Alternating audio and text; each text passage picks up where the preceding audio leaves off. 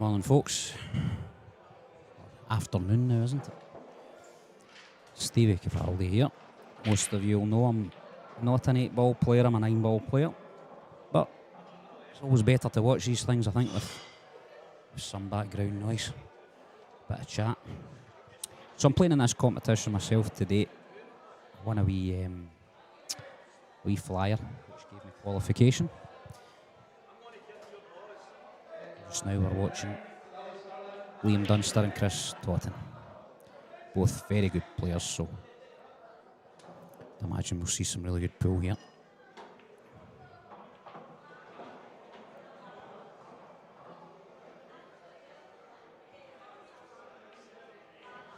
Liam, arguably marginal favourite. I'll have this. The lights will be flashing here. So it's not a marginal favourite, it's a strong favourite, some people will say. Chris is a cracking player, but you can't argue Liam's record. There's a machine on the table.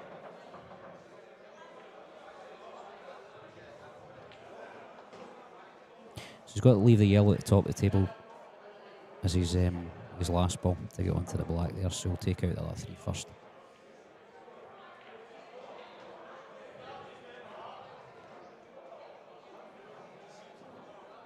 Imagine he'll take the one in the middle of the table first, then the one down the cushion, leaving the middle of the three yellows into the middle bag.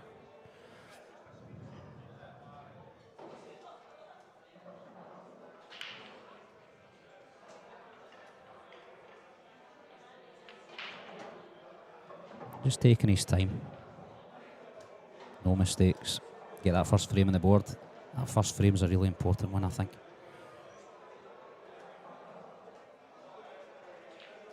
Just got to ask your opponent the question. Got to get your arm in as well. A feel for the table. So,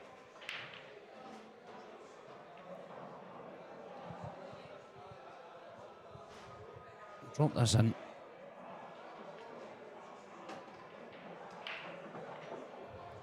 Should be a formality.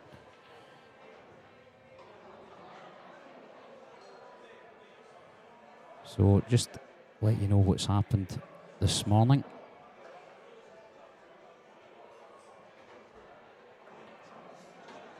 We had the losers round one. Liam Gallagher, Morgan McInnes. Morgan won 7-2. Gary Scott beat David Gillis 7-2. Kevin Poley beat George Payton 7-2. Chris Bowron beat Gary Chalmers 7-3. Preston McInnes beat Chris Scott 7-5. Doy Brian Rogers beat William Wallace 7-1. Martin Shades beat John Dawson 7-5. Michael Poley didn't make it this morning, so Stephen Allison got a bye. Santa Jr. George Henderson beat Ben Jeremiah 7-4. Jason Hill beat Sean McMahon with the same score. Jim Stephen beat Stevie Ainsworth 7-5. Lewis McCool didn't turn up today, so Brian Murray gets a bye there. Craig Day beat Nathan Davis 7-3. Grant Finnegan 7-1 winner over Charlie Traynor. Kieran Kay beat Dan Tuck 7-1 also. Jamie Burnett gets a walkover. Scott Johnson didn't make it this morning. And I managed to get past Robert Douglas 7-6. Chris Mowat's not made it today, so Connor Keel goes through. Dougie Robertson's playing Stephen Cochran just now. Stevie Windows is 5-3 up. Brian Cumming forfeited today, so Chris Kelly goes through. Stevie Walker is just beating Gavin Robinson 7-6. Tight match there. Jim Meikle's down 5-3 to Michael Bissett. Joe Herring didn't make it this morning, so Tom Barley goes through. Bobby George is 1-0 up at the moment on Matt Davis. Billy Stirling's just started against Dougie Wright. And Jamie Craig's playing Viv Ruscott. And that's going to finish the loser section. What you're watching just now, Chris Totten 1-0 up. Winners round 2.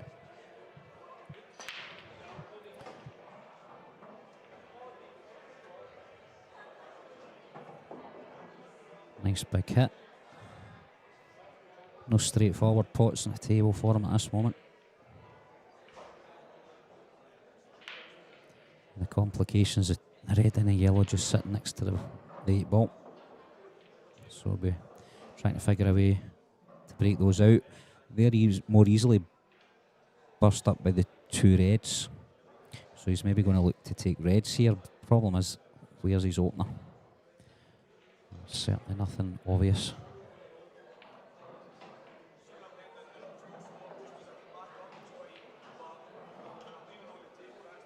Thanks, Becky Watkins. Wee comment supporting Ross Fernie. Ross Fernie's 2-0 up. He's playing Charlie Shaw just now.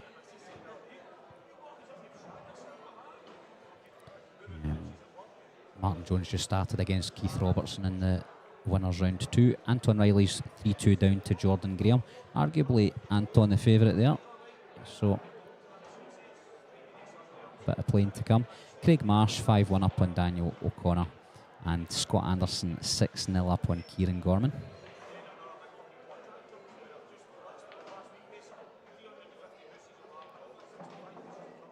Couple of really good games later on in this round. Looking forward to seeing Colin Downey play Robert Stephen, 2 locals to the club.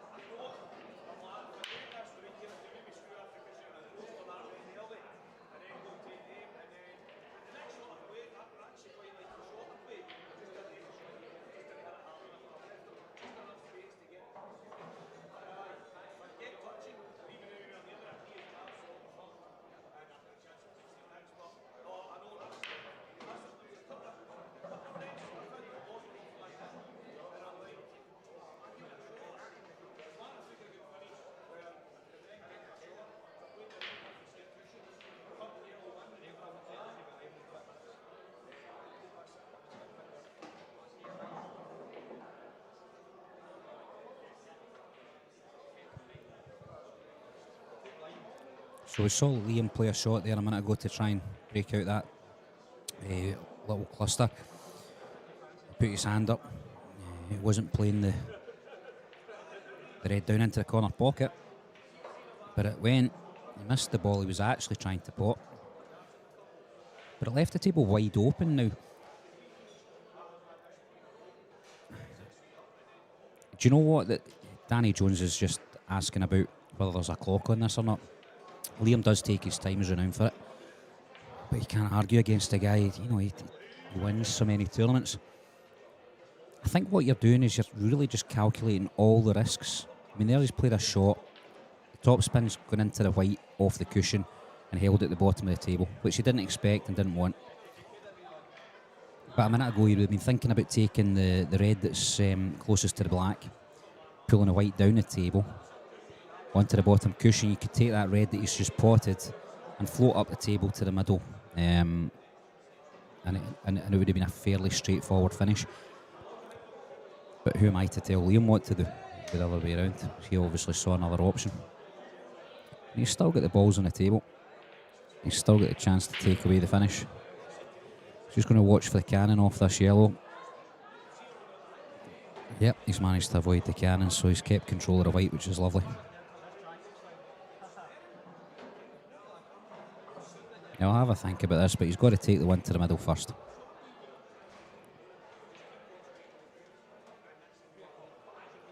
You're leaving yourself a long 8-ball into the corner pocket, but I say long.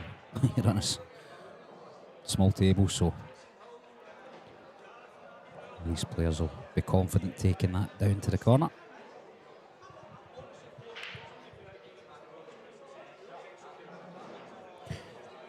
Jordan Graham's gone 4-2 up against Anton.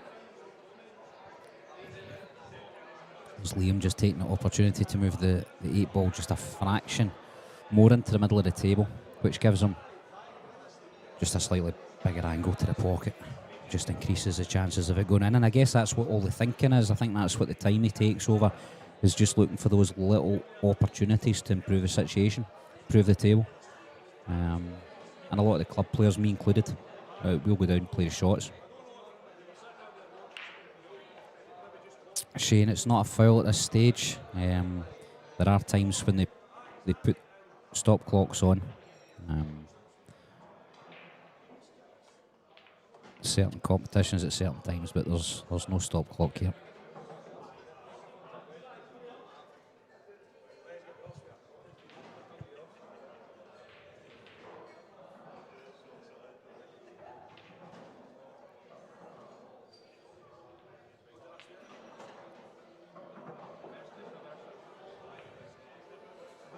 But I guess it's a talking point, isn't it?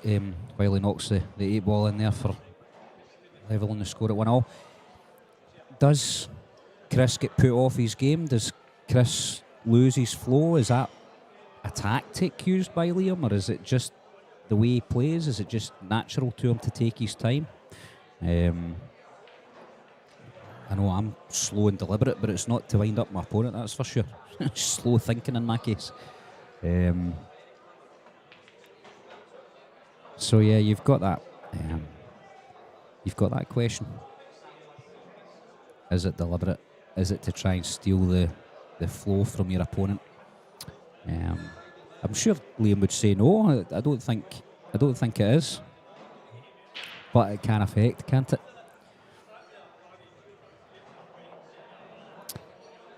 Joe, I think that's a trifle harsh.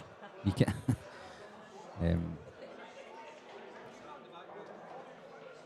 But Joe believes it's a tactic that Liam is using. Fair enough. Danny, yeah, I agree. I would like, you're watching this just now with me, and yeah, I'd like a clock on this. Of course I would. But I guess that's just the nature of social media these days. You've got, your Instagram and your TikTok and YouTube and all these things, and it's clip after clip after clip. It's very fast paced. I teach in schools, and I can see the young people's concentration is absolutely shot. So sitting in the chair, you look at Chris just now, and he's looking over his shoulder. He's looking at other games that are going on. It's hard for him to focus here. Perhaps hard for everybody. Just the nature of the nation's concentration. And yeah, Liam does test your concentration. Guess in some ways though, if you can, for me anyway, used to play a wee bit of snooker. If you can imagine your opponent's at the table knocking in a century, and you're sat in your chair waiting for the next frame, which it inevitably is going to be as he, hits a break of 70 or 80, he's going to hopefully go on to get the century. And so you are sitting there for, easily 15, 20 minutes waiting for another visit. And I guess what you've got to do is, when you come to the table and you do get your chance, you've got to have that concentration about you. You've got to have that focus. Notice Liam playing a fraction quicker. I've also noticed the referee just at the table there. And perhaps somebody said something.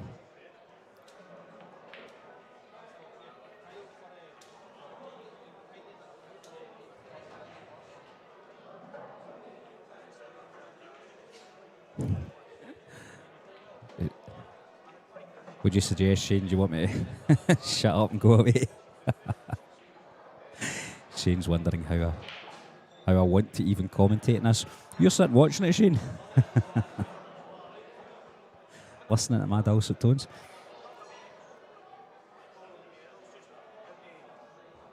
But that, noticing the referee at the table and noticing that Liam has picked his game up a little, it's possible they've said to him, look, pick it up a touch. I'm sure it won't be the first time he's heard it. But back to the quality of the game, he's taken away a nice finish. He's not been out of position. Leaves an angle to take the white down the table, something I often forget to do. I don't know if it's my snooker in me, but you're playing for close to straight, and I get straight a lot. Really limits what you can do with the white. There we're watching Liam dropping the black for a 2-1 lead. Meanwhile, Scott Anderson's gone 7-1 up on Kieran Gorman.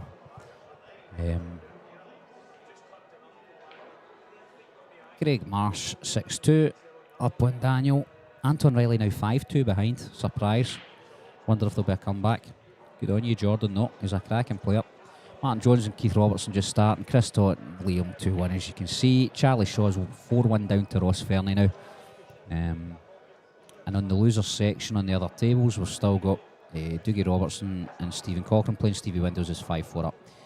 Jim Meikle brought one back, so Michael Bissett leads 5-4 also. Matt Davis and Bobby George haven't long started. They're 2-1 to Matt, and Dougie Wright and Billy Stilling haven't put a frame on the board just yet. Back in a minute.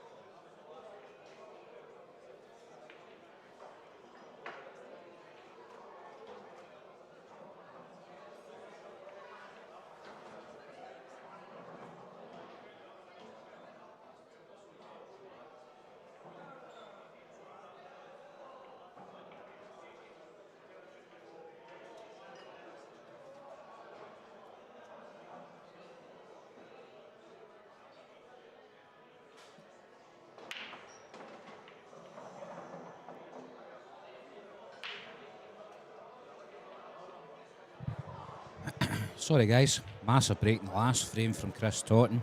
Put a number of balls down. Table wide open. Fairly straightforward finish.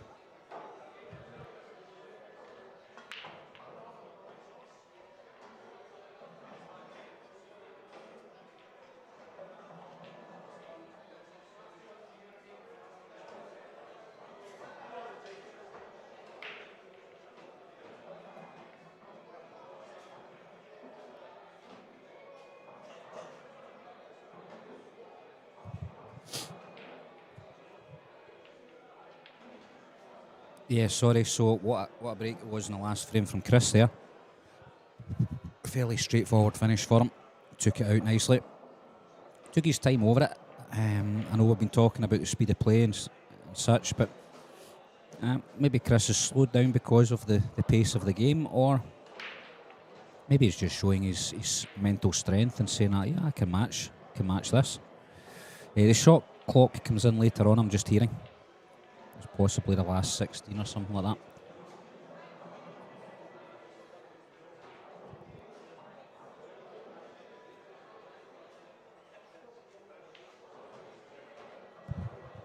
Just here, we might actually bring the stop clock in the winners qualifying round as well.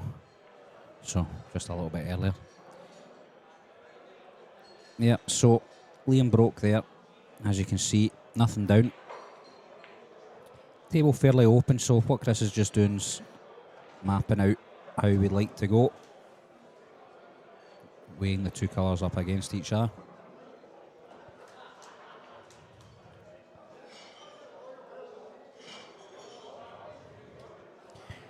Taking the reds by the looks of it, and he'll want onto that red down the cushion early if he can.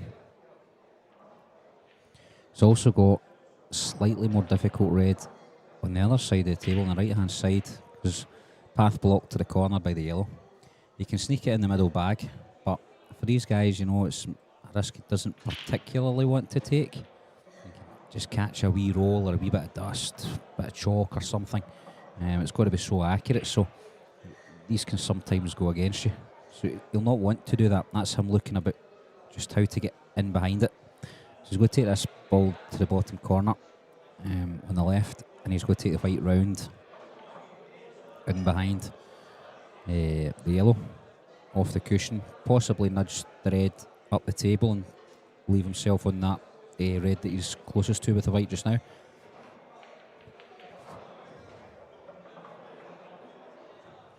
Again, the little nudges and things, you don't want to take them on if you can afford not to, because they can go the wrong way, but round he comes. Yep, he's got what he's looking for. So, developed that slightly difficult red, and that's him looking at the other red that can cause him an issue. What's really nice is where the red he's just nudged has slipped up over the middle bag, so, you know, that's going to be the ball he pots after the one down the cushion. That way he can play it soft and pocket weight.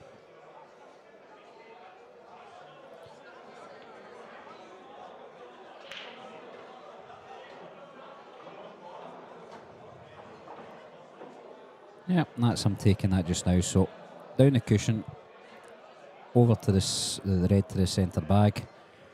Leave himself in the last two.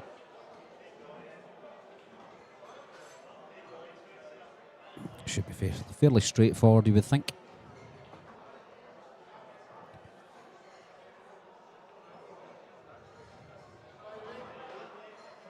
Just looking at the angle. Don't want to be straight in the red. I mean, if you are, you can just drop it in, and you know you're leaving that the higher of the reds to the top corner. But if you can get a wee angle, he'll take it. Yeah, pocket weight. Give the red every chance to go in. He's giving himself a wee angle. The white's coming back down the table, so he's just lining up where he wants the white now. He'll be looking to leave a shot where he can really just stun that top red into the top left corner, and the white just track fractionally towards the right hand side and leave the last remaining red to the middle bag. That'll be what he's thinking or what he's hoping to do.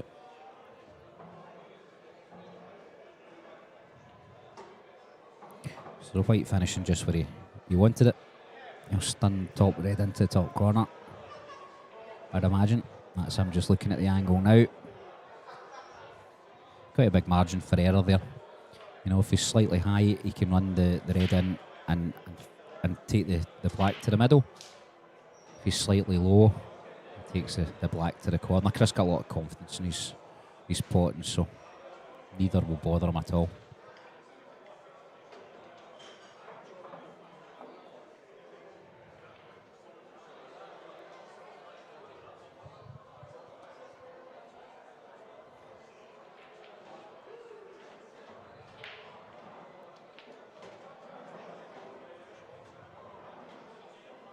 Just putting his cue through it, taking it to the corner.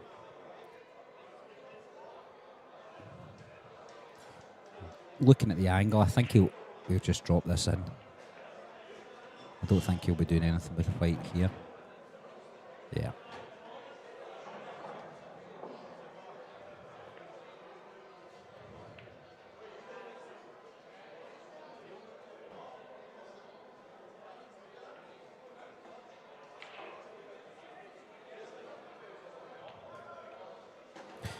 Chris takes a 3-2 lead.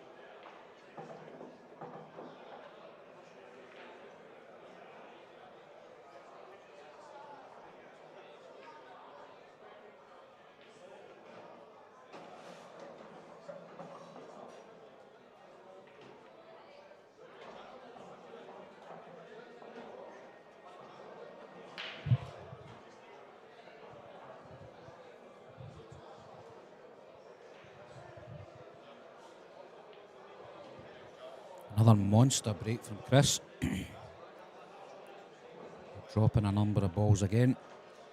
Table open. So what he'll be thinking just now is, if he can drop that red into the middle with any confidence, and it's a tricky shot, he would like to do that. He's still got the option of taking the red to the corner, back down the table, and leaving that red to the middle for last if he thinks it goes, because he maybe leave that to his last ball. There's other options to take the yellow in off the red, because the yellows are there as well. Pot the 3 up, the top end of the table, come down for this one here last. The only problem with that is you have got that red there, and if you miss-hit it in any way at all, you could get stuck in behind, but player has ability. I would imagine the yellows, albeit not his first choice, would be acceptable.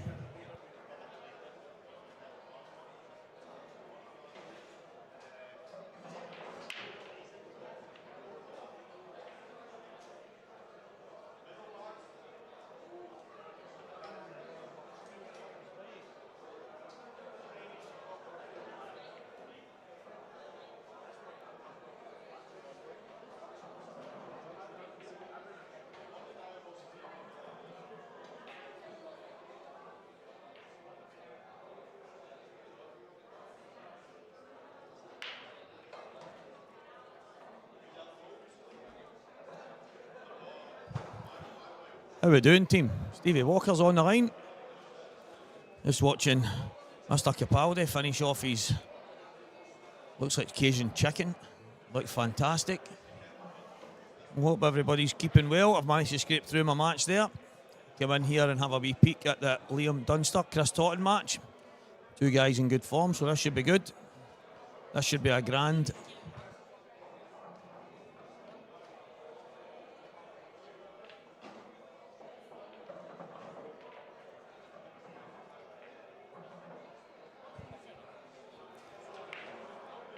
So,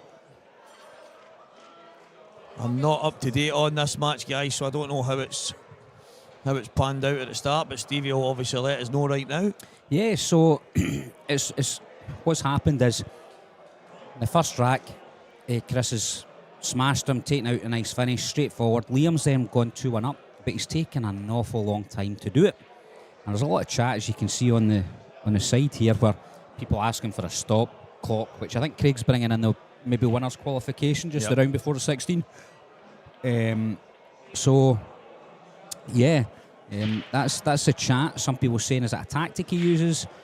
Is it something that it's just part of his game? It's the way he plays. So we had a chat about that. But Chris has got monster breaks. He'll be really annoyed at missing that yellow ball to the corner there off the red. Don't even know if he considered it, but he could have taken this red up in the top right corner first and then played out the other reds and left this red in the middle. The one into the middle, yep. Last. I don't know if he looked at it, to be honest. It's amazing how much you miss when you're at the table. It seems very obvious. I remember saying to Craig once when I'm at the table, is it okay if I run up and have a look at the screen? Because you seem to notice it more when you're looking at the screen, but at the table you seem to miss it. But I mean, that does look to me, if I'm looking at the balls and where Chris was situated there, I would have thought leaving that red to last would have been fine, totally fine. Well, what he's got to, he's got a huge break. He's got to use it to his advantage because Liam, as we all know, is a right tough customer, but he's got to take those out. That's a terrible chance he's missed there. And he had other options, I thought, that were better, personally. I find it hard to I'm not comfortable making comment, to be honest, Stevie, because I'm not a player. No, I don't know the game. It's when one of your biggest assets is your break, then once you break them open, most of the time, if you don't take them away, then your opponent is gone, because you've opened them up so well, your break's so good. And Chris is a fantastic player, there's no doubt. Top quality snooker player. He's obviously in the pool scene as well now, and he'll be kicking himself because I think over the piece, over the last while, he's been playing really, really well. So, but he's in a bit of trouble here because it looks like Liam's going to take these out. You would expect so. So you get through 7-6 yourself there. Yep, playing Gavin Robinson. It was actually not a bad game. Gavin was a bit loose in the beginning. He swiped off the table at the start. I've managed to break and dish, and then he chipped me a couple of frames as well. But it was a good standard. There was quite a few run-outs in the match. And how'd that final frame go? Well, Gavin has broken. The white flew off the table, and it was really, really awkward. And I'm not kind of saying that for myself, but it was really awkward. I've managed to get a wee bit of luck by almost going in off in the middle. I've managed to just catch the knuckle, and it left me perfect on my last two balls. So, but I played quite well, so maybe deserved that wee bit of luck just in the end. So it was a good match. Very good. Well, good to get you over the line into the next round. 6:30 tonight, I think, is what I've been told. So I'm the same. I came through 7-6 against Bob. Oh, right. And Stevie, honestly, my first break, I've got kicked in, got a crazy kick as well, and Bob's taken away the finish. He's then broke cracker and missed the black ball to go 2-0 up, so I go 1-0. The same thing happens in the next two frames. I get kicked in, he finishes, then he misses the black on the takeout of his break, and it's 2-2, and I'm begging. And it went like that right the way through. It's mad how some of the matches go. But you're through. I'm through. And that's the before every match starts, that's your sole aim. So on to the next round. That's it. So Ross Fernie's taking that match against Charlie Shaw 9-1. Scott Anderson took his match 9-2 against Kieran Gorman, and Craig Marsh won by the same score against Daniel O'Connor. Stevie Windows and Doogie are taking their time in their game. That's a slow one. Yep, Stevie has spoke to him before he went on the table, and he looked a bit worse for wear from his endeavours last night. Yeah, a couple of shandies, did he? So, but he's 6-5 up. Michael Bissett 6-5 up, and Jim Meikle. I await the winner of that match, so I'm keeping a close eye on that. So Jordan Graham was 5-2 up on Anton Riley, but Anton's levelled it at 5-all. Well, Liam Dunster to break here, guys. Frame number 7, the IPA Scottish Grand Prix. PJ was asking who the favourite for this event was. It was Ross that won the last one, wasn't it? Ross Fernie. Did he win the Masters in December? Is that what it was? I think he did. I think you're right on that. And you've got Ross Fernie, you've got Clint here, you've got obviously Liam, Mark Boyle. There's a lot of right good players. I wouldn't like to pick one, to be fair, but I think you could maybe throw a blanket over one or two, and I think there's a few with a chance. I think Robert Stephen will be really determined, given it's his club. Home venue, yep. He's the club pro, and he seems to always play well in here. He won one of the Saltire events in here, so yep, you'll be in with a chance as well. But the person I hope wins it is me. Stevie, why not? Well, I mean, stranger things have happened, guys. Not to me, right enough, but stranger things have happened. You just pot all the balls, you'll be fine. One match at a time, one frame at a time. That's it. I'm not too bothered. If I get beat today, I'm going to go through and play in the 9-ball event in Edinburgh tomorrow. And if I'm still here, fantastic. That's fine. It looks a little bit awkward here for Chris. I don't know if he can get through to the red on the bottom right. I don't think he fancies the reds for some reason, but I don't see many other options that he's got here. It's the second time that Liam's come up dry in the match. Yeah, so his break's not working for him just yet. Hardly a few people have asked that question. Shot clock kicks in a wee bit later on. I think around about 6 o'clock tonight, possibly. The shot clock will kick in for the last 16 and also the winner's qualification round. He can't get along that cushion, can he? Didn't look like it. Maybe he looks like he's digging up to get maybe a wee bit of swerve, bit of side, just to carry it through. Yep, he's had to swerve it. I was going to say, I think that's a crazy shot to try, but he didn't have an awful lot of options, like you say. I was wondering, I seen him looking through. I thought he was looking at the yellows at first, but I think he was maybe looking at the red just above the black spot to see if he could maybe have played it into the right middle. I'm guessing he wasn't comfortable with that, and maybe he wasn't on it. But I did see him having a look, and I was wondering if he was looking at yellows, but none of the yellows in that area went, so he's decided to jack up, play the swerve, and he's actually got away with it just a touch. Liam's not got a whole lot on here, but do you know what I sometimes forget to look at, Stevie? You're saying there, looking at the reds, didn't seem to be a pot on. The yellows are maybe a difficult pot at best. But you can play the yellow onto the red or the red onto the yellow and plant it because it's the first shot after the break. Of course. And I forget to look at that sometimes. Yep.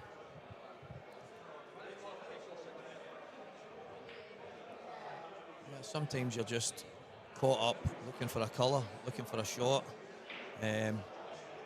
That's something to look for. I think one of the things over the last while I've noticed with a lot of these guys is if there's not much of a shot where they are with the white, a lot of the time they'll try their best to leave it exactly there for their opponent. Yep. And maybe ask them to be aggressive, but I don't see much on here for Liam apart from the long red. The long red to the corner is where he's going to go. He's going to take that on. There's no doubt. And this is the frustrating bit. It's taken him 2-3 minutes to make the decision, and we all know he's going to take that shot on. Why not just go down and do it? thing is, he plays professional IPA pool with a 30-second shot clock, and he's got it to a T. I watched him numerous times when I'm at the IPA, whether he be playing in a first round tie or a final, he seems to have it mastered, counting down that shot clock. When it starts to beep, he addresses the table and then he plays his shot within the beeps. So he can play and he can win tournaments using the 30-second shot clock. I think he's just got a routine for when he's not on the shot clock, and it's to take as much time as he feels he has to before he plays a shot, whether anyone likes it or not. I mean, I know sometimes I get lost on the table. Did you watch the snooker this year? And I think, was it Mark Selby stood with his arms crossed looking at the table? Yep. For something, was it not something like 3-4 minutes? That's right, he had his cue sticking up in the air through his arms, that's right. And he can get lost in time. Like, if you weren't to point it out to him, he wouldn't have been able to tell you it was that long that he was standing thinking. He's just working off move after move, and he's like a chess player. Yep. What happens if I go there? What happens if I do that? What's the percentage chance of this working out? And so on and so forth. So you can lose yourself in thought. There's no doubt. I think even if you take away having the shot clock in these early rounds, but just giving the referees the ability to basically hurry you along. To say, listen, you're going to have to speed up a little bit. And I don't think there's anything wrong with that. I don't think it would.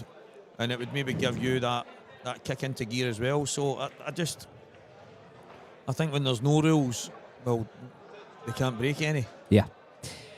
We talked about that earlier because Liam had taken an awful long time over something that was really probably quite obvious to us. And as he's entitled to, but the referee kind of started hovering in the background. And I wondered, so some of the guys are saying, does that mean the referee thinks that he's using it as a tactic and he's cheating? The length of time he plays. And I don't think sometimes, what happens is your opponent will say to the referee, I'm concerned over the amount of time he's taken. And the referee won't say anything to the player, but he'll stand in presence. And that in itself hurried Liam along a little bit. By chance, I don't know if it was deliberate or how it played out, but it definitely made him play a little bit quicker. He's resumed his previous slow play, but this isn't an easy table. There's a lot of difficult shots here to be played. I think if just to be rolled in, I think that's the thing that, as much as I'm not going to say I would pay to watch it week after week, it's one of the things that I respect about Liam is if they're all hanging over the pockets, he will take as much time as he would on a finish that's really difficult. Yeah. And maybe that's the routine that's got him the success. And I mean, he's done a lot more in the game than I have, so I'm not going to criticise it, but I can understand where people are coming from, asking for him to speed up, and I totally get that. I totally get when they're trying to have an argument, to have a better advert for the game, as they would call it. But there is a lot to be said about how good Liam is at what he does. So yep. Stevie Windows and Dougie Robertson have gone to decider. They're at 6-all.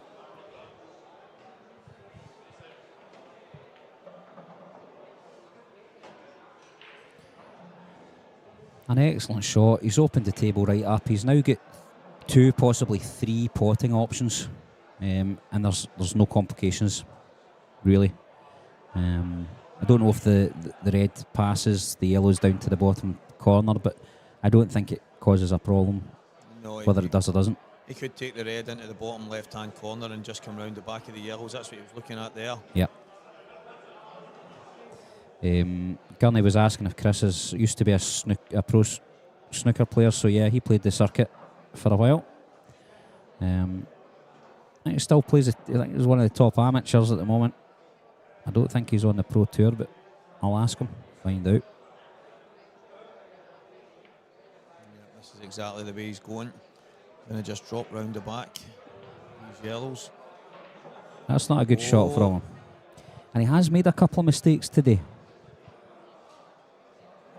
I think he's on the red into the middle, closest to the pocket, but he's going to be losing control of his white. He's going to have to go up and down the table. Unless he's got lucky and he's still on that, but I don't think he is. Michael Christie, I know exactly what you're saying, and I'm not disagreeing with every single person that doesn't like to watch this. I'm just saying that the success that Liam has got in the game, there's a lot to be said about the good that he does and how good a player he is, but it's not everybody's cup of tea, and I totally understand that.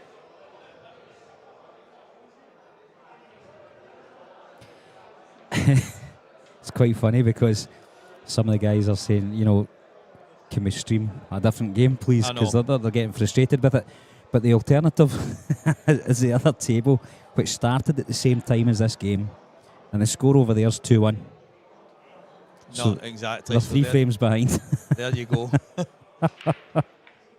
Now, in fairness, I've been watching it out the corner of my eye, and there's been some crazy safety battles. They're not taking as long to play a shot. So, you know, maybe you get more to talk about, maybe you get more to watch. But, what a shot that is on the other table. But yeah, it's only 2-1 over there, and we're closer to being finished. I actually don't know if Liam's left the building. I've not seen him on the screen for a while.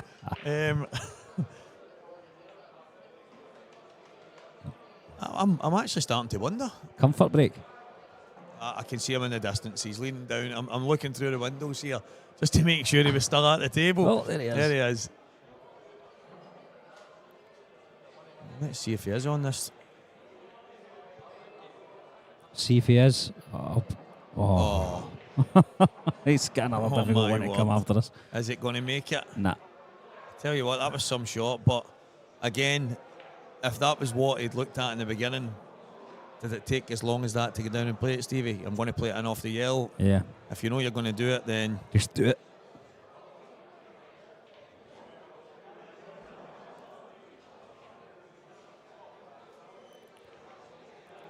Looking at some of the games that still to come on, John Owen and Corey Rees, that would be a very, very good tie for TV. It looks both as if very attacking, aren't they? Yep, both. I mean, John will go for everything, but I can actually see that Mark Boyle and Liam McPherson, Colin Downey and Robert Stephen are going to be the matches on the TV tables. Mark Boyle and Liam, that'll be a very attacking game as well.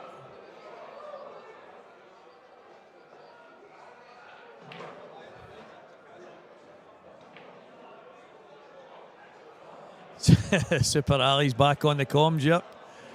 As I said last night, guys, Super Ali from Wish. If you order Super Ali on Wish, you get me. But no, I'm not in a hurry. I've not got another match to 6:30 tonight, so I'm happy to be in here with my good friend Stevie Capaldi next to me.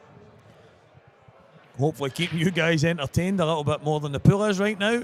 If anyone wants to send us in a joke. Anton Riley for the win. From PJ, is that right? Down. Well, Anton's going to have to go some to win this. The way he has won. He's beaten Jordan Graham from 5-2 down, but he's going to have to up it. Saying that Anton won a seniors event recently, didn't he? Anton's in the winner's side. He's still got a race to 9, Stevie. Oh, it's not finished. Got you. I give him another couple of frames. Yep. You'll get there. This is big. Chris has to take these out. I mean, he won't. Well, I've not seen a lot of the matches. You know, guys, I came in here at 3-2, but Chris, to me, I've played a lot of pool with him in the past, and he never came across as a kind of slow player. He was very attack-minded, very good potter, and I would imagine he'll be looking to just get these taken out, but there's a bit of work to do, that's for sure. Well, and again, back to, does he maybe just make sure he gets his table time? Does he? You know? No, I know. But sometimes it can be, you can be affected by your opponent, and all of a sudden you can get dragged into that type of game where. Yeah. But Liam, looking at him, doesn't seem at all bothered, so he could finish them up or he could take his time. I don't think it would matter. Do you take the yellow that he's looking at here, Stevie, or would you drop the one in the middle? Me personally, I'm going middle. Yep. And I'm going to take the white one to side cushion and take one of those two yellows back over to the opposite. Yep, the opposite middle. Yep. That's where I'm going, but yeah. Moving this yellow, if he puts it in the heart of the pocket, obviously opens it up for him, but it's a much more difficult shot. Maybe the red up over the black has given him the confidence to just drop this in. He's missed it with a long way. and he's giving Liam an angle to maybe drop behind that red. I don't think well, I think he's going to have a thin cut on the red. I think the white is closer to the middle bag than it is to the red. But it's hard to see from this angle. I think. You think he can get up there? I actually do. I actually think that even if he's slightly low, if he plays it at the right pace, I think the cushion will slide just enough. Yeah. But again, it's very deceiving. It just shows you that I'm thinking he can get right up there. You're thinking it's close to the middle.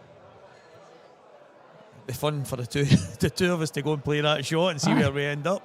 When you put in the white.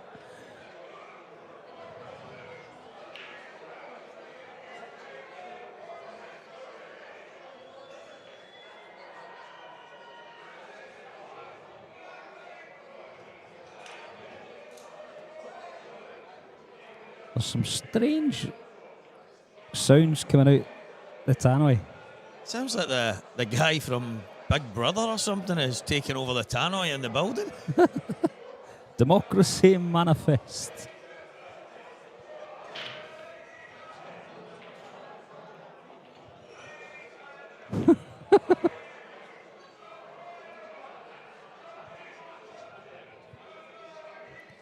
Liam.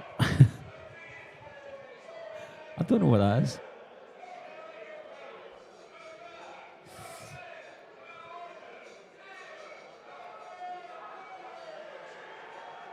Who is it?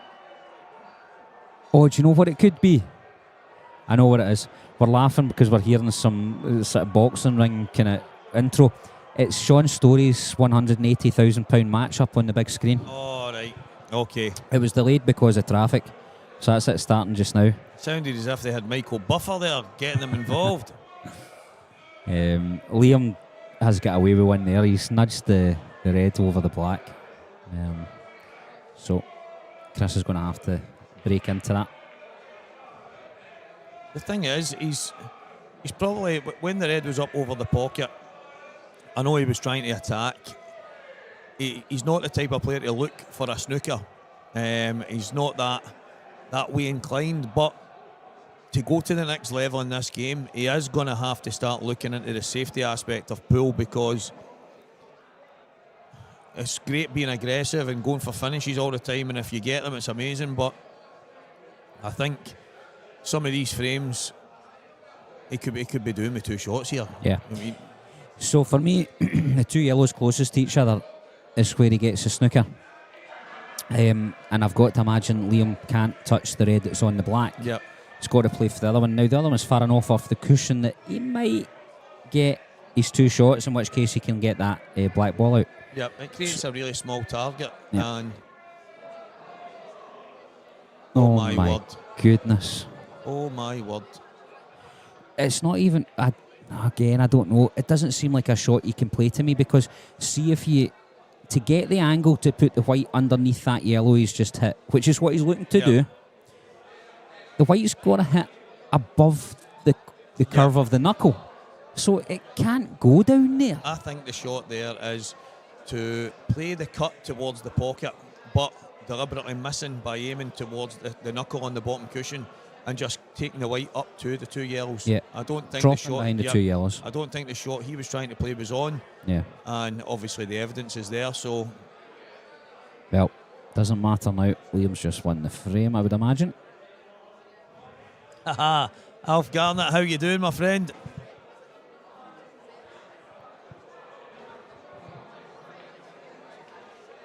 Is that the real Alf Garnett?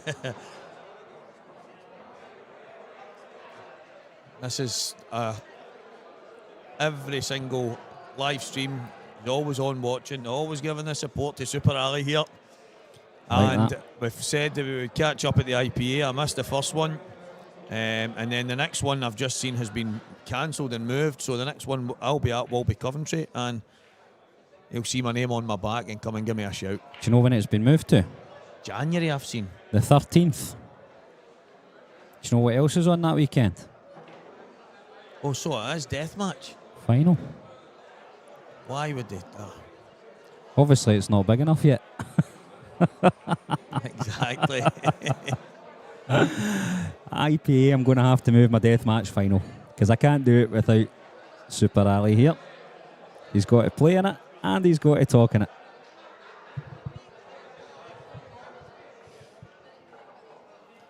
Liam goes 4-3 up, guys, as you can all witness there. That was a fast and furious frame of pool, that. A few mistakes in the end. Chris is better than that, guys. I don't know how many people know him. He was on the Pro Tour of snooker. I think he's been on it a couple of times and dropped back off, but he's just not managed to get to that kind of top end of the game. But he is a quality player with a cue in his hand. He's absolutely phenomenal on the pool table. He's just not showing it here right now, but if he gets in full flow and he gets the chances, I remember a few of the guys talking about him when he started playing pool, and the words they use were, he just doesn't miss. I just spoke about it a couple of minutes ago. It's learning the safety aspect of pool and learning the pool shot at the right time, and he's just a couple of small errors are costing him frames here. There you go, told you Anton just needed a couple more racks. He's 195. 7 in a row for Anton. Anton actually did that to me, and I can't remember if it was one of the previous events in here. I don't know if it was a Saltire or if it was the IPA one, and he came back from, I think it was races to 7. It might have been the Saltire. I was 6-1 up and he beat me 7-6. It just became crazy. He Antoned me off the table, but I did have a few visits. I didn't do well enough, but I was kind of being totally Antoned, and it was, as you can imagine, Stevie, it was very, very frustrating. Do you know what? And everybody talks about it and how can he play the shots he plays, but he keeps doing it. So It's obviously measured, consistent, and it's not throwing his cue about like he doesn't care. I don't know if any of you guys actually watched yesterday. He was on the TV table against Gavin Robinson. He beat Gavin 9-3 or 9-4, and he was absolutely phenomenal. So if anybody on there knows Anton, they'll know how good he is. But he's got a right good habit of coming from so far behind in matches and steamrolling his opponents into some kind of submission, because he's done it to me and he's done it to a lot of really good players. So fair play, Anton's through to the next round. So some of the guys are saying, you know what's happened to Chris here is he's slowed right down. He's not playing his own game. Chris would normally have had this table cleared by now. What's he doing? That's exactly what Paul McIntyre's saying on the chat. He's ended up being dragged into the Liam Dunster type of game, and Liam likes to take his time. He likes to be meticulous. Chris would have had these finished, as you say, a long time ago.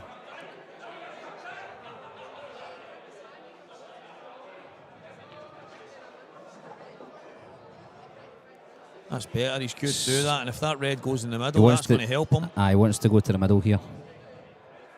I think he's landed straight on this red. And that's definitely going to help him in this finish.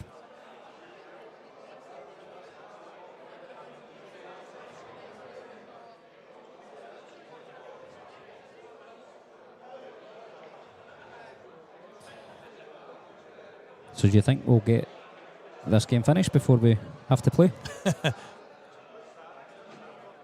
That's one of the big questions. I mean, we are on at 6:30. I think it is 6, half 6, something like that. I mean, this game will be finished, but it might be close. I'll go get Morgan. He can finish it off. It's not done. I feel sorry for the two games. The game that comes on this table next, because they've already decided the next game on table 10, and it's Robert Stephen against Colin Downey. Yep. So they can go shopping in town, come back later. Well, the thing is, Colin is very attacking. Over the last while, through the deathmatch kind of pool stuff, he changed his style ever so slightly to make sure he could stay in the frame. He was playing a lot more different to what I grew up knowing. But he's very attack-minded. Robert doesn't really beat about the bush, so that'll be a good one for the viewers. A lot of people won't know, outside of Scotland, Colin in this kind of era, but if there's some older viewers on there, they'll know how good he is. Yep. So that game's scheduled for 3 o'clock, but here's hoping.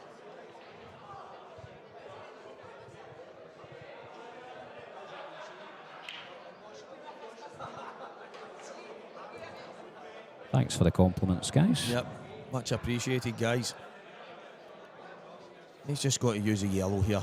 Just a nice kiss on the yellow, even if the white just goes up an inch or two for the red in the top right-hand corner. He looks as if he's jacking up He's here. queuing up. Aye. Honestly, I think he's lost his mojo. Yep, but that's... He only had to run into the yellow there and take the red in the top right-hand corner, red in the middle, red in the top. Anywhere he wants to play the black, it's very, very unlike him. And he's obviously going to try and play this in off the yellow here, which is fine, but it's not easy to get back on another red from that angle. So He's going to have to take the red long to the bottom corner pocket. I agree. I totally agree. And he runs the white off the side cushion, just where his cue was there. Yep. And actually, he's got 2 shots. If he comes across the table a wee bit far, he can take one to the corner. But he'll be looking to get on the win to the middle first, I would imagine. He's just got to trust his cue.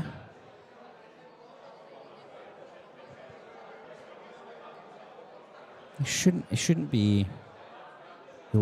He looks hesitant, doesn't he? Yep, it looks as if his confidence has been shot ever so slightly, but he just doesn't miss them, Stevie. I've seen Chris too much over the last few years, and he just doesn't miss them. He's definitely rattled here, and whether it's the slow play, whether it's just not his day, I don't know, but he does not miss the kind of shots. I totally agree. A black off the spot, I mean, he doesn't miss them. I said earlier in the comms before you come in, he will back himself to pot any ball. Yep. Because he is one of the best potters on the circuit.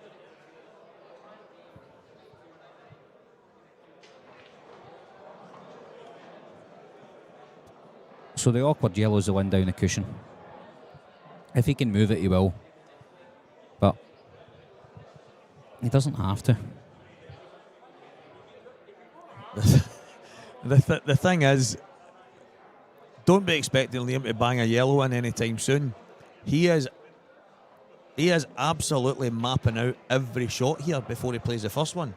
And I think that's obviously one of the things that makes it slow, because if it doesn't land exactly perfect, then he remaps. And this kind of... It's an ongoing And as process. You've hit the nail on the head when you're saying it's like a game of chess, to Liam. Every piece needs to be in the exact spot that he planned in the beginning. But when he can play so well to that 30-second shot clock at the IPA, win so many events, I just sometimes wonder if... I don't know. I really don't know the reason why he takes so long, but I think it's just always been... He's always been a kind of slowish type player, very methodical, but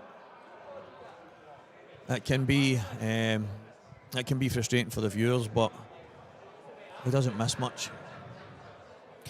Our table's catching up. It's only two frames behind now.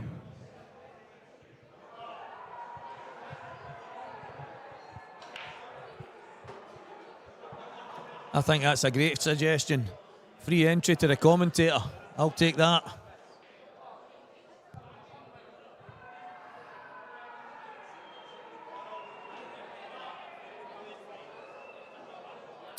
So yeah, we know the shot Liam's going to play.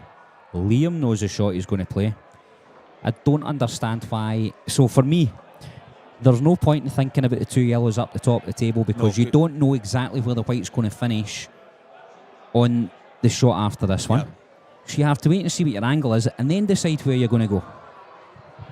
But just now what he has to do is make sure that yellow goes in the corner pocket and the white comes off the cushion. It's as simple as that.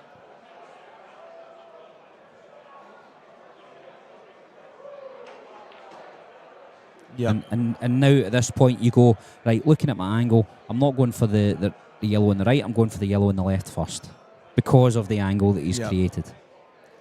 I mean, it's every single one of the viewers is probably of the same idea as us, that it's very straightforward. It's The only thing he has to make his mind up here is what angle he decides to leave, and that's it. Dead straight, it's fine.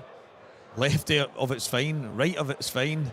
So it's just a case of probably getting as close as he wants to get. And to be fair, that's only about 15-20 seconds, so he knows exactly what he's doing, and he's absolutely perfect. Does the black go in the middle? See, if it didn't, I think he would have played for the yellow on the right first. Yeah, that's a good point. He's actually looking at it, might still.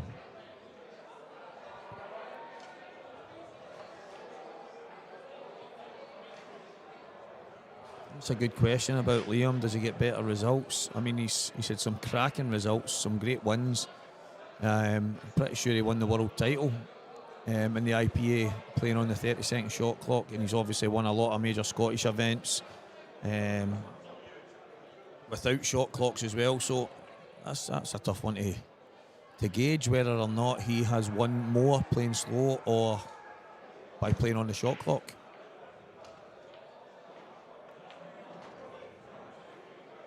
I've got to assume it goes. Yeah, looking at what the angle he's created, but he's going to have to cue over the 8 ball now. I mean, there's enough distance; it shouldn't cause him too much trouble. But it wouldn't have been probably where he wanted it. So the Proclaimers are on tonight in Queen's Park, just round the corner from the club. I passed last night. There was some music on as well. There wasn't my taste, to be honest. The Proclaimers are fancy. I actually went to see them in Really the good. O2 Academy a few months back, and it was one amazing night. I can imagine. It was electric. You don't actually realise how many Proclaimers songs you know until they start singing them. It is Aye. absolutely phenomenal. And I think we've got the evidence that the black didn't go in the middle. Well, I don't fancy Liam missing this, so looks as if it'll be 5-3 to Liam in this race to 9.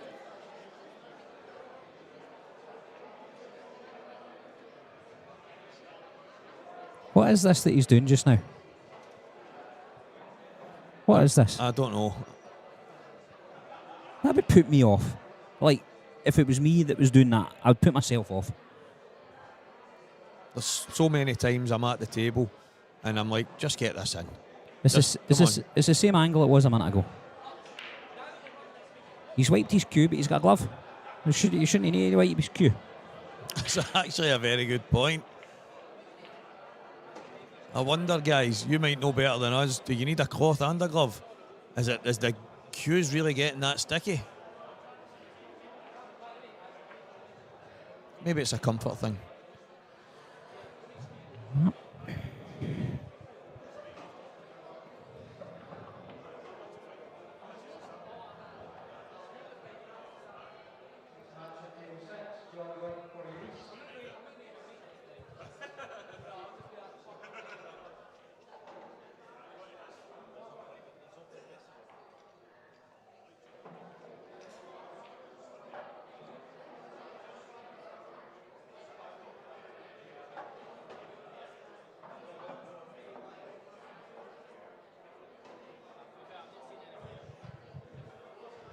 Becca, the commentary team are coming up from down south. They'll replace us soon. We're just filling a gap.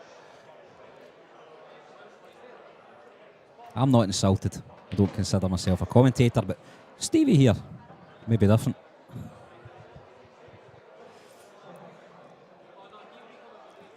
Not at all. I actually thought the commentators from down south would have been up before now. 2 o'clock, I'm told. But I believe that time has passed. Yep, so we'll fill in a wee gap. If they ask us to help out, then we'll be here. At Liam to break here, he's 5-3 up. And pole position in this match. 4 winning blacks to go. Liam will be through to the next round. But Chris Totten will be hoping to kick into gear. It's been a wee bit scrappy so far, But two of them are class, 2 absolute class players. Liam's taking his break to the other side of the table to see if he could get a little bit. And it's dry again. And it's dry again. Right, we're hoping Chris just gets down and does what's natural here. Obviously, there's a difficult yellow beside the black if he chooses to go yellows.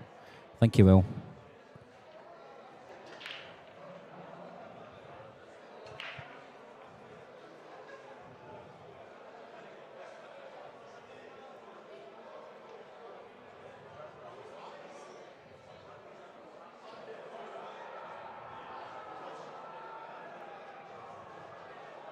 So talk to me about, did you go to the Scotland game last week? The Scotland game In against... the rain? No, I didn't. Where was I? I had a game. Our kids, the football team that I run, we actually had a game, Stevie. So when we were at that game, we seen the heavy downpour, we seen the carnage, and we just missed it because we were in Stirling. And when we drove back, the rain had kind of passed, so that was quite lucky for us. I honestly never seen anything so funny in my life. I'm in the local, which is close to Hampden. So at 7 o'clock, typically they finish up their pints and off they go to the game. So they all drank their pints, turned to go outside, and it's quite it's underneath a railway bridge, so you don't know how bad it is. And they kind of looked outside as they went to walk out the front door, and the guys at the front just stopped. and honestly, it looked like a... He's tried to open that bad yellow I think up that's straight away. great to see Chris doing. Yeah, a bit more aggression. Yeah, 100%. He's Brilliant. actually landed good here because he can play the plant and then push his way through and give himself the angle to then open that up. Should be on the ball to the bottom right hand corner, so he's got a chance here. Aye, so we're standing like penguins at the door. Just you go, no, you go, no. And they ended up staying in the pub. Becky, I've just seen you. Listen, it's not even... You're just looking at the comments on it and trying to kind of overly analyse, I suppose, but I've never had a bad word to say about Liam in that aspect. I think what he does is good, phenomenal. He's won a hell of a lot more than I've ever won, so I'm not going to be the guy to critique someone who's done more in the game than me, but it's just simply going with some of the comments on there, just trying to stay kind of reactive to some of the questions, that's all. It looks like Chris has landed. Oh, surprised at this. I thought he might have took it off. No, he's got a wee chance to get his yellow out. Yeah, I thought he might have done it the other way though. So I'm thinking if he took the yellow in the middle first and then came the opposite way, he would have guaranteed going into the yellow. And he could have held for that. Yep, and he would have held for the yellow into the bottom right hand corner. But do you think he's on the gap, Stevie? You think he's found the gap, or he's even looked? I don't think he's got looking. it. Is he looking now? Don't think he's got it. I think he's got to take this yellow down to the bottom corner. Can we draw on the screen? You know, like the snooker guys do? I know. Match of the day stuff. Aye. Craig has got some of the most phenomenal equipment going. That may be the next upgrade. I could muck about with the cursor, but then you guys might end up watching the horse race or something. This is a big shot for Chris. He's tried to open that ball up a couple of times, and the Reds are now all very, very good. So it's just getting worse. Where's he going? Do you know what? He's having a good go at potting balls, Yep. which I'm quite happy to see. I know he's come a bit stuck here. So what's your shot, Steve? I mean, he's not got a safety, so... No, I mean... Does he take that yellow off the side cushion and try and double it across into top? I think he's kind of looking at that. I think the cloth is so reactive that... I mean, I would maybe be tempted to swerve slightly around the red and put the yellow into the middle, and if I go far enough up, maybe I'll get lucky and find the gap. But getting back down for the other yellow is every bit as difficult. So, I mean, could he swerve round and pot the yellow in the middle and then cut the bottom yellow into the far left corner and then work his way back up? I don't think he can swerve to the one in the middle. I think he's got to take the yellow beside the black out of there and maybe the cross double. Just hope that it... The only other options I mean, he's got to leave this yellow at the bottom of the table because it's... Can he play it in off the red into the top left corner? I don't think so, but Oh. we're about to find out what he's thinking here. hard, I'm thinking. Bang. I was going for my shot.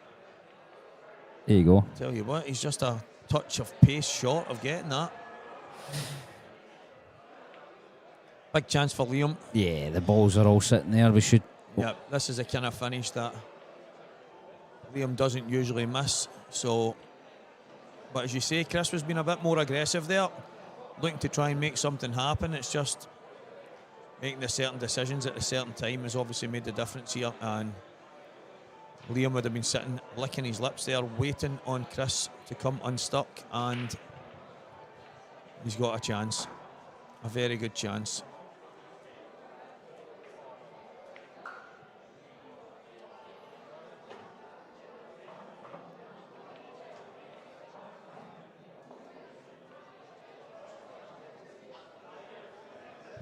Yep, Michael, I struggled to play yesterday. I got a bad back injury at work. As the days have went by, it's been getting a wee bit better, and woke up this morning and it was feeling a little touch better, so I actually did okay there. Still struggled to set the balls up and get down to the shoot, but yep, played a bit better. Tough match against Gavin, so I'm still in there.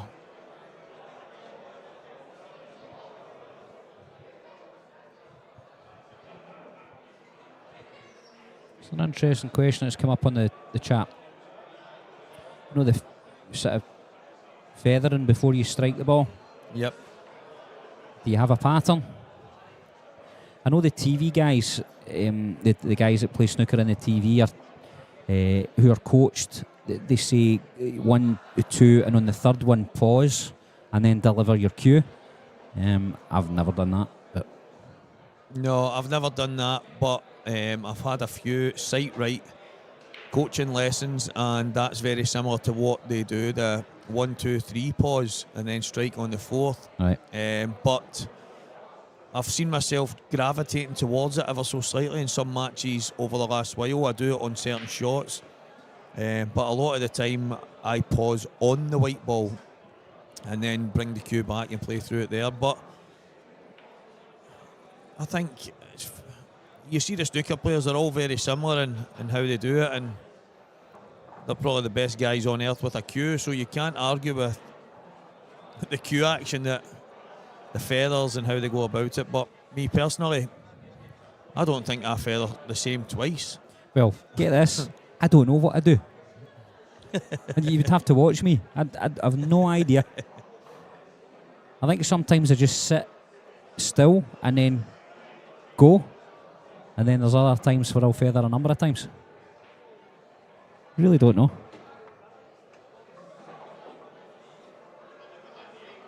I wanted a slight better angle there, but he's okay. Just needs to make sure he gets off the cushion. So take the one to the middle first, up to the top. Leave the one beside the black into the middle for last.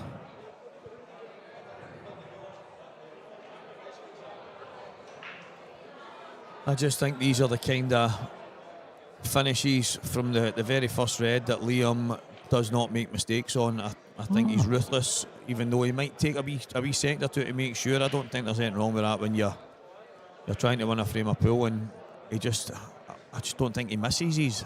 I think you can give him these 100 times and you'd be lucky if he misses them once. He's gone a different route than the one I would have taken, but his route is better than the one I suggested, definitely. Gives him better position on the 8 ball, there's no risks. And it's going to be 6-3.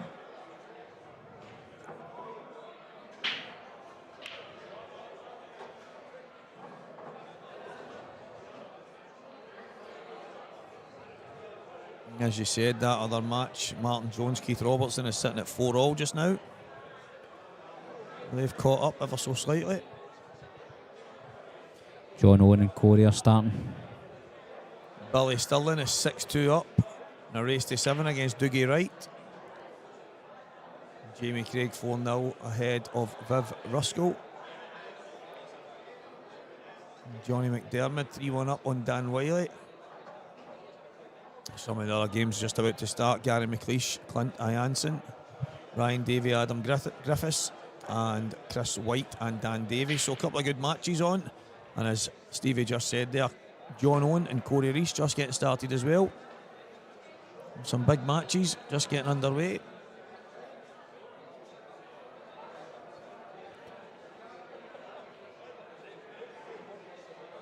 Joe, you put a comment up and then took it down. I'm not aware. If you can enlighten me, that would be good. You asked a question.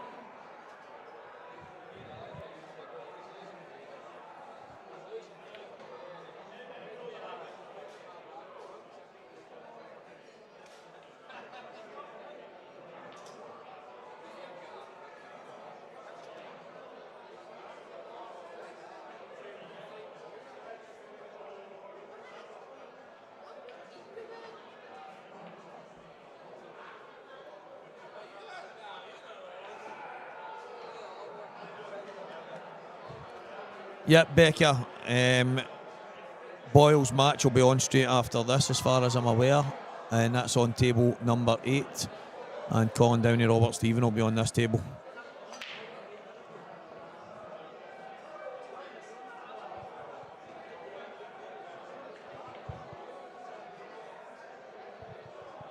A dry break from Chris. Nothing easy, nothing kind of sticks out at you here, but when you're at the table, that's what you prefer every single time. Couple complications on the reds there, so he's going to want to take the yellows, I would imagine.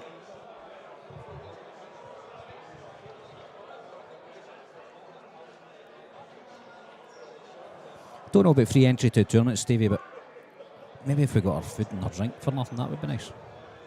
Sounds good to me. I think it's just good to be appreciated. You know what I mean? Slip us 50 quid in the way I out get the door. a lot of appreciation from the viewers, and I enjoy doing it, I must admit, but there's a few times when I've been out since early morning, maybe I lost my match or whatever it is at 10 o'clock, 11 o'clock, and I'm still there at midnight commentating on some of it, and I go up the house, get moaned at by the good lady, and she says to me, "How much did you get for commentary?" And I say, it was free. But no, I enjoy it. I must admit, I really do. Mo thinks we're speaking German. German, Hagaboden, ja. Nein, sprachen Sie Deutsch. Apologies if we sound German, guys. I will try and get my best Sunday voice in motion on a Saturday. I was surprised it was a Saturday because we started yesterday. Yep. I'm all over the place. Well, Billy Stirling, guys, I don't know, his game is on just now, 6-2. He got a phone call yesterday. "Billy, what's happening? Are you making the pool?" And he said, "Yes, I will be there tomorrow." And he was instructed at that moment it started today. And he was just mixed up with his days. Yeah. Easy done. I was standing at a church in Moan this morning.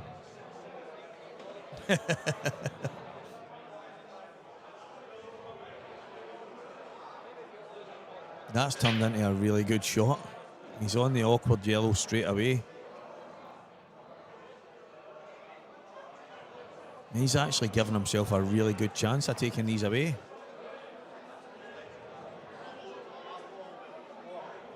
Yep, Ryan, I hear that quite a lot. That's Ali McCoy's thing.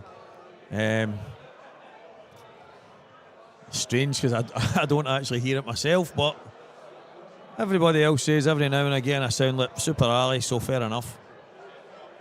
No, there's worse to sound like. No, that's true. It could be Ian Crocker.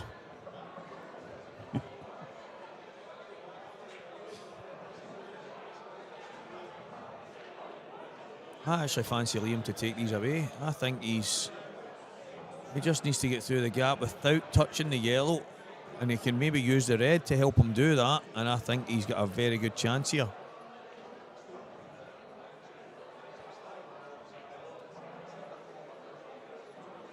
Who was the Scottish politician that was the voice of COVID? Remember he used to come on and tell everybody to wash their hands? Oh. And you weren't allowed out and all that sort of stuff? It's the guy that didn't look as if he'd ever washed his hands in his life. Was it Leach or something? Something like that. People have said I sound like him. Was it? I don't know. Something Leach.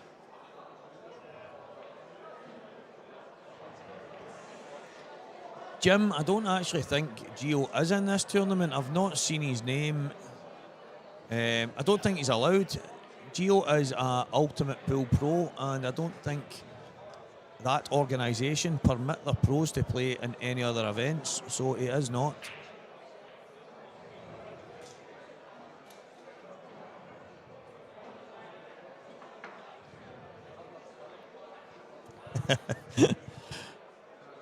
Yep, the Ali McCoy thing does seem to come through quite a lot when I'm on the commentary, so maybe it's trying to talk a bit proper and slow Scottish thing, I don't know. Jason Leach it was. Jason Leach, yep. I'm impressed. I'm more observant than I actually thought.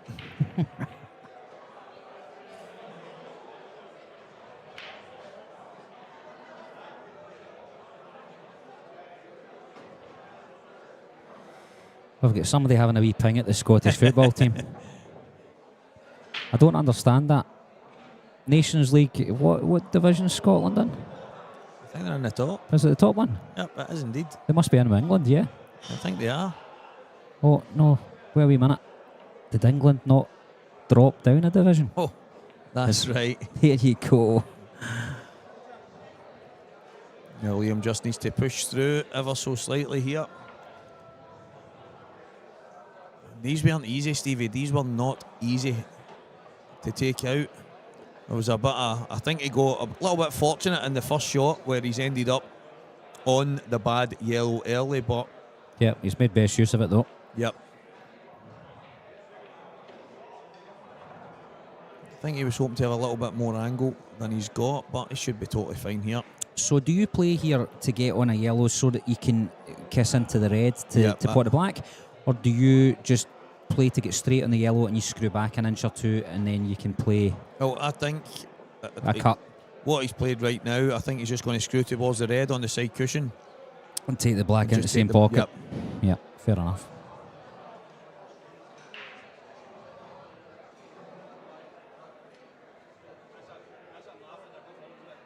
I think if he's another half an inch shorter there, he can play that exact shot where he can just drop onto the red, but I think Liam always intended on taking it this way. It's very rare that he overhits or underhits when he's looking at a certain angle, so...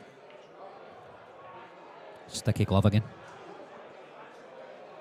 You know, I've been considering getting a glove, but from what I've seen today, I'm probably better off without it. Yeah. Absolutely perfect. I didn't expect any less. After the first shot, I fancied Liam to take them away, and he's done that. It's now 7 frames to 3. Chris Totten has a mountain to climb.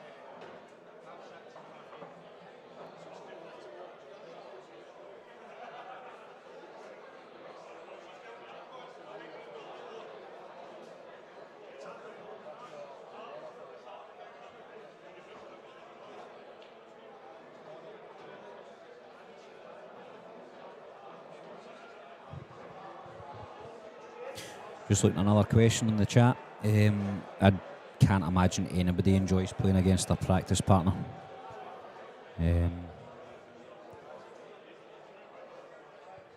You could say that you have kind of knowledge of certain shots that they can or can't play well. So, you know, you can maybe say you've got a wee advantage in that respect, but then they'll have the same over you.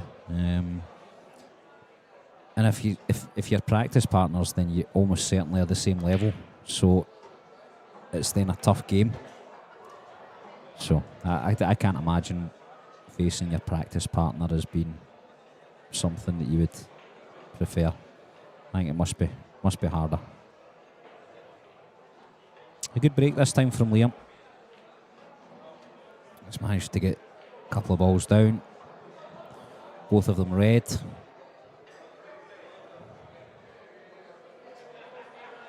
I think it'll be the reds he selects to play. Only because of where that yellow is on the side cushion. But, you know, there's plenty of places for both sets to go. So, again, expecting Liam to take out this finish.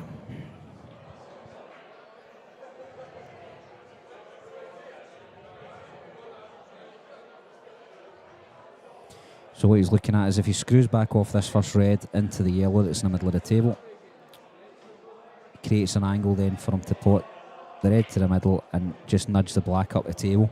That opens the middle red to both middle pockets.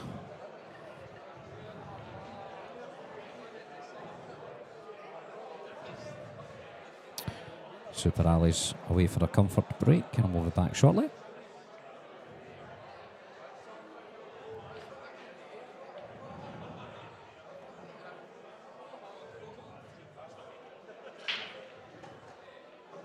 Yeah, so he's done that. He's created that angle.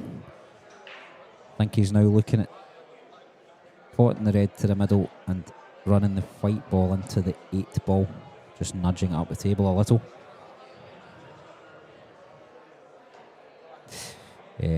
Clint Lanson's 3-0 up against Gary McLeish. Ryan Davey and Adam Griffiths have shared the first 2 frames. Dan Davey won the first frame against Chris White. Fred Williams 2-1 up on Joe Finlay. Corey Reese 1 up on John Owen. Johnny McDermott, he's 4-2 up on Dan Wiley after Dan, I think, won the first 2 frames. So we turn around there. Martin Jones 6-5 on Keith Robertson.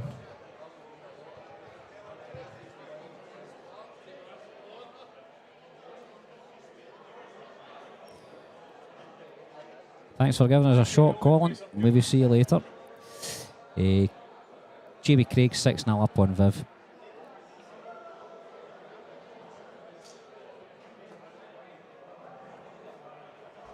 Stevie Windows won his match 7-6 earlier on. Congratulations, Stevie Cochran.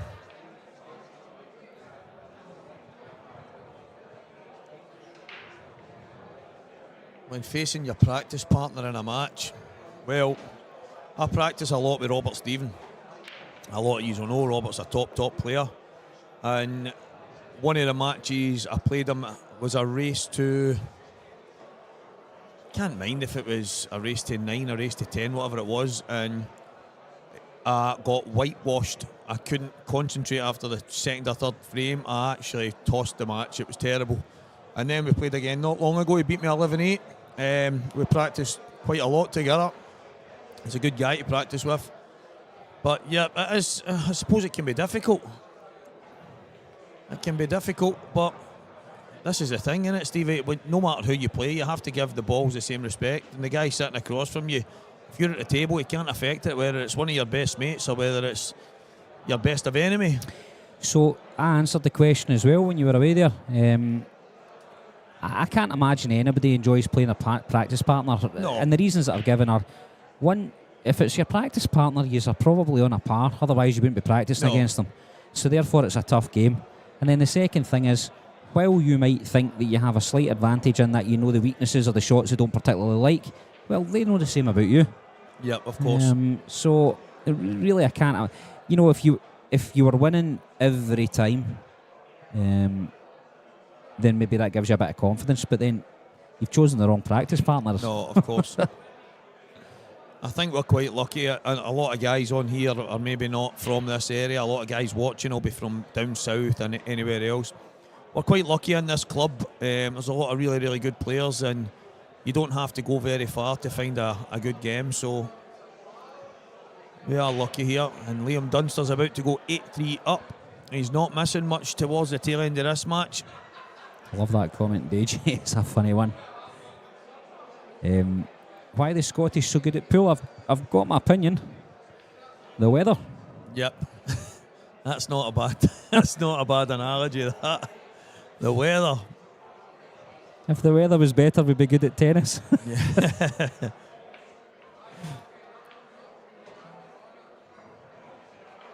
Hard for Chris to come back now. Yep, I think he's probably resigned himself to defeat here, but knowing that he can shake it off, go into the loser side, and try and find his way back into this tournament. Is Melling won the magician himself? Did he? Is that you, Chris?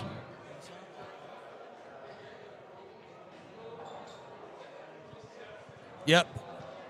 That's actually a good point.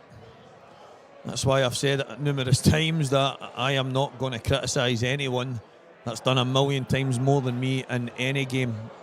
It'd be like Cristiano Ronaldo trying to criticise me when I was one of the best strikers in the game. You know what I mean? That would be crazy. But no, seriously, I like watching guys that are good at pool, and I know people can critique the time certain people take and stuff like that, but listen, players wouldn't be playing in this if they weren't no. strong players. They're very handy. They're all playing in their teams through the week. Yep. They're all you don't pay £100 or thereabouts to enter a competition if you don't believe in yourself. So these guys are all exceptional players. Certainly very good players, and they're sometimes made to look average. Yep. Only because somebody gets on a roll, somebody's playing well, somebody's getting the wee rubs, or somebody's just got their eye in. It can happen. I actually played Liam last week in the Saltire event. I played Wade Morley, Jack Whelan and Liam all on the same day, which was a good day for me, playing against some of the top pros. And I had a couple of good matches. I managed to scrape over the line against Wade. Jack had just beat me 7-5. And when I played Liam, when I managed to get through my next match to get to the last 32, Liam beat me 7-2 and he was flawless. I made a couple of silly errors, but he was absolutely class. And I never sat there once thinking it was taking a bit of time, or I sat there and I enjoyed watching some of it. Do you know what I mean? It doesn't bother me when I'm sitting at the table. I understand some of the viewers, but I think it's class, and I think the last few frames have showed how good he is. I beat myself up when I get beat, Stevie, and I'm Yep. sure a lot of the guys in here do the same thing. But like you're just saying there, last night I get beat by Mr. Anderson, and Scott played a really good game.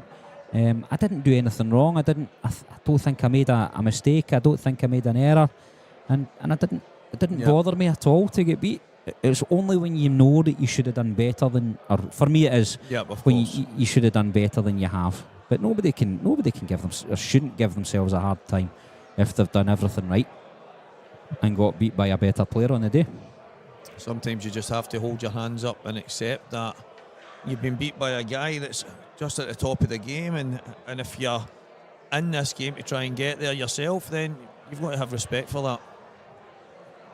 I think Chris has just walked into a match that he's probably not been ready for this, and I don't mean that in a kind of patronising way.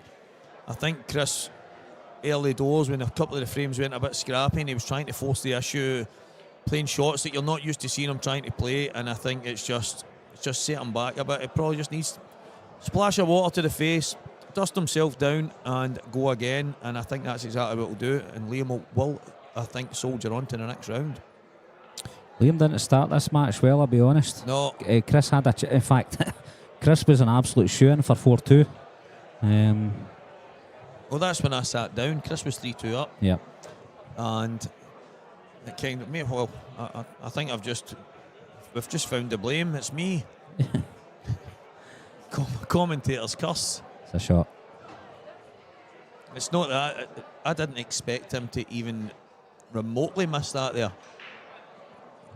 He's got maybe one of the defiant attitudes now where he's just... It doesn't matter now, yeah. Just go and pot the balls. And Liam's got, 3 or 4 breaks to come, and he's going to clear up one of them. Yep.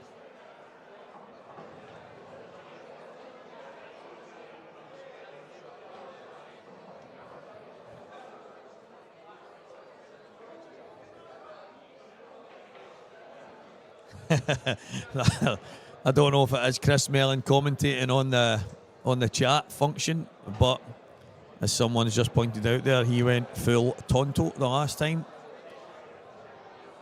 I played Liam last week, and as I say, I didn't even notice. I just sat there and kind of enjoyed the day. I've played 3 top pros on the day. I'm trying to improve all the time, and Liam is at the very top end of that. So I don't know, Stevie. Do you sit and notice what your opponent's doing in your seat, or do you just wait on your time to get to the table? I can't. There's probably been the odd match I've played against some players that have took a bit longer than they should have, but I don't know. I don't take a whole lot of notice, I must admit. When I'm sat in the chair watching, I try to I go through a wee routine in my head. Yep. That doesn't allow me to lose focus and concentration, but also it's kind of like going on to standby with your TV. Do you know what? It's still alive, but it's not on, and I just be patient. Do you know what I used? See that the triangle they're using there, guys, the racker. So I think, is that what it's called, the racker, or whatever it is? Anyway, I used it today for the first time, and when I first tried to set the ball, they were all going everywhere.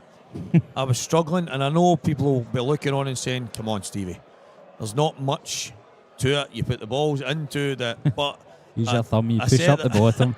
I set them on the racking cloth. I went to pull them away. All the balls went everywhere because there wasn't a back end to it to stop them. But it's actually quite good once you get them kind of in and where they need to be. Pulling the racket away and leaving the balls in situ it was actually, once I got the hang of it. Yeah, you read the instruction manual, you're fine. I know, it's if anyone was watching, they would have been thinking, what is he doing? But I got there in the end.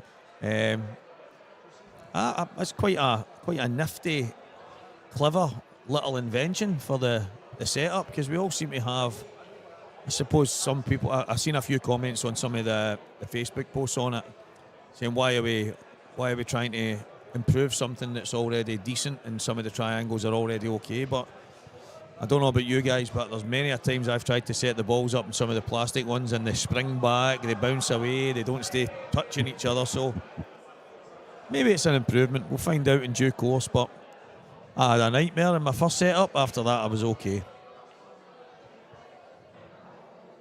Socko wants me to speak in monosyllabic tones.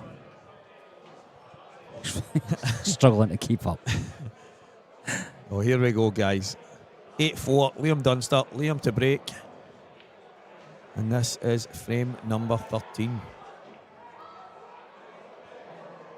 It's quick maths, Stevie. Whilst I was actually making my statement, I was adding it up, staring at the screen. Ran out of fingers. I wondered why you took your sock off. So I was talking to Stevie Cochran. Always thought Stevie Windows was his nickname because he's a window cleaner. So, turns out it's not the case. Well, that is a shock to me, because that's what I thought as well. Do you know why Stevie Windows called Stevie Windows? Because he locked himself out his house once, got a brick from the garden and put it through his own window to get back in. I suppose that's as good an excuse or nickname as any when you're a window breaker guy in your own house. Clint Ianson is 4-0 up in Gary McLeish. Ryan Davey 2-2 with Adam Griffiths. Some good games on the go there. I must admit, I'm looking forward to the Colin Downey Robert Stephen match on here. Yeah, it'll be good. I just seen Colin there as I stepped out for a minute, and he was saying, I'm on TV next, you better talk good about me. I says, Colin, we're already bigging you up. We are speaking to the world about how good you are. And then he shook my hand. So I hope he performs, or we will be talking really bad.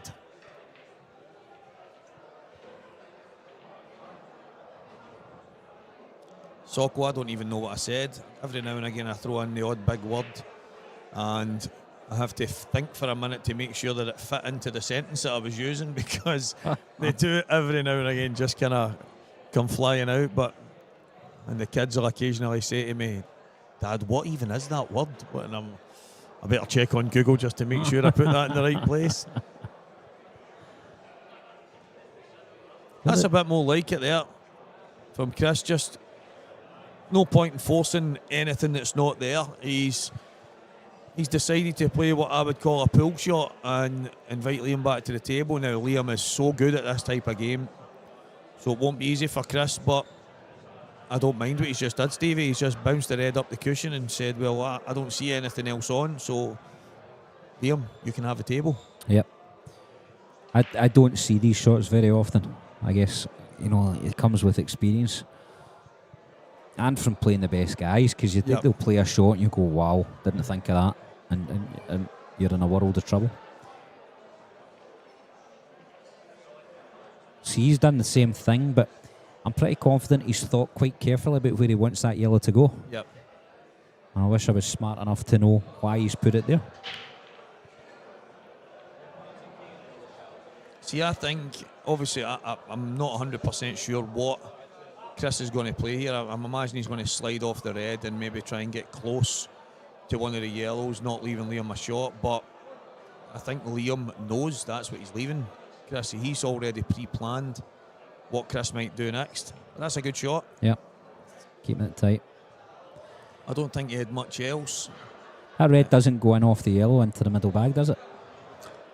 I think from where it is, possibly no. I think if you look at the other red that's just outside of it, had he had a shot on that would go in off it. I think just the angle tells me that it possibly doesn't. But again, it might just sneak in.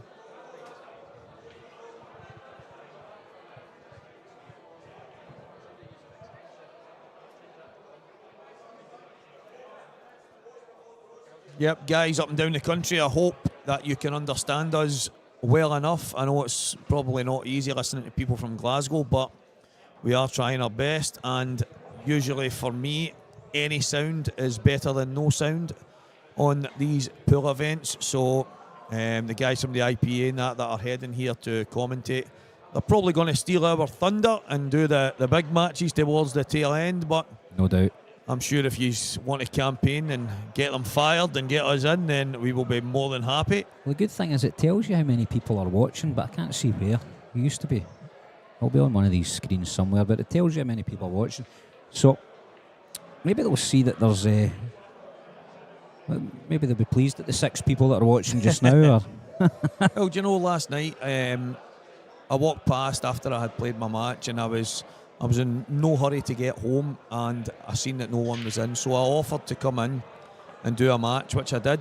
And when I came in, I think there was like 120 or so people watching, and by the time I finished, it was over 400 or something. And I think a lot of people do tend to switch off when there is no sound. I know I've done it. I've done it a lot, and as much as I love watching the pool, I just, every now and again, you need to hear a voice. You need to hear something, and I took it as a bit of a compliment that it started off at 100 nods and ended up over 400. So I did something right. But there has been times, mate, there was some of the events. I did one a while back. I don't know if you remember the Blackpool event that was on. It was a big 67k. I ended up with 15,000 Really? views on the semi-final and final, I'm sure it was. So Was that the one Big Davy Markey was in? yep, that was quite good. So it's great. I think it's always better having someone, even if it is two Scottish guys that are trying to talk as slow and proper as possible for everyone watching. So it is our pleasure, guys.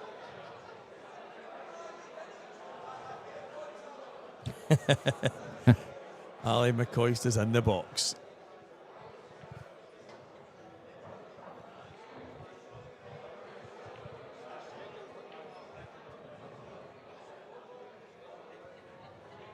And now Chris has decided to go super aggressive here. He's going to cut this red back. And he's missed it. And this most likely will be curtains. It's funny you say that. We both expect Liam to clear up here. Yet, if we were offered that table, you'd be going, right, where's my get out, where's my safety? And what would you take here, Stevie? Would you take yellows or reds? I think reds. But I think the yellows, I mean, if that top yellow in the middle of the table passes the red, into the middle that he's looking at right now, then possibly the yellows might be the balls. But me personally, I take the reds here because if you can squeeze the first red up to the top corner past the yellow without using the yellow, you've then got a red to the middle bag, and you can come back for this other red on the right cushion and use the yellow the second time to help it in. I think that's exactly the way. The problem is that you make it a wee bit more difficult if you do clip the yellow with the first red. Is Liam playing the plant here? He is. Aye. That's a very good shot. It's killed the yellow at the same time. Oh, made the yellow more difficult. Chris wouldn't worry about that on the cushion or down the rail. He's far too good to worry about that. But it's a clever shot from Liam. It was probably the most awkward red of all, being just down from the yellow. So I think he'll now go the way you suggested there, Stevie. He's played it perfectly.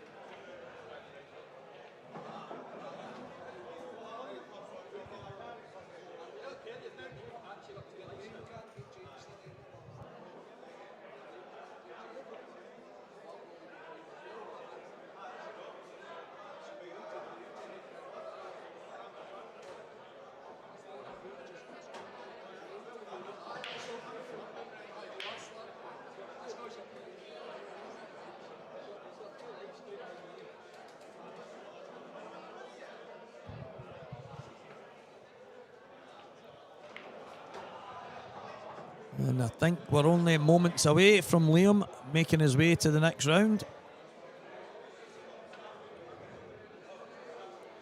Colin Downey and Robert are doing their stretches, getting ready to go.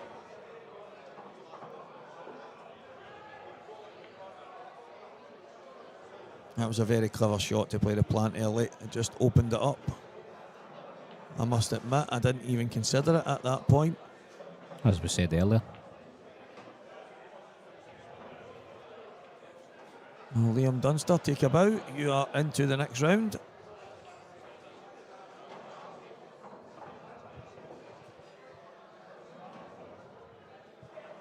Didn't realise with different camera angles.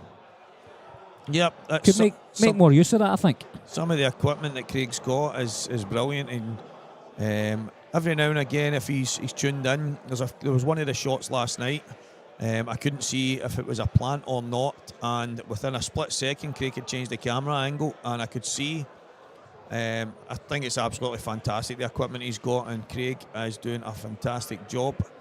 He always does a fantastic job, deserves a lot of credit for what he does. And Totally into the bargain, he's not a bad guy as well, eh? Yes, although it'll be itchy just now because Liam's got his keys on the cloth. Well, guys, I'm glad we're in here for this match. This will be, I mean, as I said to you, I don't really mind any type of pool. I can commentate and enjoy a wee chat.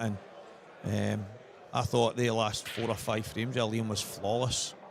The finishes he took, the way he took them were absolutely quality. So, and now on to the next match. Hopefully that follows suit. I think Robert and Colin will be very, very aggressive, Stevie.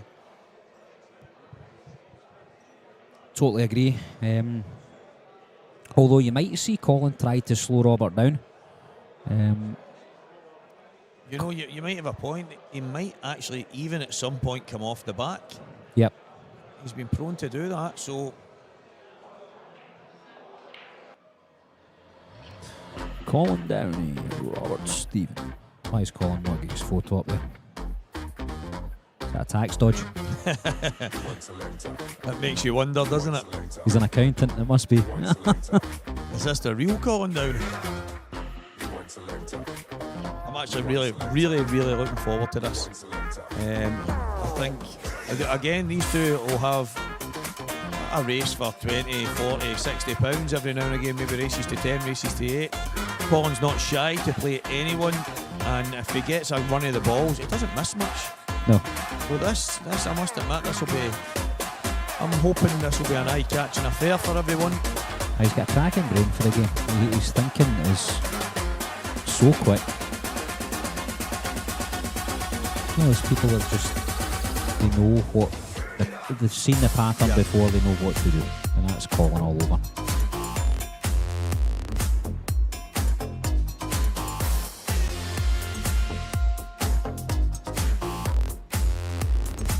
Boyle is on a finish in the first frame against Liam McPherson.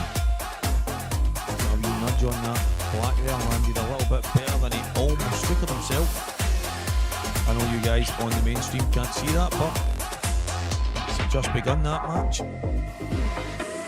Ryan Davey is 3-2 up on Adam Griffiths now. Dan Davey 2-1 up on Chris White.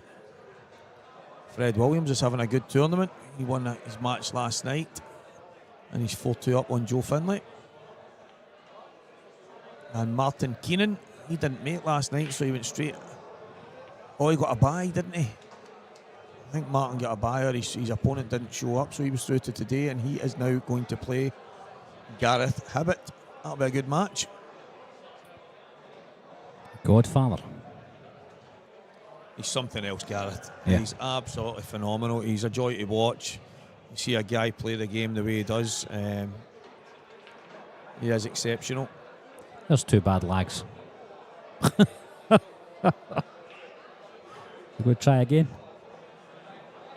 I think the issue, to be fair, I don't think I've won a lag yet. And every time I've landed short, I'm blaming the slide off the cushion. Well, guys, this should be a cracker. This should be a very, very good game. Colin won the lag. Yep, I thought he was giving the breakaway there. So Colin won the lag. He'll break first.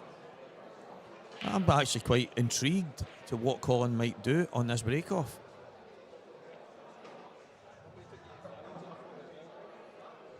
Gary McLeish is getting an absolute lesson from Clint. Gary's a very, very good player as well, so Clint must just be in total Clint Jansen form. There's times when he's unplayable.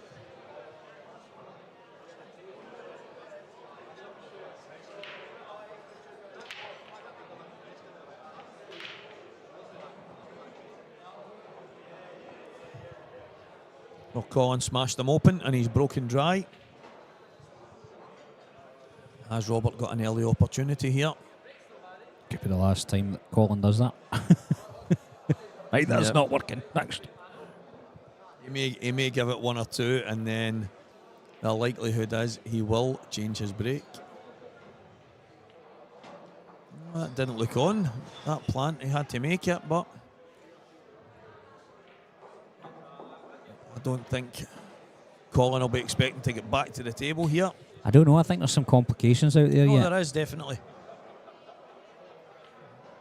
It'll be good to see if Robert's in the zone early, if Colin can kick on himself early. This is the start of the matches are so important as well, but as I mentioned earlier, there's a few times I've been so far ahead in matches you think you can't lose, and before you know it you're shaking the guy's hand, congratulating him.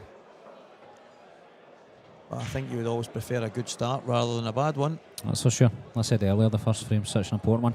But here Robert's going to play this ball along the cushion, but he's going to get the white down the table a good bit, yeah? I think he must be going to try and play a bit of run inside here and go past the Reds. Oh, he's decided to just... Oh, he's going to play it in the bottom. That's fair enough. I don't know if he's landed... Looks Yep. straight, doesn't he? Yep. But I think if he just pulls the ball back an inch or Yep. two, he's got a cut on the yellow. The problem is he's got the cut to the corner, but holding the white. Right, Yep. that's what he's looking at Yep. now. Holding the white for the last remaining yellow isn't that easy from there. No, it's going to be difficult. He's tried to just kind of run through it. Might be able to check this ever so slightly and try and kill the white. Got As it. if that's what he's Oh, doing. look, we're using different camera angles. I love this. And trying to hold it, which he has done, he's undercooked it. Yeah, that was always going to be a Yep. tough ask. Let's see what Colin's queuing's like today. I think if I'm calling here, I'm just taking these two down the bottom away first. Yep. Yeah, he's got it both to the same middle bag, I think. That's exactly the way, and then just work his way up the table, and he shouldn't have any problems getting on that black in the middle of the table. Oh my word. I don't know why he tried to come round the back here. I think he could have just... Aye. I thought he could just have kept it simple and played it to the middle. Stun off the bottom cushion and... That's a bit of a gift. In the same bag. That is very, very unlike Colin.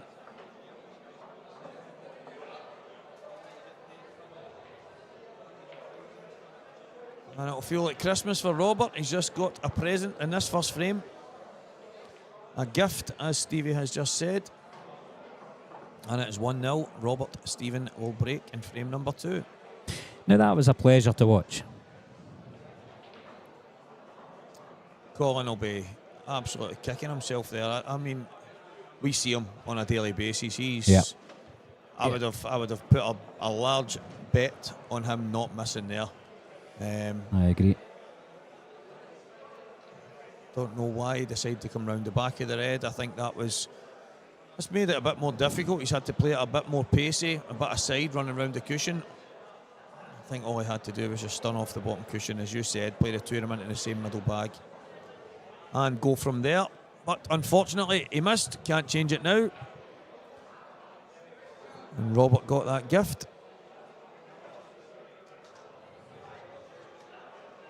And this is one thing that Robert's mastered over time as well, the second ball break. Is that the one you choose most often? Yes. I go down the middle where the table allows me to. I go down the middle. See that there? He doesn't even hit them hard. And I hit them a little bit more harder than that. But for some reason, he just seems to have a gift of getting a ball almost every time. It's practice for you.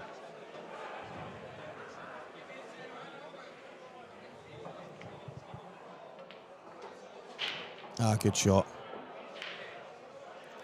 I actually seen him, it looks as if he changed his mind on the shot there to run through, and then he just kind of aimed the cue a bit lower. And he's obviously noticed while he was down that he had the angle. Yep. Well, that red he's closest to was always going to be the difficult one, so it's no longer.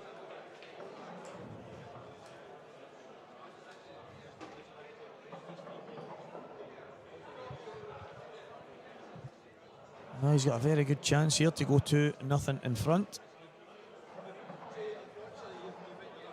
Colin's going to have to be on his game here, Stevie, because when Robert gets these chances, you have to assume, and most of us would, that he'll take them.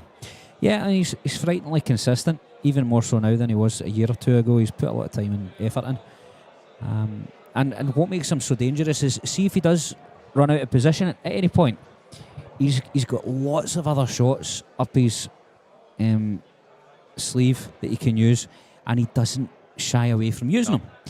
You know, a lot of the players, and I include myself in this, you know, you can play certain shots, they're lower percentage, but they're in your locker. But often I'll shy away from playing a shot and I'll look for a safety instead. Robert doesn't, he just carries on. He's just overcooked that slightly there. He only needs to pull it back. He's totally fine. No, that's true. There's, over the last maybe 18 months, there was a couple of times down at the IPA events in Coventry, Newcastle, places like that, and he would come off the table. Some silly errors where he could maybe just double a ball across the table, or maybe just touch a ball out and play a simple snooker, and he was continuing to maybe try and get the finishes, and he would come over and say, what would you have done there? What should I have done there? And he just wasn't seeing what some people would call the pull shot. Yeah. Where he can just make sure, kill the game, and maybe get himself that next visit to the table where it's a bit easier. But I think he's getting so much better at that as time's going on. He's just an undoubted top talent, and he's come on the scene the last few years, and he hasn't half fired his way through the crowd to get to the top end of it. So he's a joy to watch at times. Definitely. Going down at a break here, guys. Frame number 3, IPA Scottish Grand Prix. We're here in McGoldricks Pool and Sports Bar. And you've got Stevie and Stevie in the commentary box. Walker the talker. Capaldi, the 9-ball legend.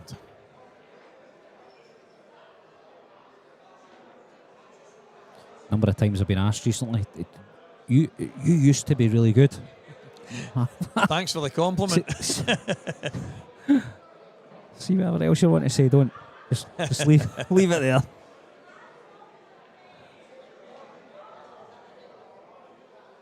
This is a good chance here. Just needs to find the gap. And I think he's got it. I wonder if he, well, he's going to leave it, but I wonder if he could have took that red right now. He's played that well. Played it very well. Well, good chance for Colin here to get a frame on the board, get the confidence up.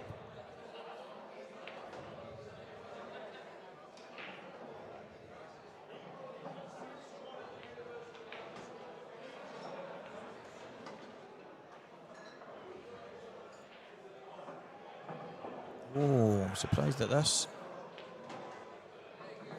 Oh, he's got away with it. Can he take it to? Is he get the angle to come down the table? I think he's just got away with it. I don't know what. I think he could have took the 2 balls at this side of the table first and just left the red maybe into the right middle. Nah, he's got that angle.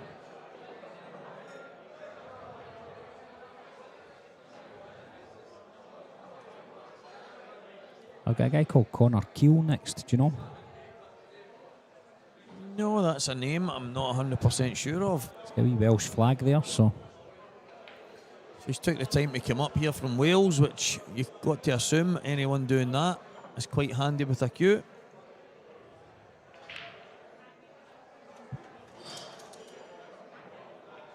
Does he screw off and back out for the black in the middle? Yep, exactly what he did do. Colin Downey, he's took these out well. Ended up a bit awkward. And he gets one back. Well done, Colin. Well, Robert Stephen 2-1 up. 2 stablemates, 2 guys that play their pool in McGoldricks. 2 guys playing on their home table. Yep. So there can be no complaints here or excuses. These 2 guys know this end of the pool hall more than any. There's some scores on the doors for you guys. Love this. Craig's got adventures. He's got scores coming up, and he's got different fantastic camera angles. He's showing off now. It's brilliant. So Corey went ahead in that game, but John's pegged a couple back. Keep it competitive. Dan Wiley started really well against Johnny, and that's turned around completely. Godfather 2-1 up. Well, guys, I just got a visual there of Mr. Pickers. The IPA commentator is in the building, so no doubt after this match he will step into his chair, and don't get me wrong, I might follow him into the toilet and give him a stern talking to, tell him that the crowd want me. But no, that's it looks like the IPA team are here, no doubt himself, Dan Davey and whatever the guys that do it on a more regular basis will step in. I'm pretty sure myself and Stevie will be available if they need us at any point, if we're not on the table. It's up to the audience though. Get them told. That's it. Lots of comments. And I tell you what, guys, I think I watch quite a lot of the IPA pool when I'm not there, and I think the chat function is one of the things that I like the most. I think it's great engaging with the audience, and I know they're listening. You know, because otherwise you could be talking into space. Yep, and I don't actually see it happening enough. Maybe that's something further down the line that may draw more viewers, but needless to say, the guys will probably be on after this match. He's landed a little bit high on this. I don't think it will cause him any problems. He wanted to be, I think he wanted to be a fraction lower, so he could run the white up. What would have been ideal there is if we could run the white into the 8-ball and just nudge the 8-ball off Kushner's slight. So he's going to the corner next year.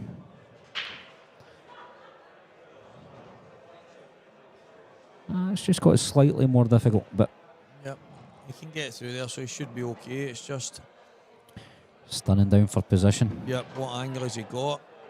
And that's okay. Yeah. He had a good choice there. If he comes a bit further, he's got the options, but he was always going to be okay as long as he gave himself a shot.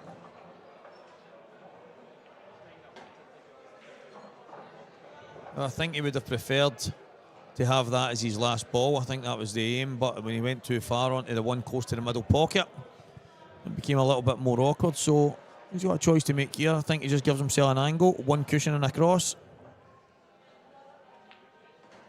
So you get a free bet, Stevie. Who do you think's taking the title tomorrow night?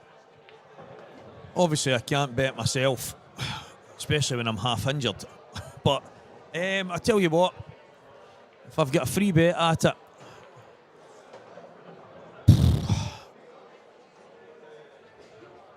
I think I maybe go on an outside. No, that's probably the wrong choice of word, outside. But I think maybe Clint. Fair enough. I think he's in really, really good form, and just looking at his score right now, still on the winner's side. Gary McLeish, for anyone looking at the scores, he is not a bad player. He's a cracking player, and Clint is dealing with him quite well, and I can see through the space that he's not missing. I've not seen a whole lot of anyone else, so I would have to maybe, if I was given a free one right now, knowing what I know and what I've seen, I would say Clint. Fair dues.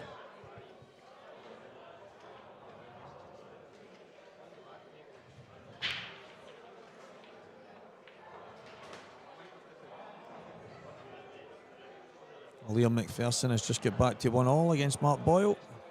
First couple of frames there. Mark's who I think will do it. Mark is just, he's one of these guys that he's never beat. He just always seems to be there. He always seems to be at the business end. He always seems to be in with a chance, no matter what tournament he enters. So I don't think that's a bad bet. And he's one of the obvious ones for me, Mark, Liam, guys like that. It's just I've been keeping a wee eye through the glass in the commentary box, and Clint looks like he's on absolute fire. You watch some of these guys, they don't look as if they're enjoying the game. They look as if they're at work. Keep that white away. Oh. What a break. Wow. Oh, what a break. It's got to be yellows. Or is it reds? I think it's, I don't know. The two of them look as if there's a good opportunity on both. The only thing I would say is, both of them will get a runner up the side cushion. Yep. And the problem is that the two yellows close to each other on the left cushion, in an ideal world they could take that right now and kick the bad one out, but he was having to bridge over the red. So take it away right now, Colin. He takes this, pots this, and I don't think he misses. Probably could have been doing with a bit more angle there, and I think he was hoping to come round a little bit further. But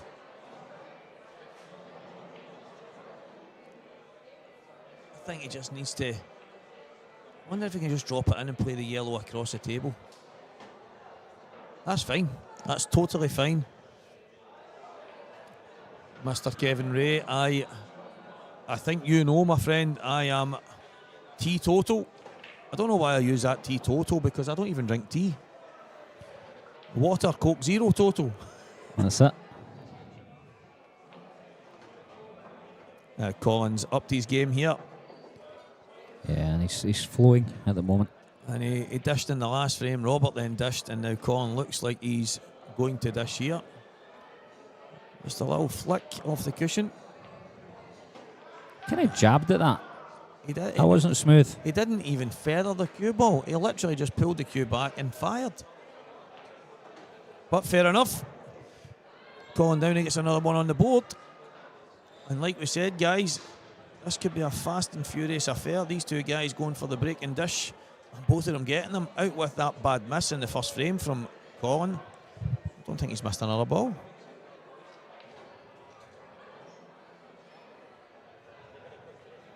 Robert will know he's in a game here. He knows Colin all too well. Absolutely.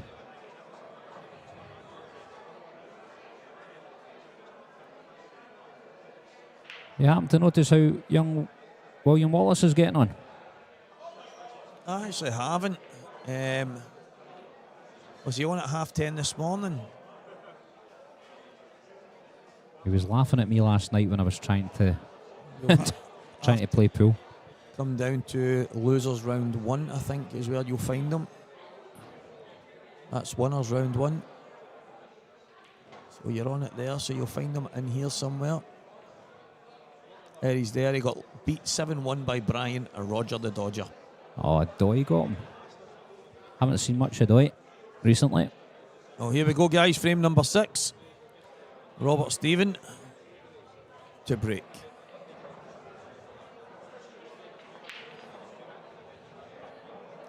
And it's going to be dry. It's not left anything too easy. No, he's going to have to manufacture something out of this. It's one of these situations where you'll hear people say, well, you're better off at the table than sitting in your chair. I think on the odd occasion, sometimes you're better sitting in your chair, hoping the opponent will go and make a mistake. But see, I was going to say, I thought he would have preferred the yellows there.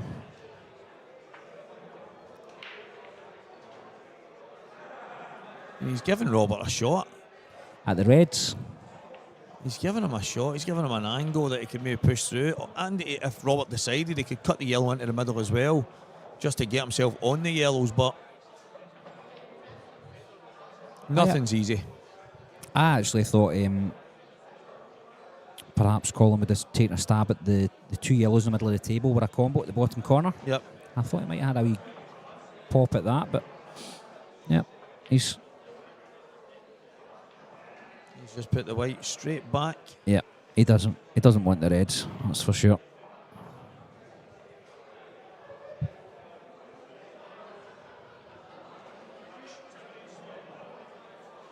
It's actually a very good question there. I speak about it all the time. I've got a bad habit of struggling against players that people tell me I should beat, and I seem to play a hell of a lot better when I play against the so-called top guys. So there's maybe something in that, but maybe the guys at the top end of the game are just ruthless. They seem to be committed to the same type of game no matter who they play, and that's the consistency that gets them winning. It's a good question. So Collins managed to get the yellows there. He took his took a bit of punishment because yeah, of course. But he's got the colour he wanted, and now he's put Robert in a wee bit of trouble.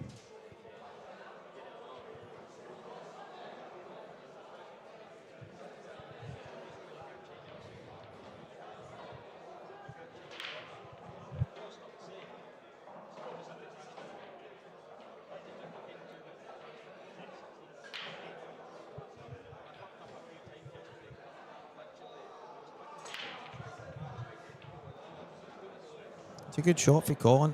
He's not left Robert anything easy, and Robert doesn't want to move that red away from the yellow at the bottom here, so he's going to play one cushion, and he's given 2 shots away. The cushions are really slidey, I've noticed, Stevie. Really slidey. The cloth is really reactive, and I quite, as much as a lot of pool players aren't biggest fans of this type of cloth in our kind of the lighter ball game, when it's just new and recently redone, I think it's absolutely brilliant. But it does change very quickly. The slide and the skid, the reaction seems to drift, and then the cushions become very, very pingy. But they're playing, the tables are playing absolutely fantastic right now, so there can be no complaints from anyone. Collins played a very aggressive shot there, and he's opened all the yellows out. He just needs to do a Liam Dunster here and plan out his route and really have a think about it. Like I say, Colin thinks so quickly that he'll have done that. That's a cracking shot. That's an absolute cracking shot. I know it might seem the obvious shot there, but if that overran even slightly, yeah, he would have been in a bit of trouble. Yep. Where's it going? Just going good for a shot. kiss. That's the aggression that he plays with. He was always screwing into them there. There was never any doubt that was going to be Colin's plan. He doesn't. I remember John the Tiger Kerr, if anyone on here can remember him. He's still floating about in Northern Ireland. When I first seen Colin, and he said to me at the time, I don't think I've ever seen anyone breaking dish as much as this guy in my life. And he's just always been super aggressive for the day I've ever known him in the pool game. So no doubt to me the way he was going to play this match. Where's he taking away? Back down to where his hand is. I wonder if he's left an angle so he can screw off the bottom cushion. Oh, it goes to the middle, doesn't it? Yep. I think he's going to cut this to the middle. I don't know if I would have cut it back into the middle that he's closest to. What a shot! Woo! Colin Downey, take a bow. It's 3-all. Announcing his presence.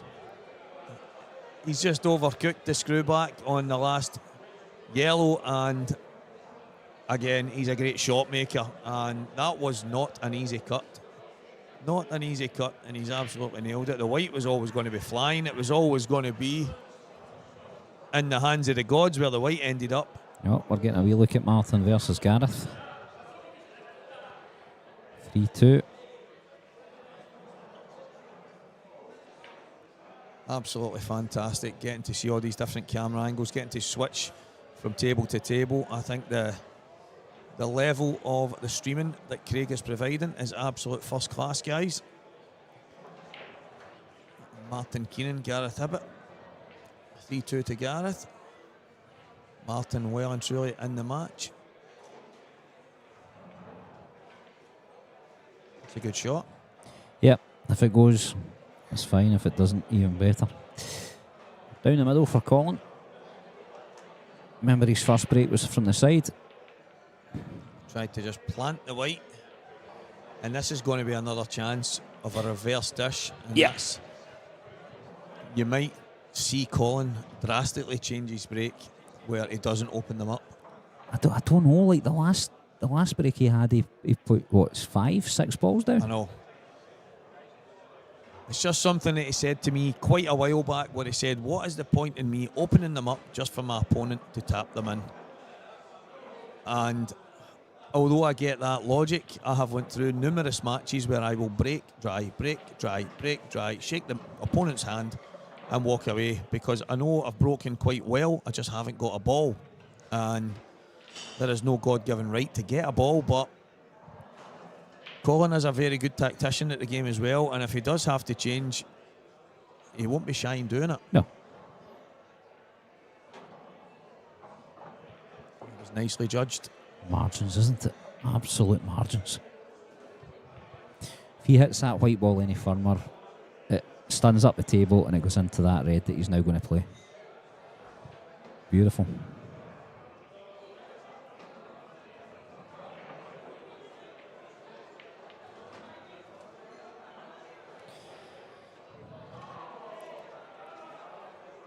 I think he's stunned down for the second yellow from the top and kiss into that because it allows you the red to the corner.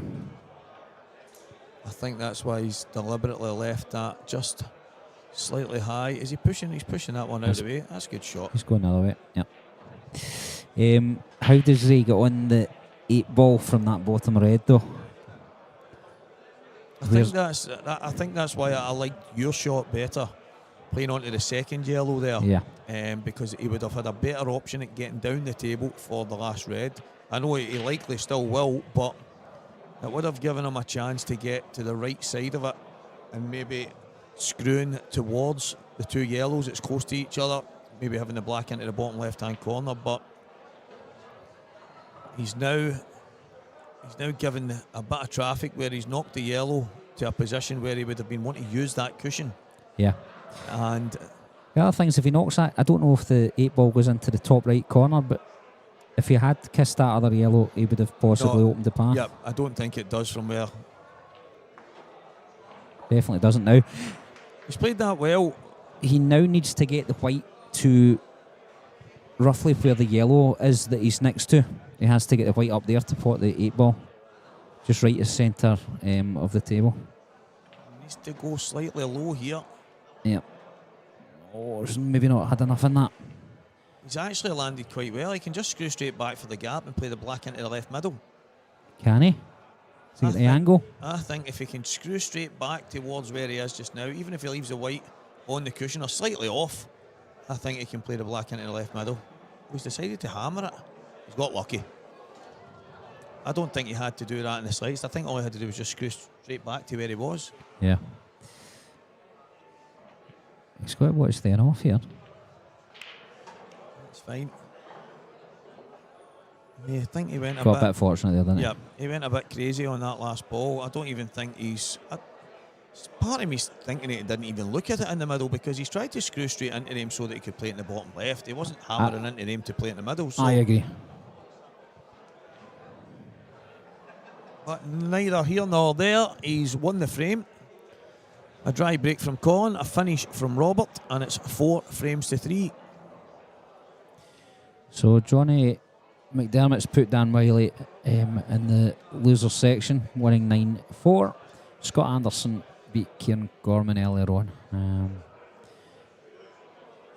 A lot of winners round 2 games on at the moment, and we've just started the losers round 2 now as well. Gary Scott and Morgan McInnes, there's 2 cracking players in the loser section. Wow. Yep, looking at some of the players having to fight their way through the loser side. That'll be a good one. George Henderson and Jason Hill. That'll be a good match. That's on at 5 o'clock. George is trying to get himself back seriously into the game. Played at a good level a few years back. The world rules type of pool. And since being back in Scotland, he lived a lot of his life in London, George. And he's now working his way back into the pool game. He's definitely got serious ability. That'll be a good game against Jason.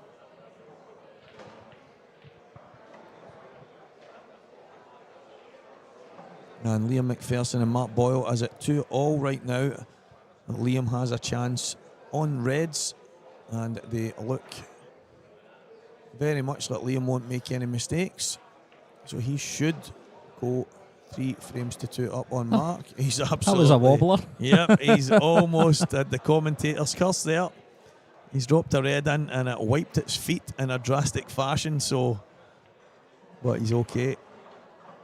And Liam's got a red and a black to go 3-2 up on Mr. Mark Boyle, Mr. Magic himself. Back to the match in hand. Robert Stephen to break. Frame number 8. Oh. Robert went into the front ball this time as well. Robert changed it up. Both of them are uncomfortable with, and he's caught dry as well. So both of them are having to make decisions about of what they're going to do with the break. I was the same in my game earlier on. I had to change. First 8 frames of his second visit. Always. Is that the commentators hovering? No, I thought it might have been, but it's not. I think they'll be more than happy to step in after this match, let the Scottish guys commentate on the 2 Scottish guys. It wasn't the best of shots, I didn't feel, from Colin, but he's recovered quite quickly. No, he's made the decision to go into the yellow there. Maybe he could have just dropped it in and then just played it down, because they are taking them with the new cloth and the way they play. You're unlucky if you miss when you run it down the rail at a nice pace. They don't... Oh, that worries me, because I hate those shots. What, do you? I've actually... When they're just reclothed like they are right now, I must admit, it's one shot that I gain quite a lot of confidence on until the kind of wear and tear starts to build up on the cloth. Then I think it becomes a more difficult shot. But right now, don't get me wrong, I've probably just put some serious jinx onto myself for when I play my match. But may have. Not at all. This is a big shot. He needs to leave himself just the right angle, and he's missed that. He wasn't convinced there at all. You could see... It's very quick down on it as well. I mean, I know he plays quite quickly anyway, but... He was basically having to leave himself just past the red and no more. Yeah. Either that or come straight across and leave yourself even close to the red on the side cushion. Stun shot. Yep. He's rushed it. He has rushed it a bit. If this just drops in, then it's obviously a chance for Robert from here, but Two slightly awkward reds. The one that's next to the yellow goes into the top and bottom corner, no bother, but it's just about whether you need the position from that. yep. You've got the one down the side cushion, which is dead easy, as you say. Yep, I think when you're on them, I just think the way the cloth is when it's brand new, it just seems to, even if you miss, it still seems to soak it in, if you know what I mean. It can be very forgiving right now when it's just done. Suki pockets.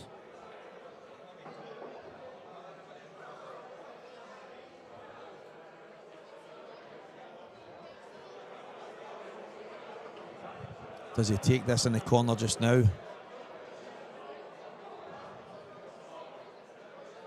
I think if he's got that red down,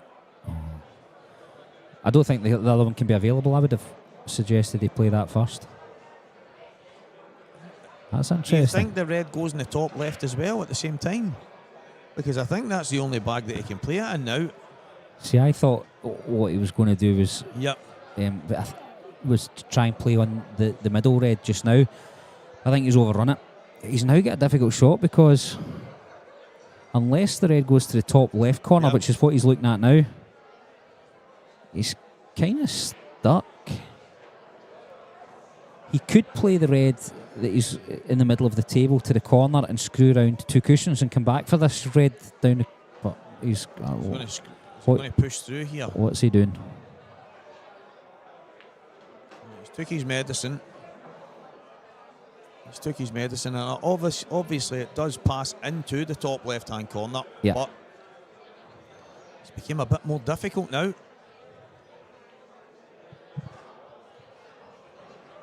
Wow, what a great camera angle. Very tight, but what a view that is, guys.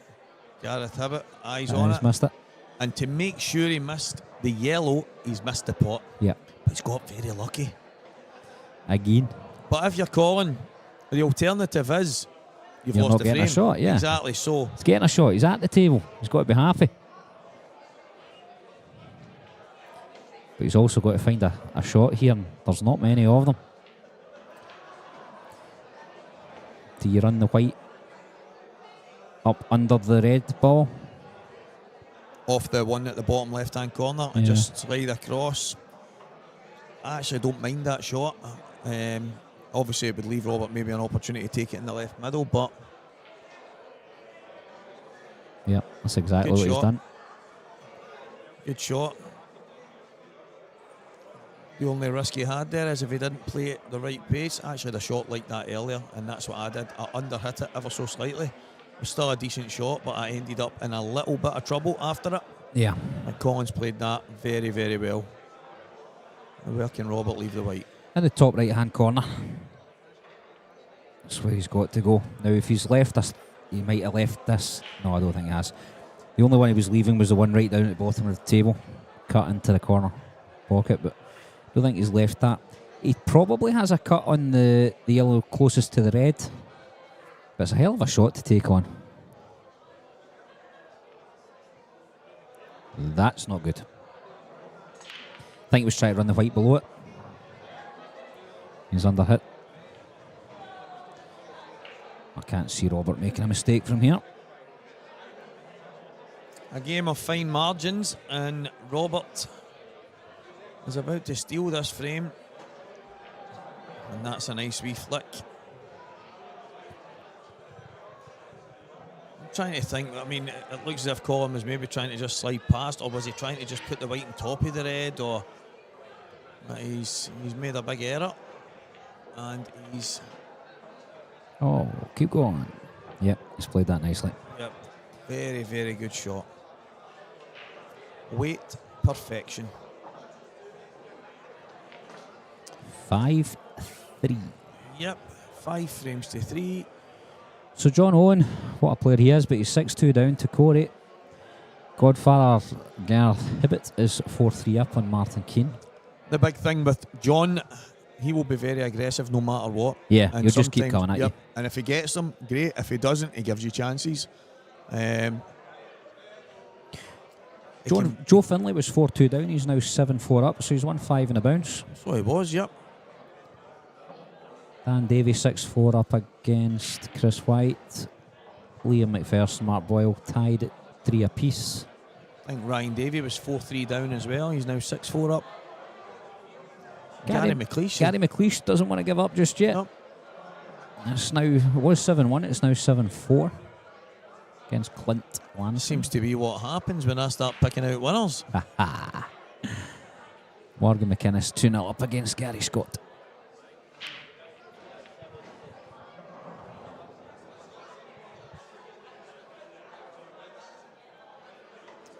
Frame number 9. And it is your man Colin Downey to break. What will he do this time? It looks like he's going down the middle again.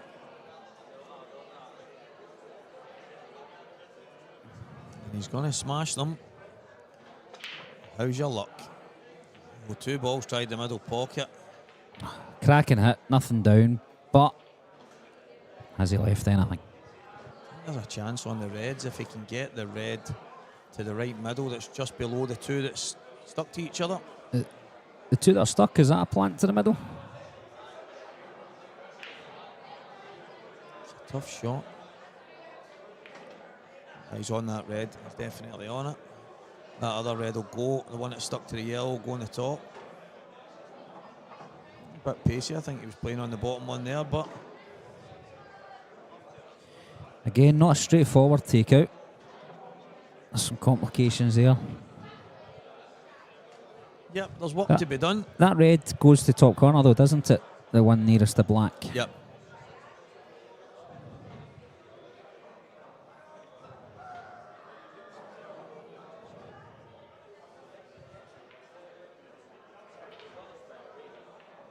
Definitely not easy.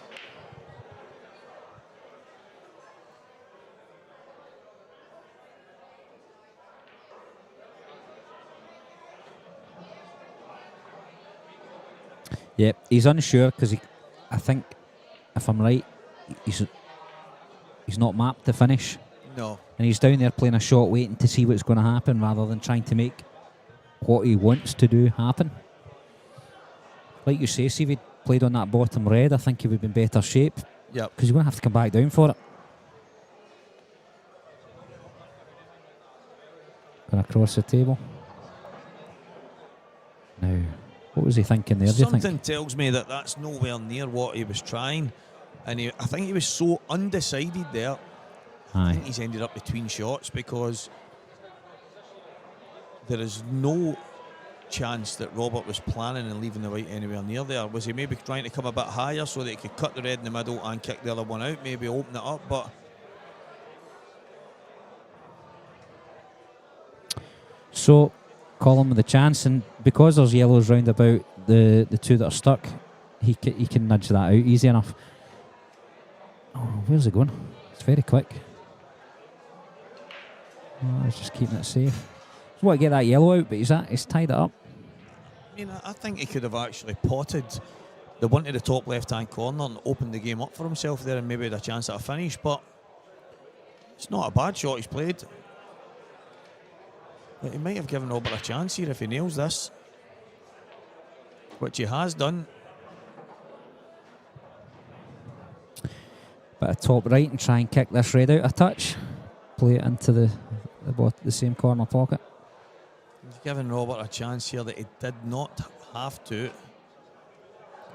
Still not easy, but it's tough. It's tough when you're at the table and some minor decisions or major decisions can make or break your match. And wow, he took a swing at that, Robert. And has he got a wee rub again? Not this time. No, not this time. Colin's got to take this out, I think. Yeah, I totally agree. I think this is one of these situations that just to get yourself back in the rhythm. Jeez, Colin, come on. Played that so quick. I know. What? So quick. He could have made that easier on himself. He could have just played the one in the middle first. Just drop it in. I know he's tried to take that so that he can play onto the bottom yellow, but there wasn't any. With the amount of yellows on the table, I think he could have chose to take the yellow in the middle first, get on that easier, and just work his way into the finish. I totally agree. Yep, he'll be frustrated with that. But what is Robert going to do to get on this black? He's not played that too well, so this is going to be a double. Yeah. But even still, how does he go on the black? How do you go on the black? I think he's got to put the white roughly where it is now.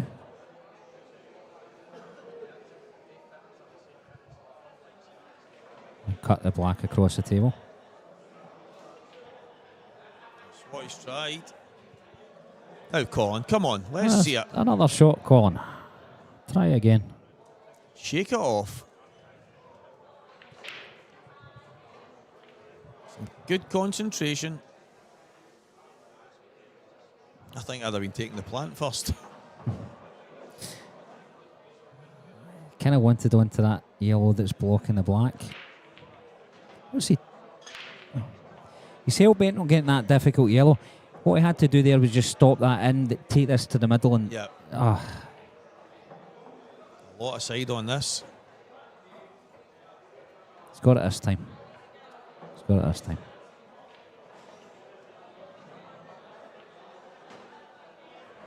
That's a good shot. Just to hold it with a little bit of check side. And he'll just drop the hanger in and play the yellow across. Oh, he's going to play the plant. I remember old Mick McGoldricks, God rest him, used to say never, ever leave a plant to last. I suppose if it's an easy plant, it's forgivable, but yeah, he didn't like the fact that it could go wrong. It didn't go wrong here for Colin. He got a second chance, and he has taken it, and it is now 5 frames to 4. Robert Stephen. Still in this match, that's for sure. Colin Downey, hanging on to the coattails of Robert. Still a lot of pool to be played in this match. Race to 9. We're 9 frames down. The IPA Scottish Grand Prix, live in McGoldricks Pool and Sports Bar. Phenomenal club, guys. It's got everything you could want, from food, pool, snooker and American pool. It's got a great darts arena. And it's also got a commentary box with some of the best guys in the game sitting here. A few guys sitting staring at their screen saying, who is this character? They don't get paid by IPA, do they?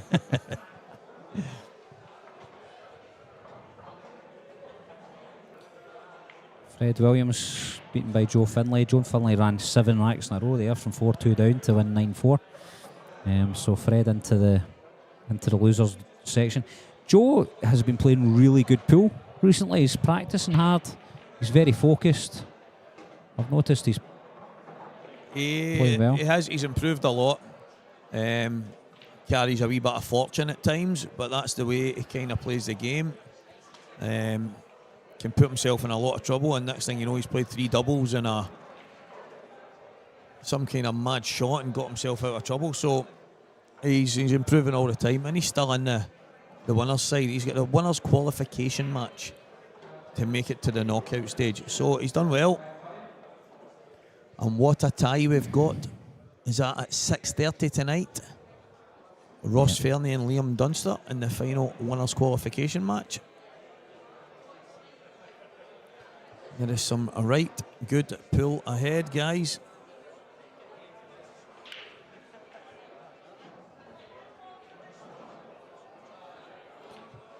Somebody's asking what next game's on, and there's not one tagged for this table yet. But just looking at the fixtures that are coming up on us, you're maybe looking at Kieran Kay versus Jamie Burnett. There's possibly the You might find the draw of the ones coming. You might find that the next match on this table might be the Ross Fernie and Liam Dunster match, depending on what other games there is. But nothing has been penciled in as of yet. That will happen in due course.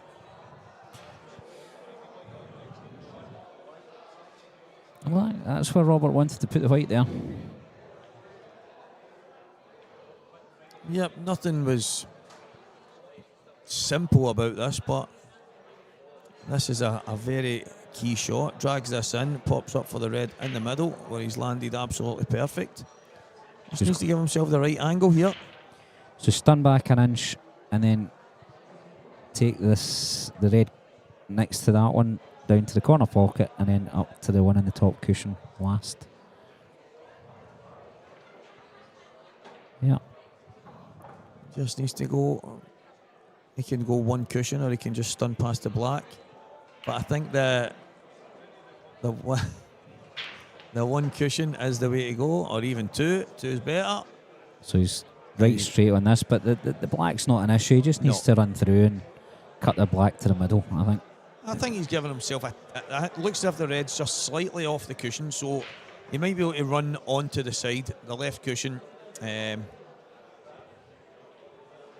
mean, I wouldn't be too unhappy if the white was close to the jaws of the pocket. I think that's the way he's going to play it, but I think he's got enough. A wee bit further, he's okay. He's okay. Cutting in the middle, the white is safe. It's going to run towards the yellow, so he's going to be okay.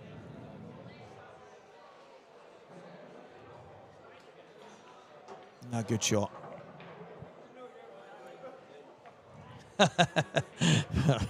McKechnie and Finnegan, that would be an absolute classic.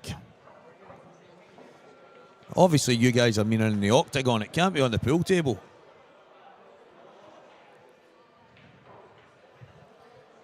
Well, Robert has kicked into gear there. That was a good finish. It was a tough finish.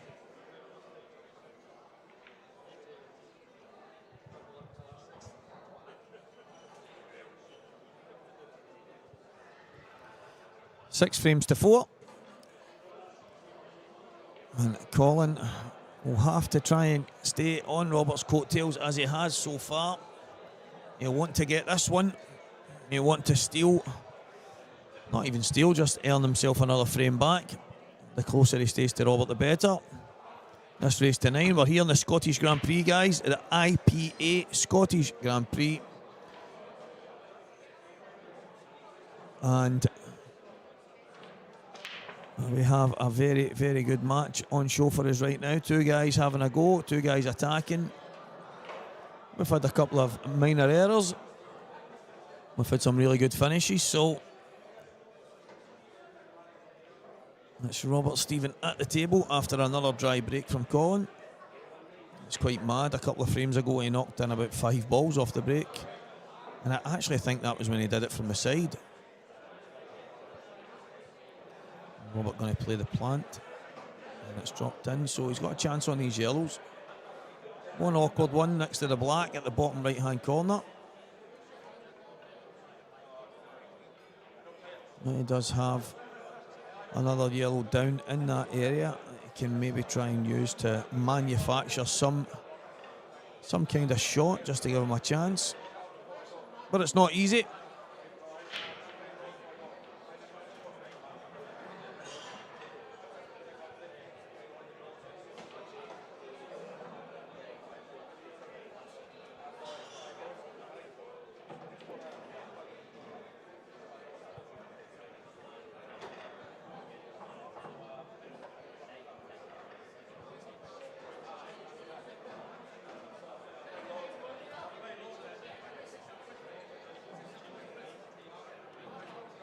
Yep, I thought he might try and come down, just sneak inside it there, but it's now became more awkward. But I wonder if he's got another chance at this here.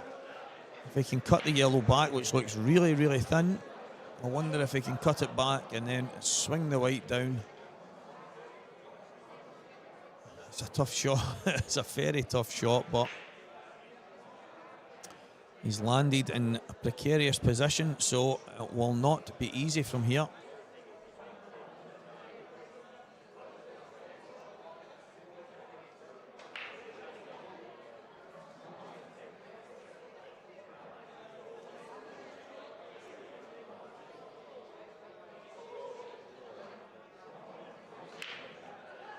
Oh.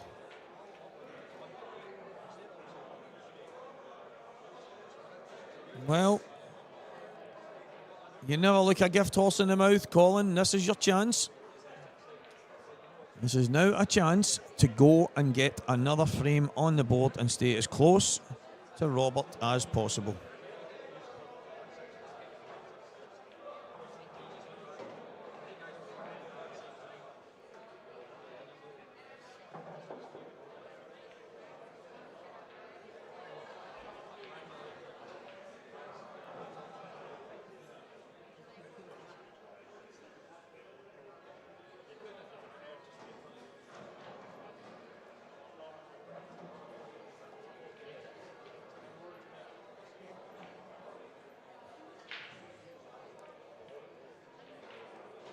What will Robert do here?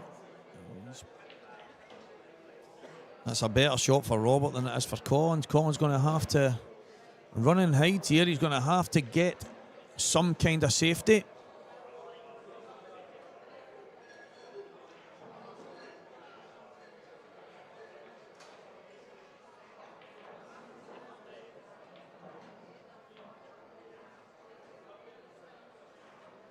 He's put another red down in that area. I'm not 100% sure whether that is the right or wrong way to go, but he's made it a bit congested down there. Nothing's easy for Robert, but it looks as if that is us. I don't know if he can get through the gap. If he can, which he obviously he's going down really quick. Doesn't look like he can, but obviously he can, or he wouldn't be down as quick as he is. Oh, it's 2 shots. Yep, it didn't look like he could. Colin obviously thought he could, and unfortunately he's given away a foul and 2 shots to Robert.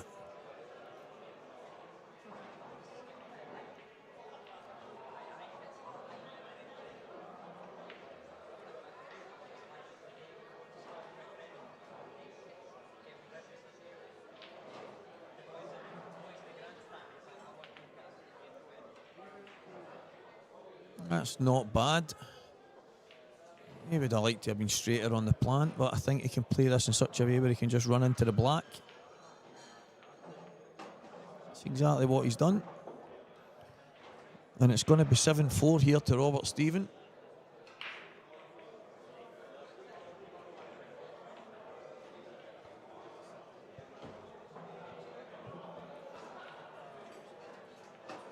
And he's running round a bit pacey. Has he got lucky? I think he can just about see an edge. He's got away with that one, guys. If that had ran another inch, he would have been in real trouble. He needs to watch he doesn't follow through here. Oh, it stayed out. So Colin is back at the table with balls dead all over the place. He's had a couple of chances. What will he do? He's going to have to try and lay a really good snooker here.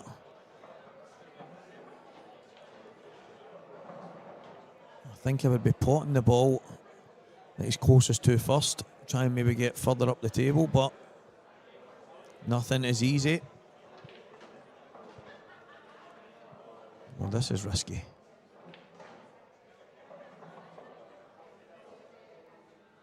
So he's not allowing Robert to go up and down, but I think he's giving him the swerve. The cloth is so reactive. I don't know whether Robert will play it or not, but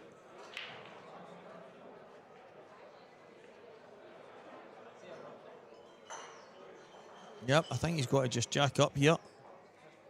And just be careful that he doesn't overcook it. I did that myself yesterday. It's very, very reactive. I think he can swerve it. I think he can.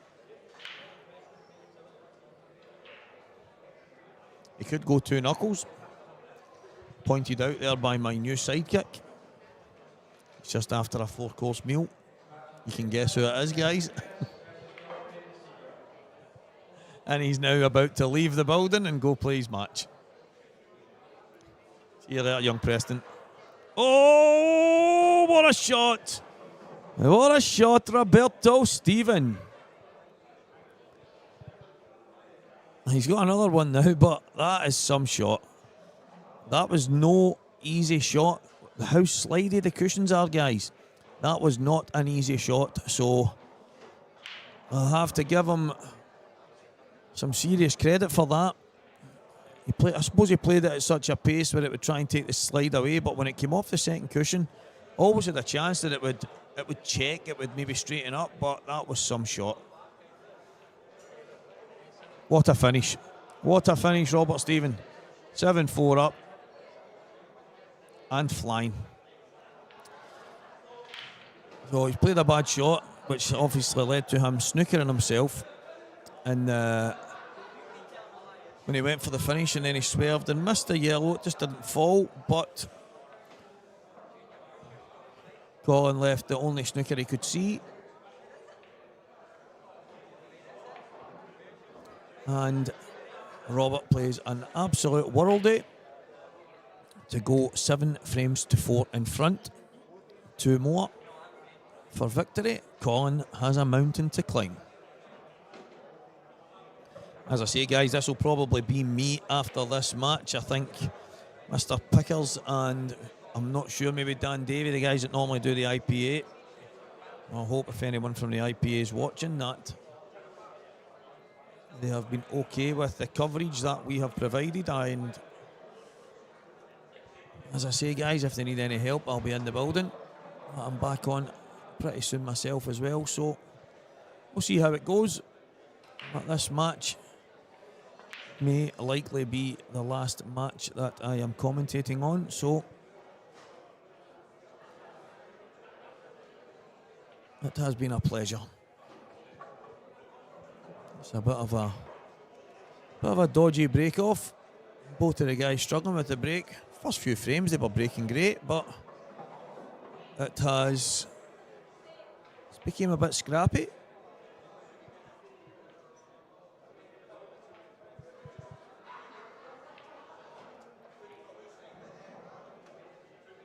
There's nothing easy here. Seems to be every visit to the table Colin's having, whether from his own break or from Robert's, there's work to be done. And the problem with that is when you start opening the table up, as everyone will know, that really does give your opponent an advantage if you don't manage to take them out.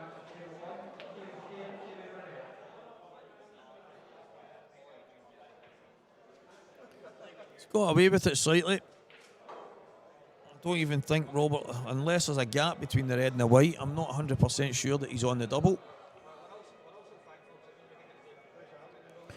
We will find out though when he goes to play the shot.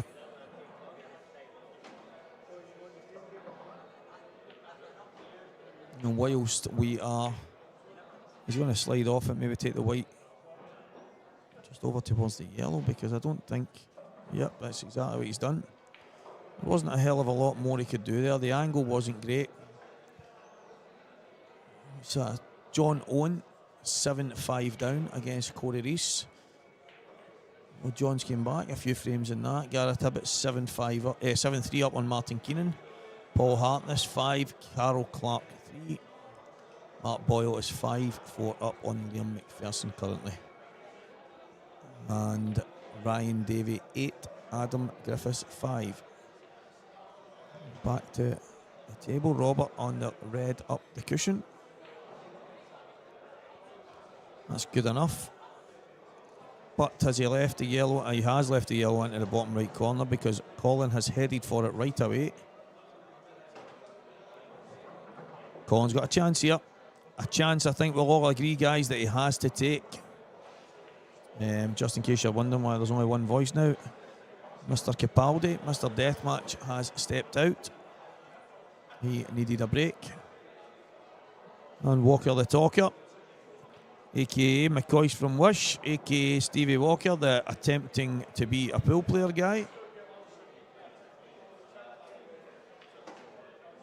is in here all alone.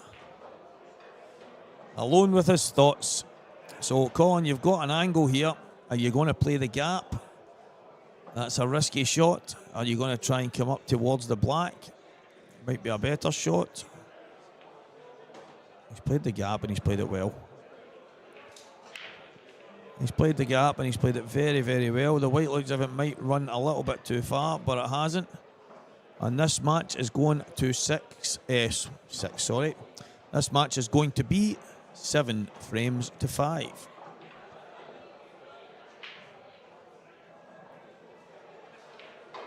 It's fast and furious, guys. It's littered with silly errors. Sometimes that aggressive type of pool can bring up the odd mistake. But I have to say, so far, it's been a decent match to watch. And Robert Stephen is currently 7-5 up against Colin Downey in the IPA Scottish Grand Prix, the first of its kind, the inaugural Scottish Grand Prix. And hopefully there will be a lot more of these.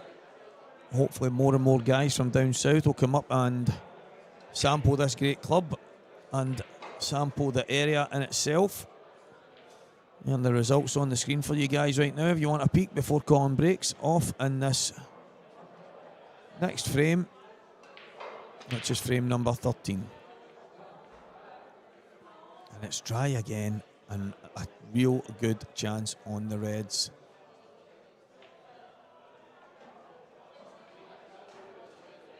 That's 3 breaks Colin has done now from the front, and the 3 of them have been dry.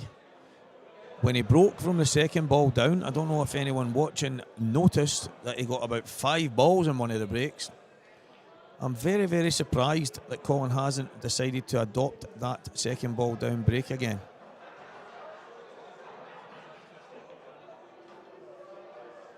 Sometimes you just get caught up in the moment, and he's decided to go from the front. And he's now 3 dry breaks for 3.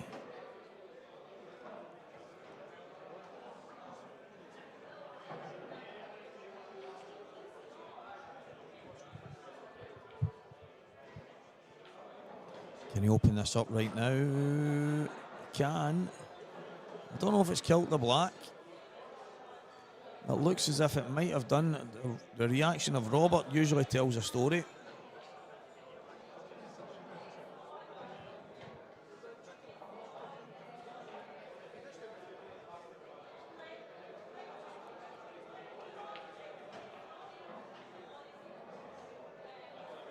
But the chance is still here. A worst case scenario, he will have a double. What angle has he got here? Can he screw towards the black right now? Is he just going to step across? He's going to touch too far. Maybe the black still goes, guys. It's hard to tell on the screen. I think he wanted a slight angle though there so that he could just screw into the yellow and black, leaving the red to the right middle and then the black into the bottom left-hand corner. But he's looking to see if he could maybe steal it, maybe stun towards it, but I think he's just overcooked it ever so slightly.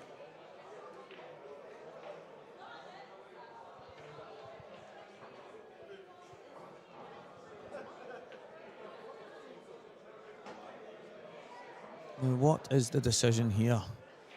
Does he screw into it? I think he's gonna. And that'll do. That will do. And Robert Stephen is this black away from going 8 frames to 5 up on Colin Downey, who broke dry again and got punished. And he did as well.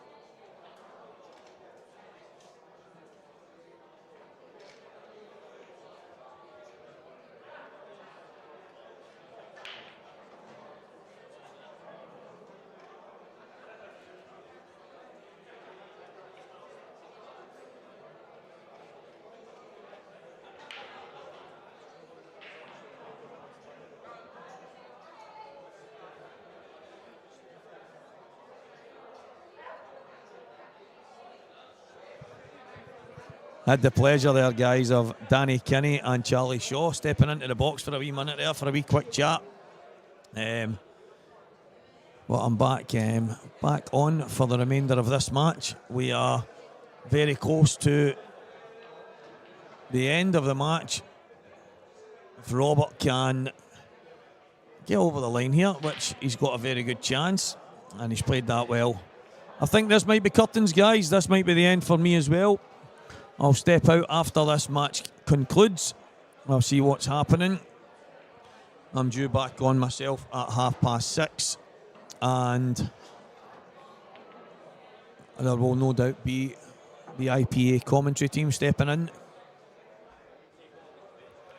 Scotland's finest commentator, Stevie Walker, will be stepping out after Robert nails this black, guys.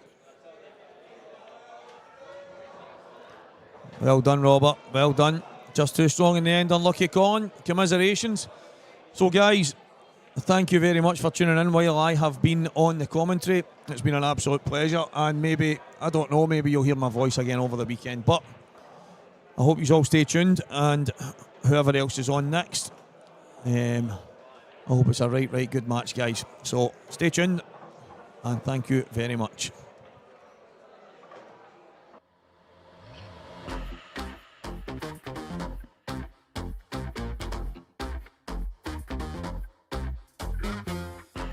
Selector, rewind selector, rewind selector, rewind selector, rewind selector, rewind selector.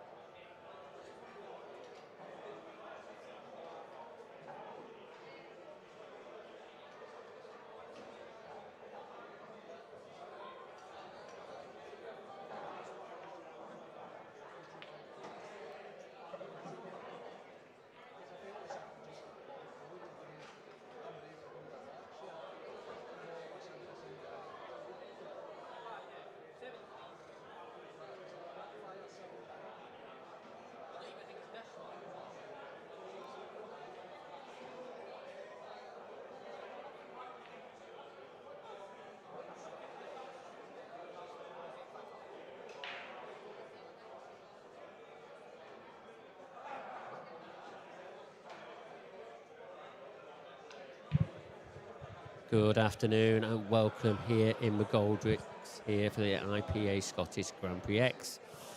This is going to be my first stint here in the commentary box. I've only just got here just recently. And the guys that have been sitting in the comms over the past, well, yesterday and part of this today, have done a great job. Thank you to them. No doubt we'll hear from them later on throughout this weekend. But this game now, Jason Hill, lucky to win that first frame, missing that black. And George had a chance with that skill shot. But just fell that one a little bit short as well. First look at George, his break off. And it's successful. Good start. So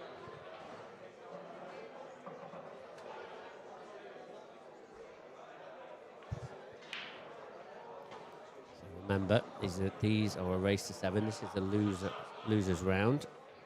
Losers round number 2. Or round 2. Shall I get that right? There's a big game coming up in the winners section, or the winners qualification. It's going to be Ross Fernie against Liam Dunster, battle of the Scots. That will be coming up at 6:30, which is pretty sure it's going to be on this table. I've already had my say on that, so hopefully that will happen. But I'm sure it will. I'll keep you all up to date with all the other scores as well. There is plenty going off in this glorious club. It really is. Another good game on the outer tables at the moment in the losers round. Number 2 is Kieran Kay against Jamie Burnett. 2 well-known Scottish players. It's actually Kieran, one of the youngsters coming through. Jamie Burnett from the snooker background. And Kieran is leading that 2 frames to 0.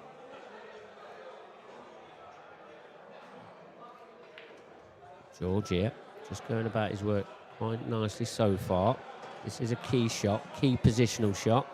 Has he overdone this? Looks okay, I think. Oh, he's got a smile on his face, so maybe it's not. Has it just come too far? He's going to have some hampered cueing as well. It's going to be a little bit more difficult than he wanted. He's trying to swerve this as well, is he? Difficult shot, but executed well. Same about the position, but he was relying on a little bit of luck there. He's always going to be running into that red. So then, George, what can you do with this one? Trying to play it off the yellow into the top left-hand corner. That's tricky. Feel like that's all he's got on. Very close to his work here as well. Feel like the harder you punch this, the more it'll go away from the pocket, and that's exactly what's happened. And he's also lost the cue ball.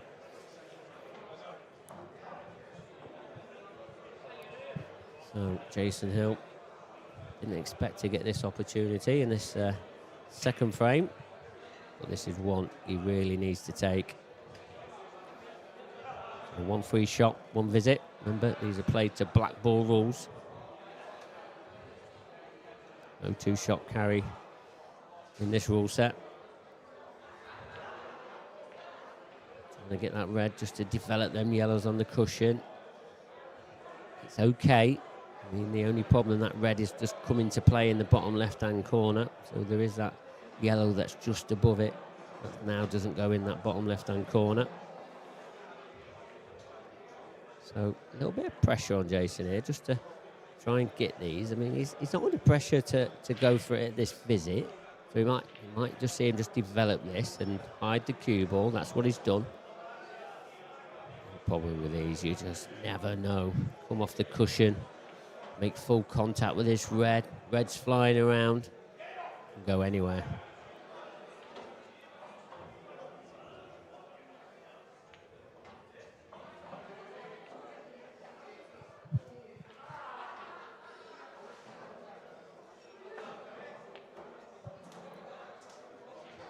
Made contact, and that red was very, very close to that right centre.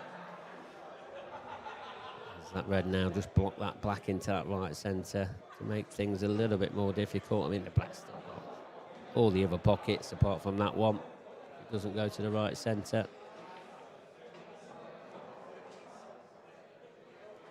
But the opening shot on this yellow doesn't look easy. Might see another containing shot here from Jason. I wouldn't be surprised. Yeah, we are. He's making this very hard work at the moment. I've got to say, is that yellow tied up on that top cushion now? Or is there enough room?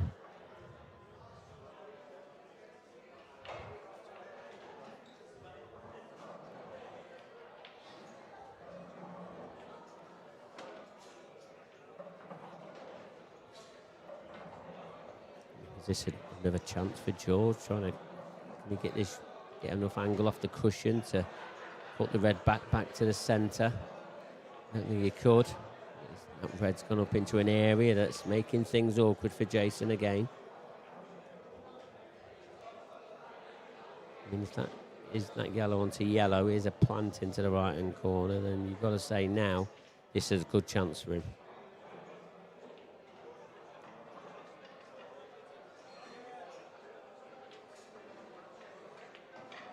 Oh, it's a long way off there from Jason.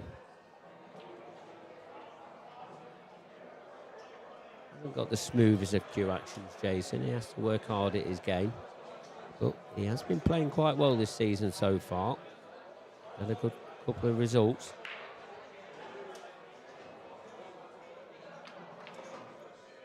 So, George, chance to level this match up at these very early stages. Straight black.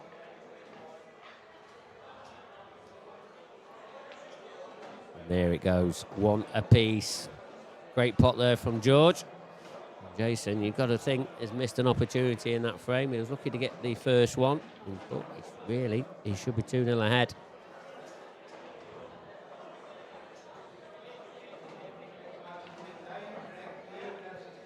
Both these players know, though, this is your last life.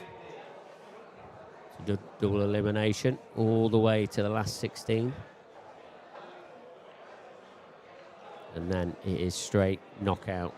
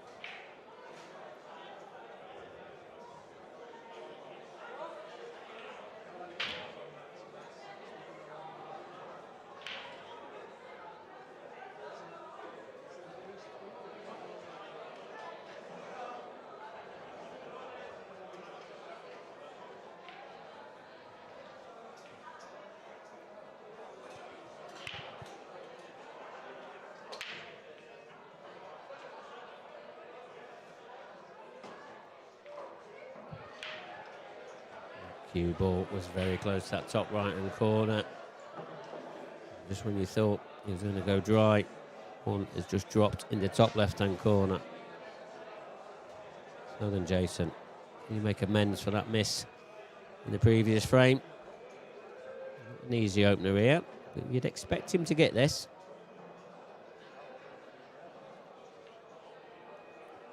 Hit it, he has. He's nicely on his next ball. Good shot.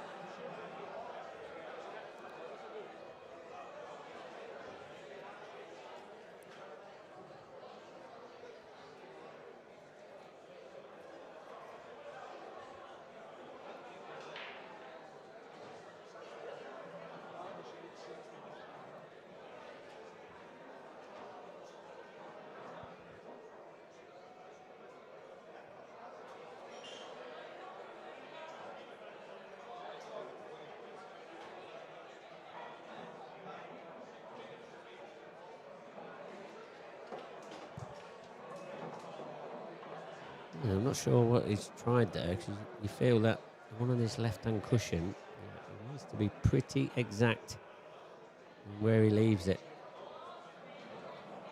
Leaving that for your last ball. Is there enough room to stun that cue ball across to get on the black?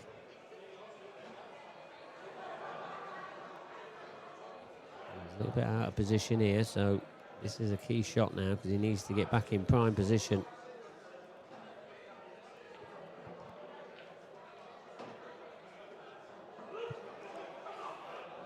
Still not got this cue ball under control, just come off the jaw. Going away from his work, so he needs to do a little bit now. He stuns this on and off the cushion.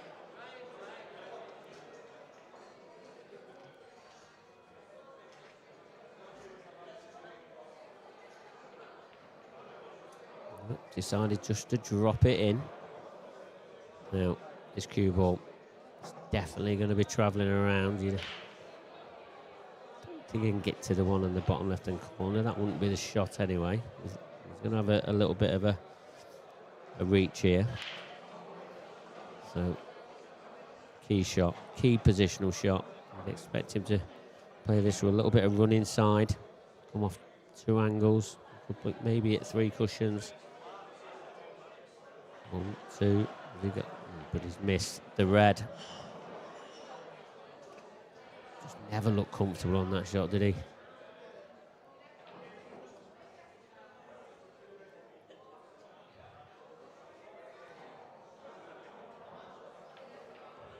Yeah, Jason, he just hasn't settled in. He's got a frame on the ball, hasn't settled in this match at all yet.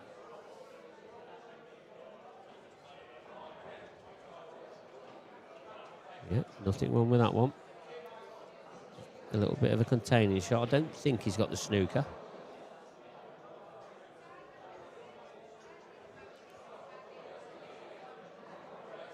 That red, that top left-hand corner is causing George problems.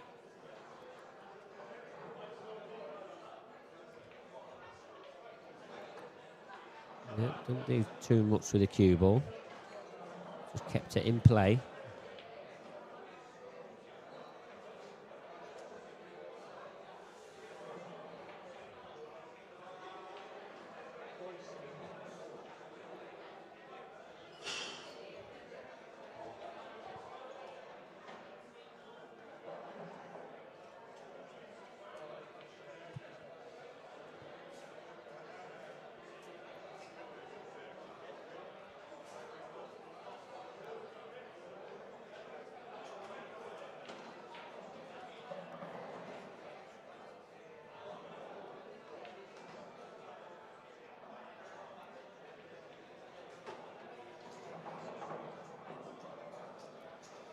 Yeah, I suppose George, if he does decide to go for these, how he gets them yellows out of that top left-hand corner, or either remove the red. He's trying now. What a shot this could be. It's a good effort. Just really couldn't get enough power into that because he'd have lost his direction if he did. Don't think this yellow goes. That is the one just above the baulk line.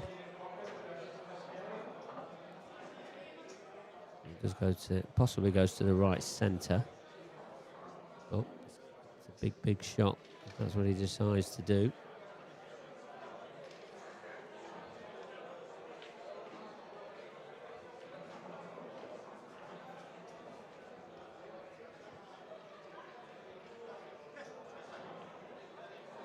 He's gone for the right centre and he's missed it. Not a bad cue ball though. And Jason, is he going to try and... And he could play the one in the top left-hand corner, I think. Just play it off the cushion with one inside to pot it and come back round. I feel like that would be not a bad angle, but it depends on whether he can contact enough of the red when he does come off the cushion. So, this, not easy. I feel if he gets it, cue ball's coming up naturally for his final red. Looks good, looks very good.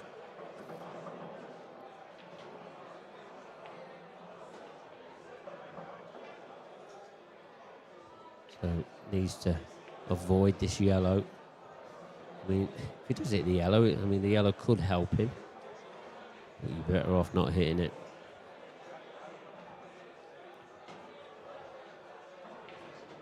Yeah, and I think that's possibly about as good as he could have done. I mean, this shot should be quite easy for him, being a left-hander.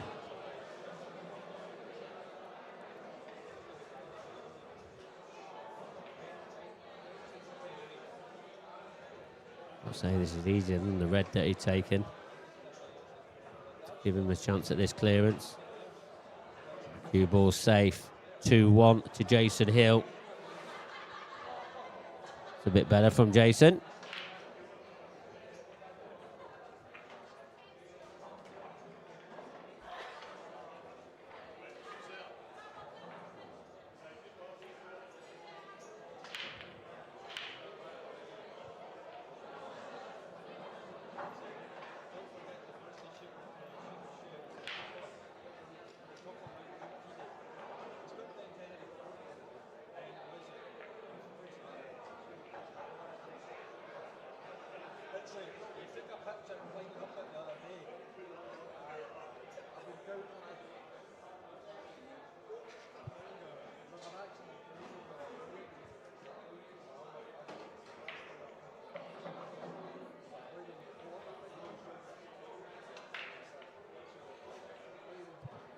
So we'll have a look at the George break. Successful off his first one.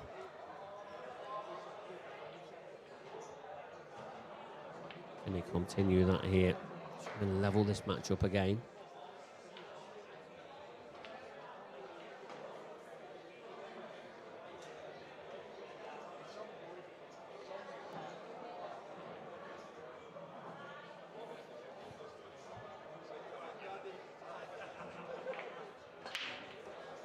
Good contact. Has he got a ball? That yellow's tracking. Just enough. Red has just come down onto this bottom cushion. It's made things awkward. I mean, first look at these, you've got to say possibly reds, because the yellow near the baulk line, does that pass that red into the top left-hand corner? Probably not. And obviously the yellow on this bottom cushion, you've got to say that's a bit out of action. But is he too straight on the red into the top right-hand corner, the one that's in the baulk area? But can't really do a lot with it. That's why he's going to take this more difficult red key shot. You feel if he gets this, good chance of leveling the match up, and he's rattled it.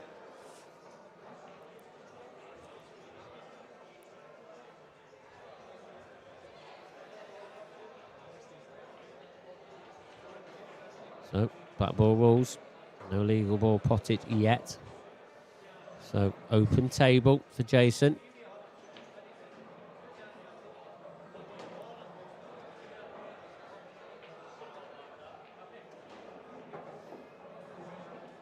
Got to be careful with this one. Don't want to track too far down the table. That looks good. Great shot. Well controlled. I feel. Take the one over this bottom left-hand corner, the one that's closest to the cushion. If you can get the cue ball past that red that is next to, then take the one that's, you know, we'll say below the black spot. Yep, just like that. Now he's got a good chance of opening up a 2-frame lead.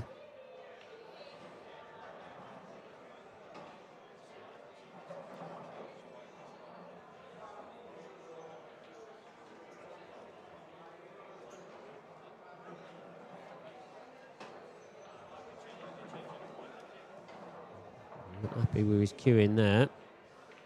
If his cue got in these sticky conditions, even though this is a very well air-conditioned club, sports bar as it's called up here,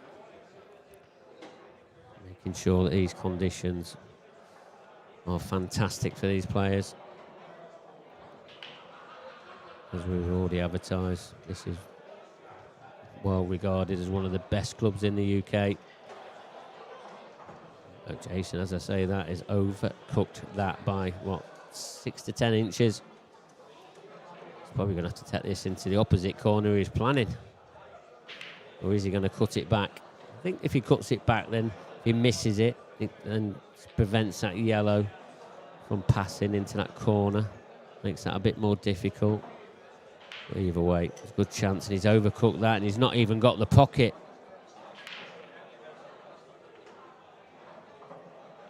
This is definitely an out of sorts, Jason Hill. Really struggling out there. Oh, it's only down to his bad positional shot, really. It should have been straightforward. He should be 2 frames ahead now. George, another chance. Not an easy opening pot.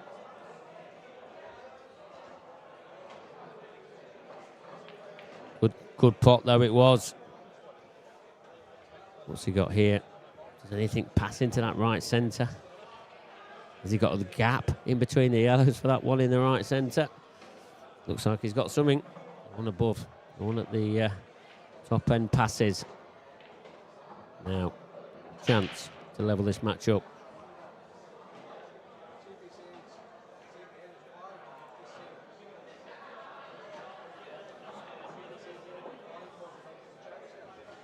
Come off that cushion a little bit further than he wanted, but shouldn't be a problem. No reason why. I'm pretty sure he's got the angle to come down table, but he's going to go into the yellow. It's a mistake. The way he just got down to that, it looked like he had such a natural angle, but yeah, I don't like this shot either. Because, you know, you'd expect Jason just to go, possibly come up and down if he wanted to. If you can't see this black, it's an easy get out.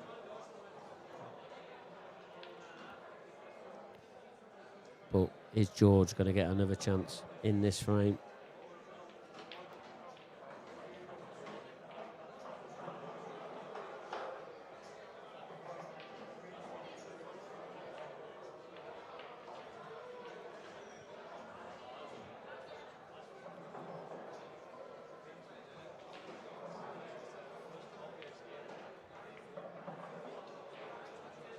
Got to get a good cue ball here. Don't think he's got it enough. I think this yellow passes the black.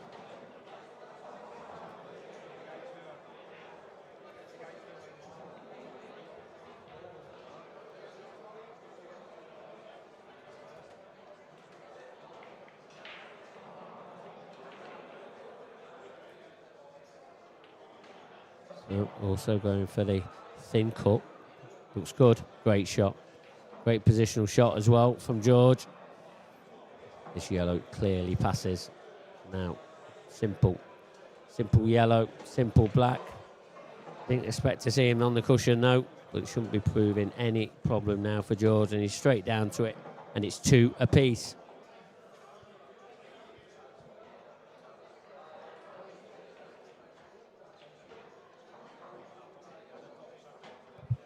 Well, let's have a look at some latest scores then, just while we're getting ready for frame number 5. So let's go back to the Kieran K, Jamie Burnett. That's the pretty much big game of the losers round. 2-2 now. Jamie Burnett's pulled back 2 frames. Craig Day's taken a 2-0 lead against Greg Holt. Grant Finnegan, 0. Colin McKenny, 3. Jim Stephen, 1. Brian Murray, 3. Stephen Ellis, all the way from the Welsh boy.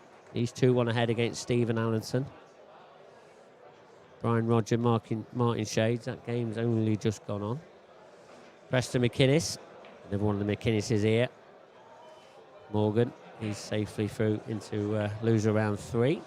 But Preston McInnes, he's 4-2 ahead against George Paynton Senior.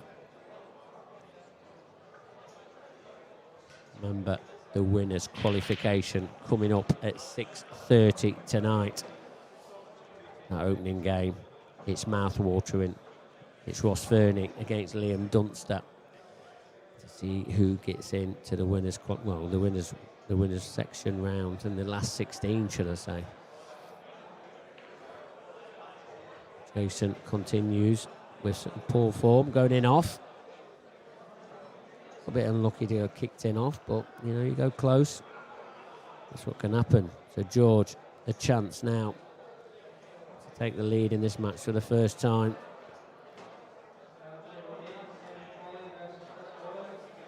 Yep, 1 free shot, 1 visit. Remember, first legal ball potted. And that means on this visit here, this is what he's going to elect him for. He's taking these reds on. Nicely. Good positive pot there from George.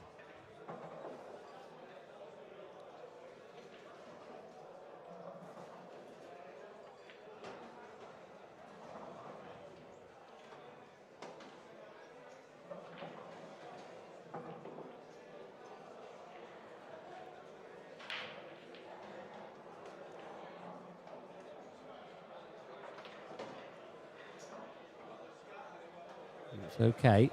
Just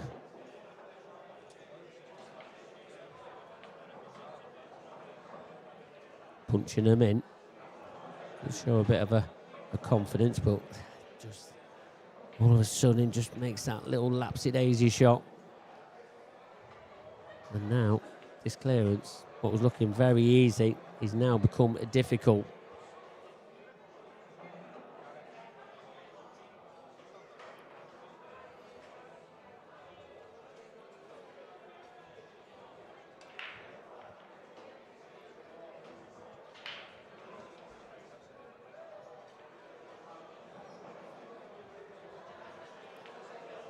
Looks good, looks very good. Great recovery there from George Henderson. Brilliant shot. It's really, he shouldn't have been in that position, but he's pulled it back lovely. And he seems to have got an extra spring in his step as well. This is worrying times for Jason Hill. 3-2, George Henderson now leads, and he will be breaking in the 6th frame.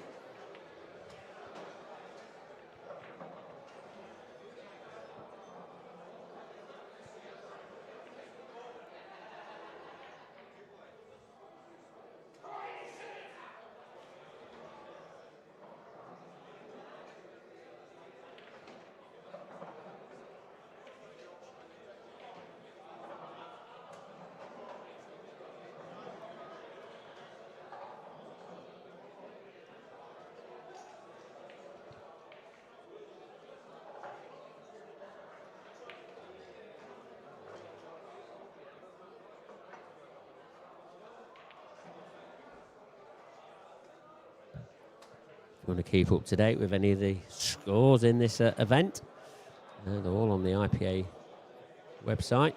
Or if you follow us on any social media platform, then there is a link on them as well. So just have a look into, see who's your favourite players. Are they winning, are they losing?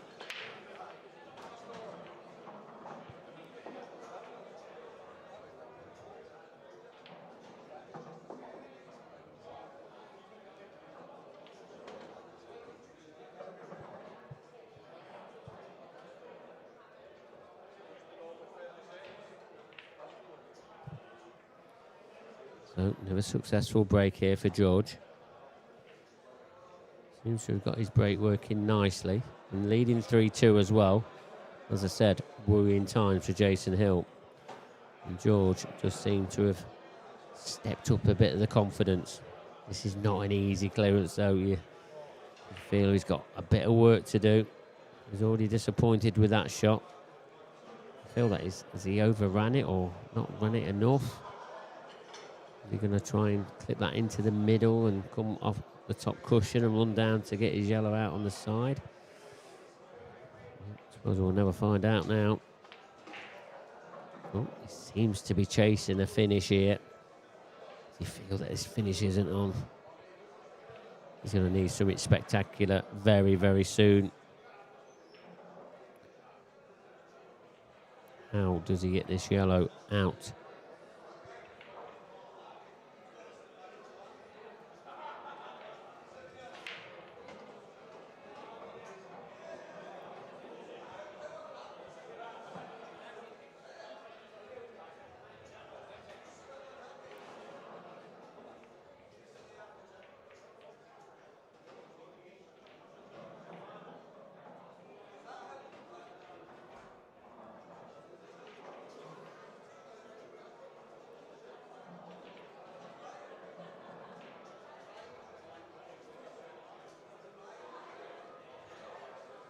So, looks like he's made his decision. He's going to be taking out his 2 Loose yellows. This needs to be...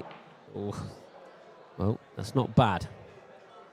That could have been a lot worse, especially if he got hampered queuing, because he wouldn't have been able to do anything with this, the last yellow.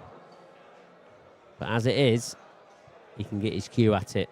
But what can he get on to this to get this yellow out? Has he got a shot on anywhere? There's a lot of traffic in the way. He's trying. He is trying. Good effort. What's he got up his sleeve now? Does the yellow come off the red into the centre? Into the opposite right centre, that is. I mean, whew, you've got to hit that with some power to get it tracking over there. He's looking at it. But everything probably is going to be flying around. He's tried it. Where's the kick? Where's the yellow? Well, that was unlucky.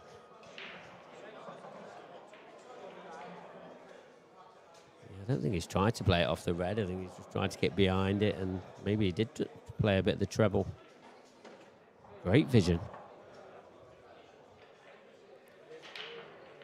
I feel if Jason wants to keep in this match, he needs to be taking out finishes like these. But he hasn't done the first ball. He's missing some sitters in this match.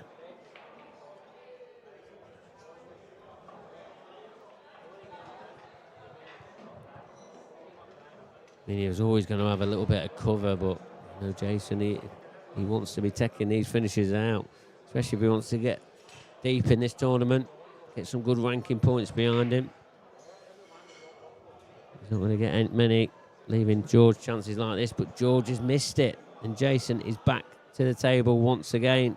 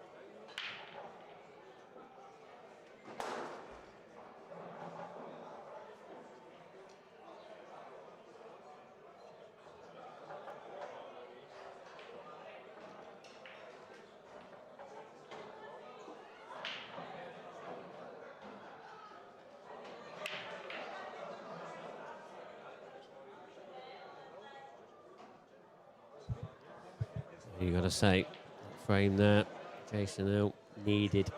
He's got it. 3 frames apiece now. We're into a best of 7. Remember, these loser rounds are only a race to 7s.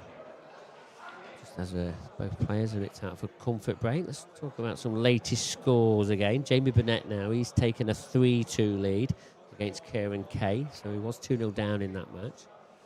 Colin McKenny 4-0 ahead, as is Craig Day.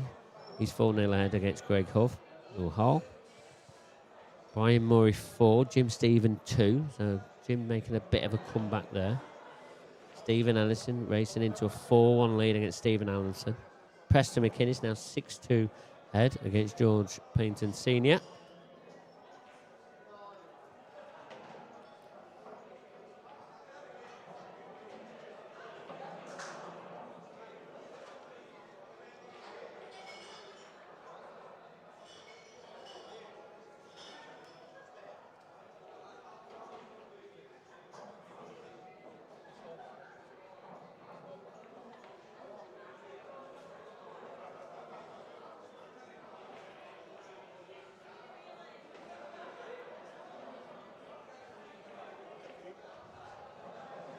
Another good clash in the winners' qualification. Mark Boyle against Robert Stephen. Ryan Davey against Clint Jansen. Some fantastic matches. It looks like that's going to be a roll-on, roll-off with the Ross Fernie, Liam Dunster, the Mark Boyle and Robert Stephen. They're going to be on straight on after that one. And Clint Jansen, Ryan Davey, they're going to be straight on table number 9. It's another stream table after Johnny McDermott and Corey Rees. So Gareth Hibbett against Paul Harkness. Some great ties there. Anton Riley went really deep in the Masters when we was in this club back in December. He's got Martin Jones. He'll be wanting to continue some of that form. But that Ross Fernie, Liam Dunster, that is going to be the next match up on here at 6:30. It might be on a little bit earlier if both players are ready, and we can get them on earlier, and I'm sure we'll be trying. So just waiting for George to come back into the arena. There is another match on the other stream table. Kevin Polly is just taking on Chris Boron in the losers round. They've just started. Mark Boyle was on there. He was battling away against Liam McPherson. Remember, Liam McPherson got to the semi-finals in the Masters in December. He really caused some upsets and played some brilliant stuff. Just fell a little bit short of making the final. But Mark Boyle beat him 9-7, so Liam, he goes into the losers round now. Mark Boyle, he's now got, as I said, he's got Robert Stephen. That is another battle of the Scots.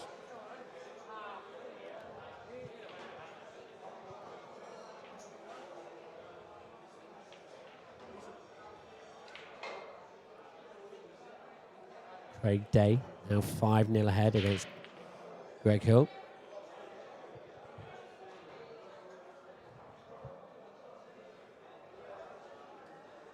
Preston McInnes, he's safely through. There's his brother, Morgan McInnes. They're both gone into loser round number 3.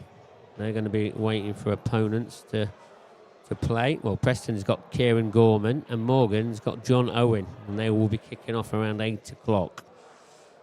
So, no doubt there are 2 players from the Scottish contingent that have followed quite heavily. I'll keep you up to date. As long as I'm in this commentary box, I'll keep you up to date with all the scores as much as I can. Try and keep a better focus on this main table as well. I mean, this match is heating up a little bit, 3 frames apiece. Jason Hill always going to be the favourite, being the IPA professional player. He plays on the IPA tour.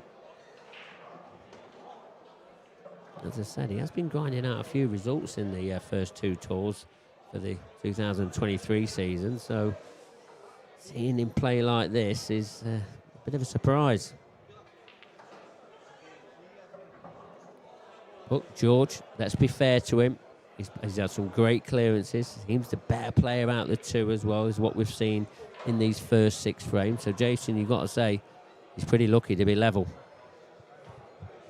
George just seems to throw in the odd shot.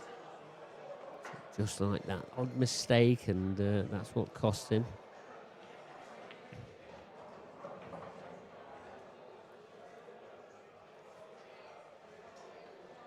Hope everyone at home all enjoying this, this free stream coverage. Craig, who's been a bit of tournament director, does a great job with Scottish Q Sports streaming. Really doing absolute top job, as he did in the Masters in December last year. Right, this match, Jason Hill will be breaking in frame number 7.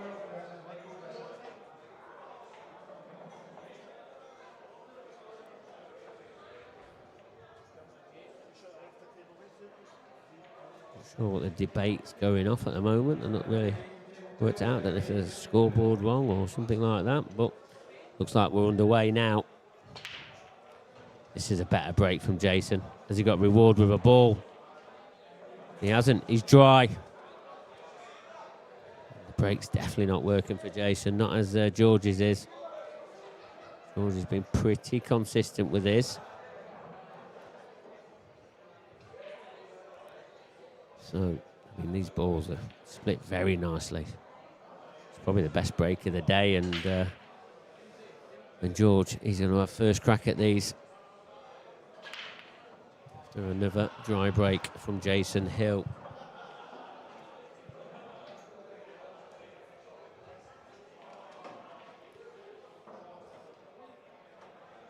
Cue ball's got away from him a little bit. I mean, I feel that he can't take that one in the top right-hand corner next, because has he got enough angle to get around the back of that red that's in the balk area? It's proving a little bit of a blocker. He takes the one in the left centre. He can't really do a lot with it to get position. So one in the top left. What can he do with this to get on his next yellow? He's just trying to power it in. Where's the cue ball gone though? Yeah, I didn't really work that out why he's trying to push that through. I mean, he could have just dropped it in and left himself a more difficult yellow. Make sure that you're on a shot. But he isn't. Looks like he's going to be handing the table back over to Jason. Looks like possibly it's a total snooker.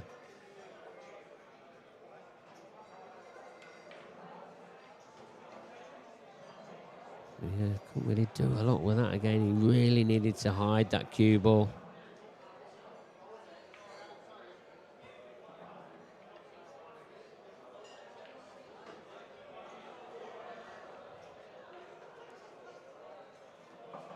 So, chance, Jason Hill. We're going to see him start settling down in this match before it's too late. Is he out of position already? Nice little flick that was from Jason.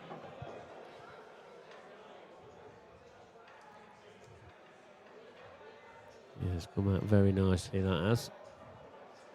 Choice of reds now. This one's the more difficult of the two, but you feel that's the right one to be going for. Natural position on the next one in the left centre.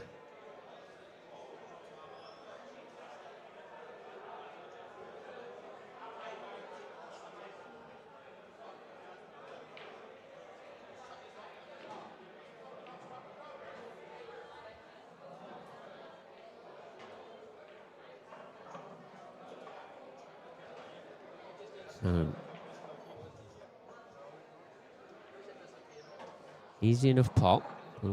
He's having to leave himself a little bit more distance than he wanted.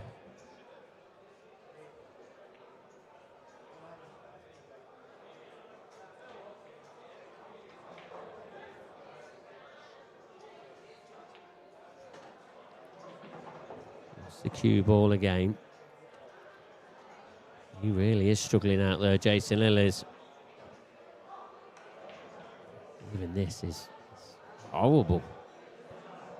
He plays this red into the right centre. He'll have that black in his eye. That could go close to the centre, well, the opposite centre. He's got to be so careful with this. I mean, the harder he hits this, the more chances making the pot more difficult. Let's try and miss this black. Where's the black going to go? Is it going to be tied up? That's okay, but he's out of position again. Panning into balls. This is what can happen. Things can go wrong.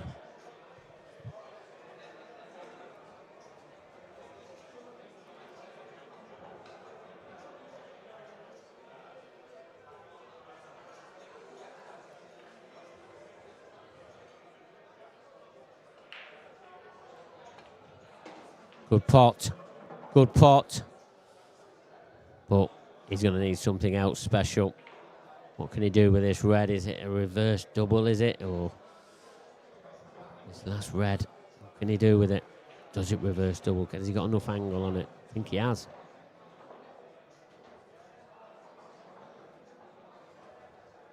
It's on its way. It's on its way. Where's the cue ball? It's okay. But where's the black going? I think it only goes into the top left-hand corner. He's missed quite. He's probably missed a couple of these already in this match. He's finding this shot very difficult, but this is a time when he needs to start potting them. Crucial times. He's missed another one. Just never any conviction in that shot, was there? There really wasn't.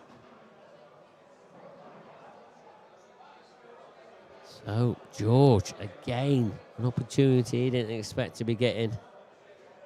Jason struggles back to his chair. Is he going to be, George going to be leaving a skill shot to the end? He's already had that one in the first frame that he missed. Yeah, like this shot, very positive. Very good. Natural angle now. Pot this yellow. Come straight up down the centre of the table. And he will have a chance at taking the lead again. Looks okay. Needs to slow down a touch. Ooh. Can he hold this? So ideally, you need to be directly behind his last yellow. Further is not. This is more difficult than he wanted it. If you're directly behind this, it's definitely a lot more easier. This is missable.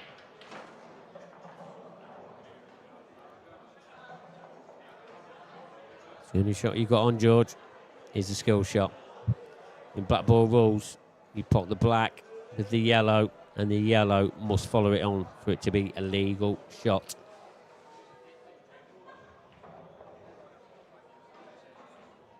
Here we go. Oh, it was very, very difficult. And it's another chance miss for George, and Jason Hill, he's got the lead back 4 frames to 3.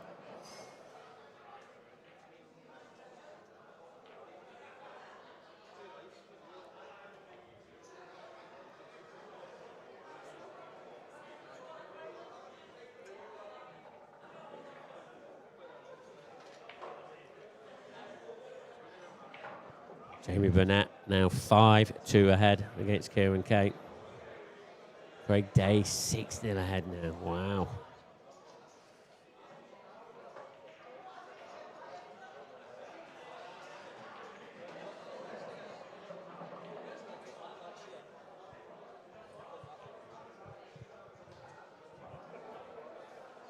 So George Henderson, he's been successful on every one of his breaks so far.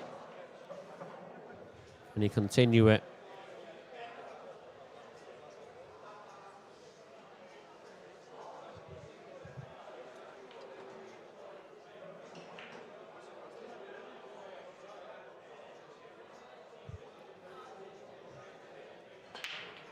Good connection again.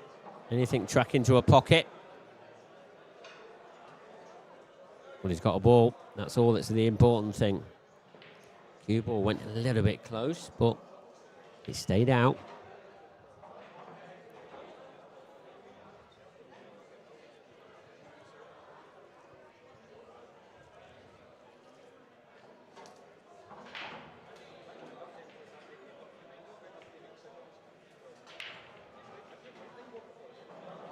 Successful break number 4 for George. 100% off his break so far. I'd love to get a clearance off one. could make this match very interesting. He can't get the opening pot. That was tight. It's gifted another opportunity for Jason Hill. But we have seen that Jason probably needs a couple of chances to take the frame out.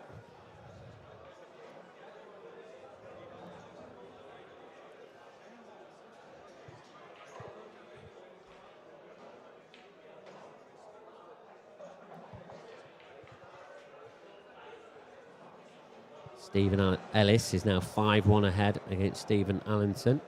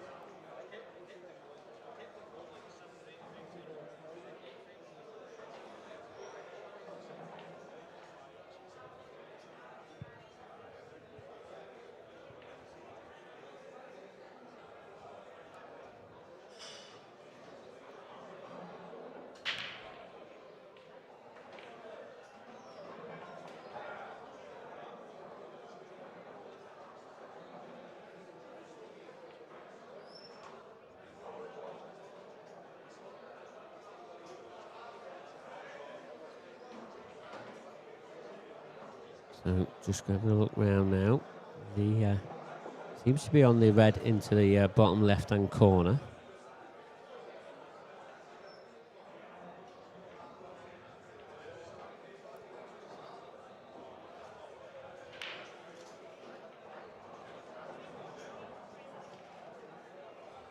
Oh, that red on that baulk line. That's the issue. Definitely not going at any of the corners. Goes into the centres. He's going to be needing an angle to get down to his final red. The one that he's closest to. I'm not sure if that does pass to the left centre, then he probably needs to play that now. If it does, then it'll all be about how he gets on from that red on the baulk line down to the black. There's enough space. You know, the yellows aren't in all the positions to being like blockades. But does this red go? You've got to try and play something else. Is he playing a double? Is he playing it off the black? I don't think it cleanly pots. Where he's eyeing this up. Let's try something. I'm not sure what. Whatever he's tried, it hasn't come off. Jason Hill is back to the table.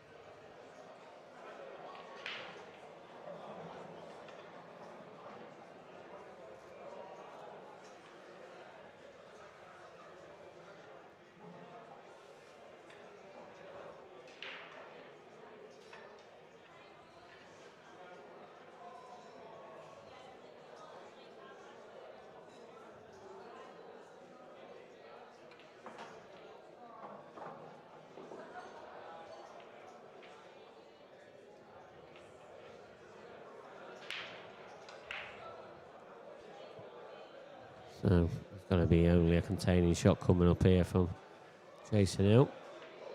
to this yellow, just off the cushion. That's what he was asking our referee. And, it means he can just pretty much roll up to these cluster of yellows, but you just feel it's just not a shot that's going to do him any favours.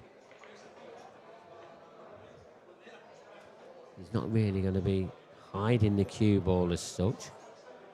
What's he trying here? Is he trying to cover this red even more? Tricky, delicate. He's trying to hide the cue ball behind this yellow, and it's not come off.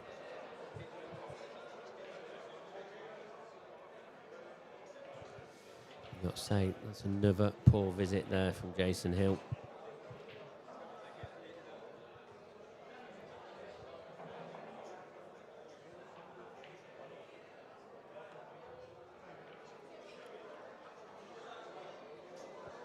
Can George now make this count?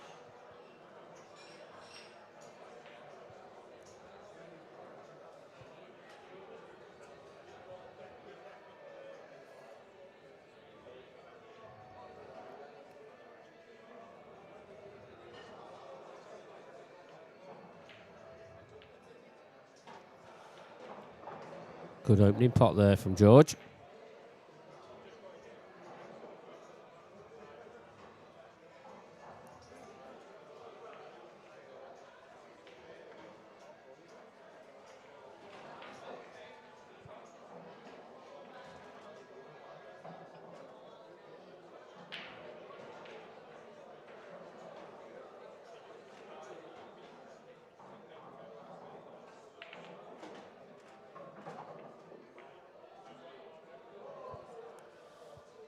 And again, he's out of position.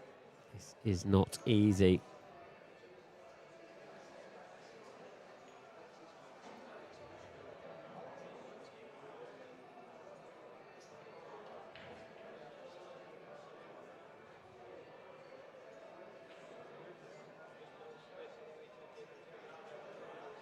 Yeah, just keeping it containing, you know, feeling that Jason is not really playing his best stuff, so it's going to take something very, very good to clear these up. But, you know, these yellows, they're not easy to hide behind either. So you feel like, he's going to have to pull the trigger. And he pots this yellow in the bottom right corner, tracks up table, and the one just above the baulk line leaves himself an angle to go crashing into the left-hand corner. I mean, ideally, you'd love to find the gap to just clip the red in, but any contact on anything here, that red has to go. He has tried to find the gap and played it quite well.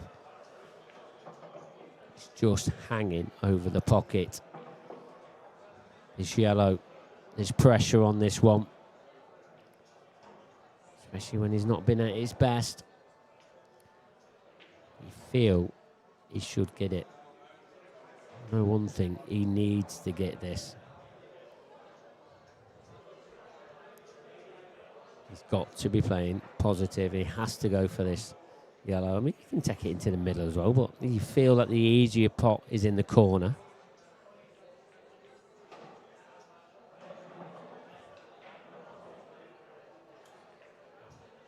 I don't like this shot, Jason Hill.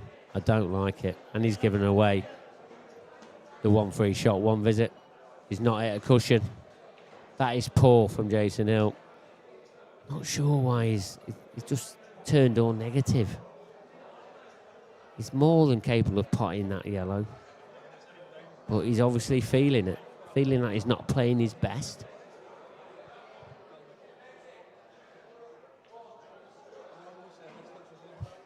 So, chance for George now to level this match up and take us into a best of 5. This match is pretty much had everything apart from a break and run out. Good pot from George. Has he overdone this a little bit again? He has. Big puff of the cheeks there as he walks round. He's got a double. I think that is all he's got. Maybe George is feeling it a little bit as well. Feels like he needs this to get back level. And a good double it is. nods his head as he walks back to his chair, but he's levelled this match up at 4 frames apiece. Best of 5 it is.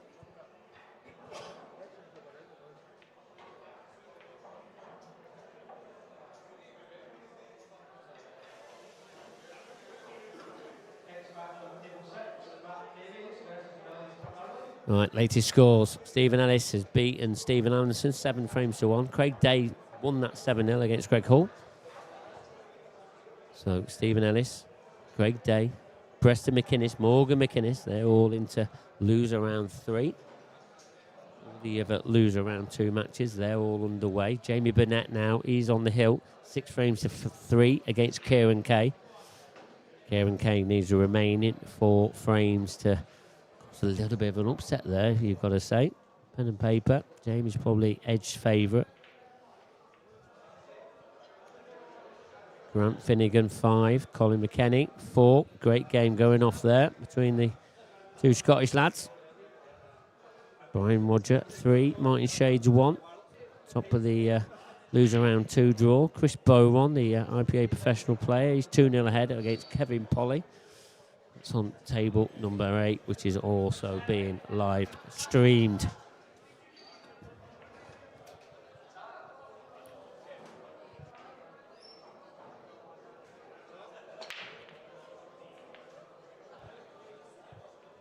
Jason Hill breaks again and breaks dry once again. Slumps back to his chair.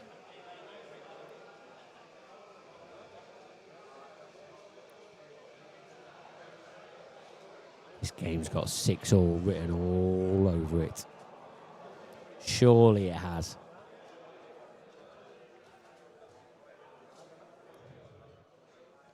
Or is someone going to take it by the scruff through his neck and run it on? Oh, surely. It's got 6-all written all over it.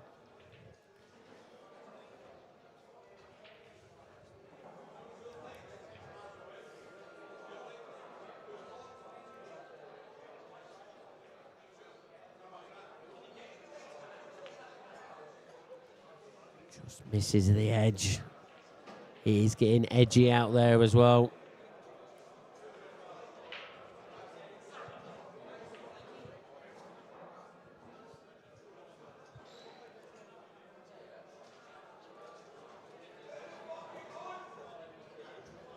The winners qualification. One of them games is started already on table number 9. Johnny McDermott, he's playing Corey Reese. That has just got underway. It was one of the 6:30 games.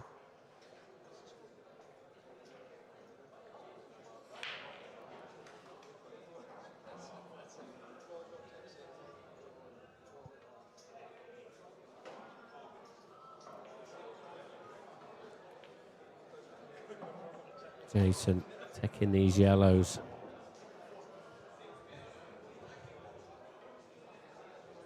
Is there going to be a twist in this clearance? There has pretty much been a twist in every frame.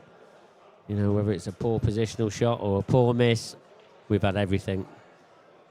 And he's just not comfortable out there, is he, Jason Hill?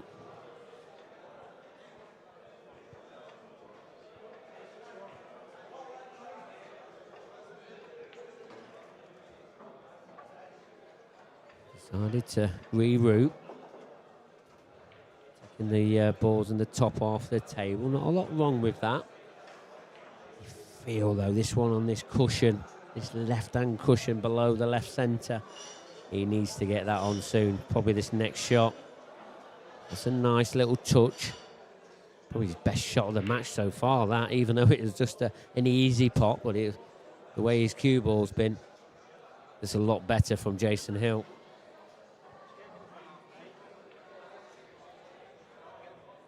Just got to hold himself together here.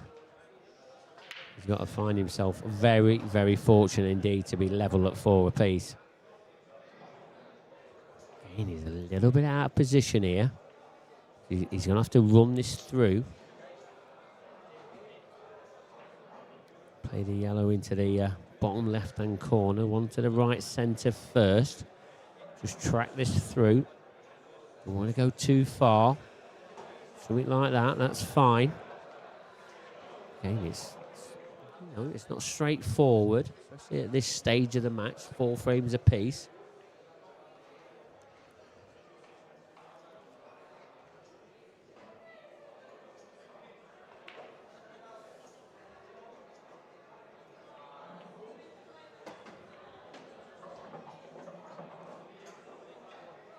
Not ideal. Hampered queuing, and this black is thin. Cue ball is going to be travelling. You feel, is this the sign of another twist in this frame, or is Jason going to hold himself together? Oh, it's not quite hampered queuing. Looks good. Cue ball's okay. 5-4 to Jason Hill. He's one ahead once more. He's just not giving up. He really isn't. Jamie Burnett, he's beaten Kieran Kay by 7 frames to 3. So that's Kieran Kay's conquest over in this IPA Scottish Grand Prix X.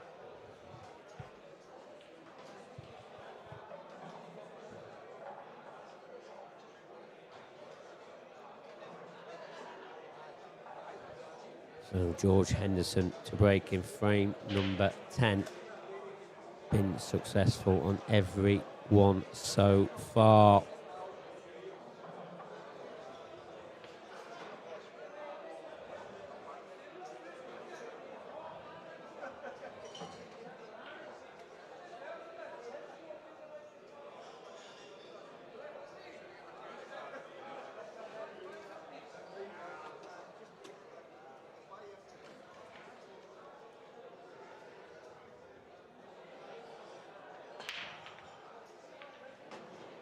That successfulness continues.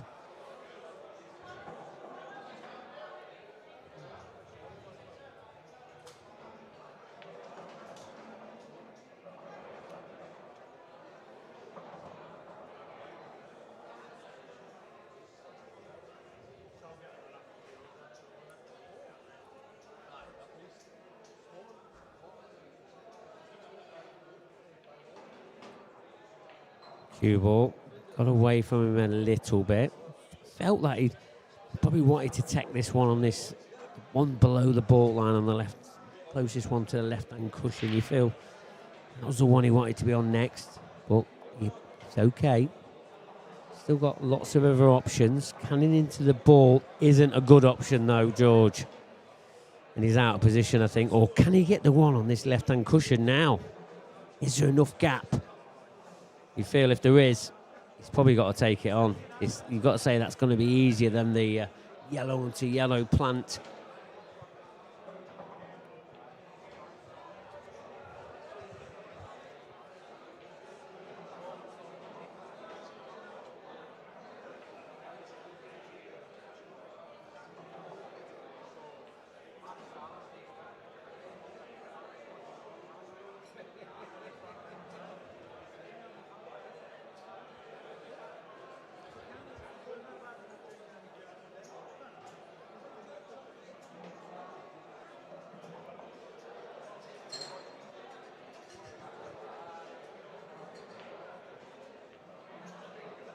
Oh, he's missed another one in that corner. It's definitely the right shot to take. It wasn't easy. But Jason, after that previous clearance, is that going to lift him up now? He's trying to clear that top pocket. He's on the one in the top right-hand corner, so he's still going to have options here. But the red is closest to. That's his problem ball. It's going to have to really, it's got to be removed. It's got to be kicked out. Because I don't think it doubles either. Oh, we'll see. He's thinking here now, taking this down this into the bottom left-hand corner. This is a huge shot. But you feel if he pots that, is there a red that pots after that? Does the one that's below the middle part of the baulk line, does that pass that red into the top right-hand corner? If it does, he's just got to drop this in.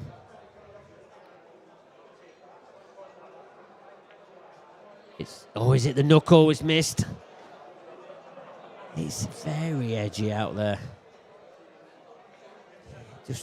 Again, it's just not the cleanest of cue actions. Just really never give it a chance. And George is back to the table.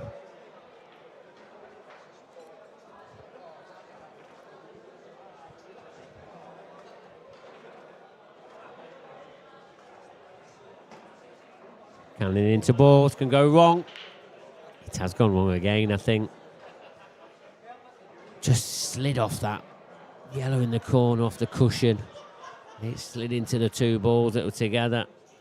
You feel another half a millimetre out, and I think he's on the one in the bottom right corner.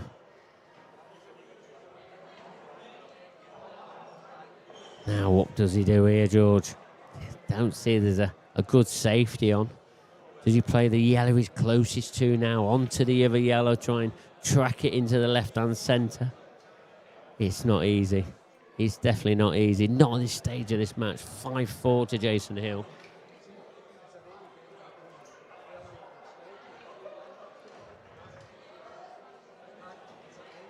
Great vision. Come off the cushion, try and get that into the left centre. It's another opportunity missed. Is Jason Hill going to be opening up a two-frame lead for the first time in this match? Anything can happen. Anything. Surely not at these. These are dollies.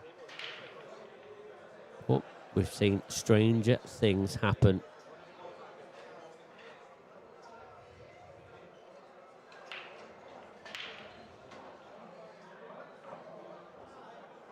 Great match at the moment. Grant Finnegan against Colin McKenny. It's 6-5 now to Grant Finnegan. Been a terrific match, that has. Nip and tuck all the way. Jason Hill, is he starting to open up this two-frame lead? 2 balls away from doing so.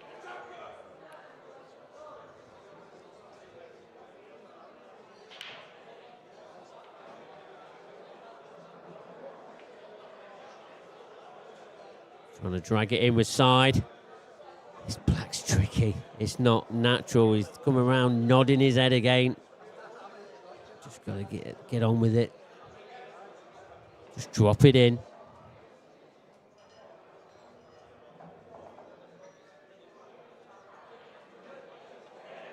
It's on its way. It is on its way. 6-4 to Jason Hill. 2 frames ahead, and he's going to be breaking in frame number 11.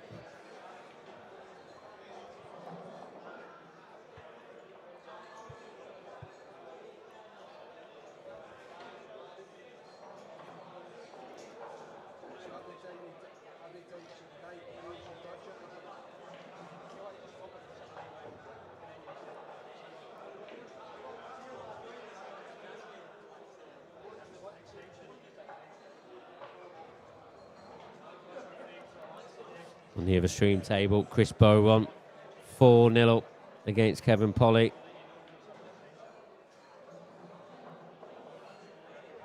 Very one-sided affair at the moment. Is there any way back for Kevin? Is there any way back for George Henderson in this one? Jason Hill to break. Surely not dry this time. He's got a ball. He has a ball. But look at all these balls in the top half of the table. Looks like they're all blocking each other. This ain't going to be easy. Not to win a match, anyway.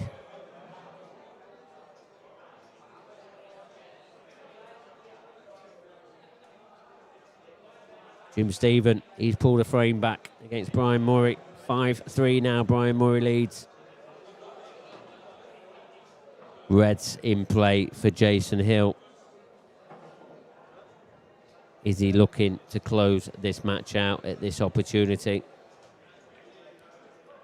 He's not in prime position yet. The red below the black, below the baulk line. That's the tricky one. He needs an angle now. And he's come too far. What can he do with that?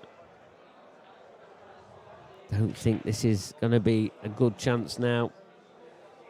winning this match at this opportunity unless he pulls out a great shot. And it's all right potting this, but it's all about the position. You find that gap is in now. That's what he needs to find.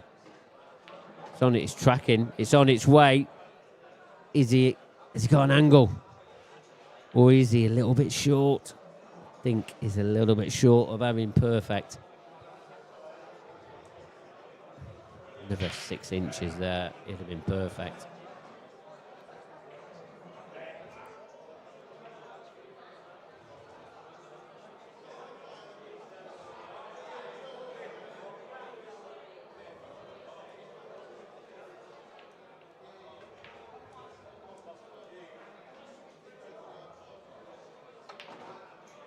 Oh, he's got it out. What has he got on now? The red is just hit. I don't think that's the shot to try and clip it in. He clips this into the centre. How does he hold for his final red? That's the question.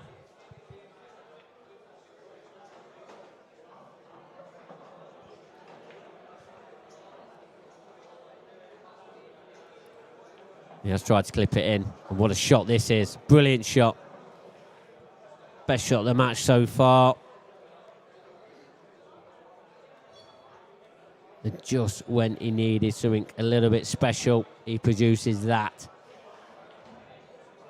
But he's got to hold himself together now. This straight red. A little bit of a long distance one. Into the bottom right. And then surely, if he pots this red, surely he pots the black. But it's all about the position. Is he on the black? I don't think he is. There's a twist again. Why has he stunned that in? He's just trying a little stun run through, and you know, he knows how grippy these cloths are.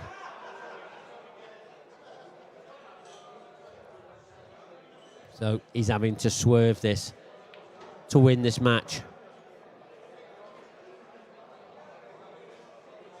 He swerved it, but he hasn't potted it. And George is back to the table. And look where that black is. It's horrible.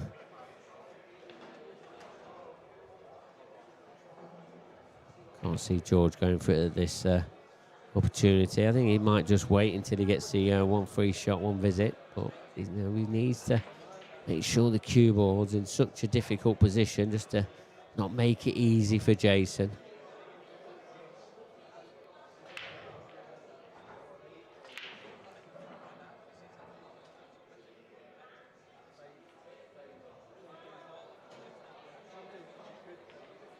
Cue ball. Oh, very fortunate. That was nervy.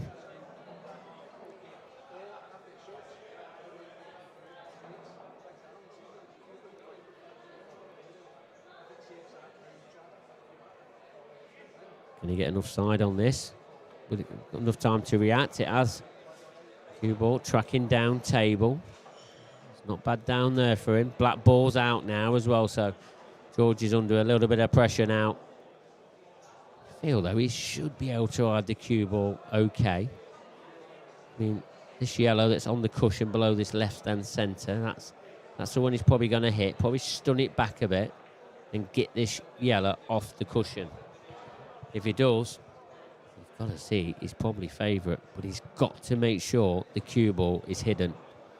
You don't want to be either knocking the black out into an open where the cue ball can see it.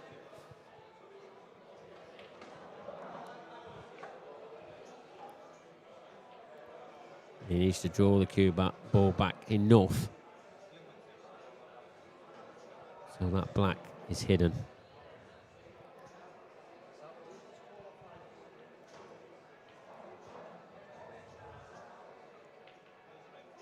He's got a little bit of doubt in his mind here, so you don't want to hit the draw here because that will track to near the black. He wants to be tracking it up to the cushion. Where's the cue ball? He's got a nice little push back there from the cue. That's probably come out as best he could have hoped. A little bit fortunate there for George, but you've got to say he deserves a little bit of rub of the green. He's not had much in this match. This is a must-get-out opportunity for Jason. He has to get out of this. He's out of it, but Black Ball's tracking with a little bit of pace. It's going to go onto the side cushion. So, does George think he feels it? Does he feel like he can take these out? One good positional shot, and he could well do that.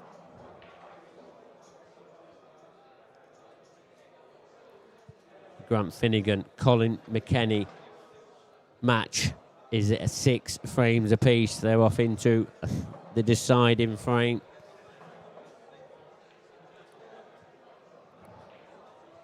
Is this going to go to a deciding frame? The only way that can happen if George clears these up, and he'll be breaking in the next. Bit of the way to go in this one yet. It really is.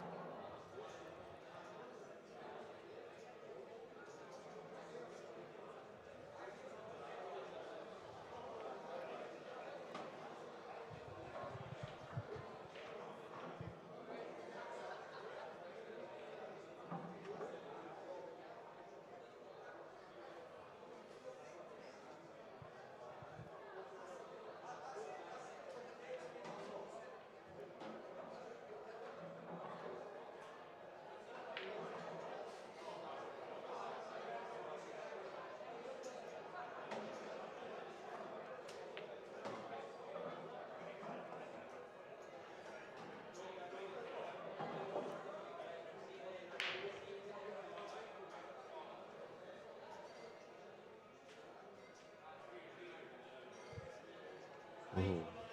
Has he left him an edge? I think he might have.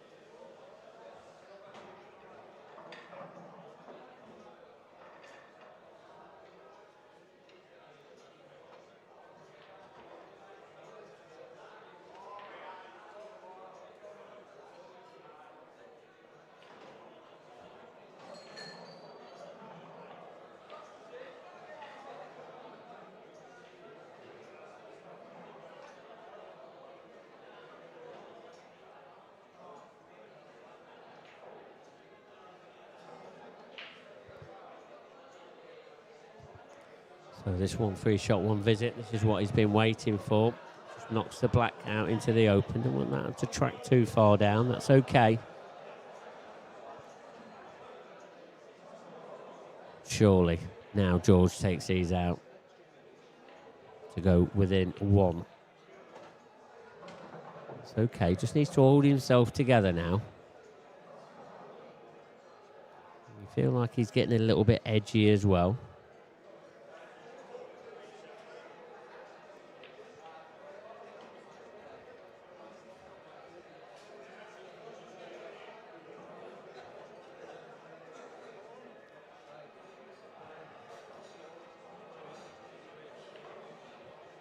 Just dropping him in. Keep it easy. Yeah, nothing too spectacular. Don't need to be bouncing off cushions if you don't need to. Just needs to draw this back. Draw it back nicely, and he has done exactly that. Surely. We're going to 6-5. Don't want that to push. He needed a bit more angle than he's got here. This black's going to be a bit more distance, is it? Or can he pinch a little bit? Screwing this back off the cushion.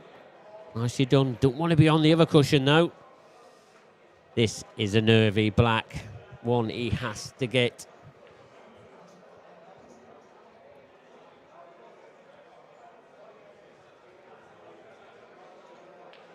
And a great black there from George Henderson. 6-5. George is going to be breaking in frame number 12. Oh, we were still on for a deciding frame. That deciding frame between Grant Finnegan and Colin McKenny, that's still going off.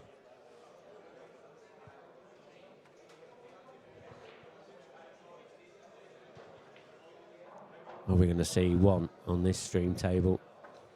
The main stream table, should I say?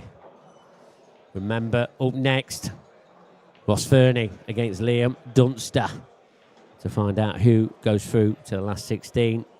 Here's the other match on table number 9, John McDermott. This is another one of the winners' qualification. See who gets into the last 16. Corey Reese leading 3 frames to 1. But this George Henderson and Jason Hill match is really, really heating up now. Who is going to be winning that one? Corey Reese breaking here on table number 9. Just watch this. The referee's racking up the ball still on the mainstream table. What a break that is. 3 reds off it. And look at the reds. But the black is tricky. George to break. He's got a ball. He has a ball. The reds, they don't look bad. All depends on whether he can get through to that red, onto red plant in the bottom half of the table. 2 reds off the break. I mean, there's a chance. But again, it's one he's got to hold himself together on. One mistake and he's out. All he can do is just give himself a chance. Get to 6 all, and you just never know what can happen.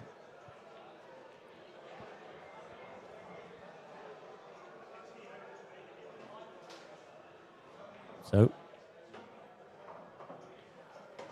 yeah, like that shot. So he's reds. Taking the opportunity of the free table, so he is allowed to play yellow onto red.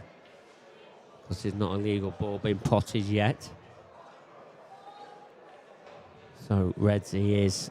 It's all about that plant into the bottom left-hand corner. Can he get on it? I mean, there's not a lot of room with that yellow there. That is a fact. He's tracking down there. He's clipped the black. So this made this tricky.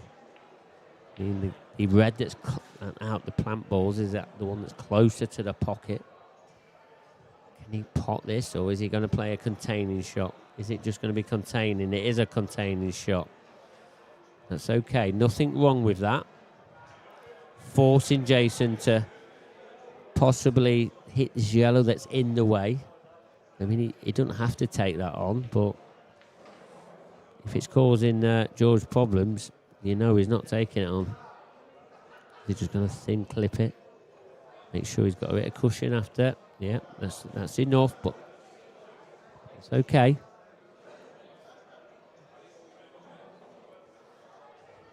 So, George knew he was going to be leaving him that shot on. Obviously not got the result that he wanted.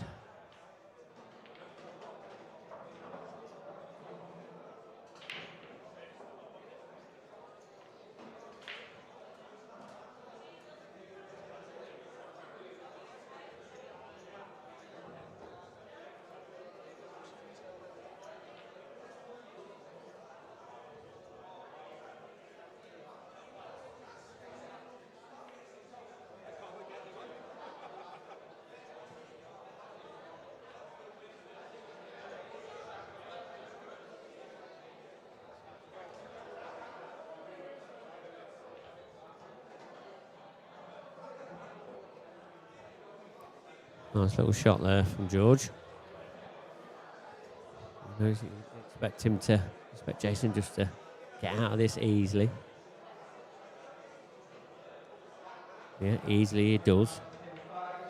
It's not a bad little shot there from Jason. Not left George too many options here.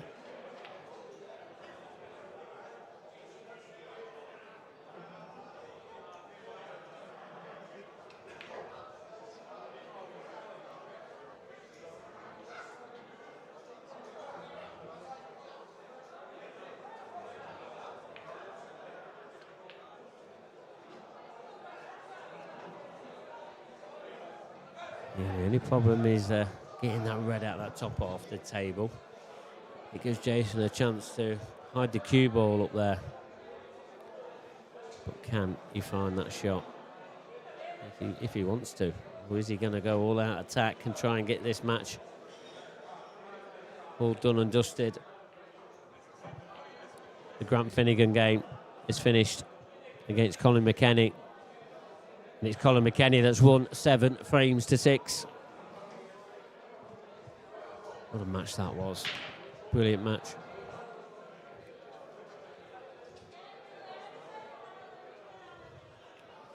Just as we've had a bit of a... I know it's not been the best of standards, these two, but it's had pretty much everything. And there's something else to add to pretty much everything that we've had in this match. What a snooker this is.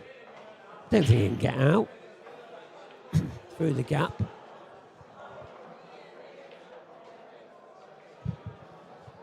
Well, can he get out the gap? I mean, oh, this is horrible. Can he get through there? I don't think he can. Great shot from Jason Hill. Is this the shot that's won in this match? You feel like this is just a bit of a hit or no because he's only got one angle out. Look at the traffic in the way for his reds. Everything is in the way of the direction of the cue ball. His odds against here to even hit a red. First things first, get the cue ball out, but he hasn't. He can't get it out of there. Great shot from Jason. So, 1 free shot, 1 visit for Jason Hill. Can he close the match out from here? Surely he can.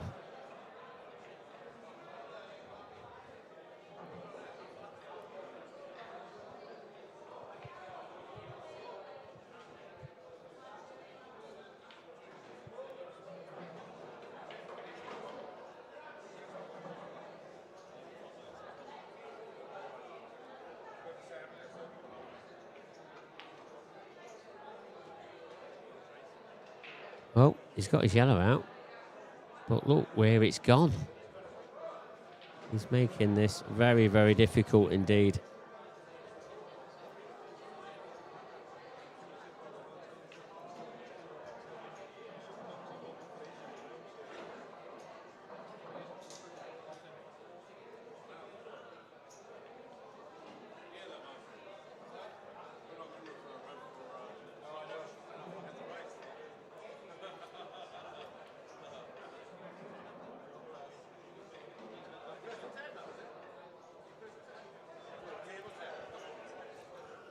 So the yellow he's got out. He's having to take this now.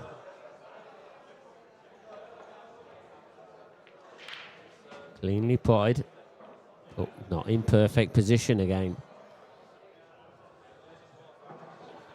Does any of these yellows going to the bottom right-hand corner? Of the 2 yellows that are together, that is.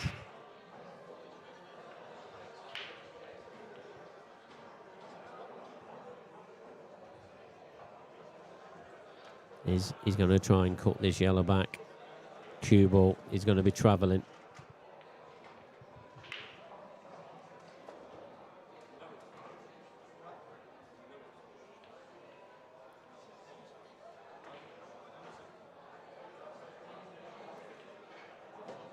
Good pot. Cue ball's okay, but he's out of position. If this yellow ball is touching this cushion, this is going to be problems, I think, for Jason Hill. Because if it's touching, he can't just pop the yellow on and off. I don't know what the thumbs up means, but I'm assuming the yellow's off the cushion.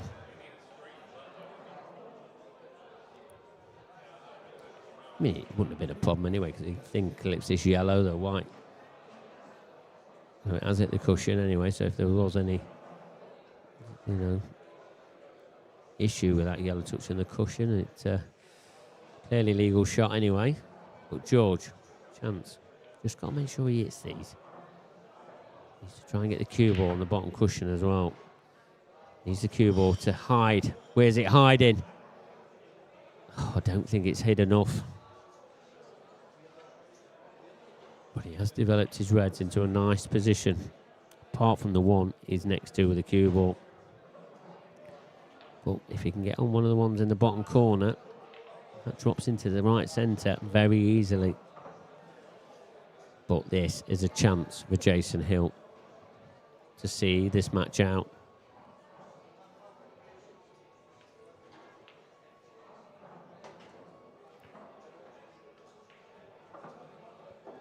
Already seen Jason miss a chance at winning the match, just with a poor positional shot from his final ball when he's snooking himself on that black.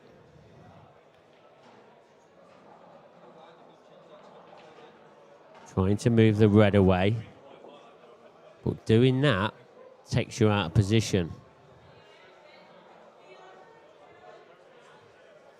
I like the way that he's got a bit more angle on the black now, so he's not aiming into a small area. He's got a bit more of an area to aim in.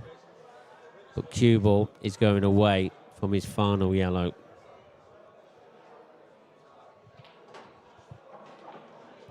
Where's the cue ball again? Jason. Very fortunate.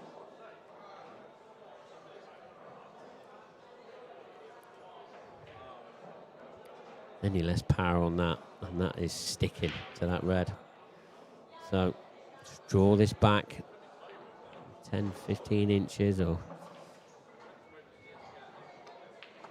yeah, something like that. So this black to get himself into the next loser round.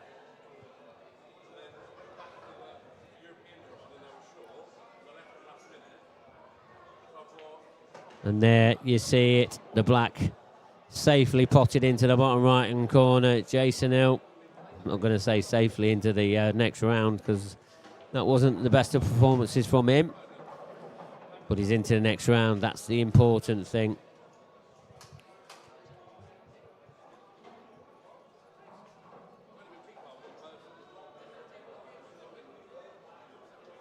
Jason Hill, he'll be playing Keith Robertson next. He'll be on back on at about 8 o'clock tonight.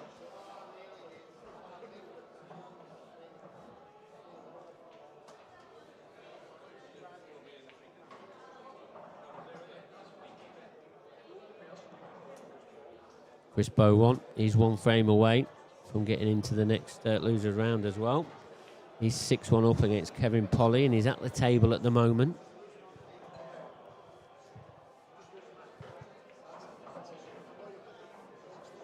Corey Reese, 3-2 ahead in the winners' qualification round.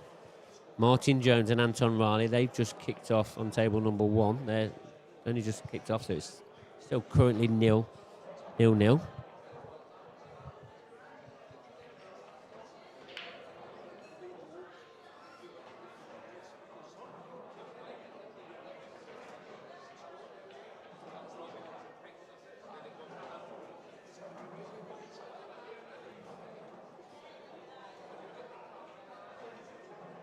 There's the Corey Reese match here. It's Johnny McDermott.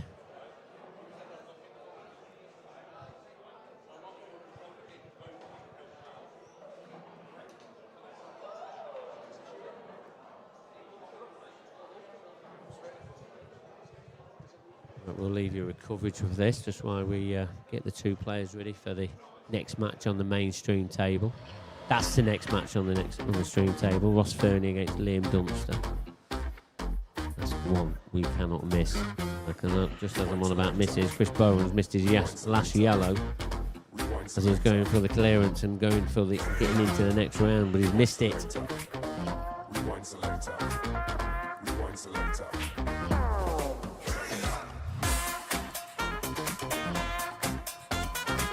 There'll be a time for get yourself a cup of tea, a few biscuits, or even a beer. That's all wine, whatever you fancy. Get yourself in that kitchen of yours, or wherever you're watching it. Get yourself a few refreshments, a few snacks. This is a match not to be missed.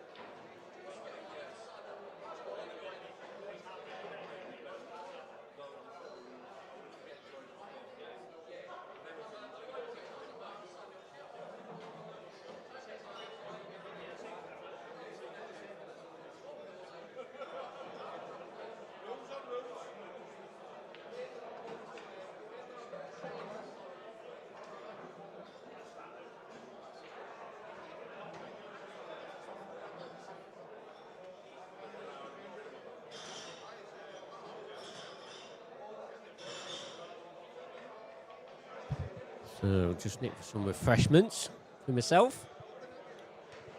Well, I'm back. What a time to come back for this match. Ross Fernie against Liam Dunstad.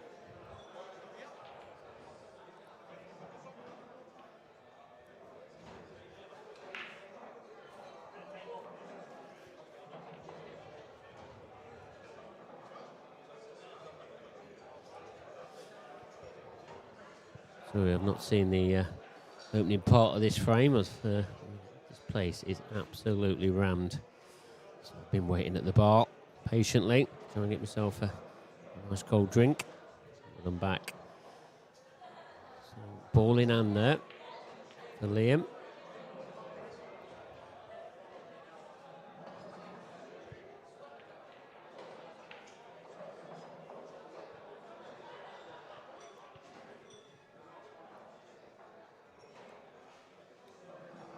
So 1 free shot, visit.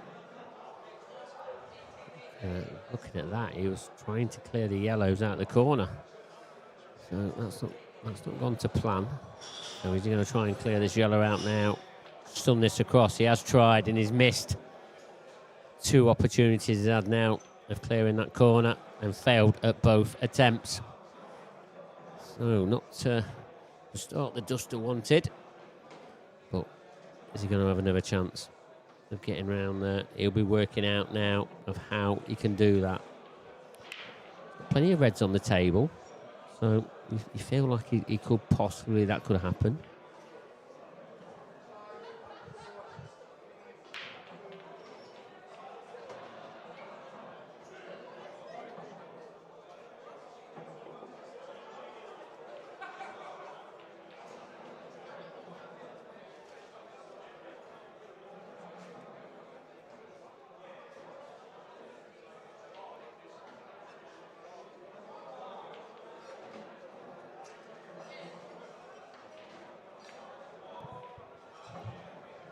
So he's going to try and do it here. I don't think he can.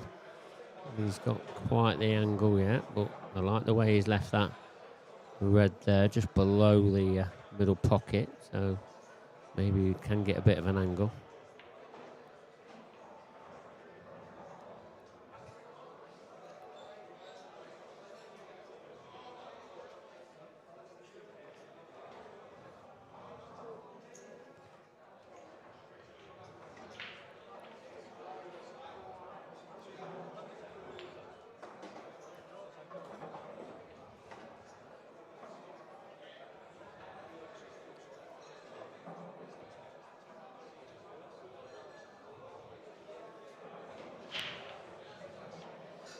So he has got an angle now, bit of a more difficult red. One above the black into the bottom left-hand corner. You're going to be clattering into that cluster of balls. But, I think if he just hits the black out and it comes out into the open, that'll be, you know, what he'd wanted. And he has done exactly that. Great shot. This has been a great clearance, especially when you think now this red is going to take in this right centre. He's made sure that was below, so he's thinking like 3 shots ahead there, knowing that there was a chance that he'd be stuck at the bottom half of this table. But this red over this right centre is easy, and that is all down to the way that he thinks about this game.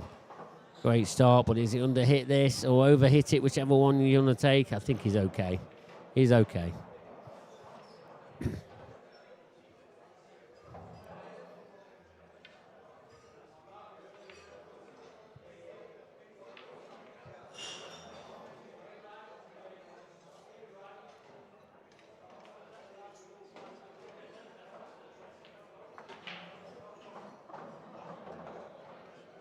So, straight black, and just off straight to take the early lead. Remember, these are race to 9s. Who's going to be the first player in the last 16? Liam Dunster makes a good start, leading 1 frame to 0.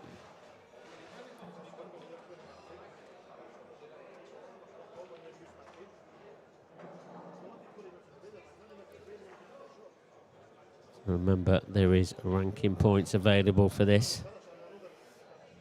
If Ross Fernie wins this event, he'll become the new #1 IPA professional player. If Clint Jansen wins this event, he also becomes an IPA #1 player. There's them two. We could see Mark Farnsworth knocked off the #1 spot this weekend by any of them 2 players, but they do have to win it.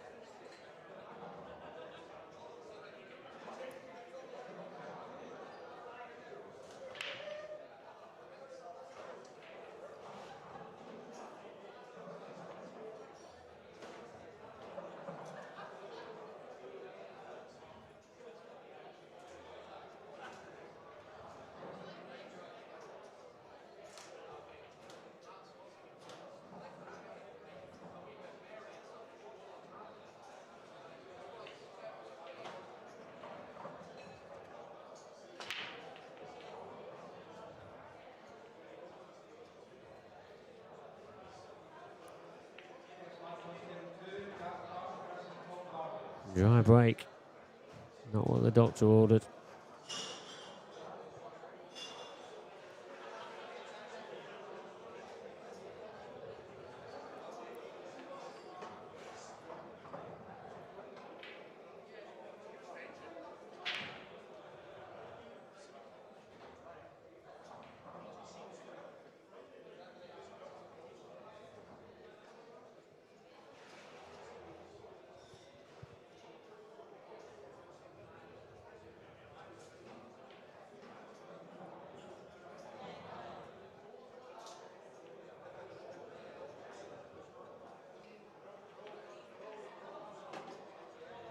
A nice delicate shot there from Liam. Remember these chaps, they're on the stop clock at this round. 30 seconds per shot, 1 30-second extension per frame per player. Things are heating up. So they are on the shot clock now on this main stream table. And both these players, we're very used to it, playing on the IPA tour. Trying to get his hard red out. It's not come out to where he wants it.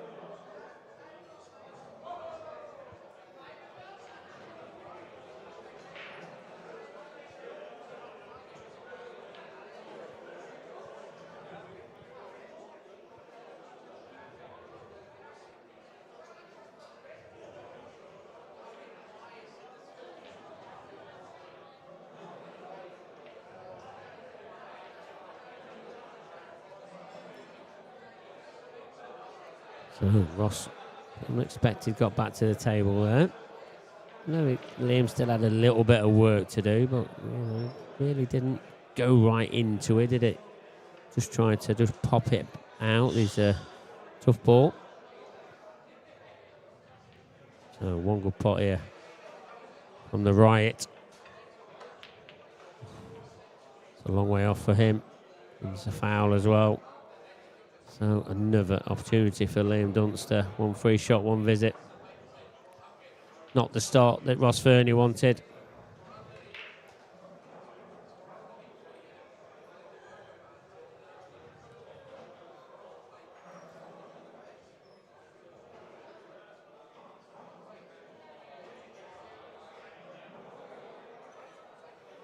Yeah, just develops that red out now, so there's a little bit more room where it does definitely pot.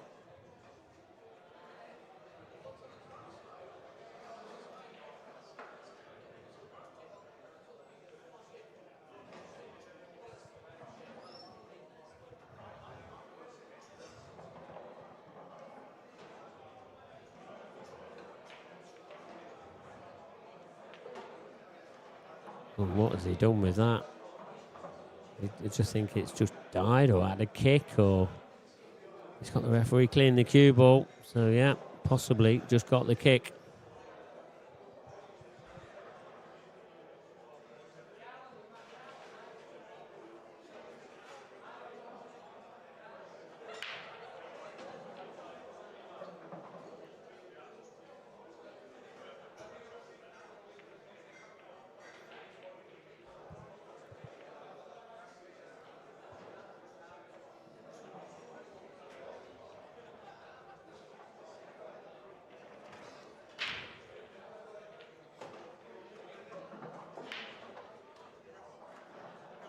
Still not in perfect position, but it's an opportunity. And these are the shots that he plays to perfection. Just kills the cue ball.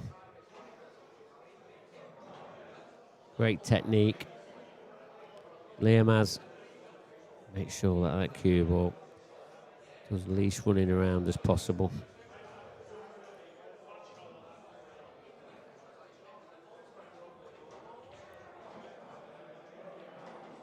Drops it in at a perfect pace.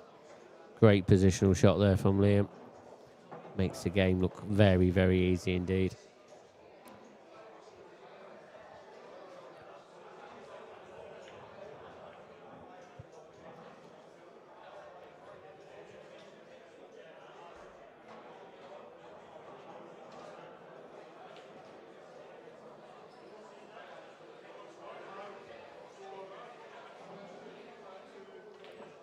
Oh, he's missed the red.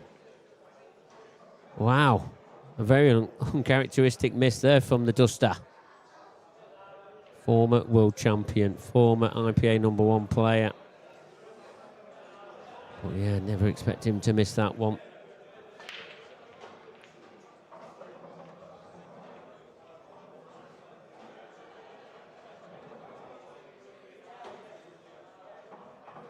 Looks like Ross is in no mood to be waiting around here. He's just going about his work. And a great chance now to level this match up and get him settled into this match. You feel that long pot he had, and he's had a dry break and not got into it yet, but it's still early stages. Remember, race to 9s.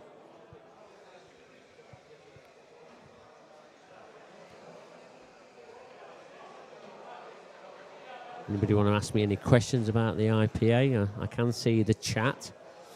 So, fire some questions at me if you want to know anything for the up-and-coming events coming up, or, or where I can point you into of how getting the correct information. I'm here for any of that this weekend. I see Liam Roberts, who hasn't made this event. He says, how's the event been so far, Pickers? Thought he did that, he couldn't make it. There's a few players not here this weekend. They've all got other commitments. But yeah, the event's been very successful so far. But it is now heating up. We're getting into the latter stages. This is the important part tonight.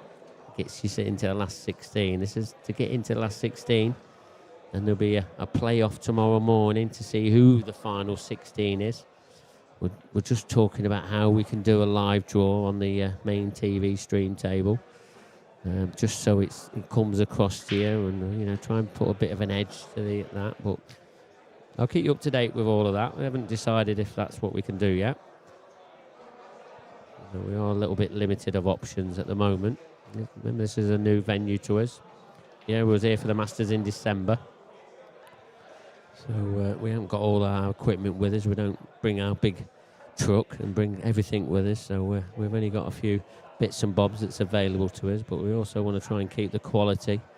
Hopefully you're seeing that with the quality of the stream and the free stream that you're currently getting at the moment. But yeah, it is really bustly in this club. Everyone's enjoying this event so far. Paul and Natasha Corrigan put on a fantastic sports bar, fantastic event.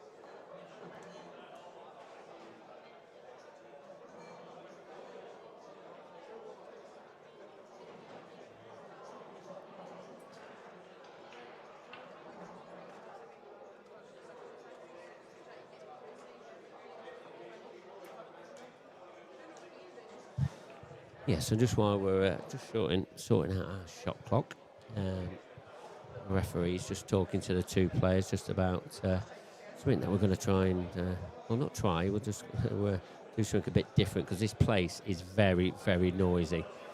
So, and we're both players that they're really struggling to hear the warnings. So we're just going to just discuss of how that's best for both players. Just especially why we're at this stage, one frame apiece, very early on in this match. But that is what we're going to be doing. So at the moment, look, some latest scores on your screen. Kevin Pollock making a bit of a comeback there.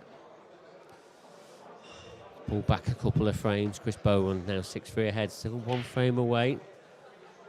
I can say he's not at the table, I don't think. No, he isn't. Kevin's at the table. You can see the other stream table from here. So yeah, both players just discussing now the shot clock. So both these players are that, because we haven't got our arena here with the beeps and all of that, and we're having to make a few changes, and just both players are understanding how challenging it is in here. Honestly, if you was here, it's electric.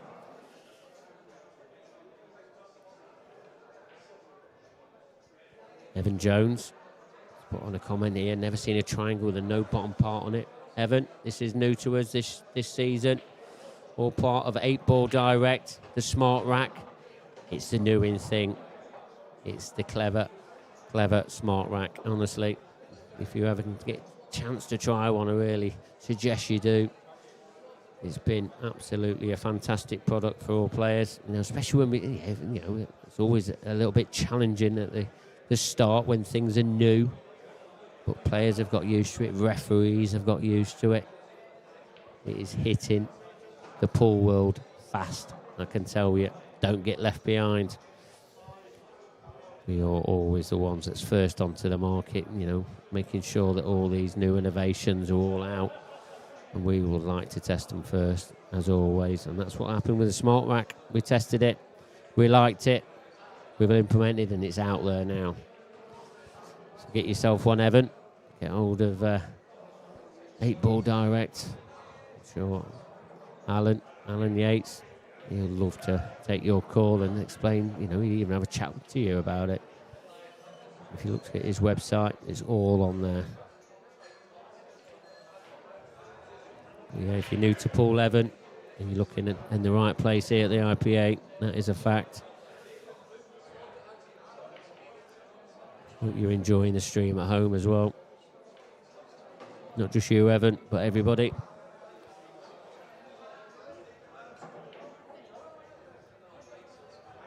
So I think that's the shot clock. All sorted out. I hope so. Our referee's done a terrific job this week so far. They was here all day yesterday. They're here all day tonight. I'm not going to let them go home early yet. Going to be here all day again tomorrow.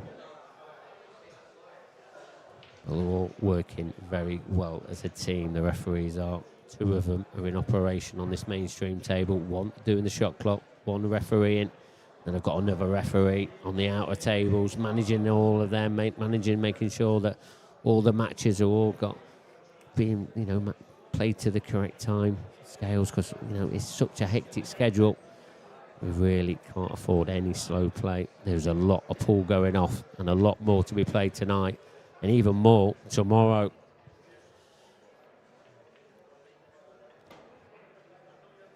Keep firing any questions at me. I'll try and answer them as good as I can, as quick as I can.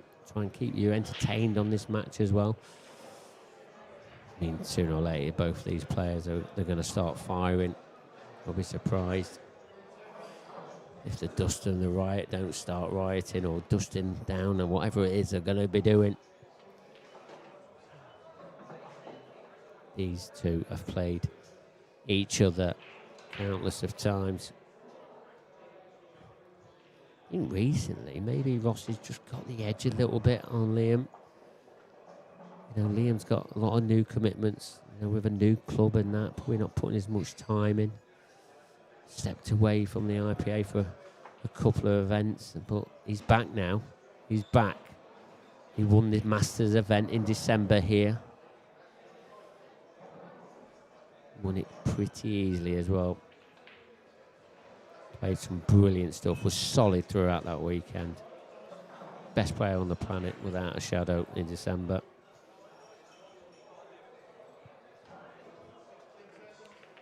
Oh, one frame each. Ross is there, just missed that one into the centre. Probably weren't the centre, it was the corner. I'm getting excited with all the going on about.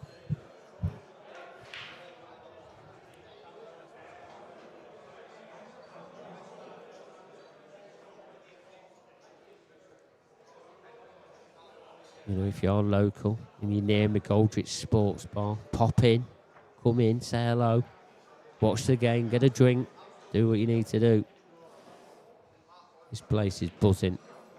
Every table has got a match on it. It's going to have a match on it all the way through the night. The last scheduled matches are 10:30. I mean, we're going to try and get them on earlier than that. We don't like players playing too late. We don't like everyone being out too late, so we need to be fresh for the next day's action. Nice little containing shot there from Ross. I'm not sure if that will help him in containing anything, but I think I'd rather seen it down.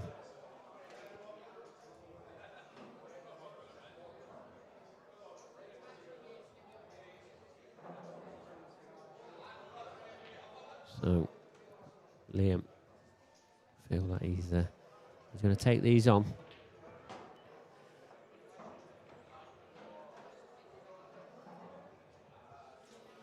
Just while he's going about his finish, let's have a quick look at the other winner qualification ones are going off. Let's have a look. So, Anton Riley is 5-0 up against Martin Jones. Corey Rees leads John McDermott 6 frames to 4. What's Liam Dunster done?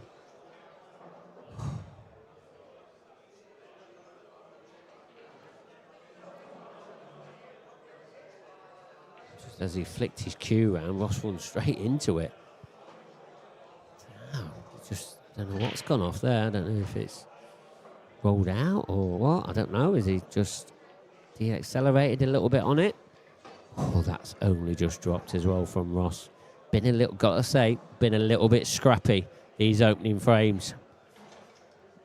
Big double this is, Ross. Big one, needs it, gets it. It's better, punches it in with some authority. Is this going to trigger him? Straight down for this simple black. 2-1 to Ross Fernie.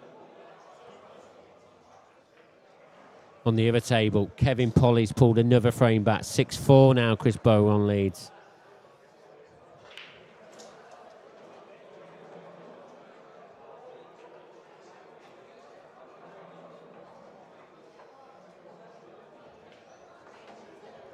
There's Corey Rees. These look easy, don't they? Surely he's going to take a 7-4 lead now.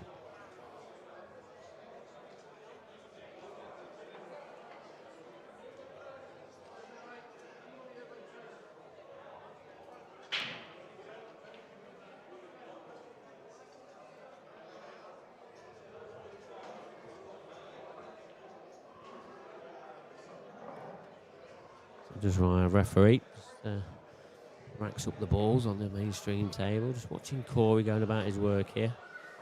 Looks like Ross is about to break off now. And here he is. 2-1 ahead. Ross to break. Something that he's been working hard on. He normally has a bit of a loose white. It's like a cut break. Oh, that red's tracking. He's got a ball.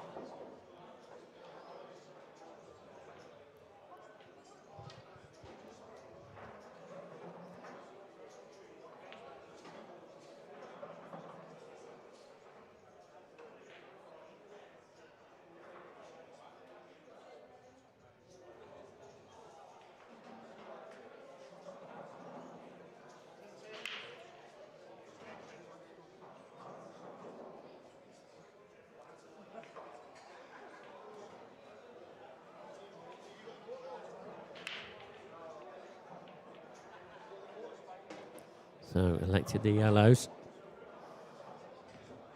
So we clear out the balls in the bottom half of the table first. And he'll track up table.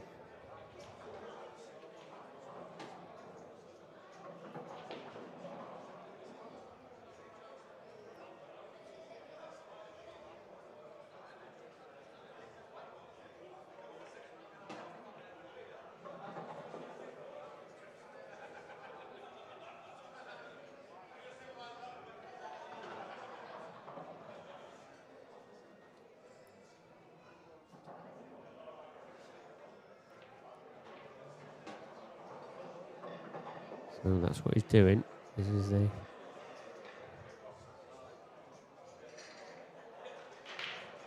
Will he have to play this? Does he have to play this with pace? All depends on the angle he's got here.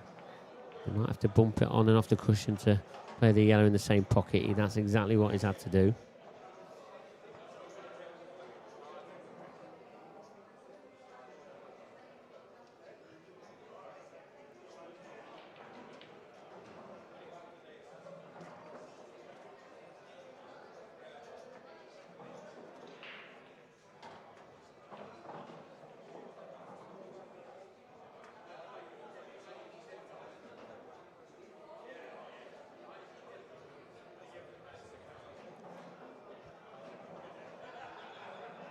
So, one good shot here. Oh, he's perfect. Perfect touch. 3-1 to the Riot. Break and clearance, exactly what he needed.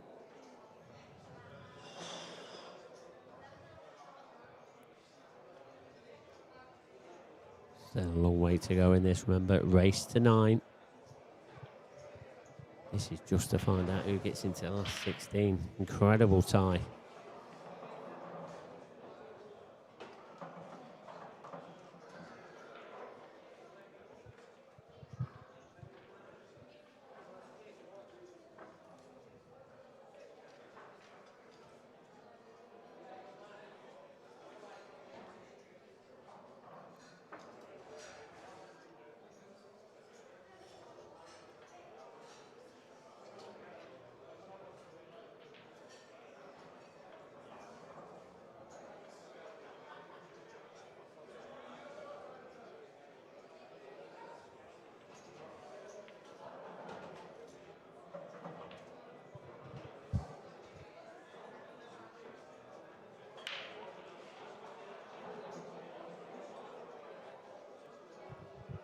So, Liam Dunster.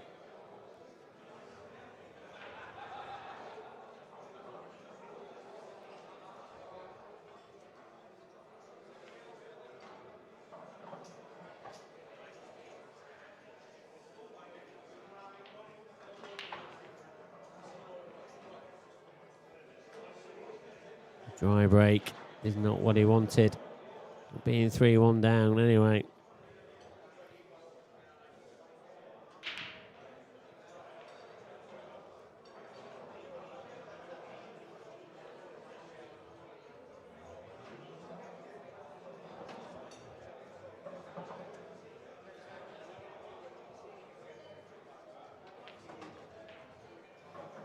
Develops to black.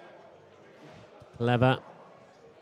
Don't think he connected to exactly how he wanted because the black was pretty close to going in that centre.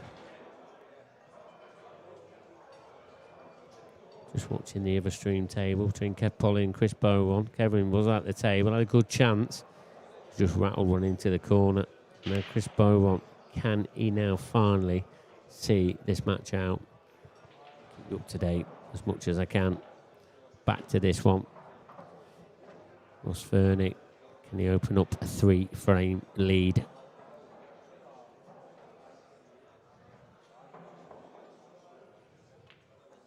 Great pot indeed.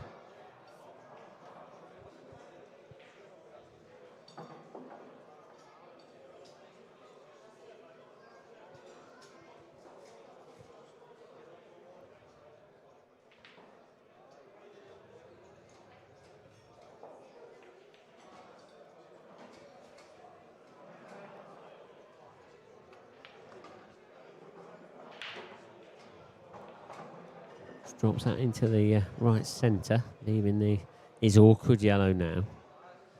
Pops this into the bottom left-hand corner. You feel like, ideally, he'd love to get on the one on the bottom cushion, but if he does, he needs to leave himself an angle. Just getting back up table. Can he hold this, or does he have to play that one on the bottom cushion? Didn't have to play the one on the bottom cushion. Could hold it. Nice shot. Kept it nice and simple.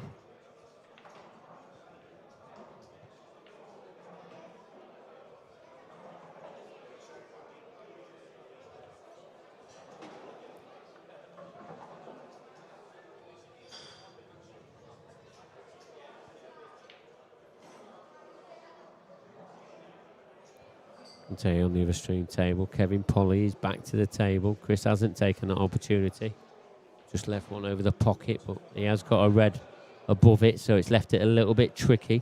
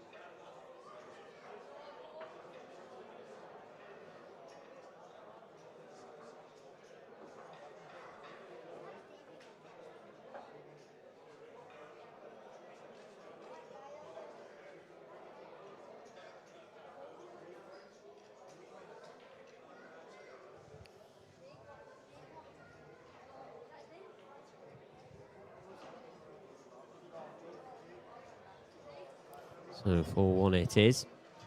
Looking at the Corey Reese game now. Chris Bowen, he's back to the table on the other stream table, on table number 8. There's the latest scores there. Kevin Polly, Chris Bowen, one at the top.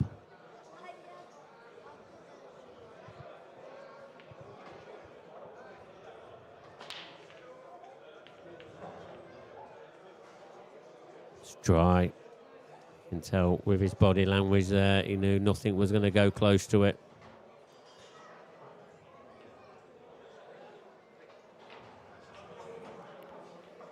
Might stop a bit of momentum there. That's what Liam was just hoping for.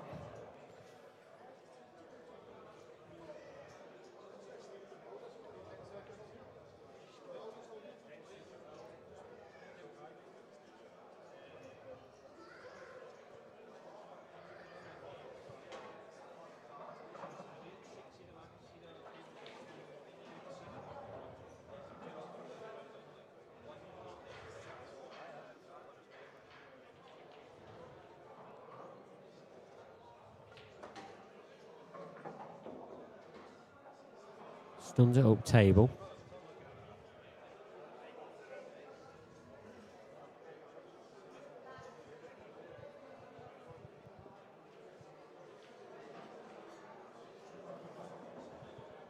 I think he's on that one into the left centre. Oh.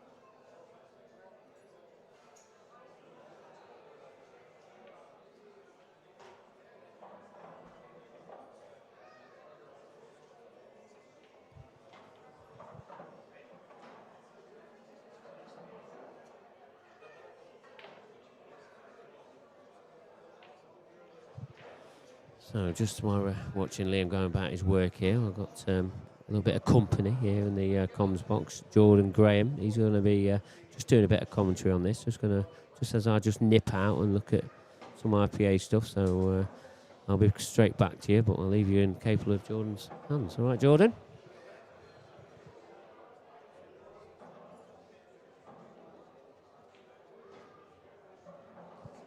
Hi guys, how we doing? We've now got a Scottish accent on the comms. I'll try and speak as slow as I can for you.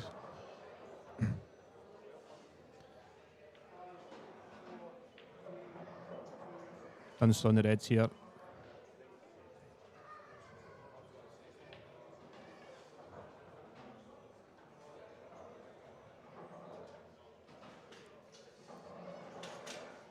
He's got control of this thing here, but I fancy a player of Fairney's class to take this away.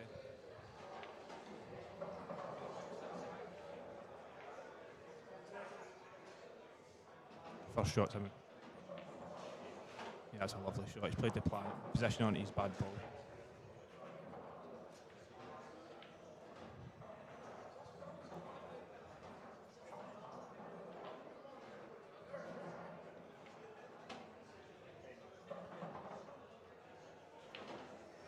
He's got a couple of balls near the black ball that don't go into the middle bag that he'll need to try and negotiate. He'll probably try and get on them as soon as possible. I don't know how much angle he's got in this yellow here.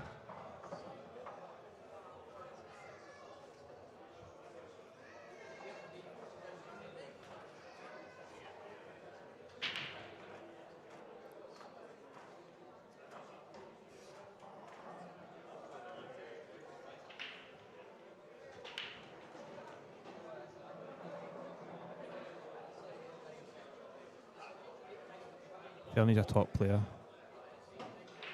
Playing really good stuff now as well. He's landed perfect in this yellow just to stun across to try and take out these two more difficult yellows straight away.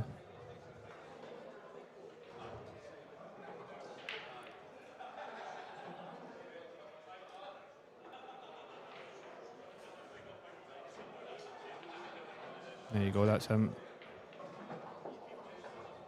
I'm assuming that if he takes this yellow to the right of the two, that the one on the left will pass the black into the middle bag.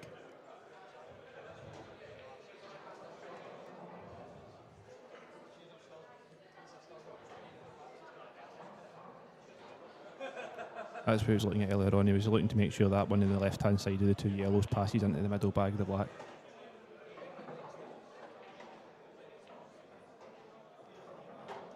ABC now.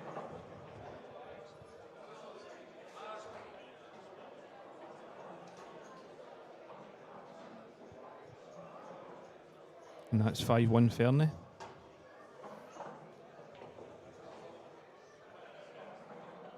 After they make sure this yellow goes in.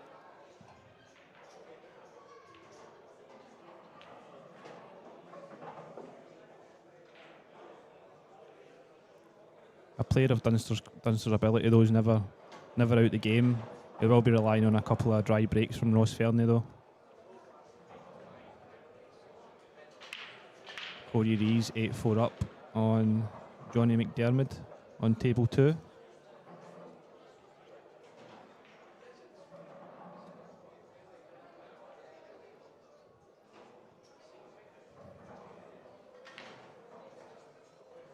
Have a look at some other scores on the board. Local guy Anton Riley from Glasgow's 7-2 up in Martin Jones in the winners' qualification on table 1.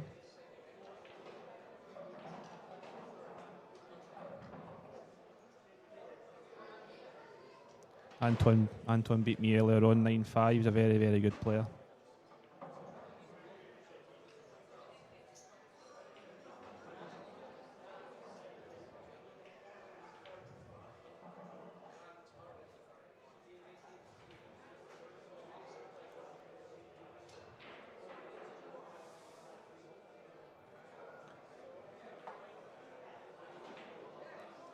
Cody should be.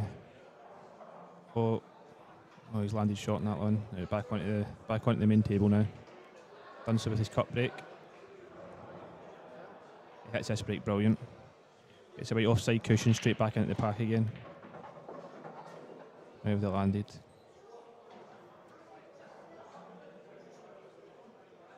Just those two balls at the bottom right hand side of our screen. Both colour sets are perfect apart from that little cluster down the bottom right.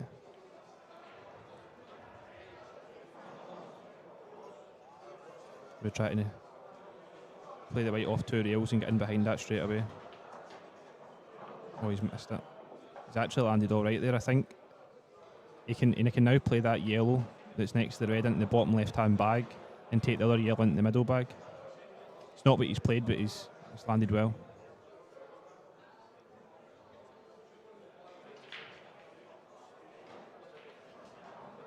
Well, I mean, it could be what he's played. He's a much better player than me, so maybe he's seen shots more advanced than what I am.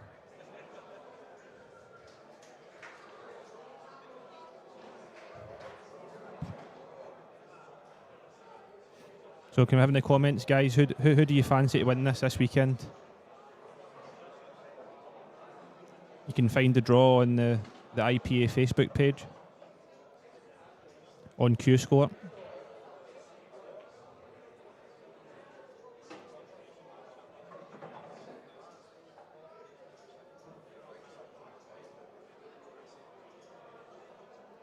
I'm due back on at 8 o'clock, so I'm only just filling in while they're sorting some stuff out in the arena just now.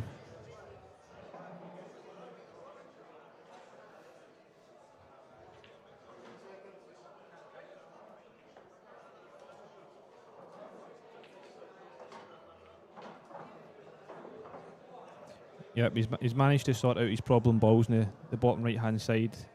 Now he's got roll-ins for a player of Liam Dunster's calibre. He's just working out where he wants to take the black.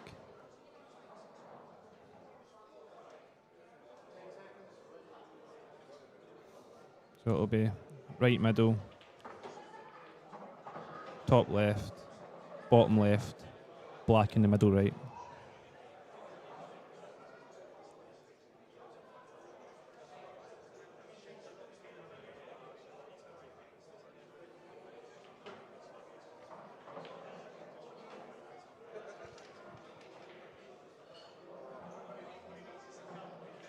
Play the white off 2 rails, find that gap between the 2 reds. That's perfect.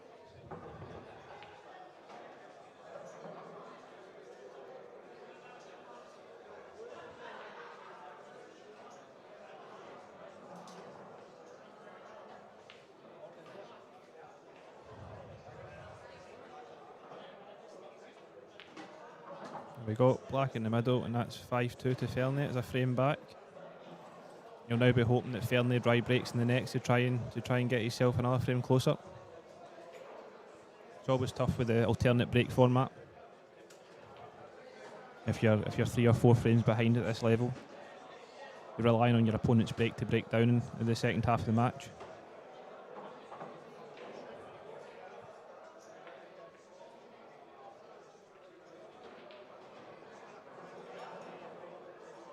So have we got any comments to see who do we fancy to win it? Win the whole event, that is.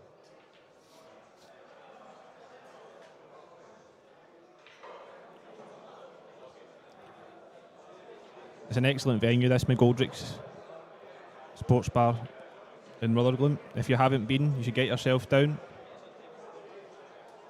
Sits in Rutherglen Main Street, just next to Glasgow. Well worth a visit.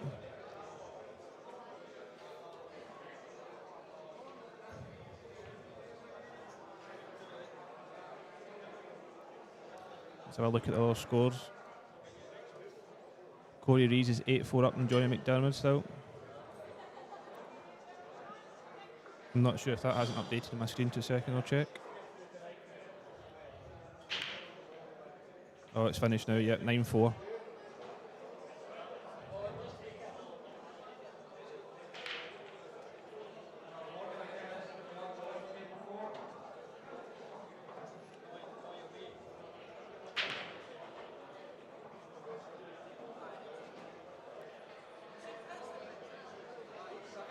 See the Fernie break.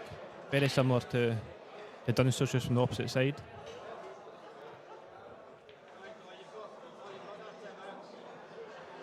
Yeah, PG Allen fancies Anton Riley to take the event. He's playing well enough. I had a look at his results last year in this tournament. He actually beat Fernie, I'm sure, in this tournament last year, and Morgan McInnes.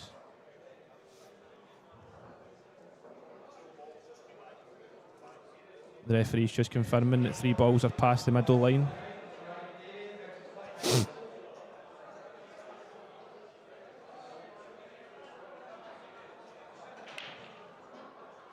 Sorry, or was he saying that the 3 balls aren't passed? Is that what it was?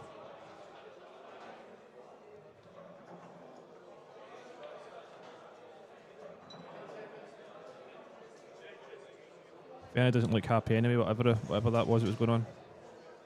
Yeah, I think he looks a bit confused. Yellows are the balls here anyway. Just those 2 yellows that are sitting middle of the table above the red that he has to figure out.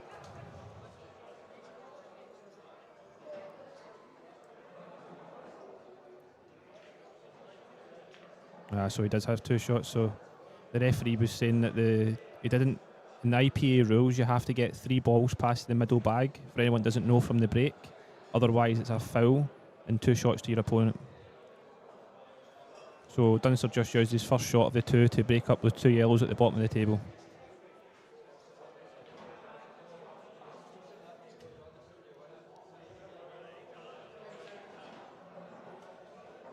It wasn't the best of 2 shots, right enough.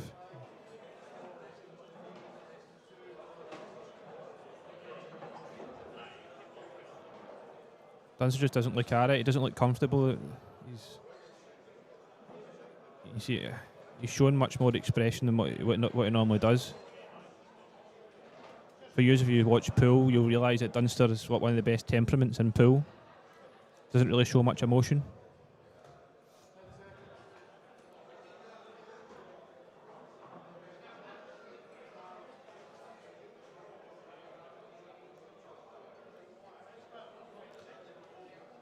And here we have Mark back to rescue me from the commentary. I hope you guys enjoyed the commentary. Here's Mark back now. Oh, brilliant stuff. Thanks very much, Jordan. I've just nipped off, just to try and help him out with a technical issue. Not that I did, but I'm back now. Hope Jordan has kept you entertained while I've been gone. I'm sure he has. Ross Fernie, I'm sure he's keeping a lot of you entertained at home. 5-2 ahead, and now against the duster, Liam Dunster. He's going about his work very nicely at the moment.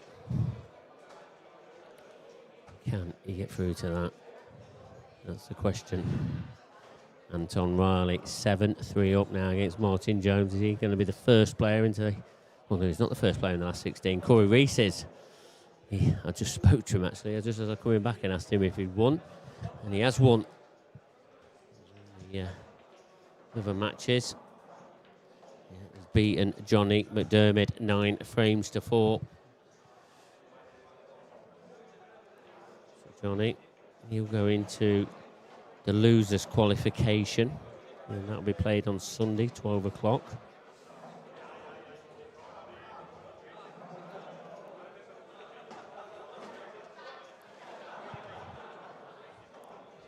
So, Liam Dunster back to the table. He's running around. He must be under a bit of shot clock pressure.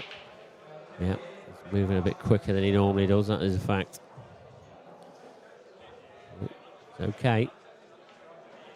So yeah, these players that normally, in the IPA arena, they can see a clock, so they know how many seconds they've got left. But it's a bit of a different operation here.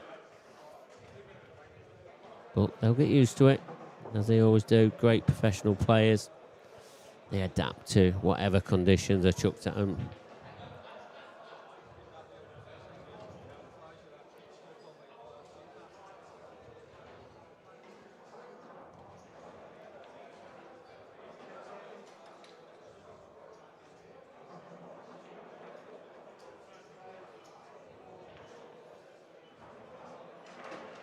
Nice shot, and develops the yellow.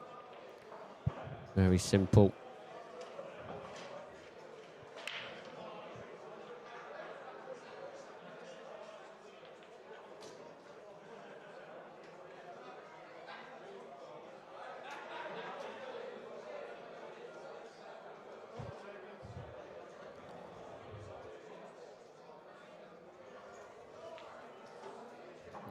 Another great pot there from Liam Dunster. If anything, he's hit it too well.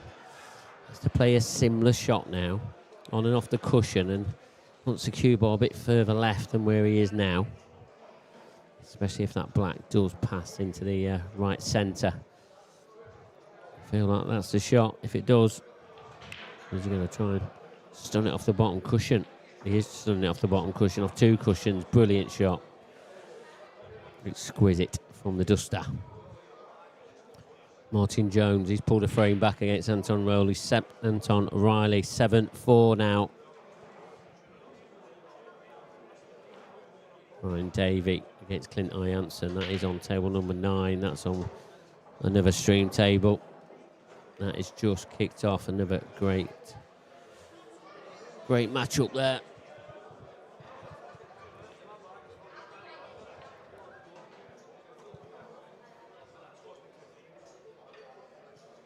Five 3 then. Ross Fernie.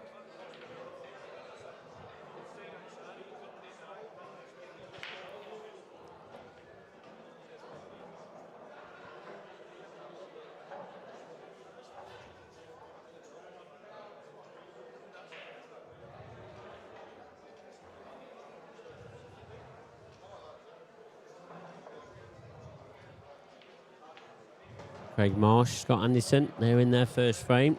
See who gets into last 16. Scott Anderson currently at the table, I think. Yeah, it is.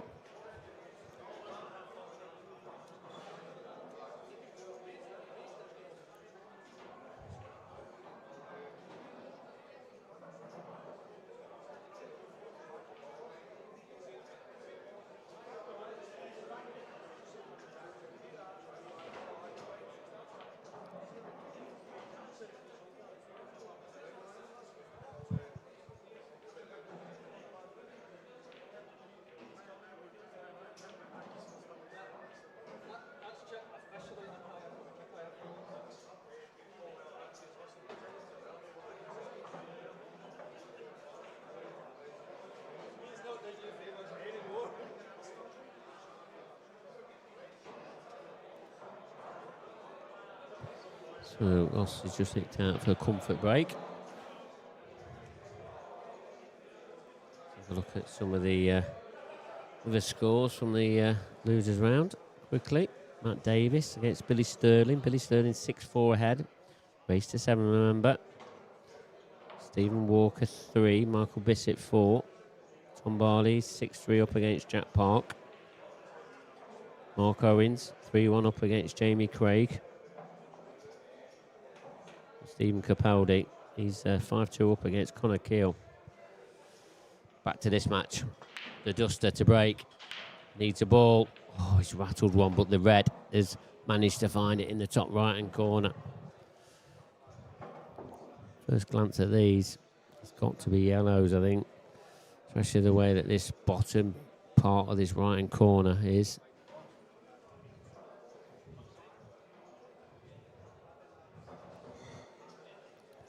I say though, it's a good chance if he does pot this yellow he's going for now. Have to pot it off the this near jaw. Knocks that out of the way, and now it all looks very simple. He'll just be working out his route now. Mapping it out, as Liam does.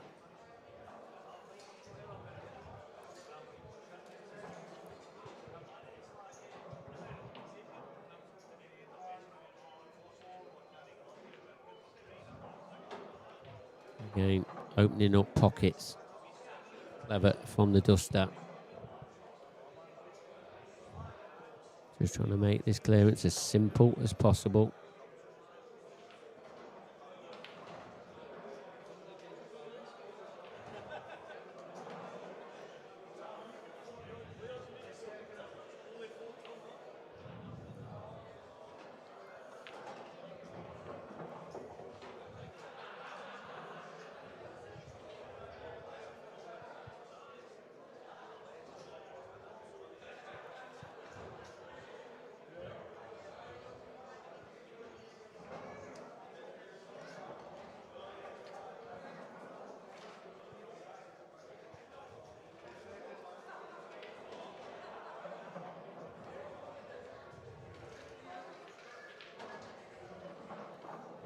Nice shot into the middle.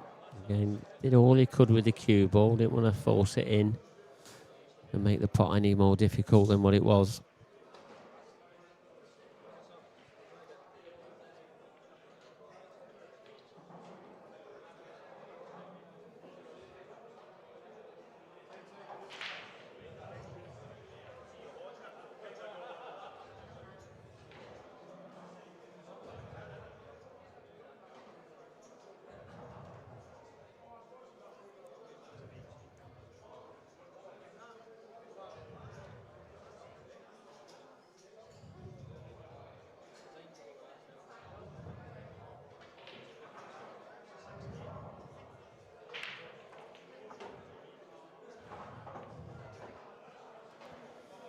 Surely we're now going to see Liam go within one.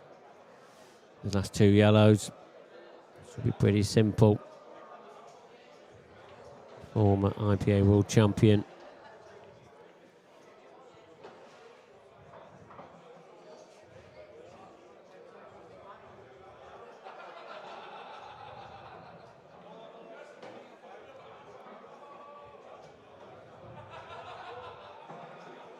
Anton Riley, he's at 8-4 now. One more frame to get himself as the second person into the last 16.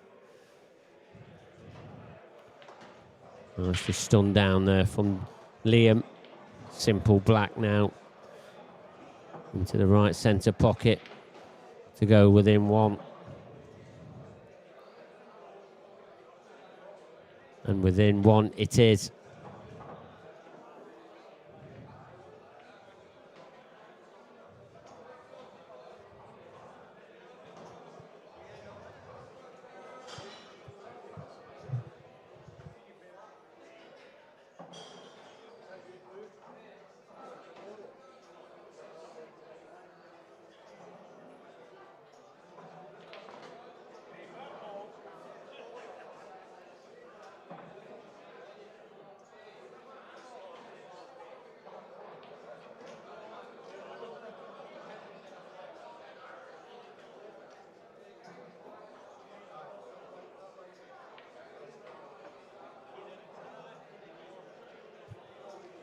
Craig Marsh, I think he's taken the opening frame. He has taken the opening frame against Scott Anderson.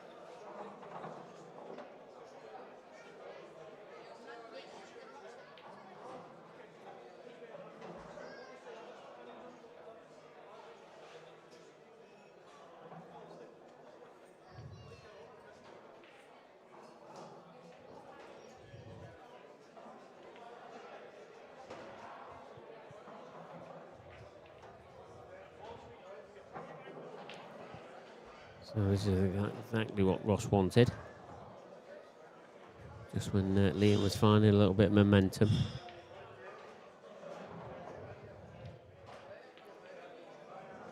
Wants a nice simple finish, and he's He's took these out very nicely. Just this last remaining yellow now.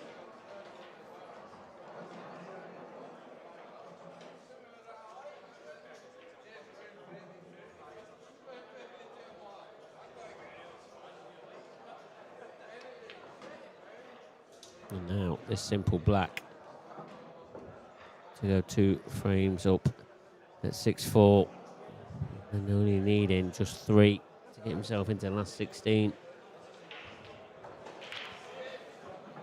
And he's done exactly that. 6-4 now, Ross Fernie leads. Craig Marsh is now 3-0 to the good. Scott Anderson, though, he is at the table. So when I first looked at him, I saw the opening frame, he was actually 2-0 up, and then he's gone and broke on and dished. So a quick fire, rapid frames, couple of frames from Craig Marsh. But Scott is at the table and more than capable of getting a result against Craig. Had some brilliant results for his first year as pro. Continuing to climb up the rankings, he is.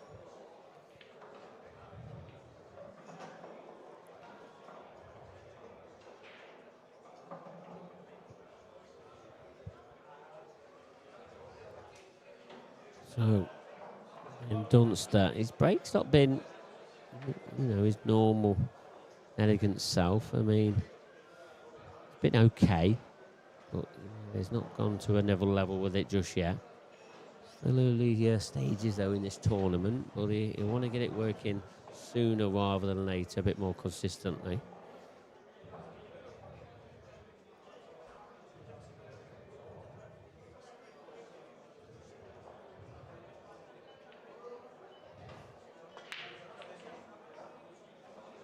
Got a ball. He's got 2 balls. That's all that matters. A little bit untidy on this right-hand side. But this is what the Duster is good at. And you know what? One shot here and all these yellows open out. He's just got to find which shot and execute it.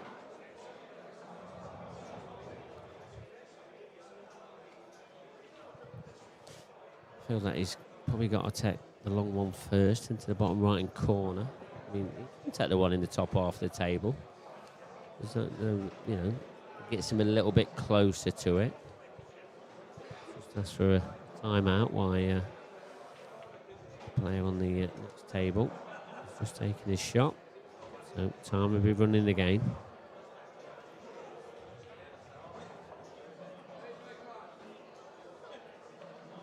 Yep, so he has taken the one in the top half of the table. That gets him down here. A little bit hampered queuing.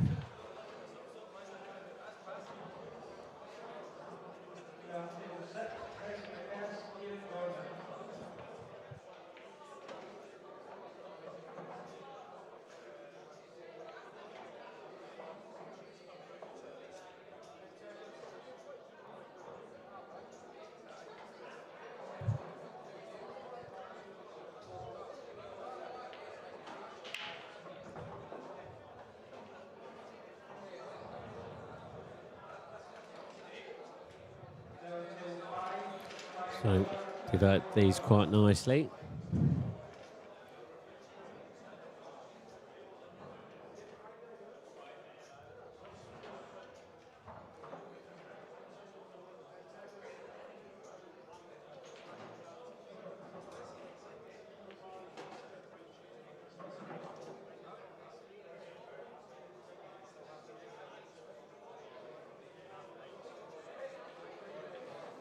It's now 4-0 to Craig Marsh against Scott Anderson. Race to 9.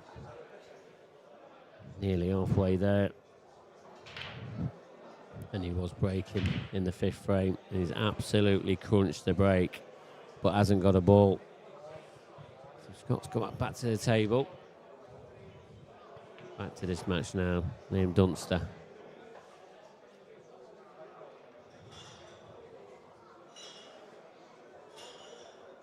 Round to have a look, see where he wants to place that cue ball.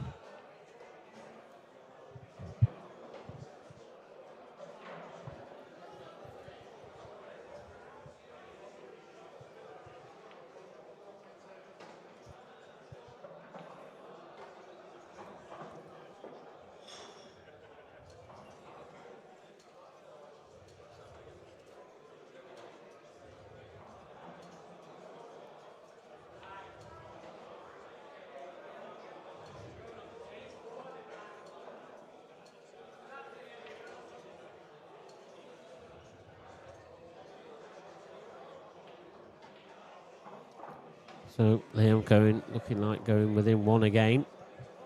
But as we knew what Ross did last time, he broke and cleared and kept the 2-frame lead. Is that going to happen? Liam, 6-5 now. I tell you, Anton Riley, he's got to 9-4. The winner against Martin Jones.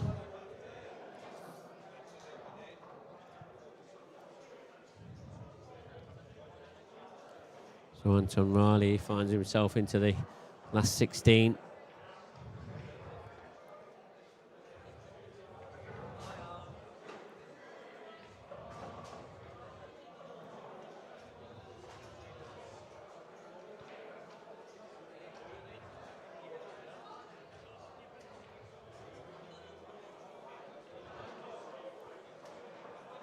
Coming up next on this table, another Battle of the Scots, Mark Boyle against Robert Stephen. That is coming up straight after this match finishes. Another blockbuster.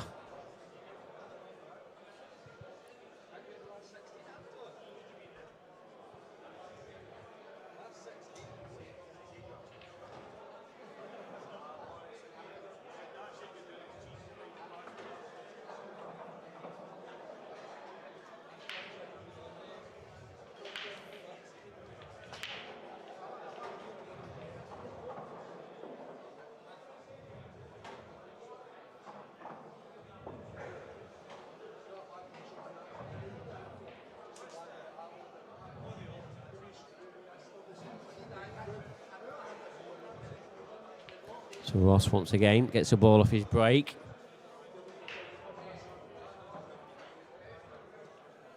Can he go on to clear these up as well and just keeps the pressure on Liam. Trailing by really one break of serve as it's commonly known.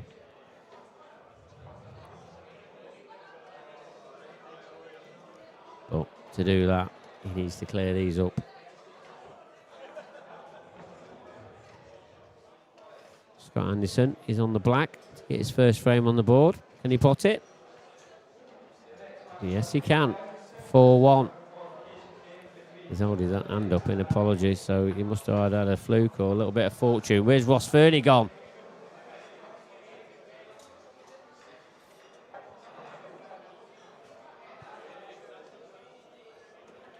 Oh dear. Just when you thought it was going to be frame over. He's just got into the cue ball and lost it.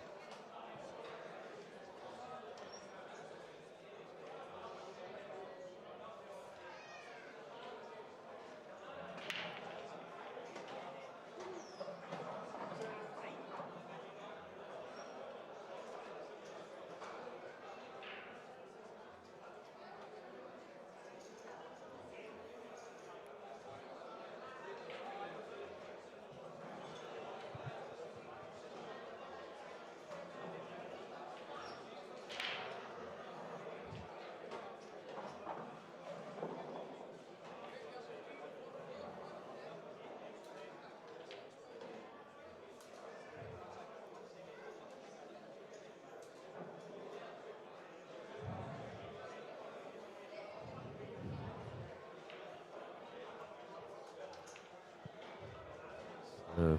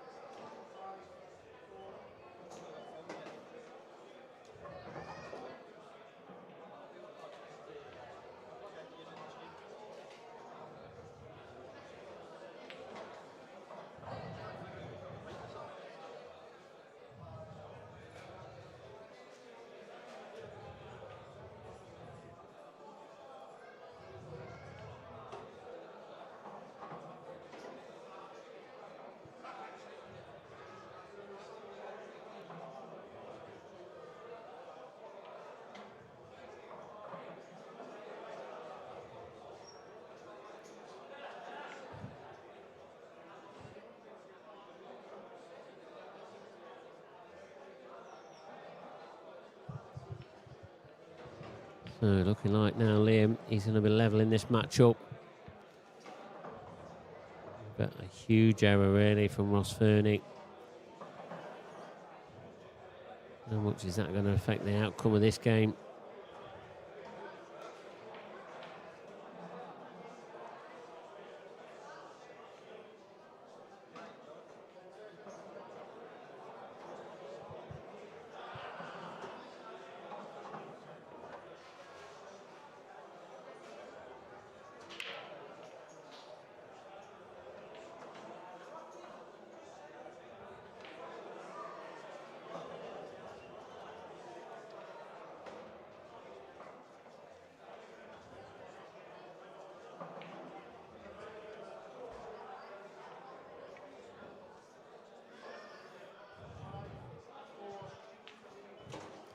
There it is, level at 6 frames apiece now.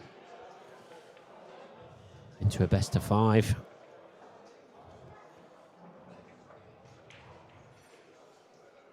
Definitely another opportunity, well, an opportunity missed there. Not another one, just an opportunity missed there for Ross. Should have been really keeping his 2 frame to, well, his 2 frame lead, but it's that error. Lack of concentration, whatever it was.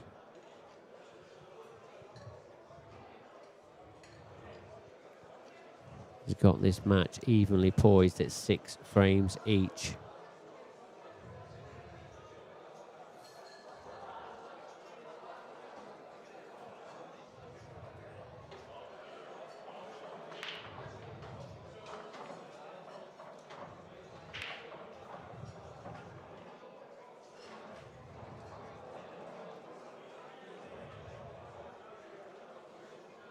So the Dunster break.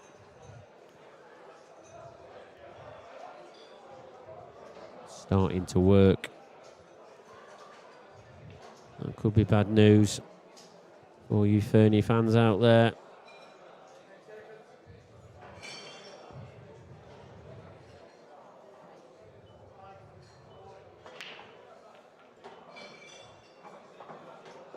Balls are flying in everywhere. 3 reds off that break.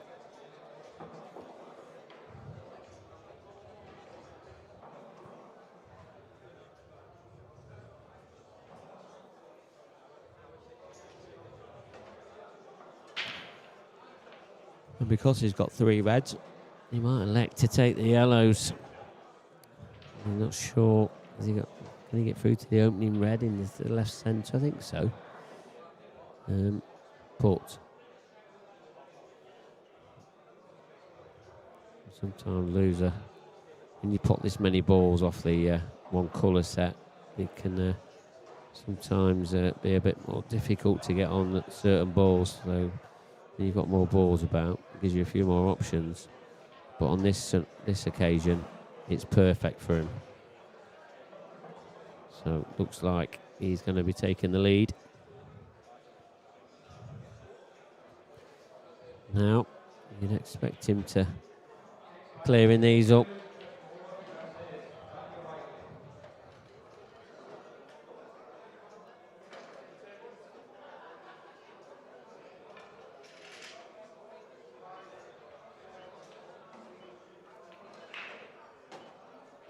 Drops that in very nicely.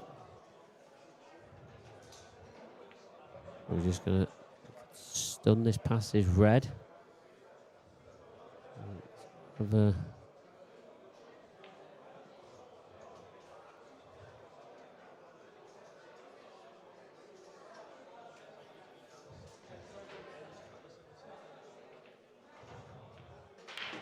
Didn't need to stun it, just keep it simple. Exactly what Liam does. Just drop this in now at a nice steady pace, and he'll hold for, a pretty simple black on all accounts. Ryan Davey 1, Clint Jansen 2. Craig Marsh now 5, 1 ahead now against Scott Anderson. It's black then.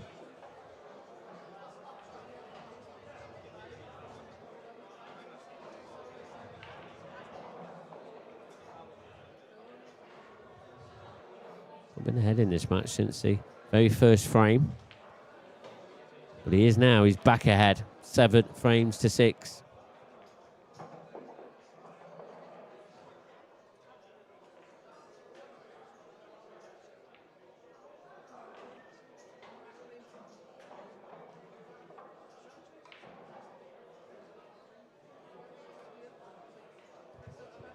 So Ross was 5-2 ahead in this match. And Liam has won the next 6 frames, 5-1.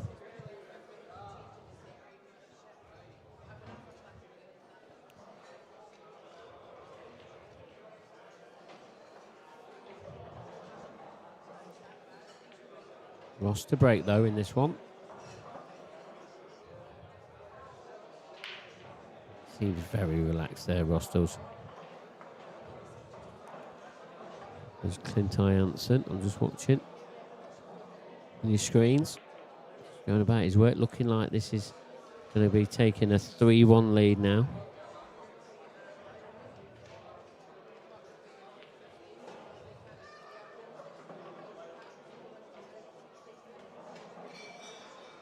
Back to this match though. Ross Fernie with a break. Cue ball's a bit wild, but he's got a ball. Rattled the cue ball in the top corner, but he's got away with it. This clearance could take us to a best of 3. Could be anybody's then. Or is it going to go with the who breaks? If it does, Liam Dunster, his favourite.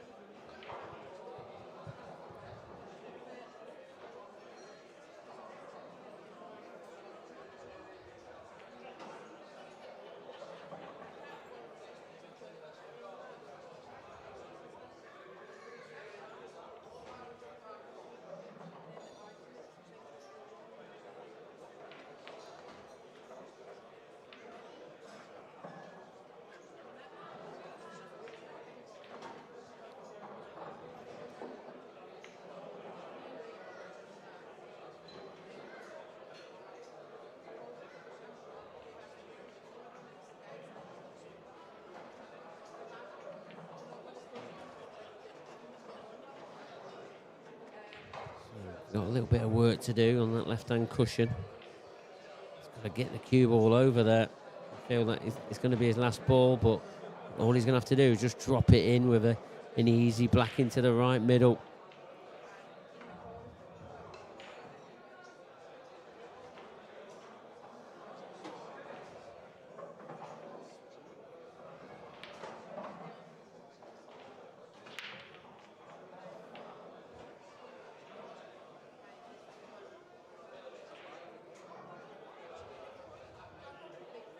So, just drift this over to the left-hand side cushion. Don't want to bounce too much. Think he's okay. I mean, if this yellow is like glued to this cushion, that'll help with it with the pot.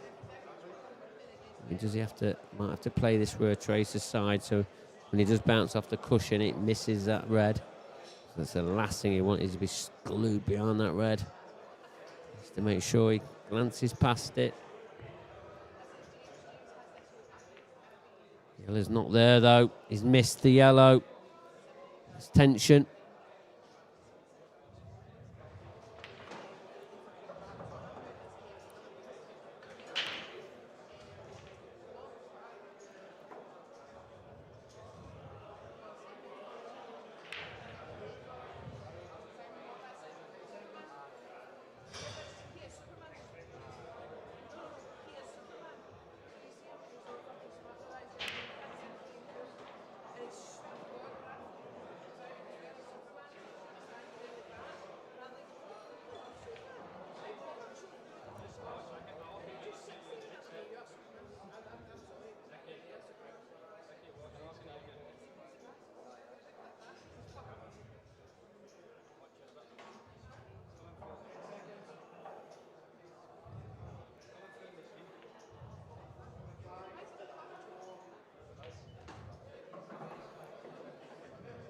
So now Liam, another chance. got a little bit of work to do. I don't think any red passes into that top left-hand corner. I might be wrong, but I don't think so.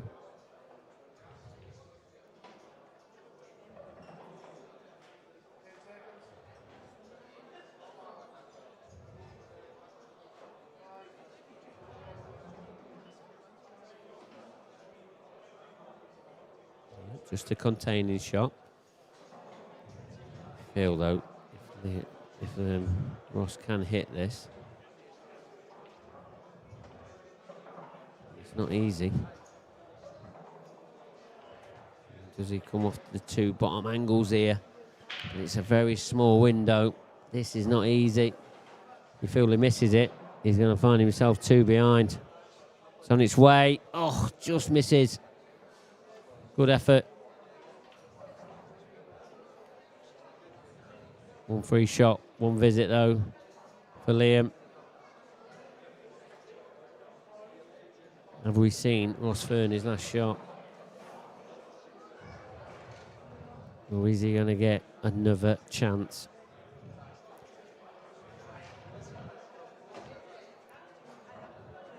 Liam uses his free shot, clearing his Ross's final yellow. Now, with all these reds in the open, you expect him to be clearing these up. Anybody just joining us? This is a winner's qualification stage. The winner of this gets themselves into the last 16. Remember, race to 9. The loser, they'll go into the losers round and battle it away. And they'll have one more chance tomorrow morning of getting into the last 16. At the moment, it's looking like Liam Dunster. He's going to be in the last 16. Especially if he clears these up, 8-6 up with 3 frames to play. And Ross is going to need them all. He's going to have any chance of making sure he gets to the last 16 first. Craig Marsh, he's not waiting around for anyone. 6-2 ahead now against Scott Anderson. Dan Davey, he's 2-0 up against Joe Finley.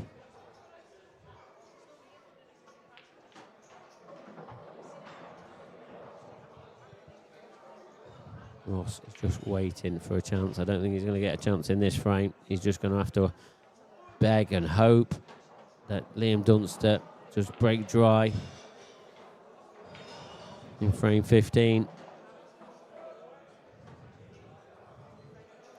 Simple black for Liam to lead by 2. And by 8 frames to 6, he needs one more. There's some latest scores on your screen.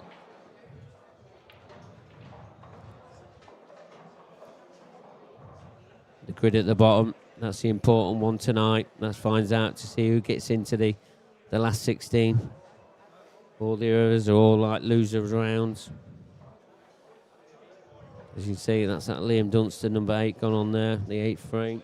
Needs one more to join Anton Riley and Corey Reese into the last 16. Chris Bowen, he's back straight on against Daniel Wiley after winning that last match 7-4.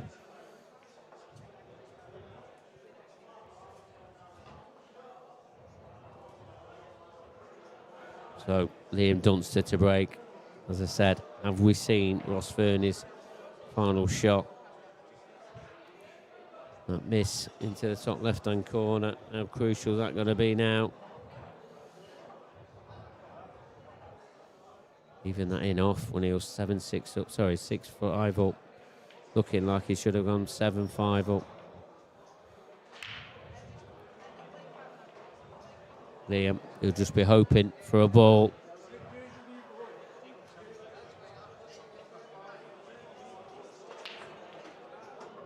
He's got a few. He ain't got a few, he's got 2. One of each. First glance, these reds don't look bad. So I think this red does pass this yellow into the bottom right-hand corner. Great chance now for Liam to close this match out.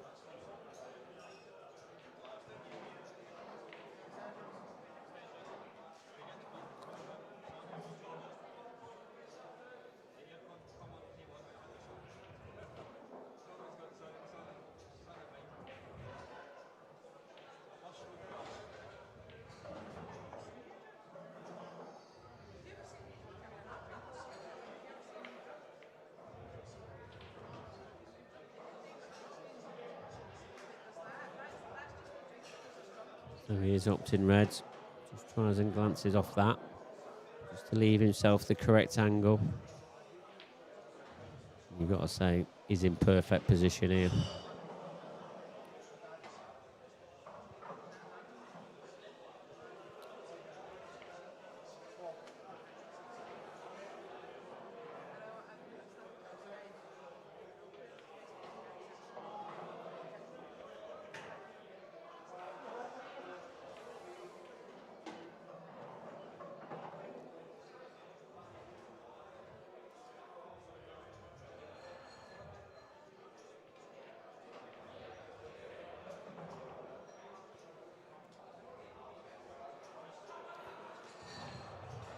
The only place where you can see it going wrong is the red on the baulk line that's not connected. He's going to have to take that now. Just draw this back. It's about his hardest pot he's going to have. And he has missed it. There is a twist. That was a little nervy one as well. They're both chucking in a bit of a tweak. Ross Fernick. It wasn't his last shot. But you probably feel now that every shot he plays could be his last. So every one must count. He's trying to develop balls. It's not gone right. Feel that Liam's going to get another chance here. What sort of chance is Liam going to get? That's the question.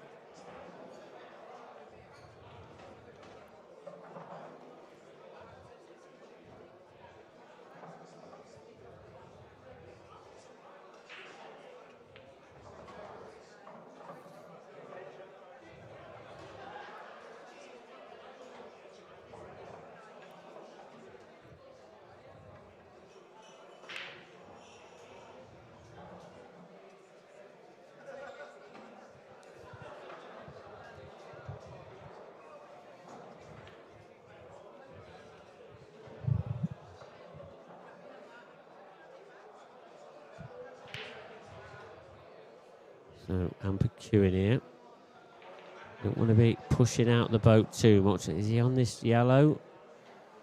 I mean, even if he is, what angle is he going to have next to get on anything? I mean, can he get to this one down the cushion? This is tricky. It's a big shot. Yeah, lovely. Well played. I think that's what he's... There's always a chance of that going in, so surely that's what he's played. Now, if you can get this yellow out and probably glue the white onto the red, make sure he leaves Liam absolutely nothing. And he's going to have a chance. Exactly like that. But Liam, great tactician he is, he'll be working out now to make sure that Ross has got such as, a lot of problem, or he'll hand it back the table to him in, a very similar way. Hampered queuing. So is he trying to get this glued to the black? If he gets this glued to the black, advantage Dunster. I don't think it's a total. It might be. It's touching the black, I think.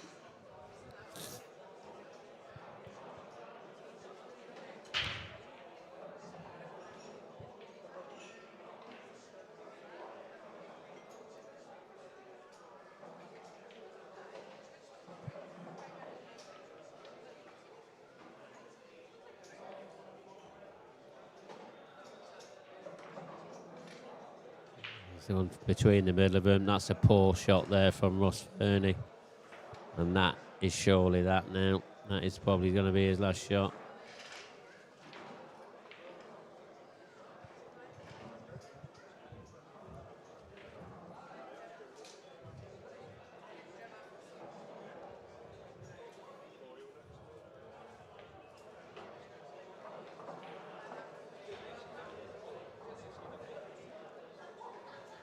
And Davey, 4-0 ahead now against Joe Finley. Clint Anthony's taken a 4-1 lead against Ryan Davey. Remember, up next, Mark Boyle against Robert Stephen. The match will be coming pretty much straight away. We put another stream table on for you to watch just while we swap the players over, but don't leave. That's going to be another blockbuster, as this one has. It's been a brilliant match. And now Liam now close this match out.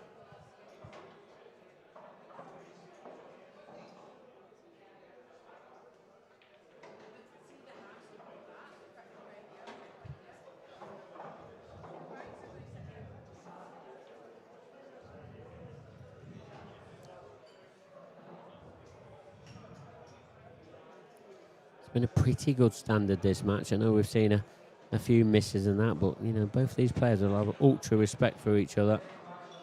They really will.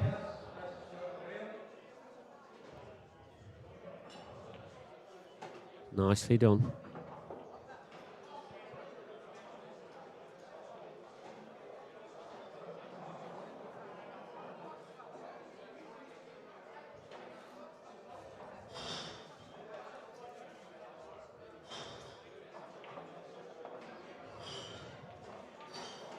So, simple black into the right centre.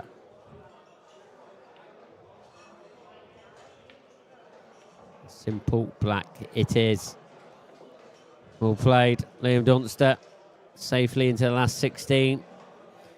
We'll see him back tomorrow, as we will Ross. You know, he's going to be back tomorrow morning to try and get himself into the last 16. But he will be playing. Still a long way to go to find out who Ross is going to be playing tomorrow morning. It's not going to be an easy one for him, that is a fact. Some latest scores there. Chris Bowen can get an early 2-frame to 0 lead against Daniel Wiley. Morgan McInnes 5-2 ahead against John Owen.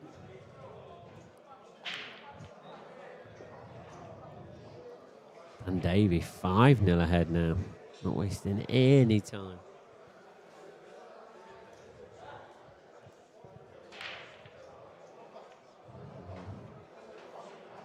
This is Clint Jansen game.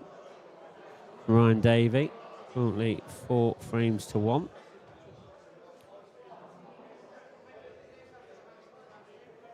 Craig Marsh and Scott Anderson, that's currently 7-3 to Craig Marsh. I'll leave you to watch this and we'll see where the two players are, and we'll be right back. Remember, Mark Boyle against Robert Stephen. That is up next. Don't leave us.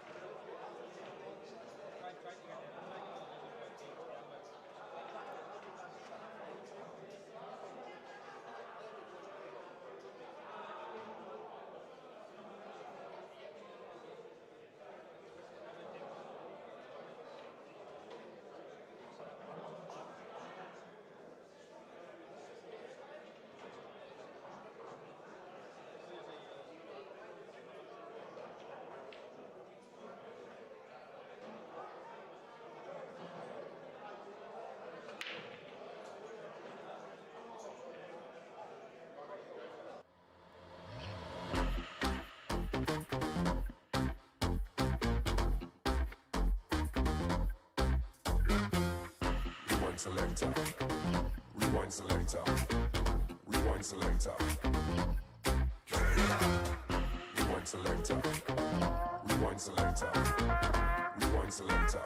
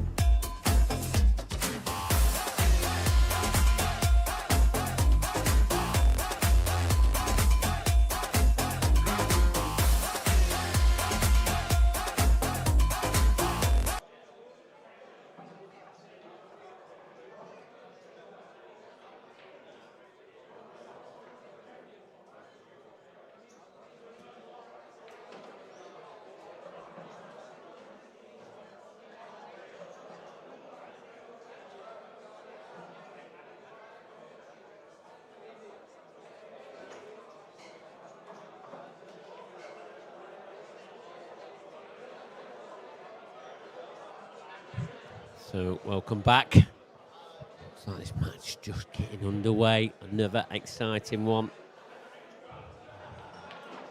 Look at this for a lag. Wow. Is this how this match is going to be? Referee quickly deciding who's won that one. And I'm still not sure myself. So, 4 players already into the last 16. Liam Dunster, Anton Riley, Craig Marsh and Corey Reese safely in the last 16. That last 16 hopefully going to be kicking off around 12:45 tomorrow. 2 losers qualification rounds before that kicks off, so plenty to play for. Ross Fernie, Martin Jones, Scott Anderson, John McDermott, who have all lost today. Them 4 players, they're going to have 1 chance tomorrow morning in the final losers qualification round to see if they can get back into the last 16. Dan Davey, 7-0 ahead against Joe Finley. He's looking like he's going to be the next name through to the last 16. Clint Jansen, 5 frames to 1 ahead against Ryan Davey. As we say that, but Stephen breaks off, but breaks dry. Mark Boyle, the man in form. Remember in Coventry, at IPA Tour number 2, he won both titles, the professional and the open event. A tremendous achievement, but played some exquisite stuff. No doubt he's had a little bit of run and luck on the way, but he was superb throughout. Especially on the TV table, absolutely exquisite. Other games going off. Gareth Hibbett playing Paul Harkness. It's just kicked off now.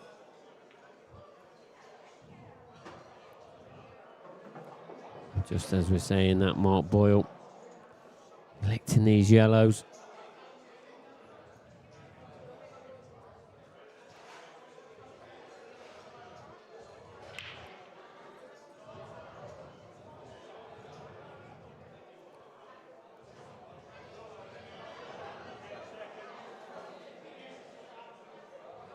So a little bit of a tougher pot here, but easily done. Mr. Magic.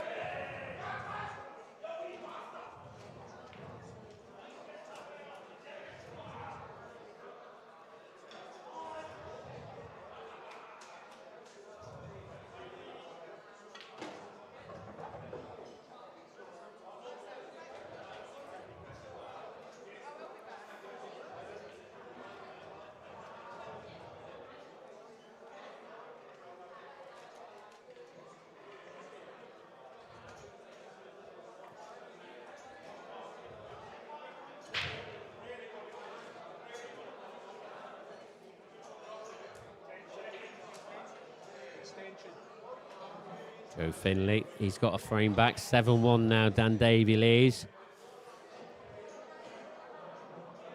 As does Ryan Davey, 5-2. And Ty Hansen leads that one.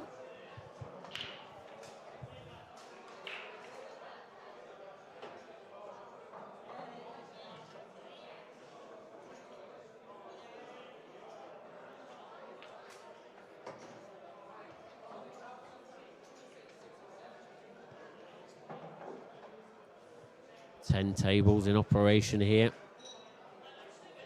The McGoldricks Sports Bar.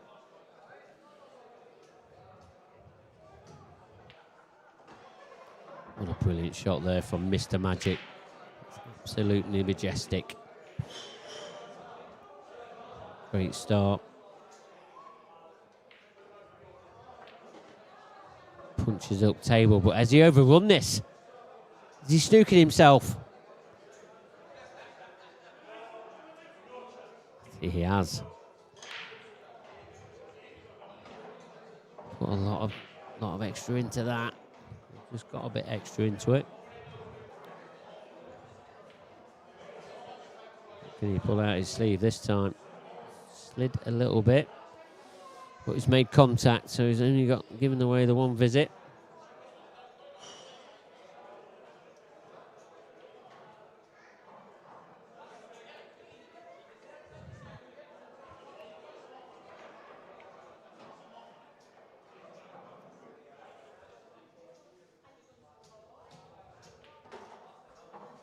So, what was looking like Mark Boyle was going to take the opening frame.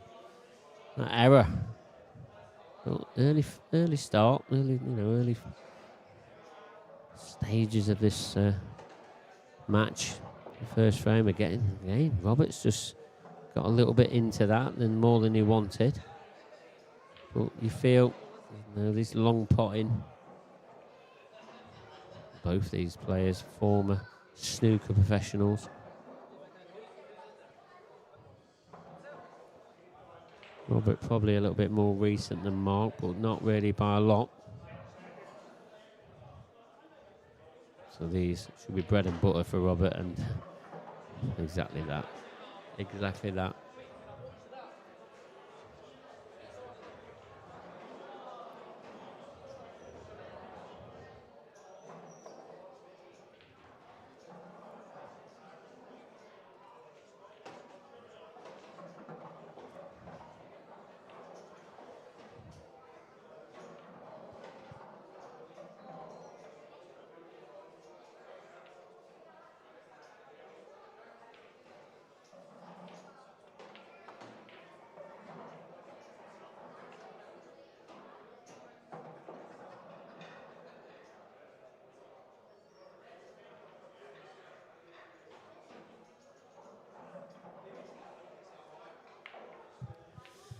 So yeah, what was looking like an easy clearance from Mark, just overcooked it a little bit, snookered himself. Pretty much the rest is history, especially if Robert puts this down the cushion, but it's 10 out of 10 for a minute, this one.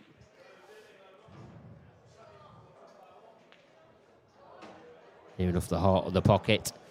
1-0 to Robert Stephen, and just as Robert was going around that clearance, I've been joined in the commentary box by a little bit of company. I did ask him to come in to me earlier, but they're actually fighting over getting into the commentary box now. So Morgan McInnes, he's got in here just before Scott Anderson, thank God. Morgan, thank you very much for joining me in the commentary box, and I've been asking, since about, 2 o'clock this afternoon. Mm-hmm. Here you are. I mean, I have been playing. I've been going through the losers round, so it's. I've been keeping an eye on your route. You've gone the hard way about it, aren't you? Yeah, You're still going a hard way about it. You've still got to win 2 more matches, haven't you? But the thing, all I wanted to do when I lost my first game was make the Sunday, which I've managed to do. So. You have. It's 10:30 in the morning. That's fine. I mean, it's not bad, I didn't start till 10:30 last night, and then I was in here at 10:30 in the morning. So. Yeah, it's not bad then, is it? That's what pool players do, innit? Play late at night. Where's the get stream up early gone? in the morning. Has it flicked to another stream? No, yeah, we've got like 3 tables being streamed, haven't we? Oh, I see. Oh wait, so us talking is going talking through about them all. this one. Oh, Yeah. all right, okay, right, I see. Yeah, so they can hear us, yeah. So, but the referee's just racked him up now, and here's Mark Boyle. Best breaker in the game.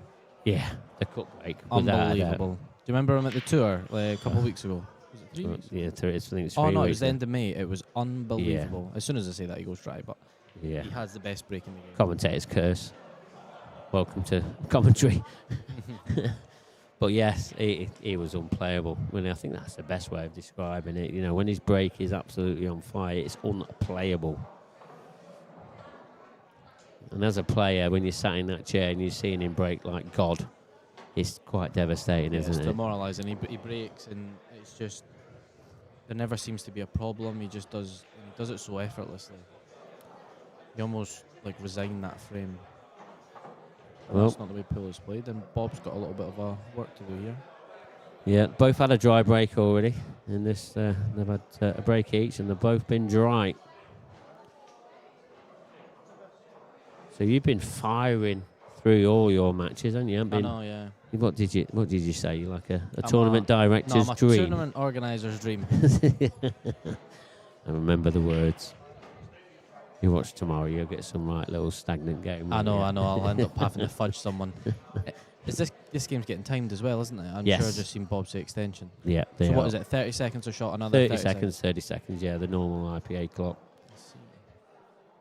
You just want to get to your bed, is that what it is? No, not at all. It's about time they get used to it. They've had it easier since I've been away, so Fair enough. I've turned up today. I want them on the clock. Simple. Fair enough. Plus, it's better for the viewer, isn't it? Yeah, And definitely. these players, they're used to it, aren't they? Just as you are. You don't mind the clock either, do you? No, I don't mind it. As long as you get the extension. And Yeah. it's good that they call 10 seconds and 5, 4, 3, 2, Yeah, 1. So. yeah. We didn't get that right at the start, but we've got it right now. Yeah. So there's a couple of new faces within the refereeing team and that, and you know, plus we haven't got all the modern technology of the arena and all the shot clock and that, but we'll work on that. We'll keep work on that for the next time, next event. But what a great club this is, isn't it? Oh, it's fantastic. Brilliant. My favourite club, hands down. Oh, And no, that's not good. He's completely wrong side of that red. He They might, accelerated through that, do you think? I'm not sure. I mean, you obviously don't want to go too far past it. He can play this off the black just to hold a bit. I mean, he might even be able to just drop it in, but I think he's got to play off the he's black. moving a little bit on the shot. Playing it off the black, fantastic shot. Yeah. A little bit of a reroute, but it turned up quite nicely in the end, and a simple finish to take a 2-0. two-frame lead. Exactly the start Robert Stephen wanted. But dry break apiece, and really, Mark Boy should have punished Robert Stephen's dry break, but you just before you come in, just Yeah, I've never seen overcooked it. it. Yeah, overcooked it, snooking himself on the black. Did he? Got out the snooker, but it didn't matter. You know, Robert just goes about his work. We've got Dunster, Anton Riley, Marshy, and Corey Reese into the last 16 already. Yep, we have. And we've got Dan Davies, 7-2 ahead against Joe Finley there. Oh, yeah. Clint Ironson, 5-2 up against Ryan Davey. That's a tricky tie for Clint down there. Ryan Davey, he's hitting a bit of form recently he's as well, playing isn't he? very well. Gareth Tibbett, I mean, that's Paul another Harkness tricky. He's just been started. playing well as well, Paul Harkness. That's not easy Gareth- for Gareth. I'm not sure how well Gareth's been playing. I'm just off the top of my head, I can't really remember. We got him. to both tour finals in tour number 1. How about that for a When start? was that, January? Yeah, Right, okay, yeah, but that doesn't count. no, Tour- it I mean, was March. Form's like 2 weeks, because then it was goes away March. after. It was All March. right, okay. It was March. So Right, you- okay, yeah, I mean, he's doing okay. You're going to be quite harsh in it, Yeah, aren't I'm you? being a bit harsh. I'll say that, he'll go win the event now. He's not in the Luders round anyway, so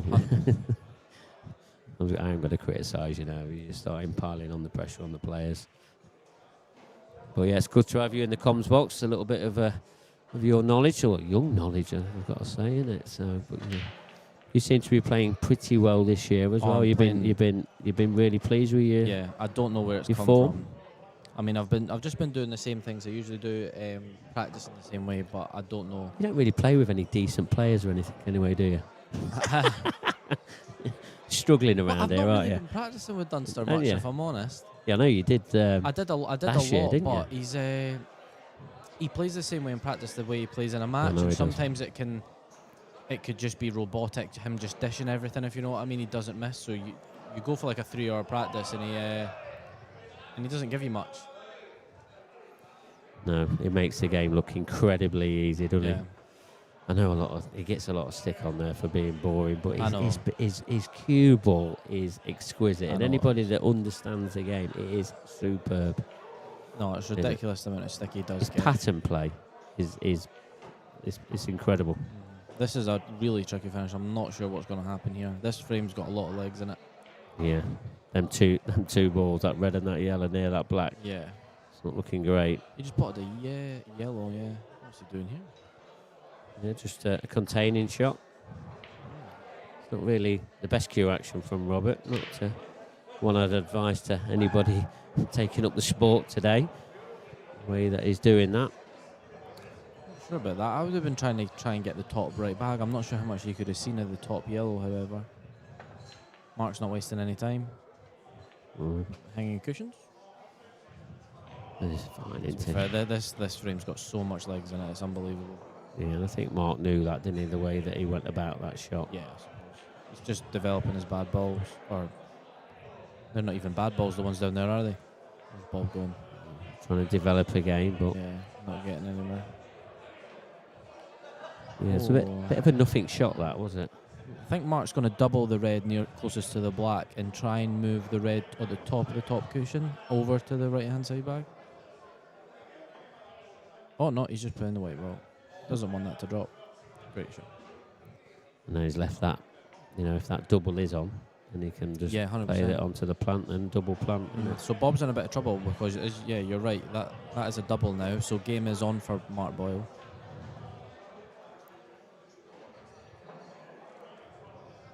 Robert needs to be careful here. He's trying to make him pot it, but I don't think Mark's going to take the bait. I think Mark's just going to go off the top cushion and get his... Oh my God. Yeah, Just knock it out though, yep, can't he? knock it out. And now Bob's Still in a in world the, of pain. he's still in the same position, isn't he?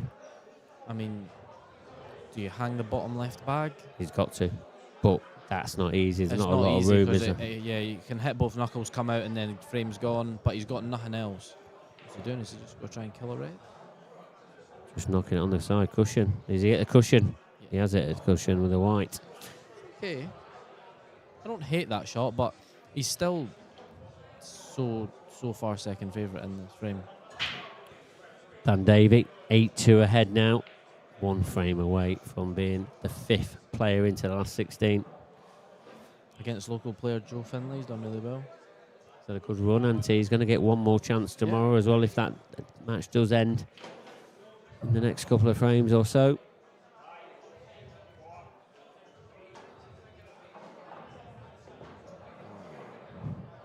This is a frame that Mark needed.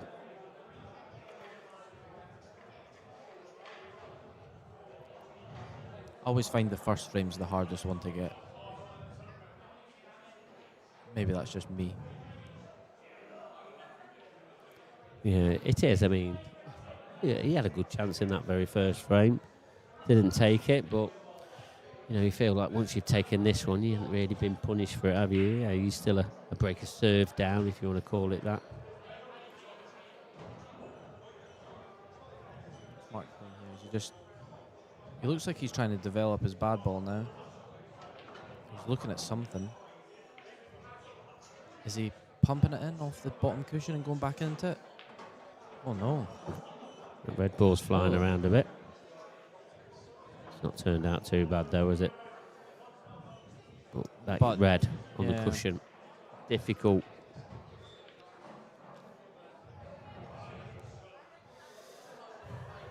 I mean, he's still so heavy favourite in this frame. He just needs to get that bad ball out, and then it's on. I mean, I don't know what Bob can do with those two balls in the top half of the table. Mark's just going to take his time. Yeah, containing. I'm not sure I'm not sure I like that shot because now Bob has a chance. What are you thinking? Stunning that into No, left centre? I'm thinking just get it out. Yeah. Just even try the treble maybe. Or is he just getting it out? Getting out, leaving it But see, the hampered. thing is, that's I don't think that's good enough. Because it doesn't go in the top two bags. The other one doesn't go in the top two bags. I mean, they go in the centre, don't it? But Yeah, again, I would have gotta liked something a bit more definitely- aggressive there, like going for the treble or something, so it's actually more in a pot pole position. And tracking towards the pocket. Yeah, 100%. And now Mark, look, so yeah, it looks like he's cutting this in the middle. And he's got the natural angle, has he? He's overcut it. He has overcut it. But the thing is, he's developed it, and it's. What could Robert do here? Hi, Danny. It's Mark Pickworth and myself, Morgan McInnes.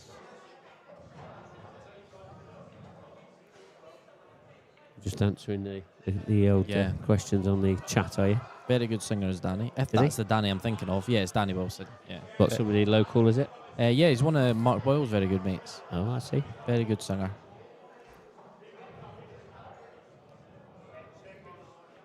Double? That's a nice That's it. double as well. Yep. Very nicely done. This is actually really nice. You can drop this in, and then I believe the yellow goes into the right middle as well, and then you can get high to pot those other ones in the middle pockets. Was he swinging?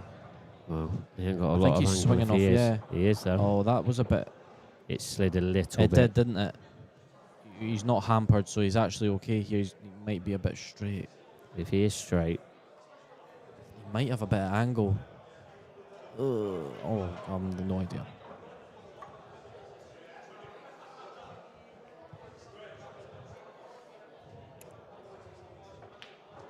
Nice. Yes. Lovely. This is a big frame. He wanted to get on the yellow at the top first because the other yellow goes in both middle bags. He might have to play a double, screwing it back. It doesn't look like he can get position either. This is a bit difficult. Yeah, I mean, how much has he got? Too much angle on this one into left He's centre. went from not even being able to win this frame to having an amazing chance to, and he just needed a. Does he take a double now? Yeah. The one above the baulk line. It looks like his cue ball's going to the right hand side of the table, doesn't it? So he might have to screw this off the cushion. Makes this missable though, this pot Yeah. at this pace. Double it is. Not much better. He would have than where taken it was. though. Like he would have definitely Yeah. taken it. I'm into tomorrow, Danny. I got beat late last night in the normal side, and I've won 3 games so far. So I'm still batting. You need to win 2 more. Whoa, Bob Oh, what a Stephen, shot. what a finish! What a finish! I did say he should probably took the double on the first shot, but I mean the way he cued that into the centre just shows that he's thinking very positive. Yeah, definitely. I mean, taking the second last yellow and trying to get on at the middle's not the worst thing, because you'll always have the double, if you know what I mean, unless you play an absolute shocker. But Clint looking like he's about to go 6-2 up. Oh.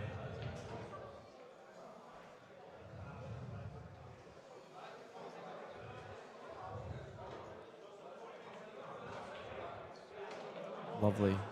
That's a nice shot. Lovely Very nice. shot. How do you think Mark will feel after that frame then? Yes, and another one that's got away from him. And he's had chances in both, well, all of them now. Yeah.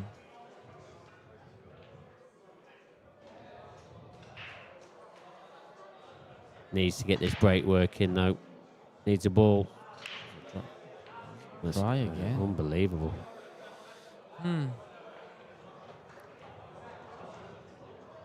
Not an easy finish here at all.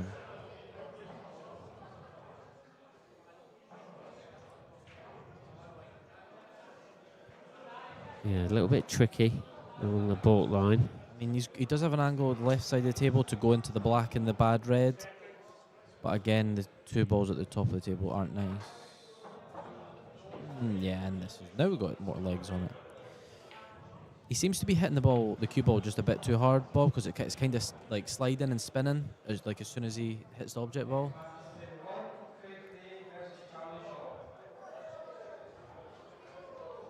He's just going to tuck him up in here. He's going to try his best to. He's not got there. Yeah, a little bit short of pace, but Boyle's not wasting any time. Has he got somewhere to be? well. He's obviously just seeing the shots very quickly. But yeah, he just seemed to be not his normal self. He's not, just- yeah. yeah. It's a big contrast between how he was on the tour. I remember when he won two, it was ridiculous. He was just like so razor focused. Yeah. He was just on it, and I'm not getting that from him right now. No, I'm not. But you know, is he already a little bit frustrated being 3-0 down? Well, you said he's obviously snookered himself on the black first frame. The Yeah. last frame he should have won. He should not have lost that frame. His break So- isn't working. Yeah, and it's not like he's not really having a clear go at the balls right now. I'm not sure about the first frame. I've never seen it, but like right now, it's just not nice.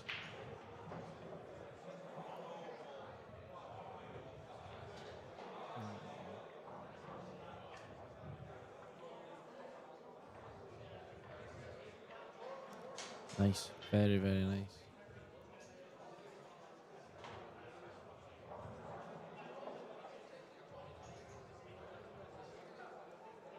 Keith Robertson's 4-0 up on Jason Hill. I think Jason's struggling a little bit. I didn't watch much of his game, but I know you're commentating on it. How did that game go? Yeah, you've used the correct word. He definitely was struggling. Was he? Yeah, George Henderson, you know, he played some good stuff, but just that odd shot, and he really should have punished Jason to the match, but didn't, and Jason got over the line. A bit of a courageous clearance, to be honest, in the end. Dan Davey, the 5th player through now to last 16. Against Joe Finley. Joe's back on at 11:30. So in the losers qualification, we've got Joe Finley, Fernie, Martin Jones, Scott Anderson, and Johnny McDermott. Can we change Scott Anderson's flag to England? He's Oh. definitely English, isn't he? The problem is we change it, and he'll change it back Oh, is it tomorrow, won't really? it? Because it depends on what day it is. It depends on what nationality is it. yeah. Is that why? It's a bit of a standard joke, isn't it? Yeah. I think why he's in this country, I think he does it to wind you lot up, to be honest. Yeah, really, do you think? Yeah. It's just ban him from the country, it'd be a bit easier, wouldn't it? The pigeon. Oh, so Bob's going to put this red into the right hand They're side trying to pocket, get go into his all back of them door. out. He might get both of them. Oh, I think if he'd hit the right hand side of that, it was if he hit tracking. it sweet, I think the yellow would have went over, but again, it would have been fortunate for the red to actually come out into a potable position. He could just nudge this red, try and double kiss the yellow out. Again, Boyle could probably just pot a yellow and then hang the top left bag.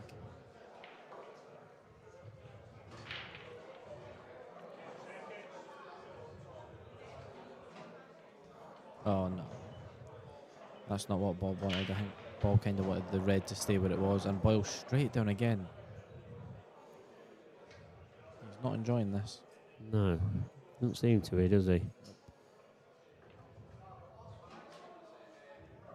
I mean, these aren't the frames that Mark wants, really, are they? He needs to get a bit of momentum going. Because when he does get momentum going, he is deadly. Is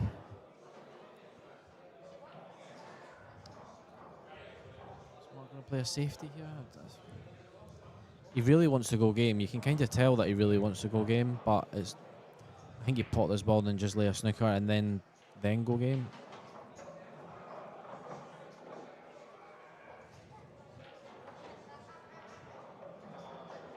Yep. Makes those two yellows potable.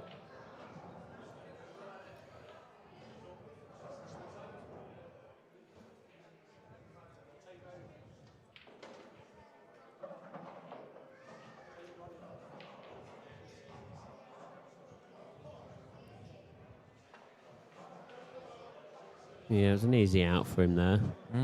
He's kind of. I mean, those two yellows weren't the best. He's just snooking him again. Yeah, Is he going? No, I expect Oh. him to just play the containing shot again. He needs the one free shot to get these two yellows out in the bottom half of the table. Poor Harkness, 2-1 ahead now against Gareth Hibbert. Gareth Hibbert took the opening frame. Paul has taken the next two. Yep, got out of that one. But these yellows, they're opening up a bit. But are they open up enough to be going from? I don't think Mark can see the yellows on the left-hand side of the table. I think you can see the one's top left. Oh, he's touching that yellow. Well, that's going to make a Oh, big is he- difference is to he this shot. I think he's going round the back of it.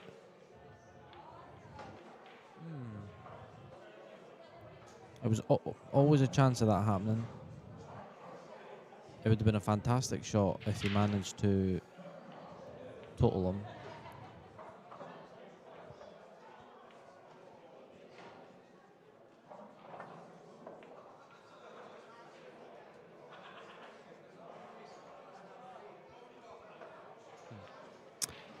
Craig Anderson, can you please come to the streaming setup, please? Craig Anderson, streaming setup. Bob's doing very well to stay in these frames.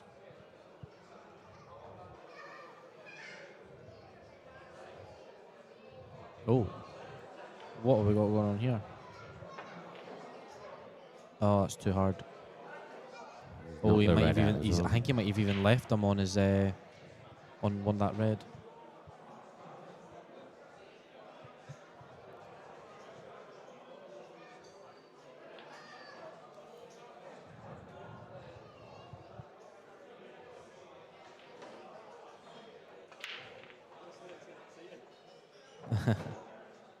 Oh, what we got going on here?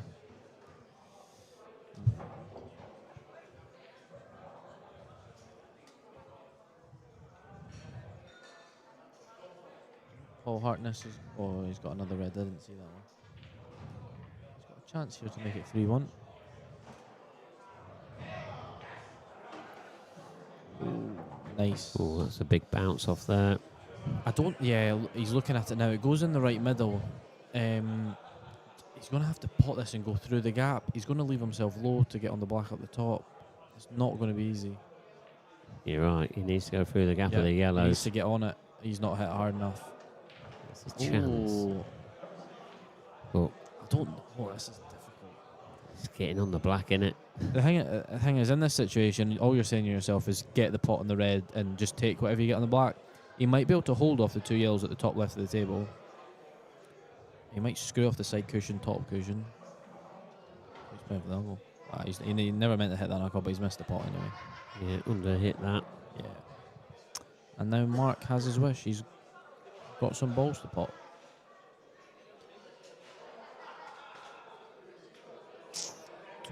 Yeah, and you feel like he needs to get these. Really do, just to try and get a little bit going. Oh, a little combo. Showing off. He likes a combo, doesn't he? Ugh. He's one of the best in the world at him. Without a shadow. Chris Boron on the hill against Daniel Wiley. Daniel Wiley, he's been playing some pretty good stuff. Oh, struggling here. Chris Bow one frame away from getting himself into the next losers round alongside for your good self. Yep. I will be playing the winner of that match. Brian Roger, he's also in the same round as you. Better from Mark Boyle.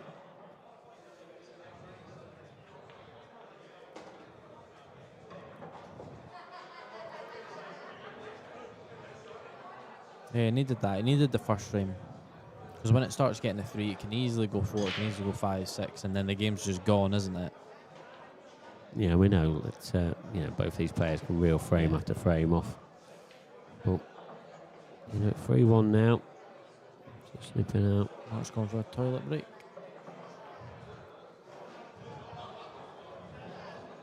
Paul Harkness has gone 3-1 ahead, just as you said. We've got some nice games going on as well. Jim Stephen versus Chris Totten. Craig Day versus Jason Shaw's dad. Colin McKechnie versus Gary McLeish. Majority Scottish players apart from Craig Day.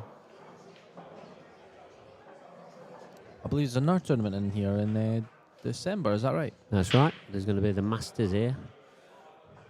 It was here last December. Now we're Same here. format? Yeah. Yeah. Yeah, same races, yeah. I like this Completely format. It's same. long races. Timings need to be better though.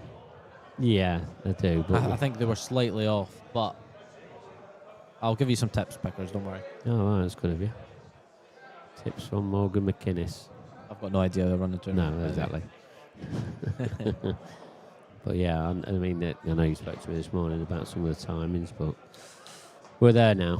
We're there now. It's all happened. That's and, it. I mean, I like being here, but live and learn. I just like a moan now and again. Yeah. Right up your street, innit? That.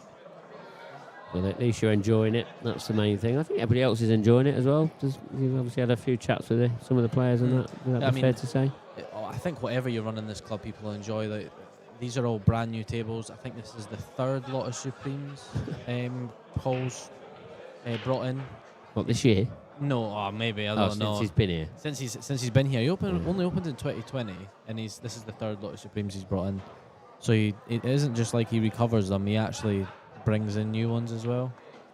But the facilities in here are fantastic. If anybody's coming to Scotland, I highly recommend this place. Yeah. A very up-to-date club, but it's got a lot of top professionals coming here. Not just in 8-ball, in 9-ball. You have some dart players and that. Do you? I have no idea. Darts, I'm clueless. Clueless. Robert Stephen, he's the club pro here. Yeah. Oh, white ball saved. Dry. Oh, again, it's just gone scrappy. The black's tied up. And they have some big matchroom events here as well. Here, yeah, they had the Scottish Open, the matchroom. They've got another one coming as well, haven't they? Do they? According to Craig, yeah. Oh, I think you're spilling beans that shouldn't be spilt. Well, maybe I am. Maybe you are. Yeah, but no, the place is fantastic. But that's good. I don't think it's all confirmed yet, is it? But, any news is always good news for these. I mean, they've got such a following here. We've got like quite a younger sort of population with the 9-ball and all that, haven't they? Yeah, they've got an academy here as well. Yeah. Lots of things going off at McGoldricks. Anybody wanting to start up in Q Sports, this is definitely the place to be. Yeah, they've got some really good singles leagues here as well. It's exactly what you want for your club. Oh, Mark's been a bit of safety. I think Mark might be slightly enjoying this game.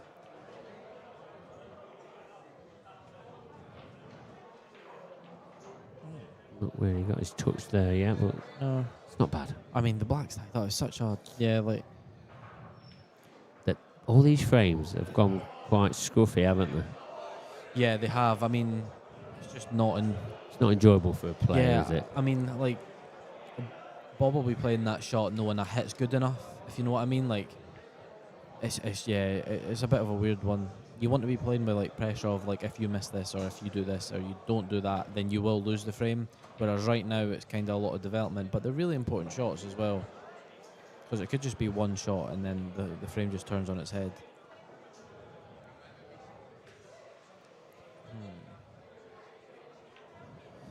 That's a good thing about these black ball rules, though, isn't it? Just one shot can just change it all. Bob bringing out his bad ball. Yep, trying to develop. Nice. Doesn't want that. He probably wanted that to be not in line of the other yellow. Still potable, though, isn't it? Yeah. It's not easy to develop the black from there, though. Ooh, there's a little rub. Well, you say it's a little rub. I mean, if it doesn't glance at yellow, it covers the pocket. As in, sorry, for Bob. Oh, for Bob. Yeah, no, that's a rub for Bob. He's going again. Oh, he's probably hitting the knuckle. He has played. Oh, is that? Slid a bit. Yeah, they are slidey tables. I'm surprised. Well, they're new, aren't they? Yeah, they're brand new. Like, it's brand new. It's cloth, everything. They're sliding a bit, but they're playing fantastic. Cannot fault them. Breaking really well.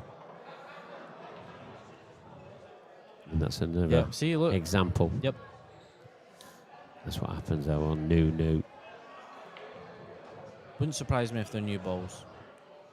That's the type of place this club is.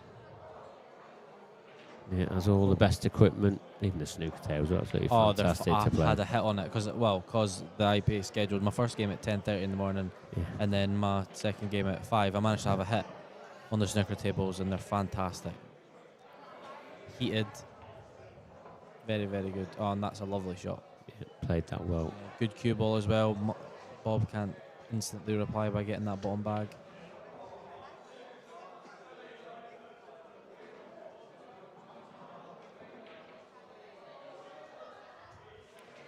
It played it well.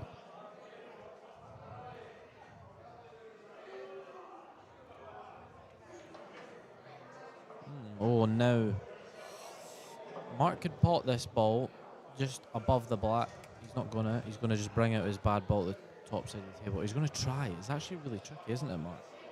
Because you can't double it off because you're gonna move one of Robert's balls, and you can't double it to the left because you might pot one of Robert's balls. So just a containing shot. Yep. Cut with a pocket. Seems like he's got a bit of focus back now. Yeah, he was a bit loose and a bit quick Yeah. the first when he was 3-0 down, wasn't he? He's actually digging in now. You can see that. Clint is 8-3 up. He's on the hill. We'll have some really nice matches in the losers qualification, won't we? Yeah. You're saying that about Ross Fernie. I mean, whoever he comes to play, Winner I of mean, it's one not going to be easy. Winner of 157. There's the winner of 137 and 138. Oh, no idea. Too far to work out. Yeah, there's a lot to do yet.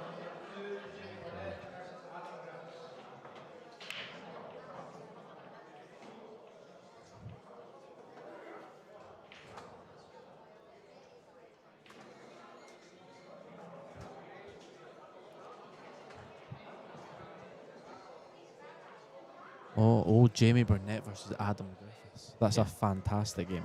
The winner of them, that quartet there, Mm-hmm. they played at Ross Fernie. Fernie. Oh. Yeah, we'll definitely get some nice games around then. I think that's how it works anyway. I'm sure it is. Yeah, the winner of that. Yeah, definitely. It's not easy. Not easy at all. I mean, that Jamie Burnett, Adam Griffiths game, that's just gone on now. It's another mouth-watering clash. Clint Jansen, Oh, he's in. he's the 6th man through.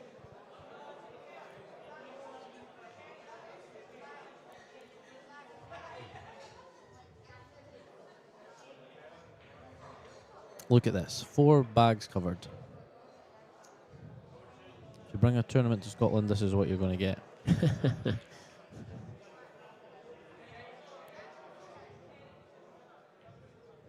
This is men at work. Mm. This is. Do you enjoy these frames? Yeah, I mean, you've got to have these frames. You can't just keep being a Mhm. machine all the time, can Oh, you? 100%. You really can't. I played Dunster in a tournament recently, and we had 2 really fudgy frames, and I actually really enjoyed them. Just because you're kind of, it's like a game of chess in a way. Yeah. Yeah, and you've got to have it in your locker, otherwise you're not going deep in any No, I tournaments. mean, yeah, if you don't have it right now, like You know, Bob, the Mark, BC game, Yeah. D game, whatever it is, you know, you have to have it because it does happen. I mean, balls get in the way, such a small base, anything can go wrong. So you do have to have that side to you. nice shot there. Just makes his red bottle bowl. Again, Bob's in a slightly bit of trouble, but as long as that red's at the top right of the table, he's not under any threat. It doesn't look like he can get into it from the red at the top left of the table. He's trying not to show Mark that ball. Is he thinking about attacking here? Well, I think what Yeah. he should do is try and get that yellow away from it at the very I think he's worst. screwing over. I think he's been extra attacking. Yeah, he Oh, white was. ball. Oh, little flick. He needs to get it out. You just need to get it out. You've Can got both bags at the bottom of the table. Can he get this out there? I mean, Bob can all Bob needs to do is one combo, and then the other everything goes. If you know what I mean. At the bottom side of the table, but I think you need to basically pass over the table and say, if you're not going to finish it, I will. Nice. He doesn't want, or does he want that to go? No, it's gone. It's gone sticky again. I'm going to leave the com box in a minute if it keeps going like this, Mark. Yeah, there's a bit of work to do yet, isn't there? Yeah, but you know this game. You know, the next 5 frames, it could just be a dish fest, couldn't it? 100%. You know that. And that these two are attacking players. They'll be looking at angles to make sure that they can get into the bad balls. I mean, Bob's going to pot this ball into the left middle and play the Platter into yeah. them. Well, it doesn't need to. He play it soft, and he just wants the red to go. So that's one bag dealt with. No, I tell you what. Yep, played it. lovely. Now, there's a lot of ways you can go about this right now. Skill Is he shot's looking difficult. at double? I think he might be looking at double on the yellow farthest to the left. Big shot. Especially when they've been sliding. No, is he playing that? Oh, he's got to tuck him up behind the black. I like it. Yeah. It's a one cushion though, and it does get Mark's bad ball moving. What he don't want is that yellow to go in between these reds on his bottom cushion. I don't think he would mind that actually, because I'm sure it'd be some sort of 3-ball plant. Oh, that's worked out pretty well. If you ask Oh me. well, he can play a plant now, and that's extra attacking. So shot Bob might play though. I mean, he's always got the hanging ball at the top left of the table as like insurance. Like he should have a way out. This is ultra attacking. He's looking at it. Not a lot of room, is that? A lot of room to get that cue ball past that yellow. I mean, the yellow that he's looking to plant on is actually at the top side of the bag, so he can't hit it. He can't hit it like at the natural potting angle, if you know what I mean, because it might not go. It might double kiss and go, but you don't want to take that chance. Oh, some Scottish banter going on. Oh my God, he's missed it. He missed the combo by a mile. I think he's just tried to be as explosive going into the second yellow as possible and just completely forgot about it.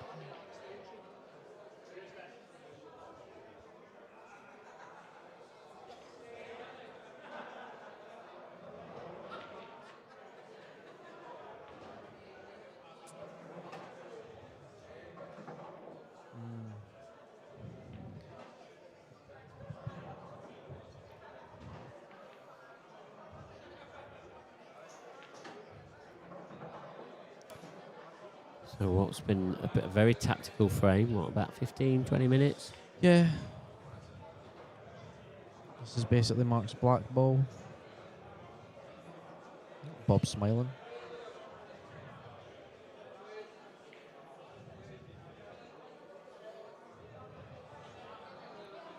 Oh, it came away a bit. It will still go, but it did come away a bit there. Just brand new table, brand new cloth. It will still go, especially at a nice pace like that. I think his contact though, he just got underneath it. Obviously, Yeah. obviously that red wasn't glued to the cushion, was it? So it had a gap, but it's irrelevant now. 3-2. Robert Stevens still leads. He does look a lot more switched on, does Mark now. He's taking his time a bit more. He was just going down and slapping, just like bit moving defeated. balls. Yeah, a little Yeah. bit. I think he was just frustrated at how the previous frames went.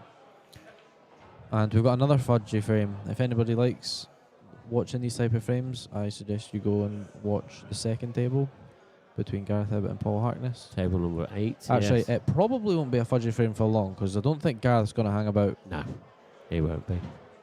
Is there 2 streams this weekend, or is there? Yeah, we've got the third? option of 3. 3. Yeah, but we've only got 2 sort of ways of showing it, I think. So it's either table 9 or table 10, and then table 8. Oh, so we've got the scores in front of us. My brothers 3 each with Kieran Norman. Is that a tough game for Preston? I'm not sure. I've seen Kieran play a couple of times. Every game is tough for Preston right now. It's just a matter of if he actually wants to win or not. But yeah, no, Kieran seems to be quite a steady player. Oh, he's got a ball. You'll be feeling much better, and they're not. No, they're all open. Yeah, that is the Mark Boyle break at its finest. If that starts firing, watch out. Yeah. Bob will be sitting in his seat saying, I've been 3-0 up, and now it's looking like 3 each. In both these matches, or both these remaining matches in the winners' qualification, both locked at 3-2.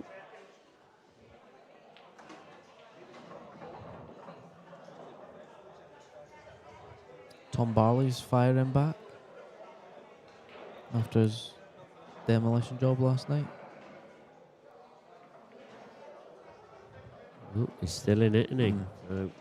What was Mark playing for there? I think he's asked him to clean the white. I never actually seen the shot. I think he was playing for the red in the right middle. He's just left himself a bit too low. It looks like the red's going towards the top left. I'm sure he asked him to clean the white. Must be losing it. Or they told him no. No, just got to miss this yellow. No, Yeah, just a little flick. but it's fine. Yeah, perfect. Yeah. Played that very nicely.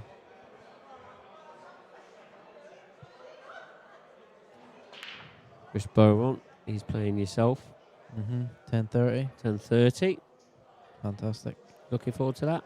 Yeah. Playing the bazooka.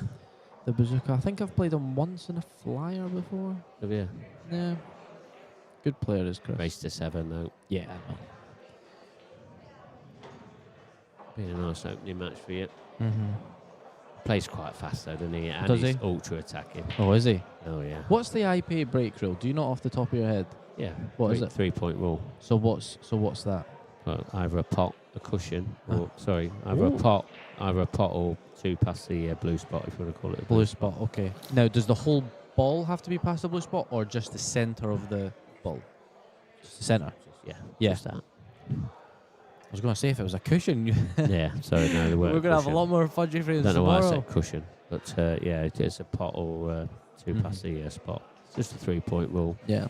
Again, made it more attacking. Yeah. No. It's not an official rule in the in black ball rules, but we created it for our tournament. We've been using it. What? It must be Oh, it's been it's forever, 5-7 years. Yeah, Something long like that. It time. must be. Yeah, but it has moved the game forward again. That's what we like Yeah. to do. Try It's and black move the ball game rules forward. with the more. It just cuts out the deliberate fudge breaks. Yeah, you know, where 2 balls have just got to float out on there and hit a cushion. Is that right? Ah, That's no, where I've got the no, cushion just 2 from. balls. Yeah. Just hit a cushion, or is that it? No, 2. If it normal black ball rules is 2 balls past the middle, with like the blue spot as you said, Yeah. or Or pot, or a pot and 1 ball, etc. Ah, I see. Oh, it's a shame we've not got Jamie Burnett and Adam Griffiths on stream. That's a fantastic game. Yeah.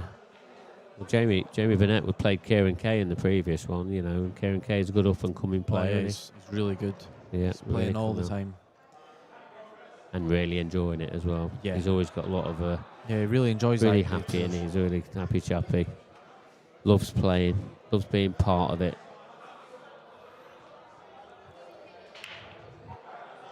Sooner or later, he's going to cause some damage, isn't he? Oh yeah, So- 100%. I mean, he beat Corey Reese at the last one in the Open. Yeah, Yeah. he did, yeah. Here we are, 3 each. Just like that, it can change. Robert would love a ball here. Both players opting for the cut break. He got a ball. Yeah, 2 balls. And these are looking quite nice. Oh, apart from that, Oh no. that is the worst possible outcome. If Robert can see a yellow there, they're just gone. Because they all kind of link up to each other, whereas right now it's... I think he's got to play a treble on the white to get that yellow over the pocket, hasn't he? But he just put that yellow over the pocket. It's not exactly hanging, is it? So it makes it a bit more Yeah. difficult. This is not nice. If he plays a containing shot, it's not really a good containing shot. Did you see his face there? Like, there's not much he can do, really. Like, I think he's got opted in for your treble. It will slide. He needs to judge this quite well. He's played that. That's He's in slid. off. Yeah, Yeah. he didn't have any choice. No, I mean, he's played a couple of doubles now, and they're all going too far just because of the slide. So he needs to keep that in mind. But yeah, that's really harsh.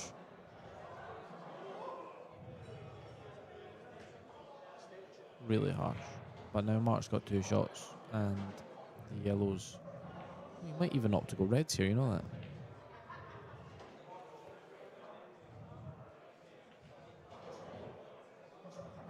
Having a little think. Oh, and they're timed as well, aren't they? Yeah. Yeah, so he can't just... He'll have an extension, so he's got about a minute for this first Yeah, shot. I think hasn't he's he? going reds here. Yeah, and there's no, He that just, black yeah. obviously passes. Or does it? I think it does. I think it's not a full bag, so he's just going to move it and just pot the reds into the right middle. Yeah. And everything else is pretty simple downstairs, isn't it? Jason Hill's currently 6-2 down to Keith Robertson. Keith is on the hill. Yep, just knock the black out. And then dot to dot.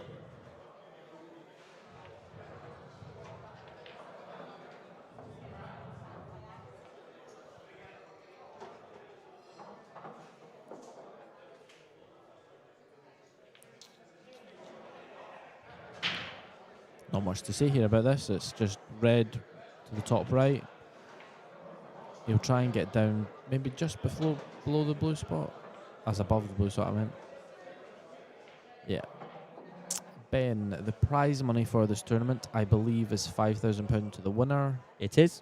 followed by 2,500 to the That- runner-up, That is also correct. followed by 1,100 for the semi-finalists. Also correct. Top 16 get paid, effectively. They do. But yeah, Trophy? Is there a trophy? £5,000. Yeah, there's always a trophy. Is there? I haven't seen it yet though. No, neither have I. Is it like a proper Grand Prix type of thing? Yeah, it was like our Champions Cup one. Oh, is it? Is big, it yeah. similar? Yeah. Yeah. I'll ask Paul about that actually. Yeah, I haven't seen it hanging around. When is Mark Owens on? Anybody know if live? Mark, I believe, is on. No, he's not. Is he next match? No, he's.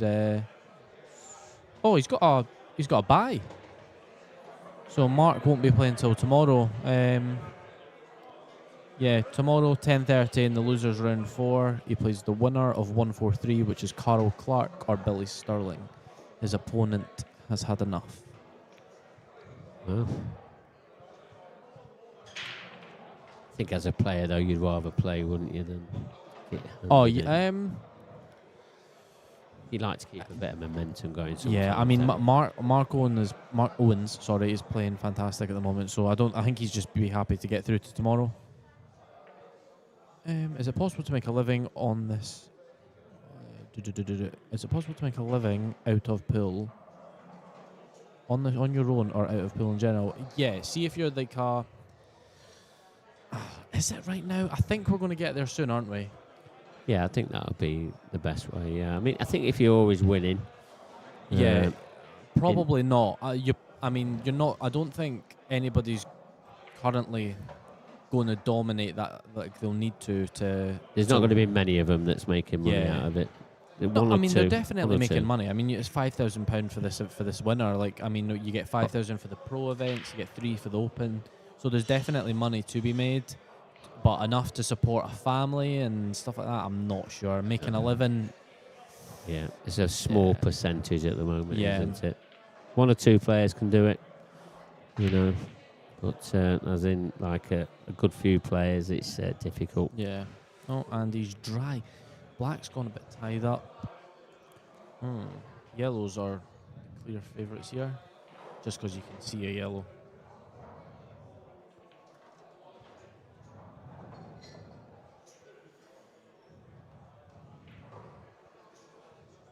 But yeah, I mean, a lot of the players, they play because they enjoy it. They enjoy competing against the best players, don't they? As yourself, Morgan, you do, don't you?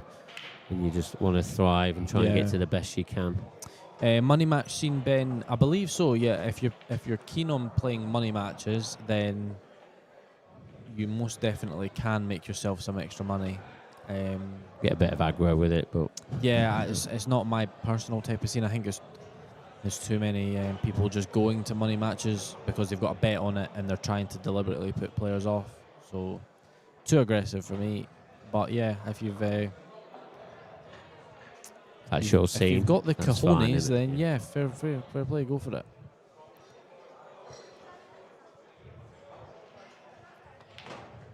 Oh, lovely shot. Played Fantastic. it perfectly. Yep, that's a fantastic shot from Robert. It's exactly what he needs. 3-0 down to 3-0 up, sorry, to 4-3 down. He really needs a frame because these can go quite quickly playing against Mark Boyle.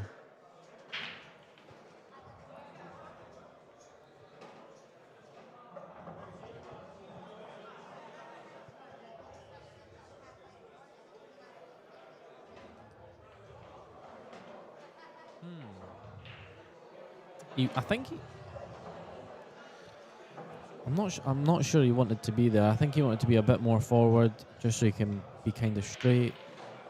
He needs the white ball to do a little bit of work and go past the first yellow here. That's fine. He just needs to, yeah. Yellow goes to the left centre, so just a little stun up.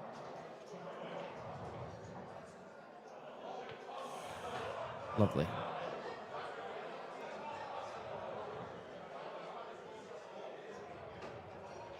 Do you miss playing, Mark? Yeah, Yeah, you do, but trying to do everything is very difficult. And since I've just hung up the queue, just I'm only hanging it up temporary just to see how find it. But I enjoy doing this more now. Oh, do you? Yeah, because it's hard to do both. Yeah. There's nothing worse than doing a stint in the commentary and then going and playing and Bronny's shouting, you're on now, don't you? You're like, oh no, got to do a race to 8. yeah.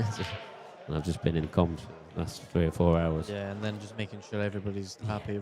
And then when you're in the arena, out there in the arenas, you're just always looking around and just seeing if people are playing right or in the right attire, and you just can't switch off. And since I've hung my queue up, I've enjoyed doing this more. So and I think I'll continue with that just for the time being. Mm-hmm. I mean, I've come all this way. So Did you fly up? No. Drove this How morning. far? It's 6 hours. Where you based? From Skegness, East Coast. No idea where that is. East Coast. Yeah, Oh, right, you think okay. with Skegness, you think it would be somewhere around here, wouldn't you? Norwich? Near But Norwich? it's further down. What? Oh my Yeah, God, it's you're further down. dedicated. Kev Barton, give Further this down. man a raise. Further down it is.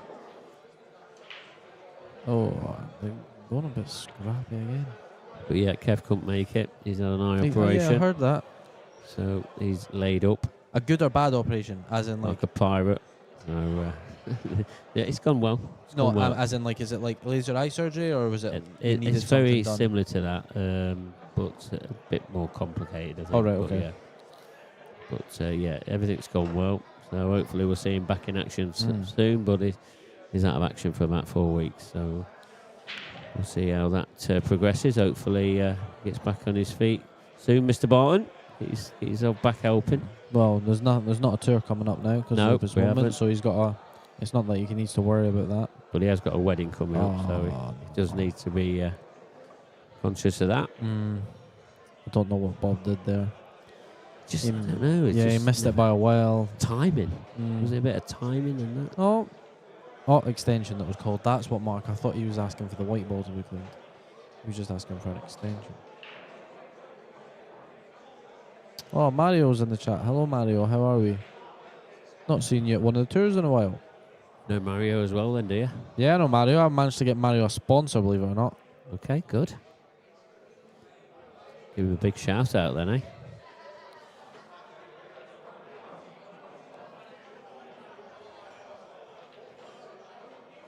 Another good game on the other stream table, isn't it? Gareth a bit 3, Paul Honkness 4. Oh, Mark has missed and got away with absolute murder. Could easily have left that, couldn't Yeah, that yellows just came back and stopped Robert from seeing that plant. Oh, there's in the background, we can see Charlie Shaw, Jason's dad versus Craig Day. Table 2, Jamie Burnett's at the table against Adam Griffiths.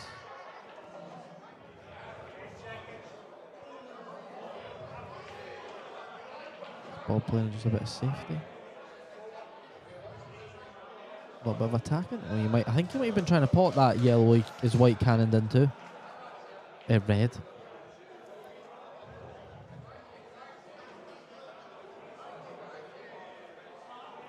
Hey Nathan, how you doing?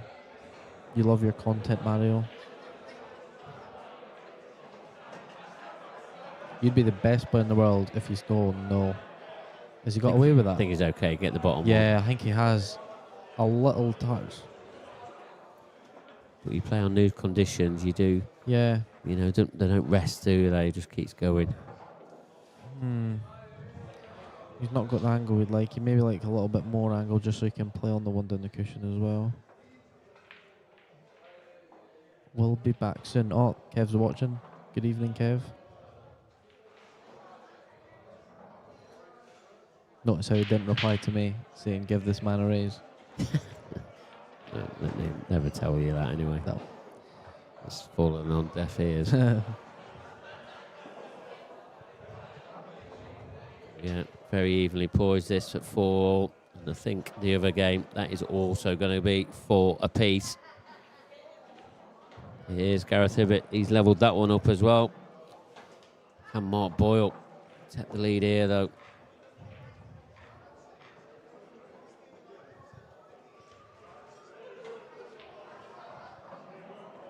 Oh, Charlie Shaw's on fire.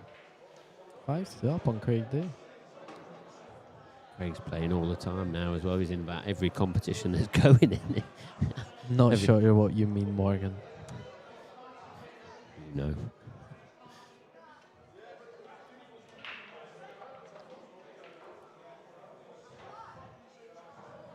It's better from Mark Boyle, though. Really is.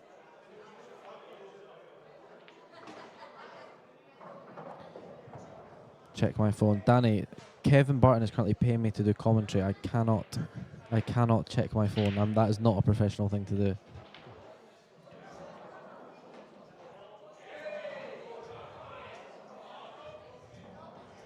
Just drifting this over to the right-hand side, but he's got away with it. It's nowhere near where he wants to be. But you know what? If there's anybody I want to play a shot, it's Mark Boyle. I think him and Farnsworth best single potters. Yeah, Farnsworth good at these as well. He just kind of, I'm not sure what it is, but Mark will have like a long kind of backstroke here. There we go. And yeah, there we go. Perfect. 5-4, Mark Boyle. He's ahead. He Didn't is. think he was ever going to be get ahead, did you? Did he? Was he not? Was he ahead 3 at 4-3? down. 3 down. Yeah, he was 3 down, but was he down, ahead at 4-3? 4. Yeah, I think he was. He might have just been. So now we've got a game. We've got a really good game. Let's just hope the ball's kind of. I've got a delicate voice. Thank you, Cameron. You got a lot of your fan club listening in. Have you texted them all before? No, you come not in at there, all. did you? I mean, I might share the No link. wonder it took you ages to get in here. As soon as I heard there was a space, What I you done? jumped in. Tweeted it or put it on TikTok? What you done? No, nothing. You'd have done something social media wise, wouldn't you? Craig must have put something out saying I was No in way. comms. No way. Must have done. There's no way he's going to help you out. No.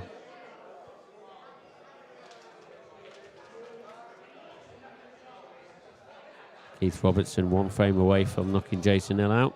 6-3 ahead. Stephen Ellis, another great player from Wales. 4-3 up against Jordan Graham. 4-3.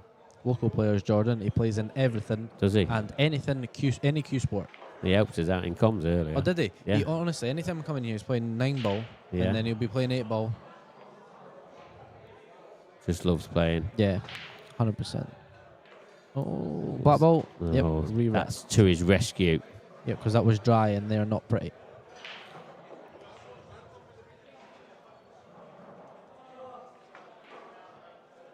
Walker, I believe Walker might have lost. And if you know Walker like I do, I don't know if he's going to want to come in comms. Yeah, lost to Michael Bissett.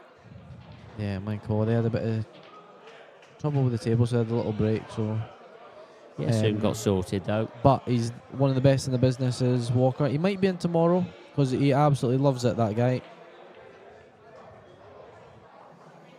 Is that the Ali McCoist? Is he called? Ali McCoy's the pool. Yeah. Yeah, because of the way he talks. Is that right? What do you mean?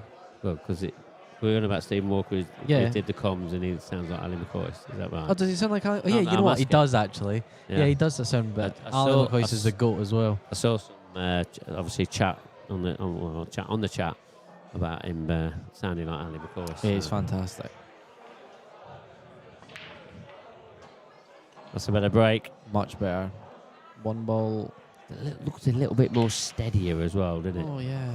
I mean, does that yellow go at the bottom? Is that red tying it up?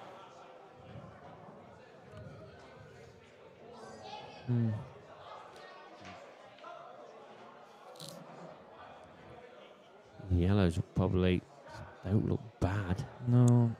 Neither are Pretty reds though. Like it depends. Look, he's looking at the red, so that yellow at the bottom must not go. So he's going to put the red into the right middle and just a little nudge on the red he's closest to, and then all the reds just go, don't they? He just needs to think about the black. Yeah, so that the the 2 reds that are together. Yeah, one bottom left hand corner and then the other one to the left centre. Yeah. I got beat late last night. Oh, no, Nudging it out. that's not nice. He's hit it too thick. He didn't have the angle, did he? No. I think he might have done. I think he just, because on this cloth, if you hit it too hard, it's going to kick away. Oh my word. He ain't got much choice here though, has he? Oh. Yep. Foul. 2 shots. I got beat late last night, Cameron, by Clint Ianson, who's just qualified for the last 16, I believe. Yes, he has. Yeah, beat Ryan Davey. I got beat by Clint, and then I've won my 3 games today, which means I'm on at 10:30 in the morning. So I'm still batting. Still got 2 more matches to win, haven't you? Absolutely. But it's all possible. One match at a time for you, Morgan, innit? That's So it. you take it on. I forgot you had 2 shots there.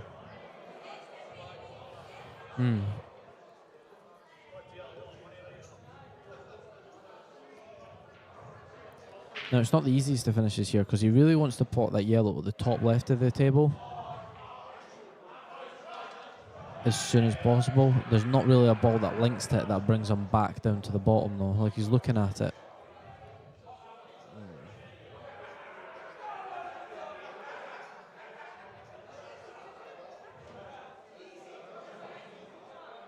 You're right. Oh, my fan club's here. What's happening? Why is everyone coming to watch? Oh, to be fair, it's 2 Scottish legends, so I don't blame you.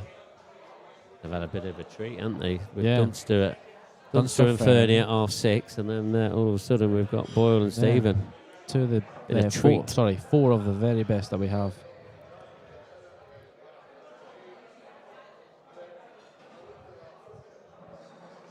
Robert's actually playing with a new cue as well, so he's trying to get used to that.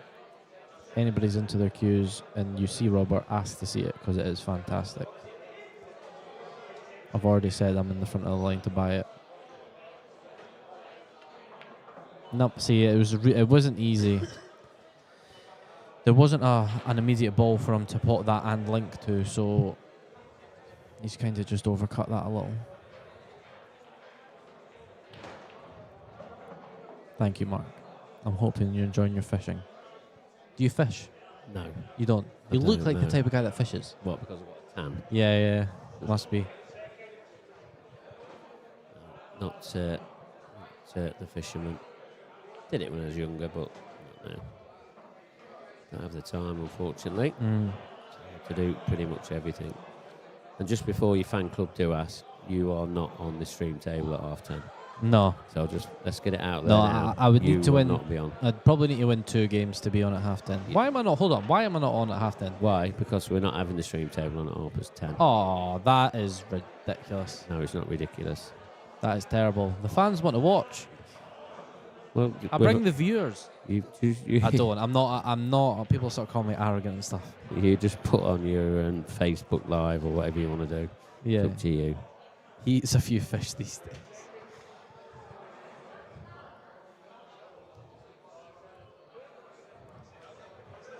You into your seafood, Mark? Not really, no. No, I don't know what he's talking about then. No, I've got no idea. Okay, have you just put your other eye to sleep, right? What cue does Robert use? Robert used to use a Maximus. He now is sponsored by Exquisite Cues, which is a local cue maker to Glasgow. It's Raymond Cohen. They are absolutely top drawer.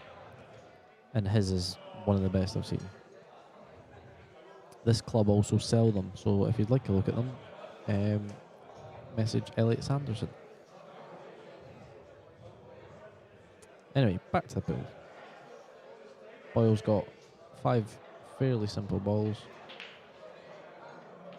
Yep.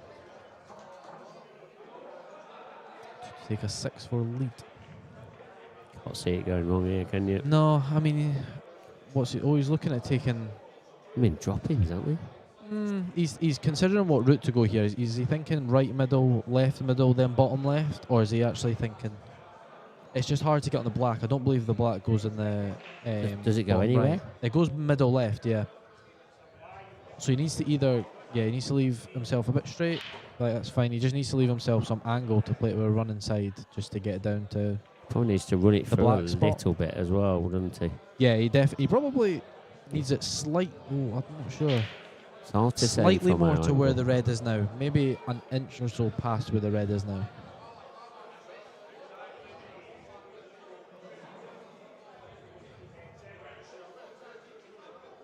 Yeah. Oh, Let's run it through a bit. I think that's fine actually. Just a touch of left hand side, running side. Needs to get the pot, but again he's fantastic at these. And with the new cloth and the new tables, I don't see him missing these. Oh, is he playing? It looks like he's playing right hand side to me. Or is he going into it? Played it nice. Was Played it it just- as good as he Yeah. could, I think. He played that one maybe just top.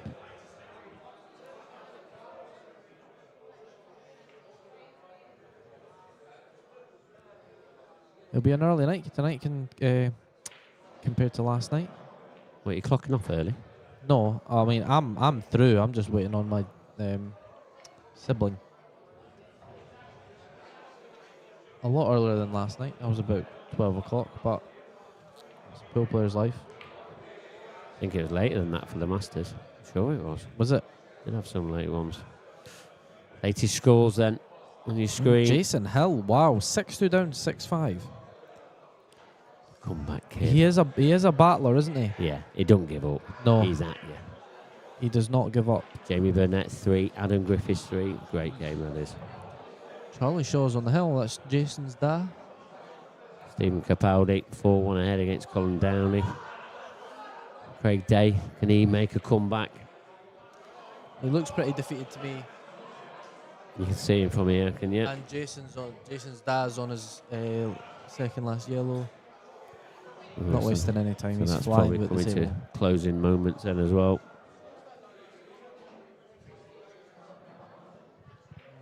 Play the push up. Anyway, Bob to break. 6-4 down from 3-0 up. He's not hit them overly great, if I'm honest. Yeah, you need to time them better if you're doing cut break. That wasn't timed well at all, and to be fair, he doesn't really deserve a ball, if I'm honest.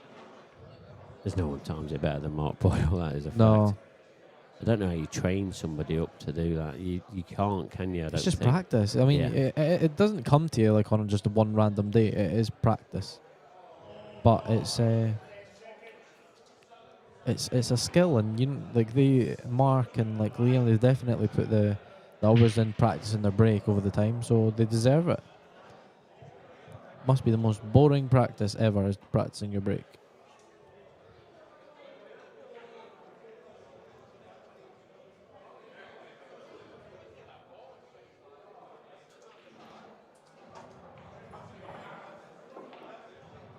Looking like he's going to take a 3-frame read now.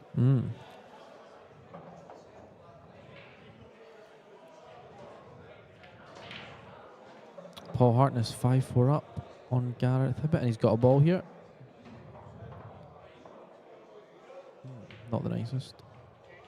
One bad ball to get into. But these are pretty self-explanatory for Mark.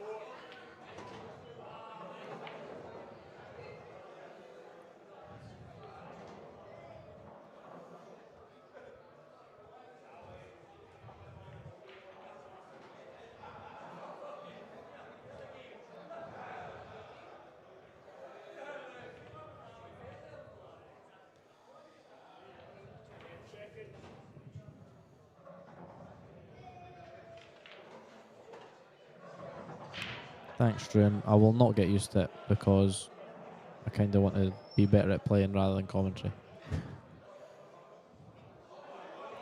Ooh. Yeah, it's true. He's always on the list for doing a bit of comms. Yeah, unless it's semi-finals or finals, then they don't want me. Yeah. They want me for the prelims. Yeah, the prelims and the half 10 in the morning matches and the two Oh, are half like eights, half eights. half eights, even worse. Yeah. Even worse. Mark's just taking his time about these. Making sure. Is he swinging off too? He needs to be careful with the slide here. He's played that really nice. He's played that to absolute. That is perfection. Pinpoint. Yep, That's the best way. absolute perfection. There we go. It should be 7-4.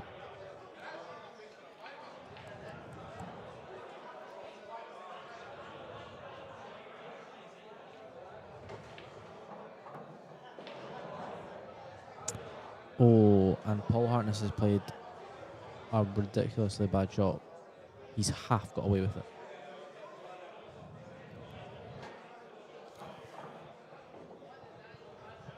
Now, I would borderline put this on unmissable. that fair? This. Yeah, this black. I think that's borderline unmissable. I think you could miss it and it would still go, if you know what I mean, Yeah. just because of the new cloth. The answer is no. Gurney. I have no idea what the question was. What was the question, Gurney? Nothing inappropriate, please. We are professionals here. Robert Stephen, he's been glued to that seat for a while. 3-0 down, 3-0 up, and now he's 7-4 down. He's got a 3-frame deficit, and Mark Boyle only needs 2 frames. Last 8 frames. Wow. 7-1 to What a Boyle. shot there from Paul Harkness. That was fantastic.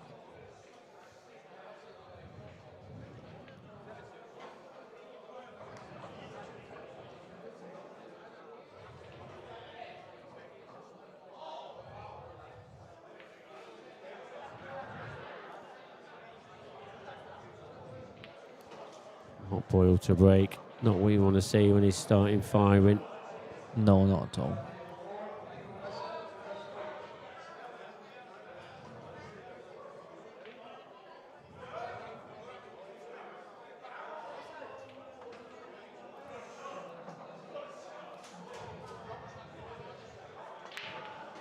What a break.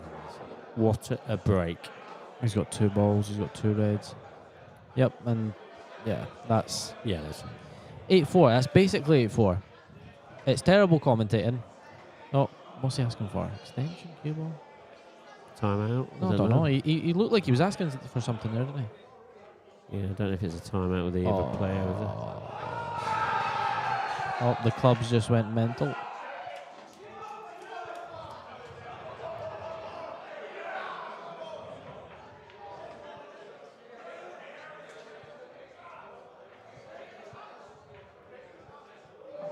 We've got 2 more games to go on after this, and then that is us finished for the night.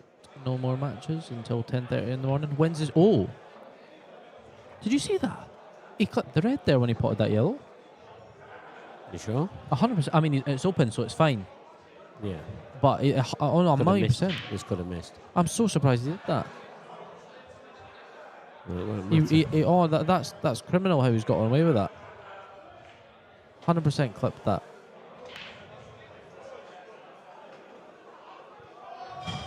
Paul Harkness, he's looking like he's going to take a 2-frame lead. Yep. That should be 6-4 to Paul.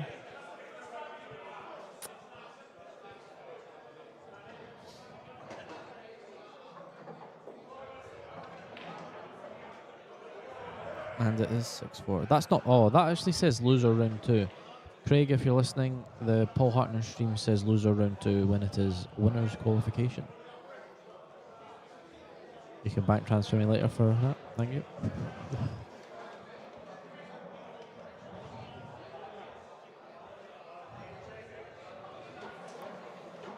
It seems like Mark's got so much time. Is it just me that thinks that?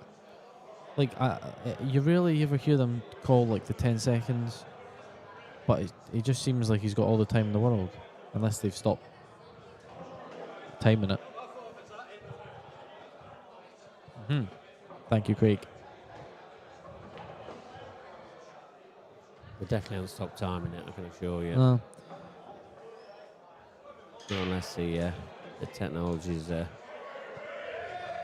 gone, but there's plenty of other devices you can use.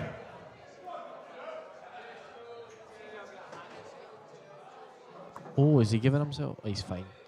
He's just got there to give himself enough angle. Realistically, like he could pot this and leave himself on the blue spot. I do still fancy him to get it. No, it's just impeccable cueing.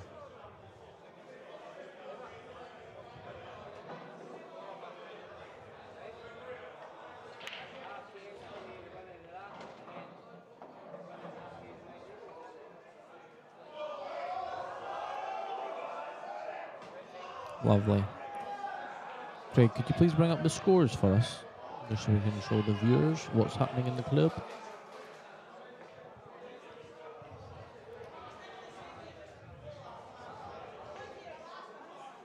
Oh, Gareth got to the table. I thought he was broke dry there. Paul must have made a mistake, but they're pretty routine for someone as good as Gareth. Doesn't seem like Craig wants to bring up the score, so we'll just run through them. Preston McInnes in loser round 3 is 5-4 down to Kieran Norman. Here we are. Stephen Ellis, Jordan Graham. I'm sure that was 4-3 like an hour ago. Scott, see Scott's saying that it clipped the red. Yeah, I'm not sure. Yeah, I'm sure he clipped the red, and I'm not sure how he got away with it. Let's have a little look. Jamie Burnett, Adam Griffiths, 4 each. We've got 2 games at the bottom there just started. Chris Totten, 3 each. He was 3-0 down. Oh, Stephen Ellis just went 5-4 up.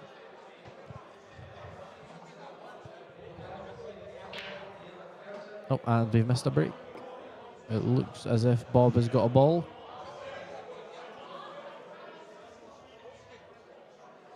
Boyle looks interested.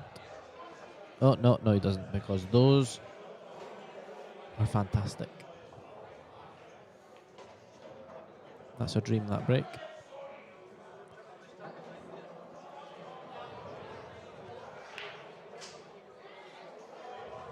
Gareth Ebbett with 4 balls left. To claw it back to 6-5 down. This is a rare opportunity for Robert Stephen. It really is. Yeah, I know what he the red definitely moved. And I'm sure he didn't hit it after the yellow, so I'm sure he got away with murder. But I'd have to see it again.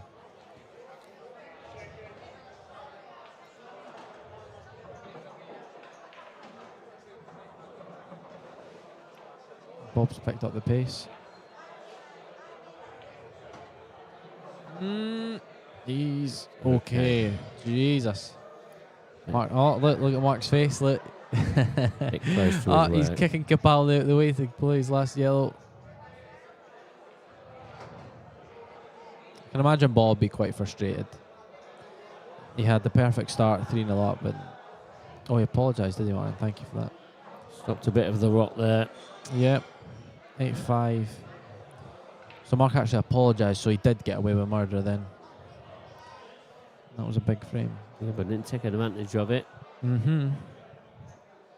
Jamie Burnett is breaking off, so 5-4 up now, he he's is. 5-4. Jamie Burnett Yeah, 5-4. has the worst break in all of 8 Ball Bill.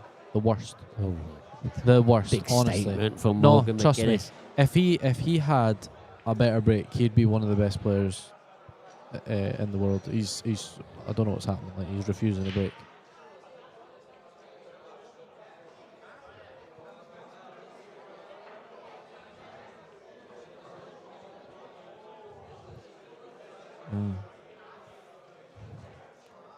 Our referee on the main table, Alan Reynolds. Have you seen Alan play? No. No, you never seen him No, play? I haven't, no. Played for Scotland Men's A. Wow. Yeah, multiple ranking event winner in Scotland. Fantastic player. He's also a very, very good coach. Knows the game inside out. We're very lucky to have him here. Managing our referees. which Jonesy, is good. stop crying. Oh, cue ball jumping there. Oh, Don't red's matter. good as well. Yeah, lovely.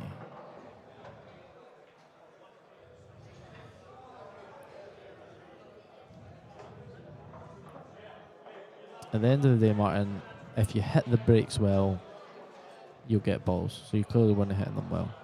Or you could have hit them better. So go in your hut and hit some brakes.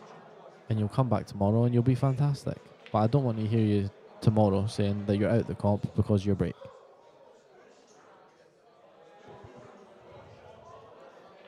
Do you fancy Mark for these? Yeah.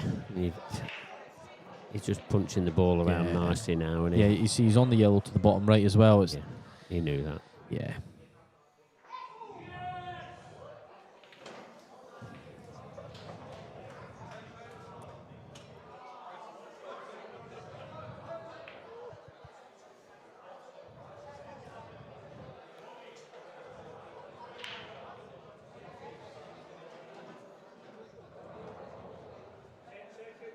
Looks like the writing's in the ball.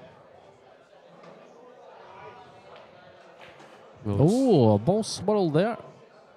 Well, Robert Stephen, you know, if this is we've seen his last visit, and I'm sure he's going to get another chance, isn't he, tomorrow morning? That's the about good thing who about we getting get. to the winners' qualification. You played some good pool. You've won some good matches, and the fact that you've lost, you've only got one game to get back into into the proper knockouts. The only thing about it is, if you go through the losers' qualification, you're guaranteed to play someone from the winners' qualification, and that doesn't look pretty. Who will Martin play? Can you scroll down on that? Where is he? Oh no, he's in qualification, isn't he? He's in losers' qualification. Yeah, that was. Oh no, down. No, not Martin Keenan, Martin Jones. So Martin Jones plays winner of match 158, which is winner of 139 and 140. So Capaldi, Downey, Cochrane or McPherson will be your opponent. Oh, Mark's left himself a bit of angle. You know what? He's left himself some angle, but he'll pot it left middle, come through the gap with a little bit of run inside and be plumb. I have no doubt.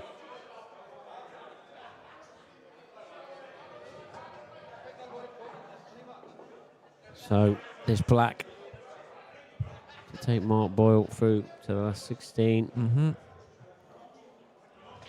Got to be said, he's actually played quite well ever since 3-0 down. Oh, little shout from Mark. I heard that handshake from over here, Yeah, it did. miles away. 9-5. Pretty good victory in the end, especially when he was behind and didn't look like the player that we've been watching. No. Do we have over the another past game month. going on?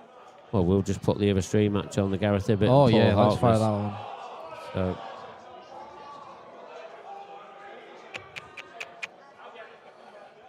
There's a decider in the big 180,000 match. yeah, and there's a few people watching it in this bar, isn't there? Yeah, they're screaming every time there's a break. Yeah. Because I think there's a couple of £50 bets going on. I know they're screaming at Sean having this rack checked every time. Do you blame him for £180,000? He's nitpicking everything.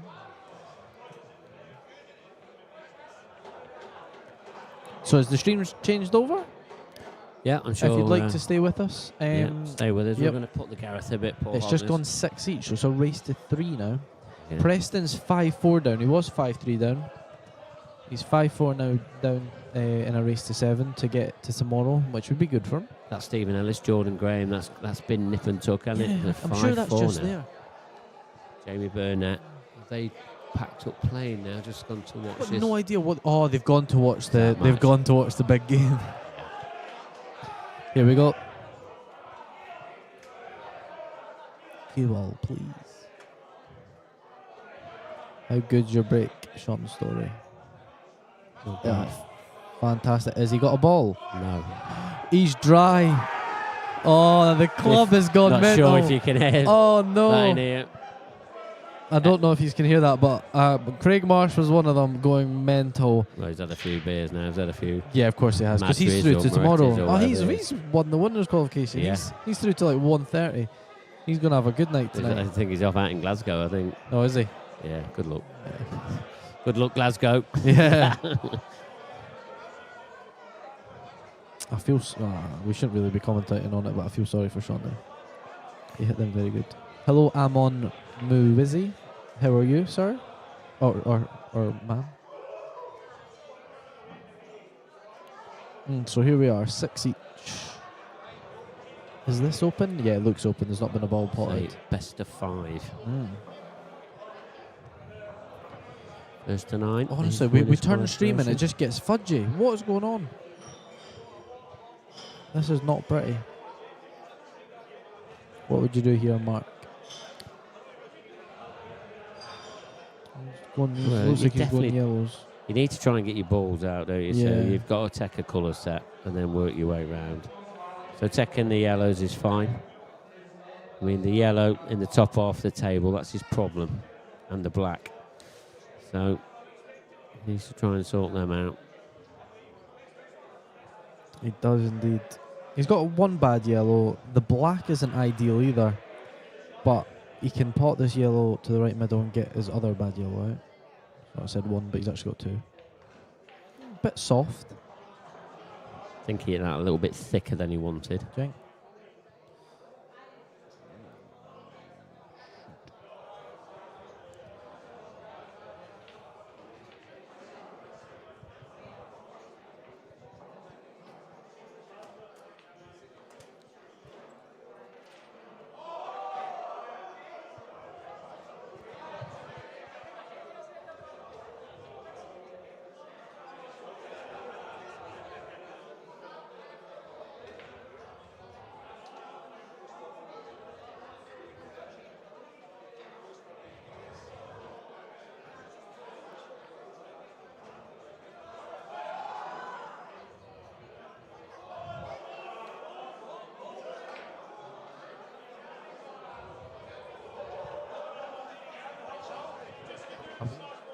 Hello? Oh. I've been off for a while now.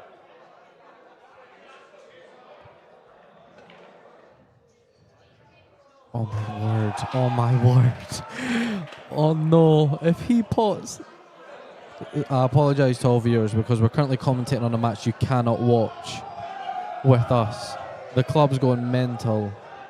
But Ian Ali might be taking the best reverse dish in the history of pool right now for £180,000. How would you be in a match like that, Mark? Oh, you're going to be absolutely shaking, aren't you? Oh, I would be. I don't think I'd be able to lag. It's not all his money, is it? He's playing up with this. Oh. It's tweaky. Oh, this could be a great shot from Partners. Brilliant though. shot from Paul. Yeah, fantastic. He's played. He just needs to play on the black. Oh, what's happening? Oh, what's happening? People are putting him off. This is exactly. Oh, this is why I don't play money games. This is ridiculous behaviour. And this will go on for 10, I know, 20 minutes. but the thing now. is, like, it's in his head now. As soon as you get beer and pool mixed with. And money and betting. Yeah. Is it in? Oh, he's missed it. Now he's going to look. This is where it could have. Oh, no. Like I say, apologies to everybody watching this. Yeah, because we're currently not commentating. Anyway, fantastic shot from Paul Hartness. He's got a lot of work to do here. He's got a little bit of angle. Doesn't look like he can hold. And for also, the yellow. Paul's table, it's not far away from the bar. He'll be hearing all the commotion and all of that as well. Do you think he can pot this yellow and just clip the black out into play? I think that's what he's looking at. Yeah, playing. I think he's. But you can sometimes miss the pot altogether when you're doing stuff like that. There's been another frame. Stephen Ellis is now 6-4 up. So he's one frame away now. Here goes Hartness. Yeah, Yep. Nudged it enough. Yeah, it goes top right now. Great shot. So yeah. Great shot indeed. Not ideal on the yellows. Is he going to... Yeah, I think he's going to take his harder one now and go 2 cushions. Back into the centre of the table between the blue and the pink spot. And then just swing off 2 cushions for the black top right.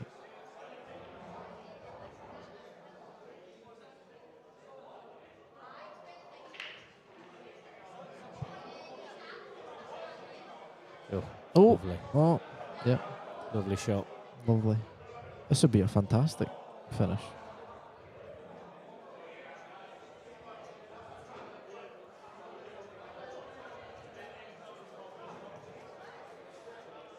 Just needs to mind his work, make sure he doesn't go into the middle left. Oh, he might not even be using the 2 cushions. Coming through the centre. Oh no, he is. Yeah, he's okay. He just got into it maybe just a slightly bit too much.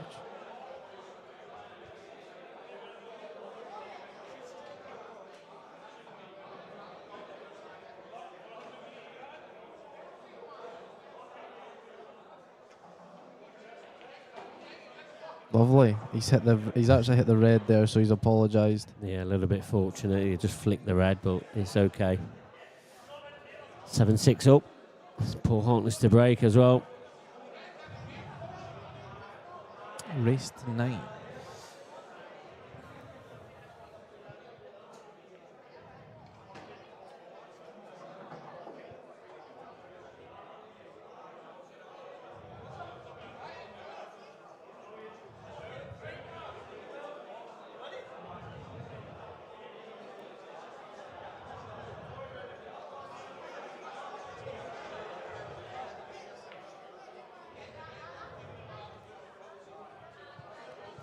10 o'clock at night. I never thought it was. It's early. This Oh, no. Oh, that's a not This is a nice big angle. Ooh. Oh, no, that is terrible. Sorry, again, we're commentating on another match here. No, I'm we're really not sorry. commentating, we're just We're, doing yeah, an R-ing. we're. Oh, he's down on it. He's down on it He's going already. round the angles. Oh, Gotta be. Was he no, gonna he's not. He's play playing running? top left. One inside. Jeez. Only Oh, four. great shot. He's on the If he's on the cushion. cushion. Oh. Oh! This is ridiculous. This is tweak The fest. club will go mental if he misses this.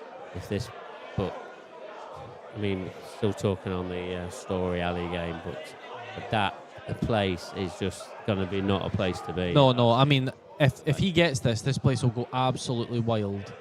Oh no, I think his fans are going mental now. This is a harder shot than what Ian had.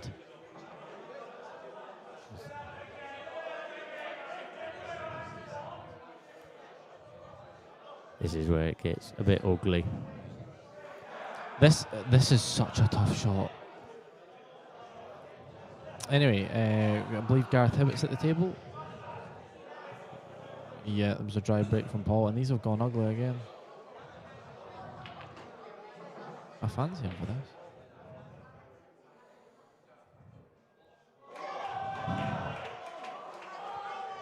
Wow. Oh my word.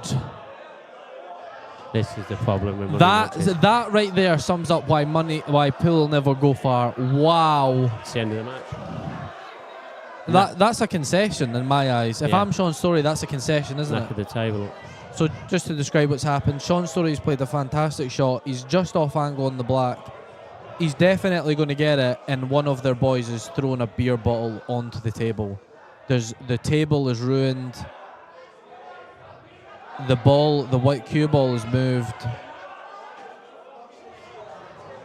Oh wow. Oh, my word. Right, Mr.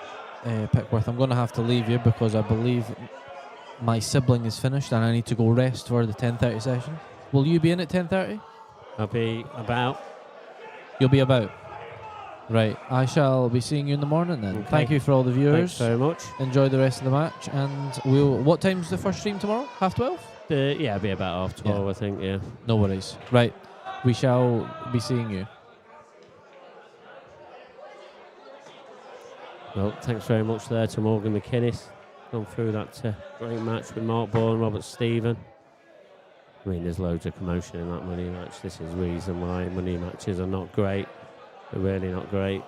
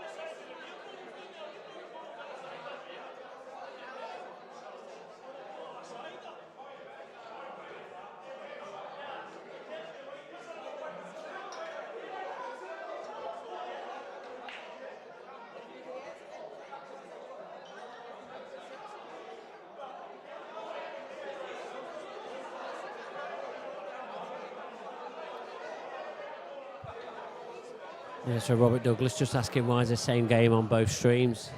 Because we're showing that on the main. There is no more games to go on tonight. Everything is on where we need to be. So these final games that are being played now, that will be the end for tonight. We'll be back tomorrow morning, but this match still got a little bit of life in it yet. Paul Harkness leading 7 frames to 6.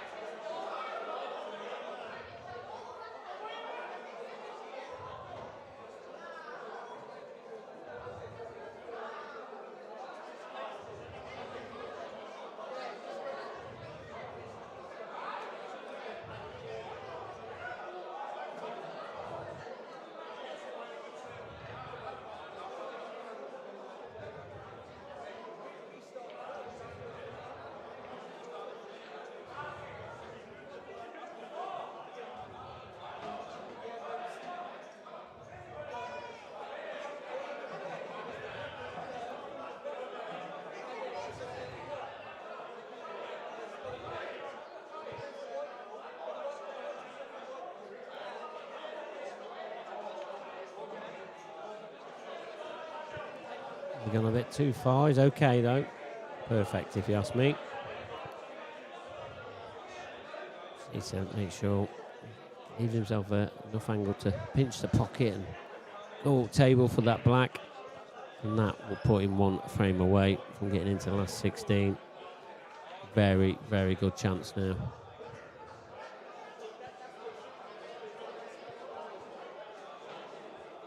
Perfect shot from Paul Harkness.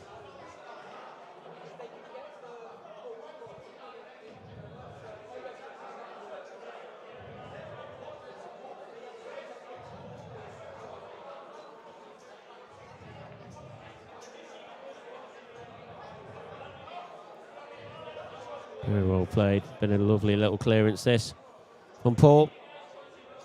Especially with all the dramas that's going off in that big money match. Still not been confirmed what's happened. But either way, Paul Harkness, that has been confirmed. 8-6 ahead now against Gareth Hibbett. Gareth Hibbett, though, will be breaking in this frame number 15.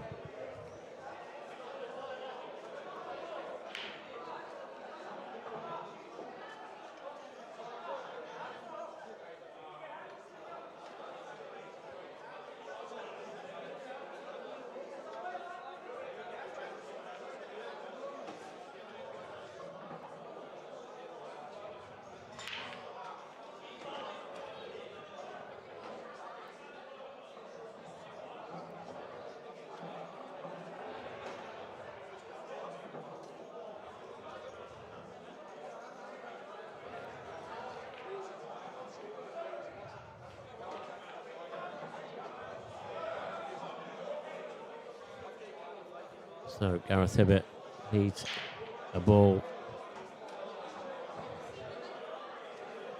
Oh, then Paul Gods, they're not with him. It's dry. And Diego, Paul Harkness, he's back to the table.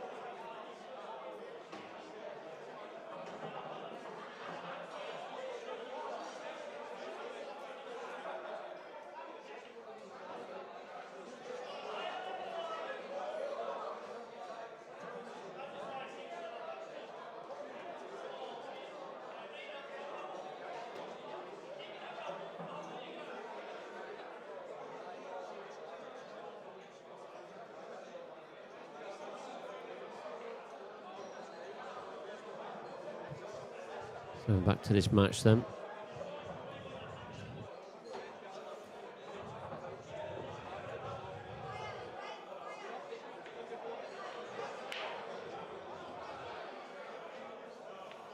Good containing shot there from Gareth, but really up against it now. Needs these remaining 3 frames.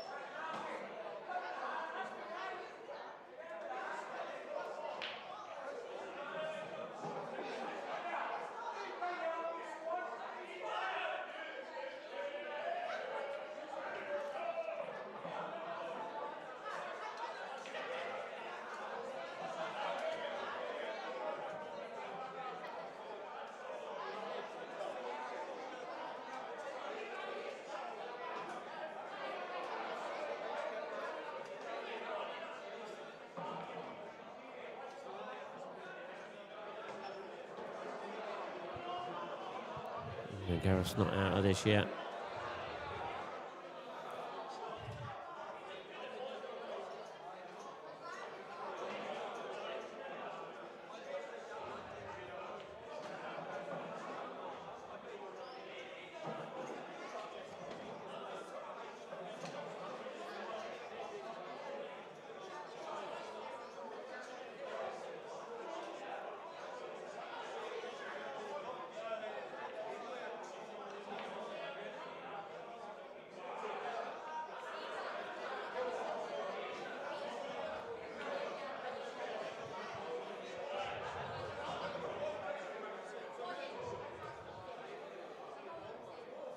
Unlucky, good effort.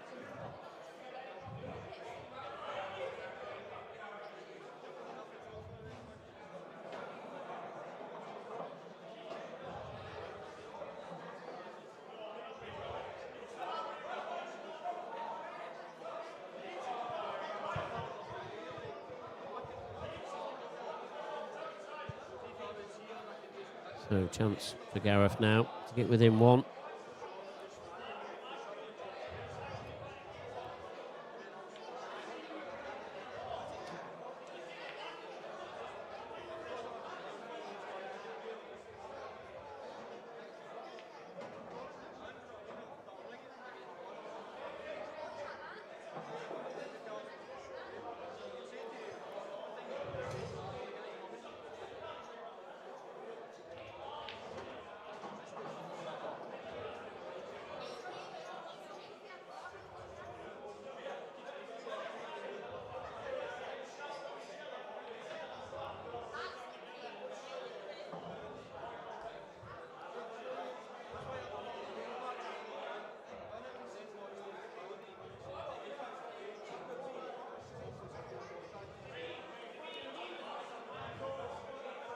So nice developing shot there from Gareth.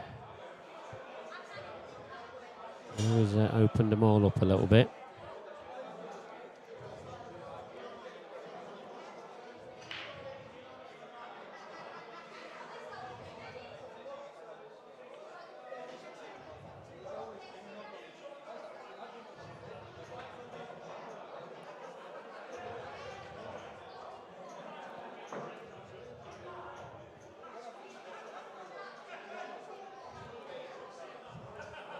Still got the insurance as well in the top right hand corner with that red, just blocking that yellow. Yeah, so clever shot here. So we'll see.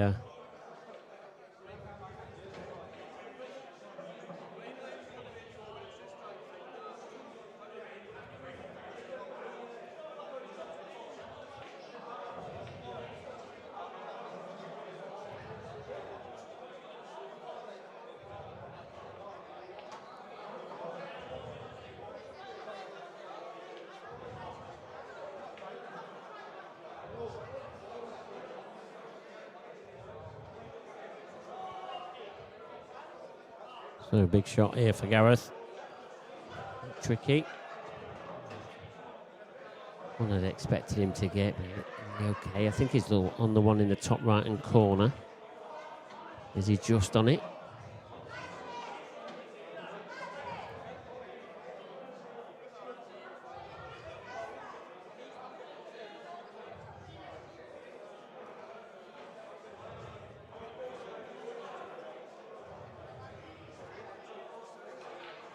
Yeah, nicely. Nice and delicate.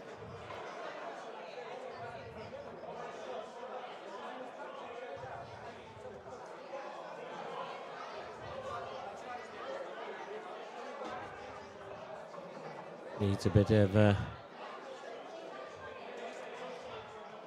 needs a bit of an angle here, trying it down for the black or even back across. That's nice. Got a big pocket as well.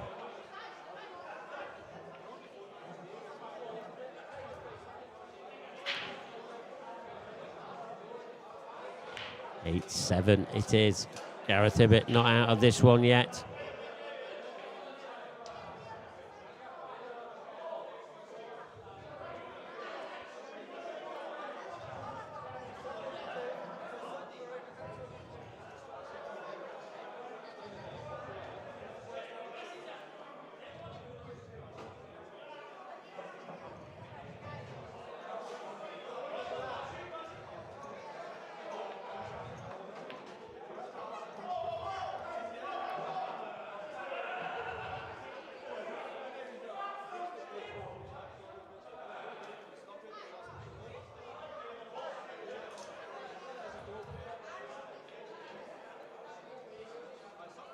So can Paul Harkness see out this match? His break.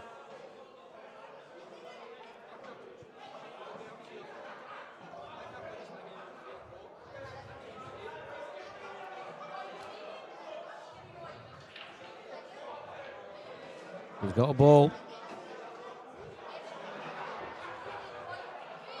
What opening pot has he got? Does the yellow pass the red into the bottom right hand corner? You feel that's the only shot he's got on. Apart from a cutback yellow into the centre, which is pretty difficult. He's got a red onto red plant into the right centre. It's horrible. But 8-7 ahead. What do you do?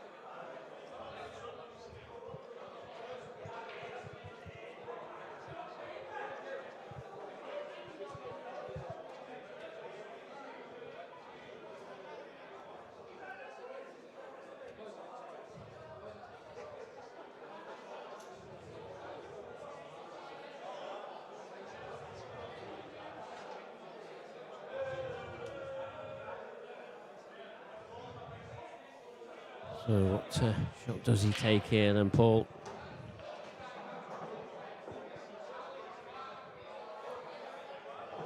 What options has he got? Or does he just try and play a containing shot?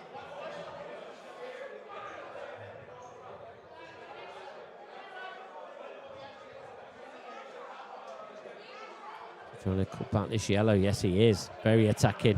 Where's that red gone? Don't want it on that yellow. He's landed on the yellow. It's making things very difficult.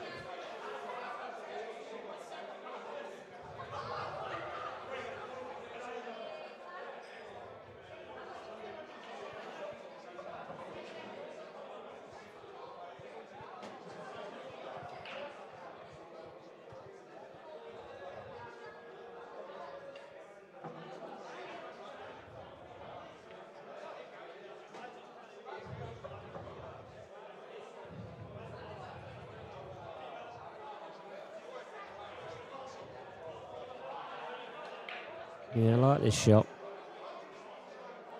Very good.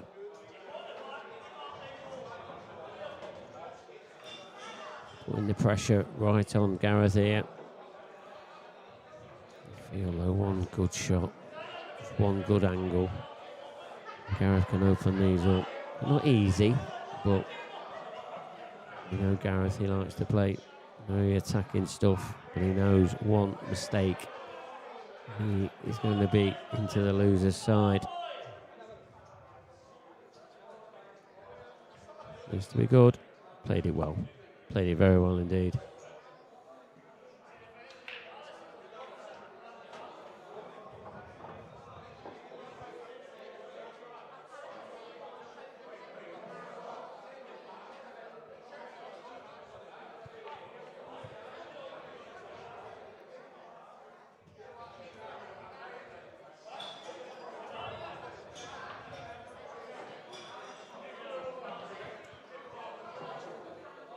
Stephen Mitzi, yeah, I agree. Great to see players like Gareth still playing at a high level. Even though he's obviously getting a little bit older, but he plays this at a fantastic level.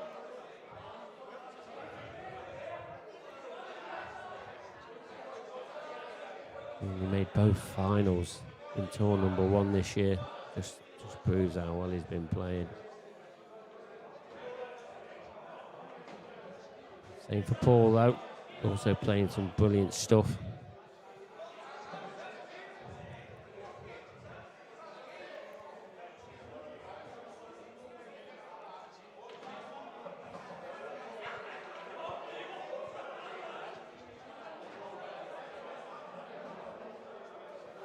So let's have some latest scores on. Jamie Burnett, Adam Griffiths, that's still going off. 6-5 now to Adam Griffiths. Stephen Cochrane against Liam McPherson, 1-0 to Liam in this one. Michael Bissett, who beat Stephen Walker, he's 2-0 down against Chris White. Tom Barley, 2-1 up against Fred Williams. Billy Sterling, 2-1 up against Carl Clark. Chris Totten, he's 1 frame away from getting himself into another losers round. He's 6-3 ahead against Jim Stephen. Colin McKechnie, he's 5-5 with Gary McLeish. Colin loves a close match, doesn't he? He really does.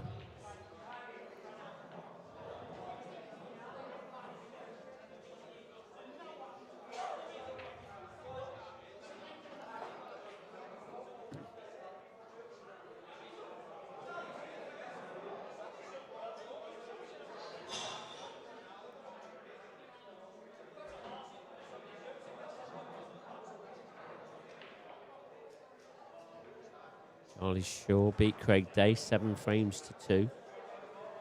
Stephen Ellis, he made it through. He beat Jordan Graham in the end. He plays Keith Robinson now tomorrow. Kieran Gorman, he plays Brian Roger early in the morning.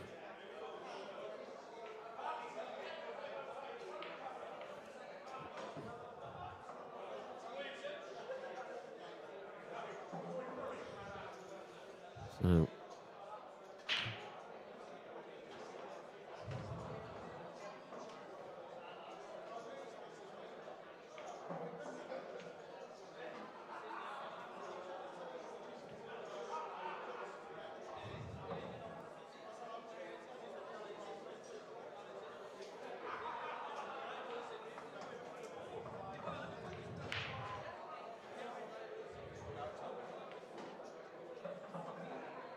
McLeish now 6-5 up against Colin Hackney, sorry.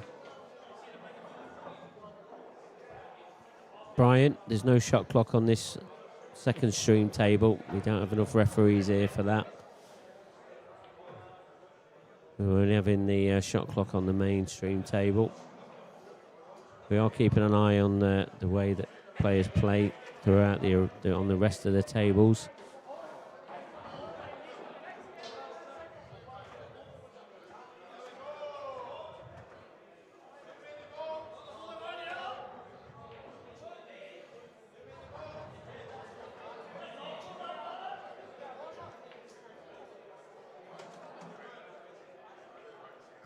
Yeah, I mean, if we did put a shot clock on them now, it'd probably be a bit unfair considering the whole match has been without one.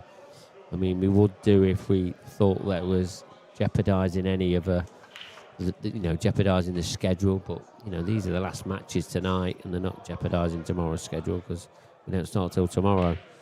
But, yeah, if this was throughout the day, maybe, this would be on the shot clock. Just if it was affecting the schedule, which we'll be doing that tomorrow if that's the case. But for today, it's not affecting anything else. So we'll just let it run. I know it's not great to view sometimes, but, sometimes, when we haven't got many referees, that's just exactly what we've got to do.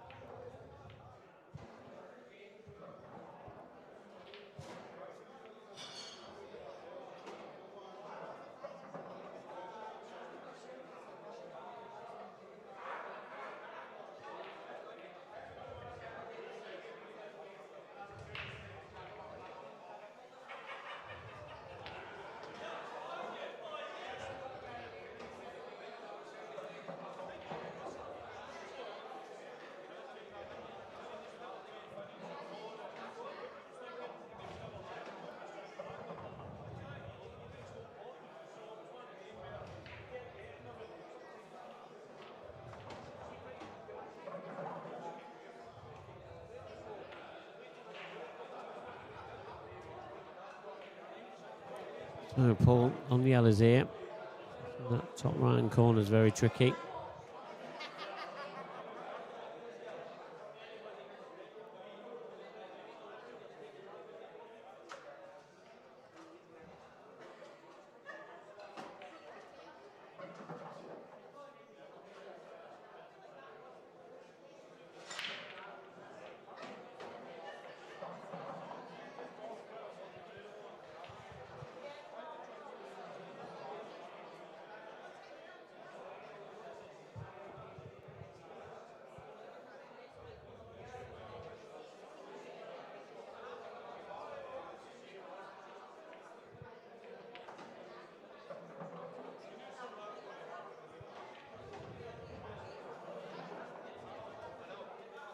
Oh, it feels like he can get something out of this.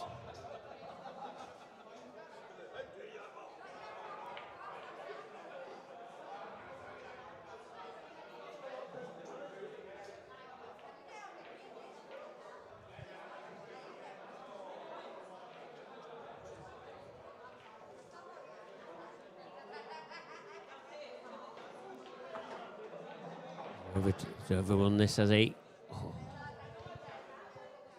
Not sure if this yellow goes past that red. I mean, if it does, it's a big pocket.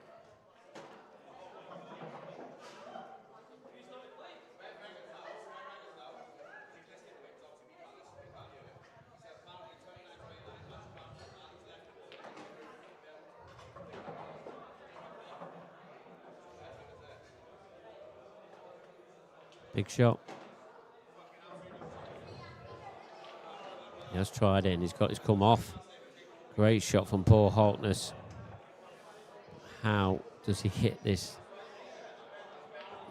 He's got a cue this like a dream.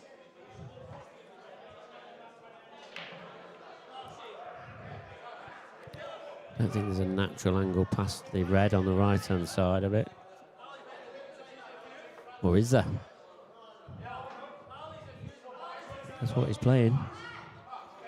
There is a natural angle. Is he on the black though? I think he's going to have a shot. I think he can just clip enough of this black. Can he clip enough of it into the left centre? Or is it they're going down into the left corner?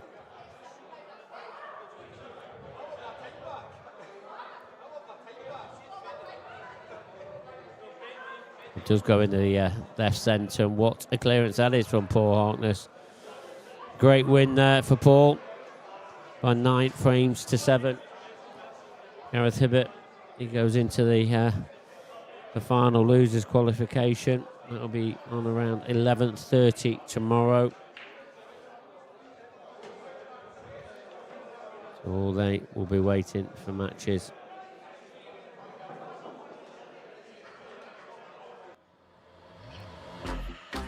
So that is pretty much it up for us tonight.